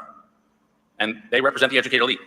Interestingly, Elon Musk claims to have done his postgraduate degree at Stanford and does not, if anyone has a Stanford alumni login and goes on their database, he doesn't appear there. Don't know why. And also, professors don't remember him being there who taught the courses. But and the key factor of the educated elite is that they're not pro-conservative, they're anti-left. They don't have a positive vision, a conservative vision for society. They just want to destroy the institutions that the left now dominates. And this means, in the first place, they're astoundingly incompetent. I have a lot of sympathy with what drove people to vote for Trump, but I'm telling you as someone who's on the front row of what's happening, do not hit your wagon with that star. Thank you. You're supposed to boo. Pete Hegseth gave away our bargaining chips with Putin before we even had negotiations. The booing was interesting. You might want that guy's got to say, to be honest. I got to look him up. Also shouted traitor. I was sitting just a few feet from that heckler, but there was applause present in the hall too. In fact, many people I spoke to. I guess it can't be a bad political movement then if there was some applause, right? Justin, I guess those must be the real. That's how you identify the true Christians, is it? Maybe.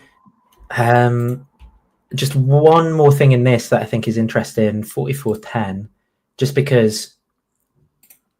One of the real prophets of our time is a psychiatrist named Ian McGilchrist. I've seen him around here today, and Dr. McGilchrist has a theory of culture based on brain hemispheres. He said that in the left hemisphere is the analytic side, the right hemisphere is, of course, the perceptive side. The problem with the West, he says, is that at the beginning of the modern age, we leaned very heavily into the left hemisphere because it gave us power. Someone yesterday quoted Yuval Noah Harari saying we exchanged meaning for power at the beginning of the modern period. And that has made us all rich and technologically advanced and all the good things. But Dr. McGilchrist says it has left us utterly bereft, spiritually, creatively, and so forth. And we're not going to see recovery until and unless we achieve balance. Amy, Dr. McGilchrist says our left brains are overgrown. Sure, yeah, why not? So that whole left brain, right brain thing, it's really spawned its own little industry, actually, of quack treatments and exercises and things. So this idea that there are differences between the left and right hemispheres is called lateralization. And it's true, there are differences, right? Like one of the things, I studied language, for example, language is in most people strongly left lateralized. And there are other differences as well. But the idea that the left side of the brain is analytic and the right is creative is just nonsense. Nothing is completely lateralized to that extent. Well, some motor control is, but apart from that, there's no such thing as that extreme level of lateralization. And the idea that you can somehow like just be only using one side of your brain at a given time is ridiculous. The brain is extremely interconnected, and in almost any complex task you're using, both hemispheres are active and doing a lot of things. Even, for example, language, which, as I said, is very strongly left lateralized, you still see a lot of activity in the right hemisphere. It's just substantially more in the left. So it's about relative amounts. Yeah, so this simplistic idea is really just pseudoscience. And like, even if it were true, I don't actually know what relevance it has to like Western civilization. Like, what does he mean we're using too much of our left brain? We're being too analytical, too rational. I just don't even know what he's talking about. I've seen this used by people who buy into it in this space to basically just avoid any criticism. Like whenever I've criticized people who believe in this stuff, they'll be like, "You're thinking too much with your left hemisphere," and I'll be like, well, like that's just maybe you're not thinking enough with your left hemisphere. Like what? Yeah, and as opposed to not thinking at all. Supposed to be. Yeah, it's just you're wrong because I've got some explanation about brain wrong. Yeah. Your brain is wrong. It is that. And yeah, I found that they love these kind of like pseudoscientific explanations for, because I think it's like it's a modern way of essentializing all these things. Like, what's wrong with people on the left? What characterizes the conservative disposition? Oh, it's it's this feature of the brain or whatever. So so the last thing to look at, huge spike in young men after attending whatever it is, this thing. To appear a bit of a kind of statistical evidence for what people were sensing something was happening in the last couple of years. It's exactly that. It is remarkable. Oh, this is 20 minutes? Jeez. Under 4% were saying they're going to church regularly. It's now gone up to, which is just massive. It does surprise us. I'm not gonna lie. Gen X, boomers, millennials. It's like a circle appears around his head. Mind blown. Oh, the thing is, though, as well, like this person that he's talking to, of Bible Society UK, what of their statistics department is it? Like, so yeah, do they have a citation for this? Yeah. Well, here we go. Free Bible Society research. So the link is there, but I'm pretty sure it's it's going to be a commentary on the Pew research. Quiet revival, Gen Z leads mass rise in church. Here's a. Because I put a few graphs in the show, in the episode notes, which I think do not show this same story. So I'm wondering where they got this statistic from, if it is from the same day. There's a YouGov report here. I don't know on the sampling method at all, so I can't say anything about this, to be honest. It's very hard to say in the way they're presenting the data. So I'll show you what I'm looking at. So this is what they have. The quiet revival, Gen Z leads to rise in church. Oh, this is not the same the day we're looking at, because that was in the US. Yeah, it's not the Pew data. This is a YouGov poll. In 2018, just 4% of 18 to 24-year-olds said they attend church at least monthly. Today, this has risen to 16%. I thought they said fivefold. Oh, right, that's among young men, 4 to 21%. I'd kind of like to see the actual data, though, rather than just that excerpt. Let's have a look at the report. Or is it here? Is this download? I don't know. Oh, no, they're going to do... Let's see. Do they cite anything? Of course, they won't do a citation. There was a graph there. I saw it somewhere. Yeah. This one. Baptism. Who describe themselves as Christian and what's go your to church source? at least once a month. This is the thing, though. It's like I write a Substack article with more rigor than this shit. Like, it's so like, what is wrong with people? Does it say what the actual survey was? Source? No. Maybe if I try this. They sometimes put it at the bottom of the figure. I didn't see it there. The scrolling is... Look, it says... Oh, no, yeah, right. It's not base, whole population. Okay. Yeah, whole population. Sampled how? Sampled through what? Some kind of mechanism that... Well, the main concern is if the sampling method has changed since 2018, because that is a very substantial increase. Can you show the graph again? I want to have a look at it. I haven't seen this data before. Okay, here we go. So they say it's gone from 8% to 12%, which is quite a lot. And it's increased across all of the younger age groups and also 65 plus. Not much change in the middle. Apart from weddings, baptisms, christenings, and funerals, how often, if at all, did you go to church? Wait, how often? Yeah. Percentage and go to church at how least often once did you go? Yeah, okay. Yeah, I was thinking that. I was like, how often did you go? 16% of the time. But does it not say where the data is coming from? I think it says YouGov. So let's see if I can find it says survey commissioned by Bible Society and conducted by YouGov. So Bible Society designed the survey, but it was run by YouGov. Let's see what... Humanist UK have written a thing about it, so they'll probably be... Well, they might have something to say. It's hard to analyze when you don't have the actual data there. Yeah, that's what I was saying. This is inconsistent with other data that I've seen.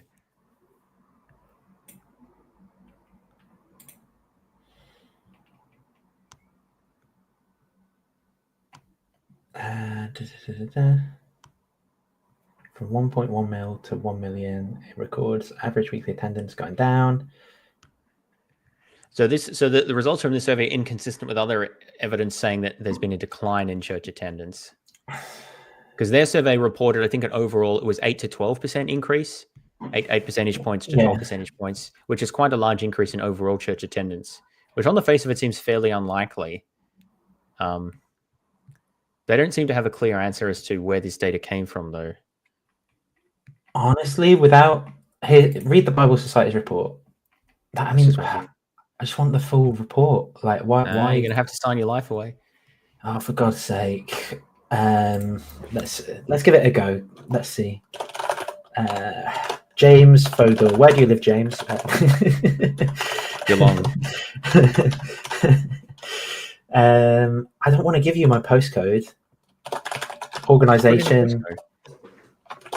I don't know, like a fake 123 Fake Street. Because they'll check it and it'll be like, oh no, I'm going to call myself a chaplain. And I've got to verify the motorcycle. Get your free report. I'm going to be spammed with crap for the rest of my life. Please check your inbox. Goodness me.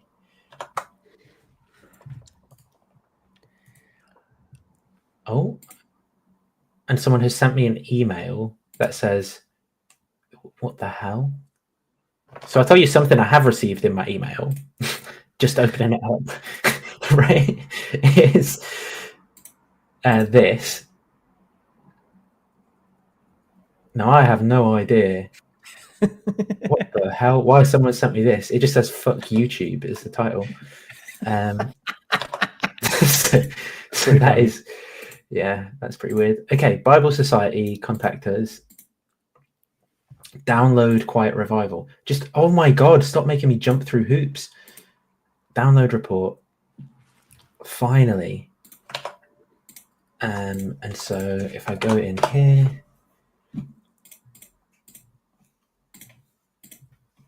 Okay.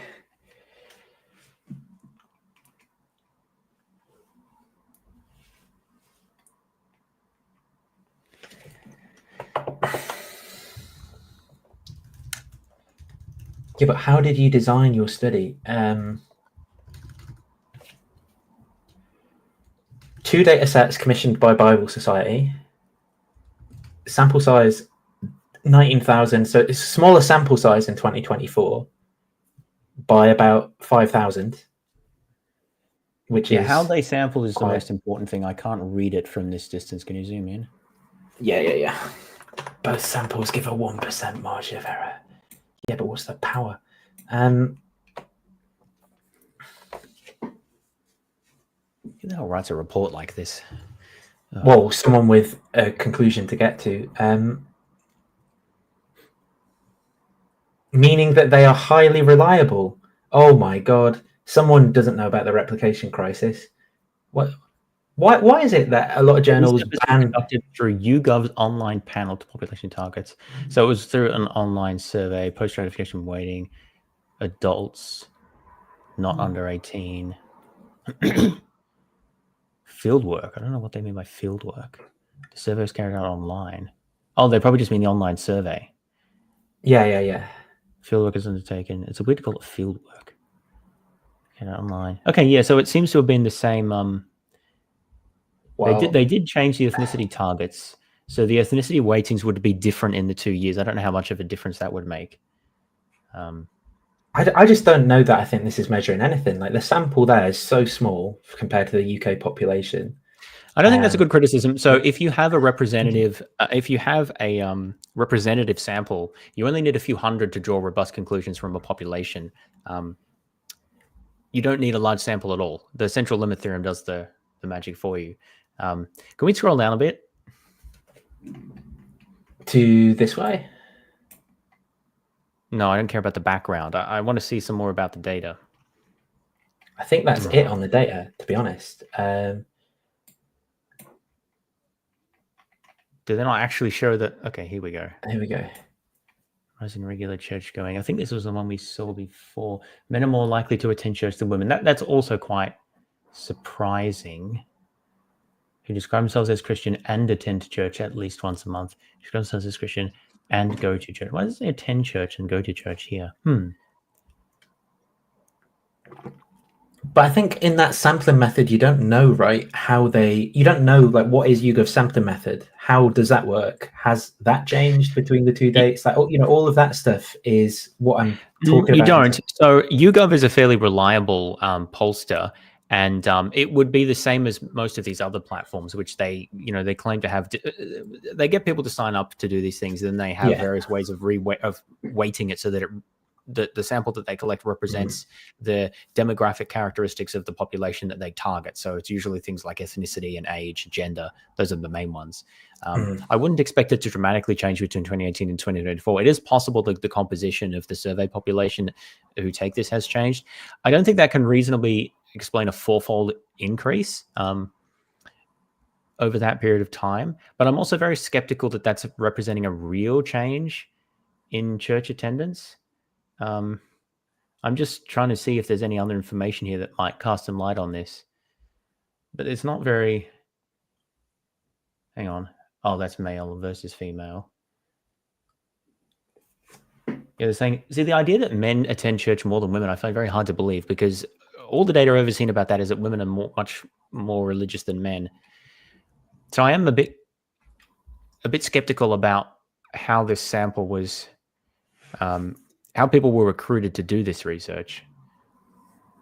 More young adults. Oh. Emerging spiritual generation. More young adults believe in God. Let's see. Percentage of whole population who agree there is probably or definitely a God and or some higher power. Well, some higher power isn't the same as God, so I don't know about that question.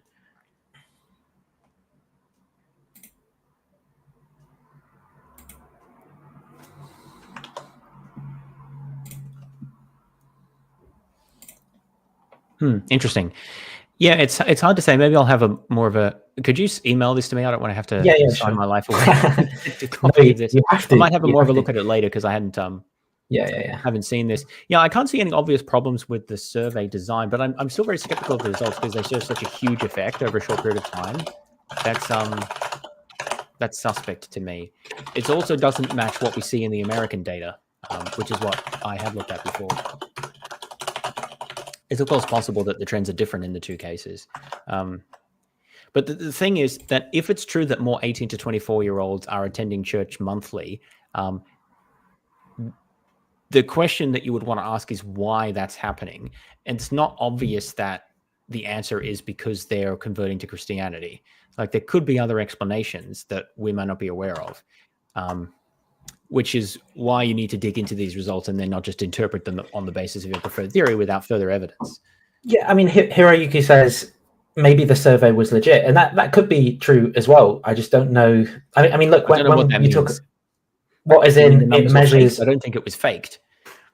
No, I think they mean as in it represents a real change in the population's attendance between these dates. A fourfold increase? I find that exceptionally hard to believe, to be honest. That's because it's that change. That's why it's called the surprising rebirth of belief in God. But that would be shocking, actually, if that were true. A fourfold increase relative in proportion over 6 years. I guess it could be. I just don't know. You almost never see those sort of effects. I don't have confidence in the way that this has been kind of put together, and I'd have to think about it. It's true that I hadn't considered this. So 3.7 million to 5.8 million people. Somebody told them girls were at church. Well, apparently, actually, it's more men now at church, so maybe they're all going to leave again. I don't know. Yeah, I'll have a look at that later. Do you want to show some of the US, the Pew survey results before we wrap up? Yes. Well, don't support Justin's contention. Just having a look.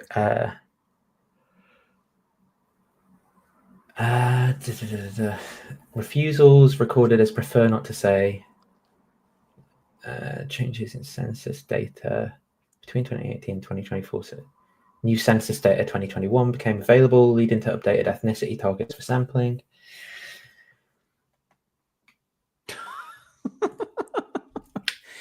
All right, well, I'll take your word for it, Big Ol, or is it Big OL? I don't know.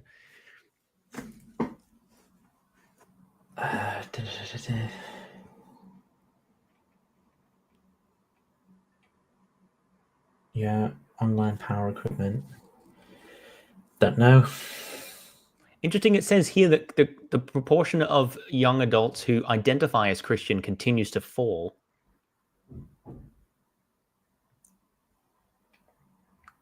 Huh.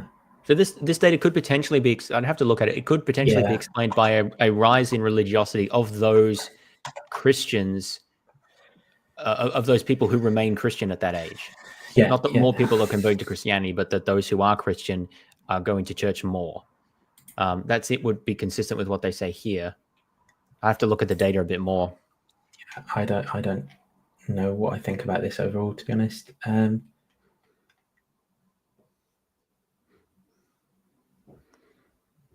Churchgoers undertake social activism by voting. Financial donation to charity. Surprisingly, a lot, well, I guess it's to be expected that the lowest cost is the highest in terms of demand on time and stuff. Donated to a food bank. I think that this is a good one, and that's quite a big difference between churchgoers and non-churchgoers. Written to an MP, that's interesting as well. Interesting that fewer churchgoers voted, but obviously that's the 1%. That's not going to be significant. Yeah. None of the above. Non-churchgoers much higher. Boycotted a company for ethical reasons. Interesting. Okay, so the Pew Research data. Well, maybe should we just see how they put it in the video, and then we can look at Pew Research data maybe as a separate thing, or just.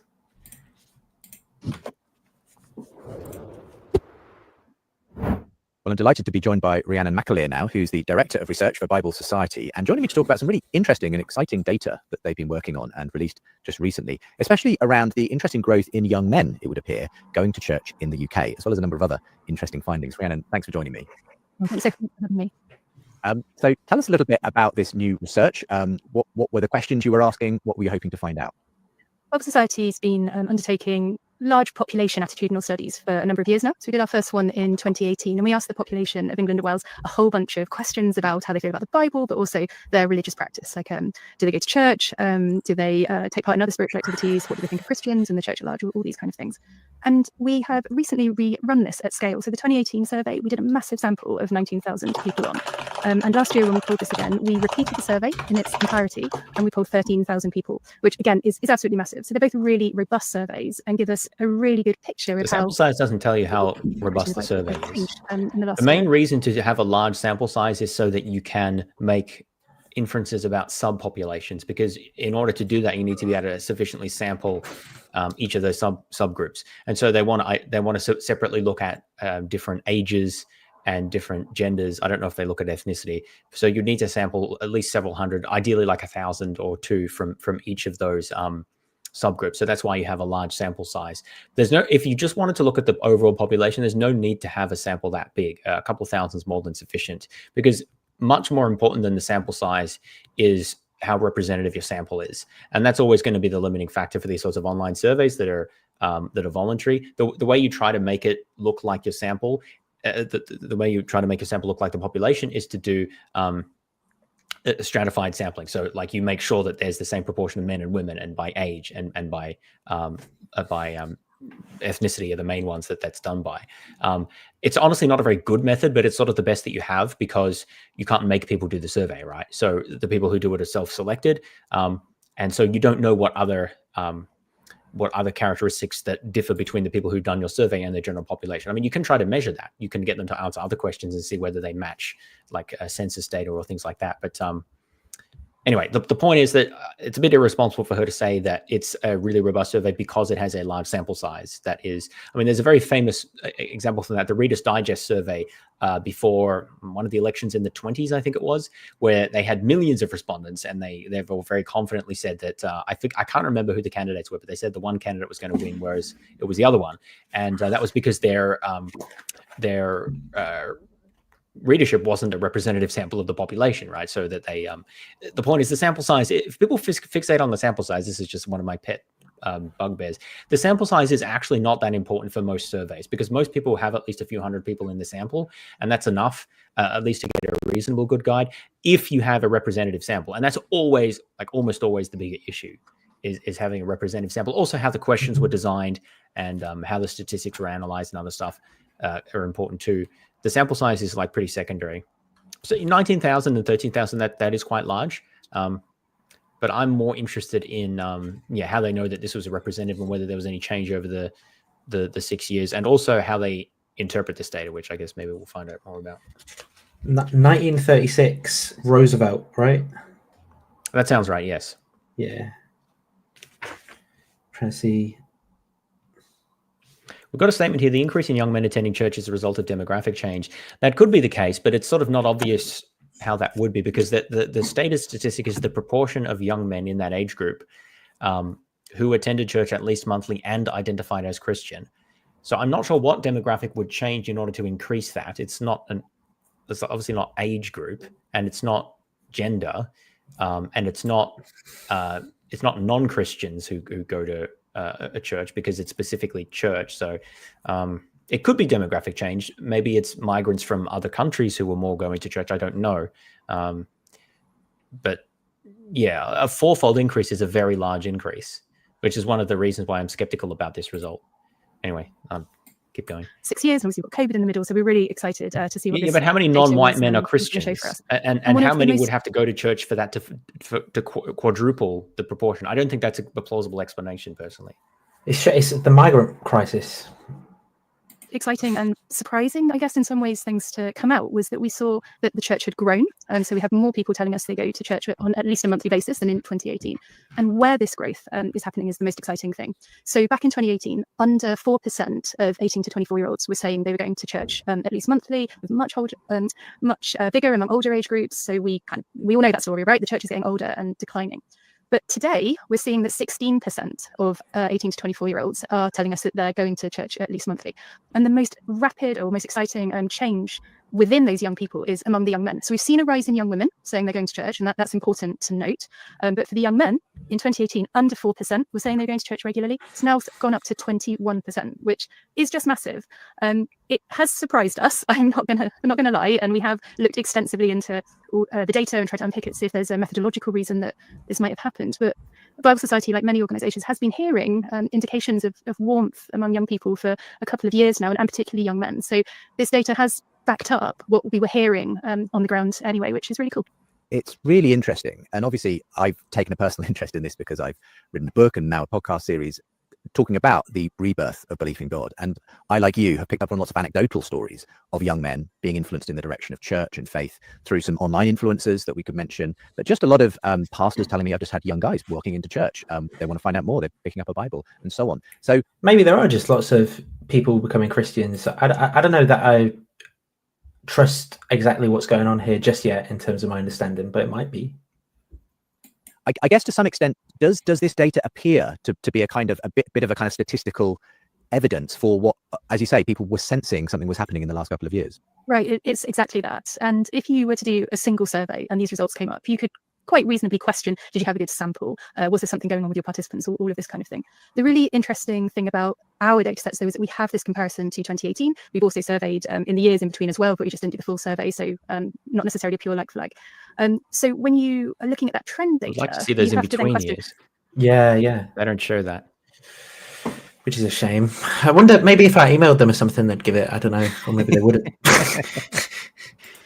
Why didn't we see this in 2018 if it was an issue with the sample? Or what has happened to young people to make them say they're going to church more when they didn't think they needed to say that in 2018 if they're not actually going to church? So both of these samples, because they're big at scale, because they were conducted by YouGov, which is an extremely reliable research panel, they give us confidence in the data. So absolutely, we would suggest that this is kind of the statistical backup for the anecdote that we've been hearing for some time. And it is remarkable to see it at this level of scale. But when we worked out the numbers, we did kind of see that actually, while it feels really dramatic, if you look at the number of churches over the country, you'd only need to be seeing actually a handful of people coming in to any particular congregation. So you might not necessarily notice it. And that's why we've called our report the quiet revival, because it's not a rush, it's not a flood. But overall, it is having It's a very loaded language to use of revival, but impact on communities and certainly impact on our statistics. Yes. I mean, what I am aware of is that there have been similar data points being noted in other parts of the world. I know that, for instance, in, I believe it was Finland, there was an interesting, or more than doubling of young men reported. Now, this was actually pre-COVID. This was sort of, I think, around sort of the time that your first survey that you're talking about here, 2018, happened. But nonetheless, quite a significant result, a surprising result. Likewise, there's been some publicity recently around the sudden boom in young men entering the Orthodox Church in parishes in the USA and elsewhere. So do you sense that, do you sense that this is wider than just a UK kind of phenomenon in that sense? Yeah, absolutely. I mean, you've named the kind of major places that this stuff has already been coming out, and Britain, England, Wales is not out of step with America and Finland as cultures. Obviously, we have our differences, but on the whole, we're quite similar kind of contexts, if you like. Sometimes described as post-Christian or secular. When we look at young people as a whole, there are some really interesting things going on with them. I think you can look at kind of the self-help genre, for example, and people like Jordan Peterson, outside of his work on the Bible and Christianity. There's a theme around self-improvement, the interest in Stoics, self-discipline, a search for a different way of doing things that we're kind of seeing across scale, well-being, not being opposed to spirituality as part of that holistic well-being. All of these things, I think, are what does that have to do with trends that Christianity? we do. Those things are often associated with people on the left who are not religious but spiritual. Yeah. So saying that we're now seeing that as somehow contributing to an increase in attendance is in Christian churches is a bit strange to me. Yeah, you'd need something else with it, right? Like there's a reason that they're choosing this one over that one or whatever.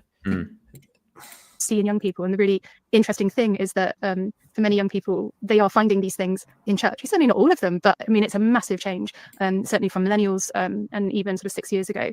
We don't know. I will say as well, like this to me seems like the entire interest, in terms of like we've done just over 8 hour stream.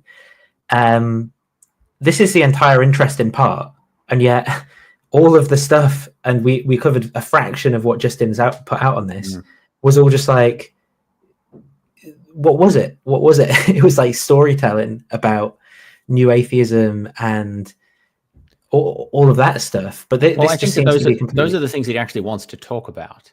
Yeah. The surprising revival, surprising rebirth. That's just the meta narrative that he packages it all in. Yeah. And he has this survey too. He started talking about this before the survey results came out. He said that before, like it was just based on anecdotes. So this is just helpful to bolster it. But like I don't have much respect for this whole surprising rebirth thing. I think that that's just a convenient narrative that he packages anything that he wants to talk about under. You look at that playlist that we did a few videos from. Like most of the video, it's just the usual smorgasbord of like some apologetic stuff, some political stuff like culture wars. There's nothing that really unifies it or makes it go to that playlist, the surprising rebirth playlist, apart from like maybe the first 2 videos. So I don't think there's really much substance to this idea of the surprising rebirth at all. The most substance there is, as you say, is this survey. Yeah, absolutely. And which is the results of which are surprising and contradicted by other survey results, at least that I've seen. Yeah. So I don't know. I feel like we'd have to actually. I don't know what I think about this survey, to be honest, at the minute. Not because I want to reject it or anything. I just genuinely don't know what I think is going on in that, because it is pretty weird and, as you say, conflicts with other things. So, I mean, he said, I've not seen this study in Finland he's referring to, but I've seen, US data and other data. So I don't know what I think, and other UK data as well from like 2023, for example, survey data would.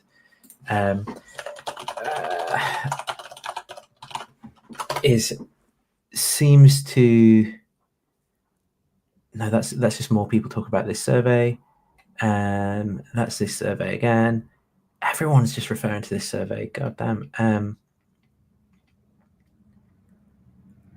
Let's see. Wikipedia usually has a good sources and references. Religion in the UK 2021-22.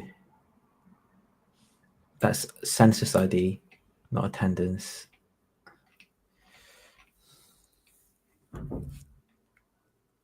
Do you consider yourself belonging to a denomination?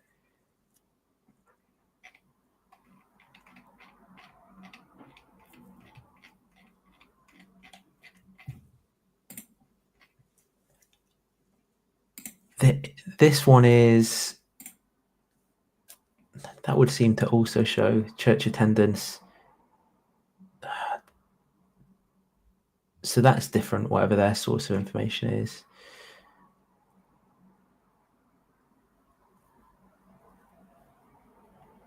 I don't know who this is.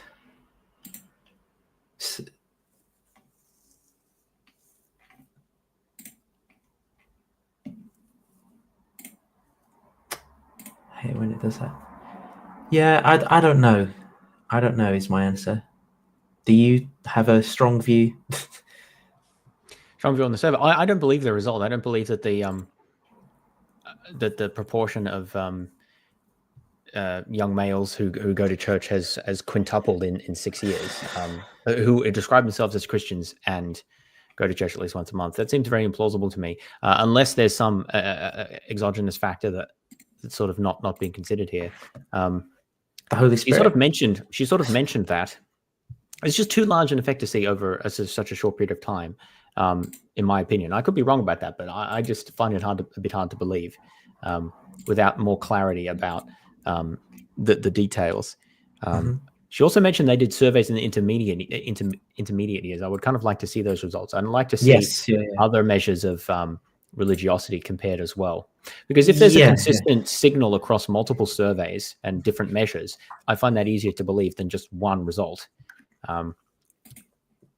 Again, especially when the report itself said that identification with Christianity has continued to go down, and where other results, like in the US, seem to show also that attendance and religiosity is continuing to decline amongst younger people. Yeah, I don't know what I think about that as well, to be honest. But I wish I'd looked at it sooner rather than looking at all of Justin Brealey's crap, to be honest, because it's more interesting than any of that stuff. Do you want to talk about? So these are some figures I pulled out from the Pew survey. This is in the US, and it shows the it shows the change over birth cohorts of a number of relevant characteristics. So here, this is so this is just much better presentation because it clearly shows what the question was, and like I like how it shows the information about exactly where it comes from and things like that. So I just find the presentation much better. But anyway, so here this is the percentage you say over their lifetimes they have become more or less religious or haven't changed very much. You can see that among older cohorts, more people say that they become more religious, whereas among younger cohorts, they tend to say they become less religious.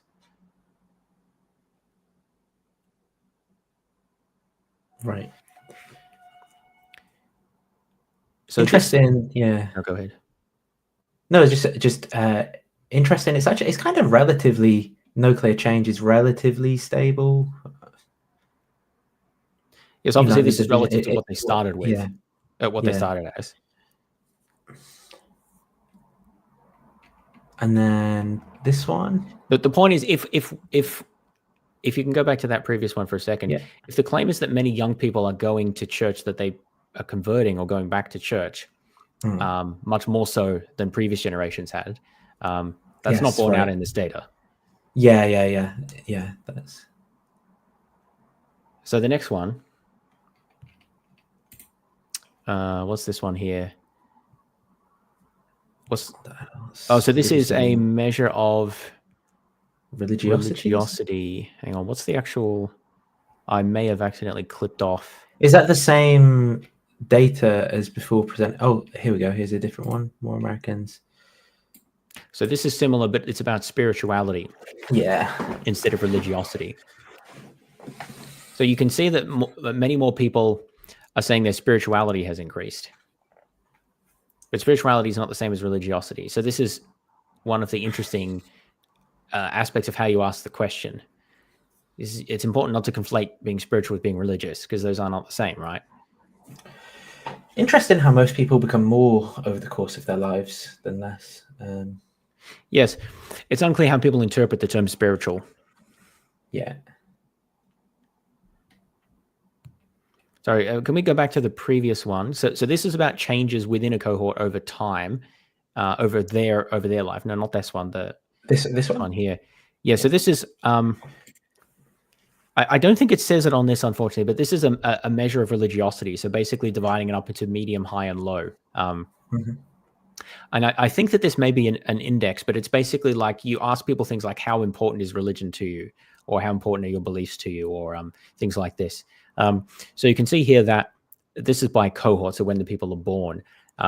Older cohorts are consistently have higher religiosity than the younger cohorts.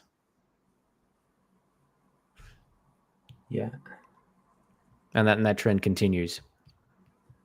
I wonder if that is more a feature of each cohort or something else. Can't really tell from this, can you?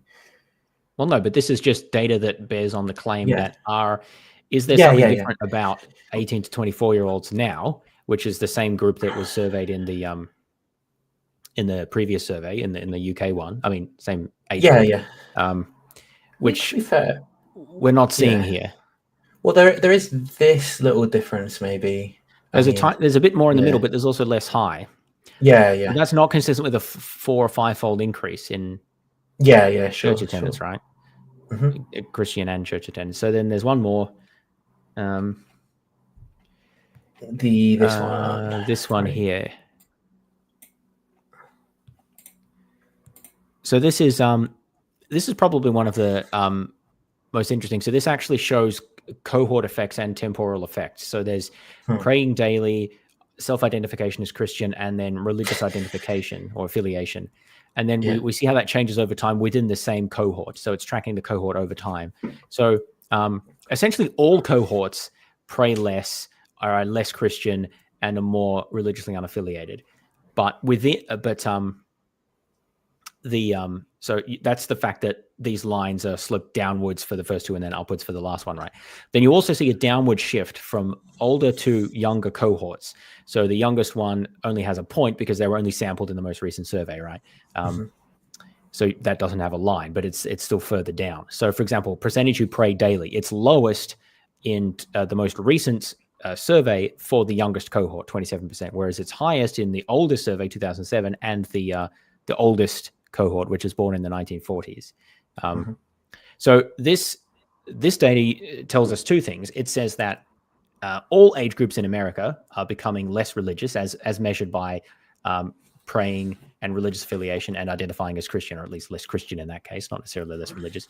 And in addition, successive age groups are becoming less religious. They're praying less, they're less Christian, and they are more religiously unaffiliated.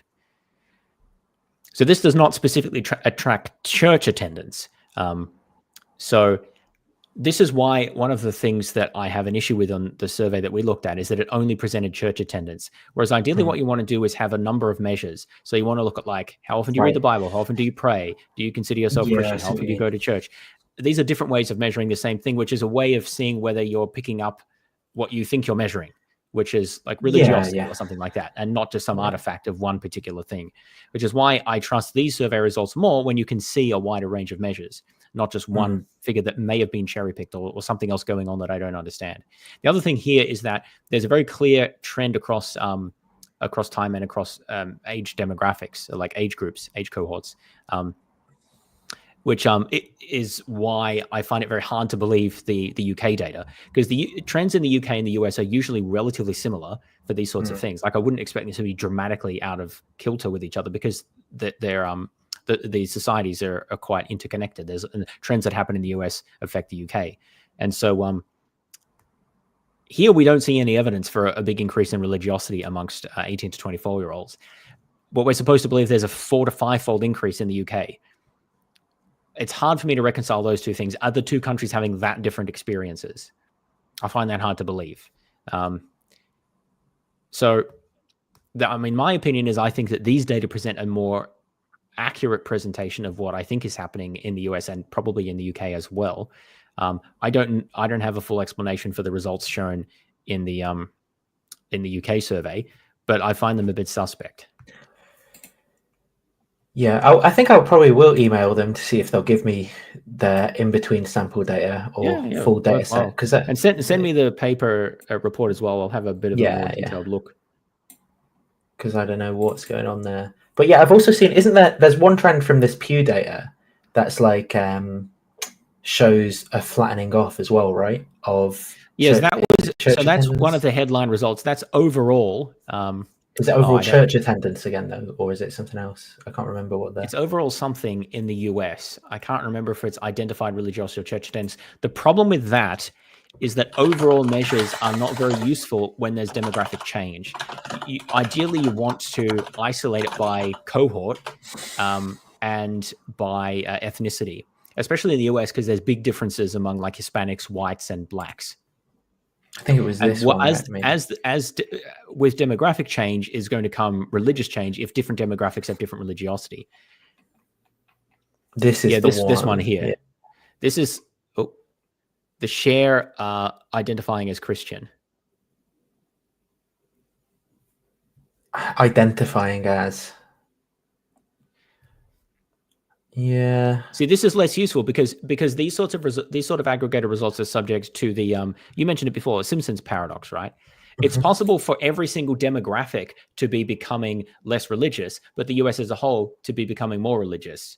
The reason for that is if there's demographic change, such that the less religious demographics are becoming reducing in size, and the more religious demographics are increasing in size. So, if you want to understand the overall what's happening in terms of religiosity, I would suggest that it's the disaggregated data that is more informative. Demographic change isn't telling you what's happening in terms of religious conversions. There's other data in this that actually explicitly shows about people leaving and entering faiths, which I think is more informative for the sort of thing that Justin is interested in, which I think is about like people coming to or coming back to faith. He's not saying that like the demographics are changing such that now the religiosity decline is flattening off. That's not really a revival, that's demographic change. So this is why you have to be very careful about statistical data and how it's interpreted. So these results here themselves I don't think are that interesting. It's the disaggregated results that look at like by cohort and ideally by ethnicity as well, which it does present here, which are more interesting. And again, that that's would be one of the reasons why I find these results more believable, because they present all these results and I can look through them, whereas they don't show it, or at least so far I haven't seen those in the UK report, so I don't know how to think about the results as well. I think on that UK YouGov survey, it would be interesting to have questions as well, like, do you consider yourself to have converted to Christianity or something like that? Yeah, you know, they may have asked about that, right? We didn't look. Yeah, through all after the that, results. yeah, that's why I think the full data set is so important. Because who knows? I don't know. I can't say, this is not me saying they must have done this and be nefariously doing it. Like, I just don't know. I can't evaluate it, because I just see a few things and then they're talking about a revival. And I'm like, this is kind of sus. Like, why would you only ask about church attendance? Why would you, if you're doing a survey on this, you would presumably ask about, well, they actually did ask about identification, and they did say that that's still going down, which is a little odd. But why would you not also ask about, like, daily prayer, or like how often you pray, or how often you read the Bible, or other holy book? A bunch of other things that triangulate. That maybe they did, right? So are those in the report? And if not, like, why not? Or why didn't they ask these questions? And have they disaggregated by, like, ethnicity and other things? Have they asked explicitly about religious conversion, which is another way you can track this? Why are people going to church is another question, because people may go to church for non-religious reasons. So there's ways you can get at this and rule out alternate hypotheses, essentially by asking things in a bunch of different ways. And that's why I just don't really trust singular results like that. So I don't believe those results reflect a genuine, like, increase in religiosity or religious fervor or whatever amongst UK males aged 18 to 24. I'll go on the record in saying I don't believe that. Maybe there's been a slight increase, but not like a 4 to 5-fold increase. I think that's incredibly implausible. Exactly how to explain the results, I can't say at the moment, but I strongly suspect that there's some other explanation. Maybe there's been. But we'll have a look. I'd also be interested to see if there was any other data in the UK being gathered on church attendance from any other sources. Yes, well, that's the other thing, that there almost certainly is. And I'd like to see how that correlates with, or how that relates to the results that they're reporting, because I'd like to see a confluence, and if I'm wrong, I'm wrong. And that's why I'm going on the record and being explicit about this, so that if I'm wrong, I can be held account for that. But that's what I think at the moment. Yeah. No, I think that's probably fair. I mean, look, if it turns out that loads of people are attending church and converting, that's fair enough. I'd rather know. It would be annoying that all of Justin's frustrating Rebirth cope thing would be vindicated in some sense. Well, at least in the UK. It's not at least in the UK. These US data don't support that. Yeah, well, it flattens off. That's enough for him. That's what's annoying. What's annoying is because if you've got to remember, not due to when you disaggregate it, that trend doesn't. Oh, I know, but you've got to remember. I know, but you've got to remember that all throughout this period, right, in Justin's head, where the line's doing nothing but going down, like to this point, he's like, this is actually a sign of a rebirth. So seeing the exact opposite evidence was still, confidence inducing for him. So yeah, even the slightest, like that leveling off or whatever will be interpreted by him as, it's like a global effect. They've just not measured it as well as we have in the UK. Like I know how he'll be thinking about it, which is, it doesn't matter, but it's kind of frustrating to see someone become more sort of delusional, I guess. But yeah, I want to find out if what's actually going on in the UK there. Yeah, well, we could do some more digging into this and Ukraine war. I wonder, because we took on a bunch of immigrants from the Ukraine war and Hong Kong as well. I don't know if that would have Ukraine would be an interesting one. Someone mentioned immigration, and I don't think Muslim immigration could explain this unless a bunch of Muslims are converting to Christianity, because that was the report. But perhaps Ukrainian young men maybe could explain that to some extent. Even attending as well, even if they weren't.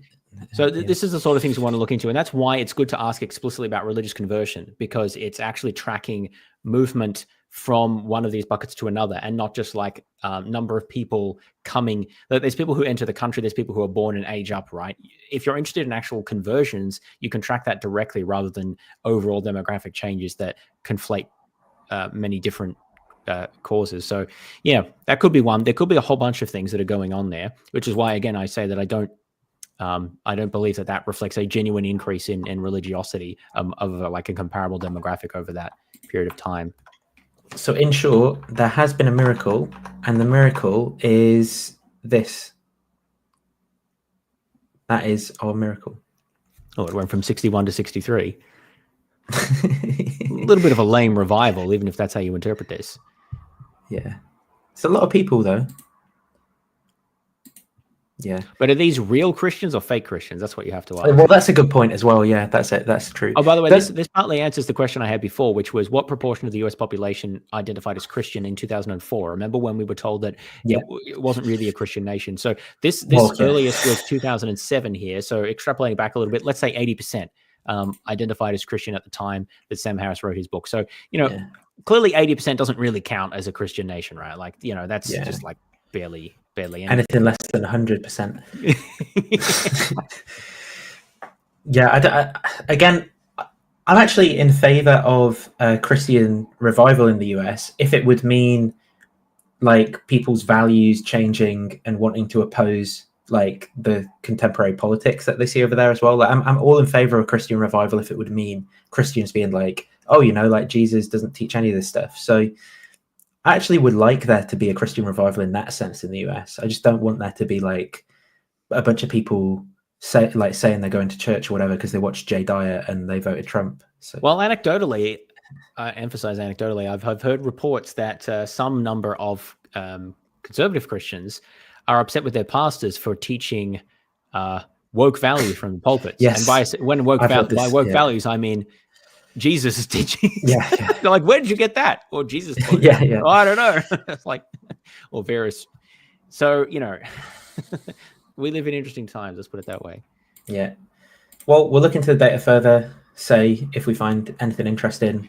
Probably what we should have just done for this episode instead. But yeah, we live and we learn. That's right. Well, I looked at the Pew data. I didn't realize that. There was this actually referring to a different service. That was we only found that. No, we only found that link in the stream, though, right? So yeah. Well, you sent it to me earlier, but anyway, like months ago. Yeah. We'll look into it now. We'll follow up. We'll look at the data. We'll cook the books. But yeah, I'll see if I can find other survey data as well, because I doubt that that's the only group that's been tracking this in the UK. It's actually interesting to me because 20,000 people is not that survey is not cheap. So. You reckon it cost with you? It's going to cost them like hundreds of thousands of pounds to have run that survey. So they must have a reason for doing it, and I'm sort of curious as to what the reason is. Because it might be worth looking into who funds Bible Society UK then as well. Because again, YouGov carried it out, and I do trust YouGov, but there's a question about they didn't design the survey; they just carried it out.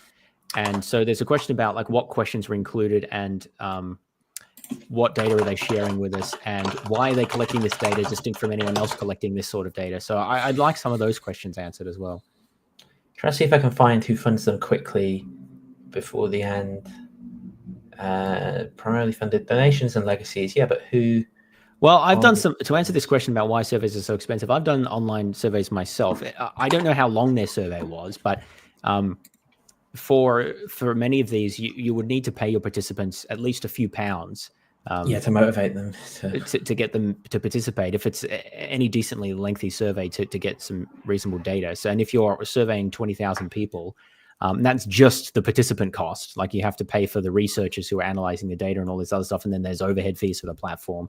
YouGov probably takes a big proportion because they actually run it like they're not running it themselves. So that's why I say like, given tens of thousands of participants, I would times that by 10 and say it's going to be hundreds of thousands, just as a rough guide. Like the point is, it's not a huge amount of money, but it's not nothing. Like that, you don't do that for no reason. Your survey that you did at the start of your PhD gave me a headache, I will say. That was just a pilot survey. Like that wasn't the I know. I know, but it still gave me a headache. It was like 1,000. I don't know. There's a lot of questions where all those sentences, but where all the sentences kept changing. I was like, "What am I like? Am I?" that pilot data was very useful, though. I was able to use it to refine the format and everything. Yes, your sacrifice was appreciated. Right. Well, I think that's probably it then for today's Bad Apologetics. We'll probably do some follow-up thing at some point on the actual data side of this. So is there a surprising rebirth, and what does that mean? Yeah, I mean, I feel like in the sense that Justin said it. Well, what does it mean, baby? First, I think it means, on Justin's own account, really a kind of like political revival, but that is so loosely defined it can be defended against criticisms of fascism whenever anyone goes too far. Is that happening? Yes. Is that reflected in higher measures of intrinsic religiosity? No. Yeah, I think that's probably about it overall, it seems like. I don't know what you think. Yeah, I think the revival, insofar as it exists, is largely right-wing grift and culture war affiliated. I don't think that there is much, if any, genuine increase in genuine religiosity, at least amongst Christians or people converted to Christianity in the West. And so in that sense, I don't think it's a revival in any religious sense or a rebirth. As to why Justin promotes this narrative, I think it's just a branding. It's a way to differentiate himself from like the million other apologists and grifters who talk about these sorts of issues, culture war stuff, as well as religious apologetics and biblical stuff. His brand is the surprising rebirth, right? You've got like the cold case brand, and you've got the minimal facts branding, like Habermas and his stuff, and like there's a bunch of different things, and that's his branding. You got to stand out from the crowd, product differentiation, that sort of thing, and it's also a way for Justin to avoid. I mean, you saw it in the way that he presents his little documentaries, to avoid making claims, because he doesn't. A couple of times he explicitly editorializes, but most of the time he doesn't explicitly take a position. He just says, hey, some people say this and some other people say this. Which I find quite wishy-washy, to be honest. I'd rather people just tell me what they think and then and then like argue for it or give arguments pro and con or something. But it's not clear what he is actually saying. Yeah, but he's platforming directly or indirectly a lot of far right and well, it's like conservative grifter voices, and well, that's what I mean. And then he throws in, well, some people say that they're bad in this way, but like he doesn't really showcase that side very much, or only to a very limited extent. So some people have been critical of the Taliban and said that it's bad what they do. Now here's Imam, whatever his name is, to talk about the Taliban's point of view for the next hour. The Taliban, what did they just recently ban? Chess, I think it was, which is interesting. Makes sense. Yeah. Isn't that Islamic? Isn't that invented by Islamic culture? Chess. I'm pretty sure it is. Chess originates from India. Yeah, maybe that's right, actually. Well, I should say that I think that the game that became chess originated in India, and then it was the Persians adjusted it, and like then the Arabs, and then I believe that's the case. Right. On that. Like the numbering system, right? And the Chinese have like the different version that they don't play the same chess. Anyway, but the point is, I think that it's all a grift, and it's fundamentally socio and political, and that's why we spend a lot of time talking about that, because I think it's like really important for this issue. That to whatever extent there is a rebirth, it's political, and it's incredibly cynical, because it's very clear that someone like Trump, for example, doesn't care a whit about anything to do with Christianity. And likewise, if you look at like what the values Jesus has taught. So someone commented this on one of the videos, by the way, that there was an excerpt. I don't think we played it. There was an excerpt from one of these commentators saying like, we need to return to Jesus's teachings, and he taught family values. Yes, yeah. And they're like, what are you talking about? Jesus said, leave your families and follow me. Yeah, whoever doesn't turn against his brother and sister, Yeah. And Paul said, don't get married, but if you really have to stop yourself. But if you're horny, Like, where's the modern family values in any of that? Like, it's just an absolute cope. Acts, they all live in, Acts where they built a suburban neighborhood and lived in, nuclear families. No, they all lived communally, right? They sold everything, lived communally, Anyway, so I think that the idea that there's anything really resembling whatever you might call authentic Christian values or teachings in this sort of new conservative Christian grift is pretty hard to sustain. And I think that that's going to become more and more obvious. So it's unfortunate that like Justin seems to be the sort of person who should be speaking out against this. He should be saying things. I agree with that. We don't want to use Christianity for political purposes. We want to use it for authentic relationship with God, spiritual change, helping our neighbor, and like all this other stuff, right? And that this is a perversion of Christianity, and he's not doing that. Why is he not doing that? I'll tell you why I think he's not doing that, because he'd lose most of his audience. He knows that a lot of his audience doesn't want to hear that. Some of them may. I'm not saying it's all. There are Christians who say that, right? But the fact is, like, if you look at the white evangelical American Protestants, not 70-something%, 75% voted for Trump. I think that it's roughly that. That might have been 2020, but I think it's similar in the recent one. So, like, you see that the support is for this cultural version of Christianity is quite strong, and I think unfortunately that's why we don't see more of these people standing up for like the actual teachings of Jesus, right? So I find that very, very upsetting. Well, it's just like J.D. Vance with his Indian wife is, Justin's wife is a Methodist minister, right? So how many of these sorts of people would be happy with that if they knew? Do you know what I mean? Like, in terms of the types of worldview that they're promoting, what they think about Christianity, all this stuff, if they knew that Justin Brealey's wife's a Methodist minister, would they be like, oh yeah, that's exactly what I'm talking? They'd be like, no, this guy's a heretic. He's promoting woke. Yeah, like honestly, that I quite like her sermons, but they're pretty woke. Like, they're not like. So, yeah, I agree. Justin's just the sort of person who needs really to get his house in order. Get his woman in line. Well, or listen to his conscience maybe and stop grifting. But yeah, I don't know. I think that's where the plausible deniability comes in. Like, it's anyway. Oh, I never said I distinguish myself from those people because I, yeah. Right. Well, that's it then for this bad apologetic. Thank you, everyone, for getting through that. Tolerating. Yeah. What's the next one, by the way? Do we have the next topic? No topic set at the minute. Wasn't there another one we had on our list? Oh, I've forgotten. Oh, we can talk about it. Yeah. We still need to do Habermas's House of Horrors or whatever it was at some point. So I honestly just can't be bothered with that so much. Well, we can. It's not going anywhere. We can do it at some point. Tom Holland's Dominion at some point. That's the other one. That's what I was thinking. We need to read that. Yeah. That's going to be that one. Is going to be. I mean, the problem with that is that's like almost like an undergrad history degree or something to friggin' do that one. But yeah. Well, we'll get through it like we always do. Yeah. Anyway, take care, everyone. Thank you. Stay safe.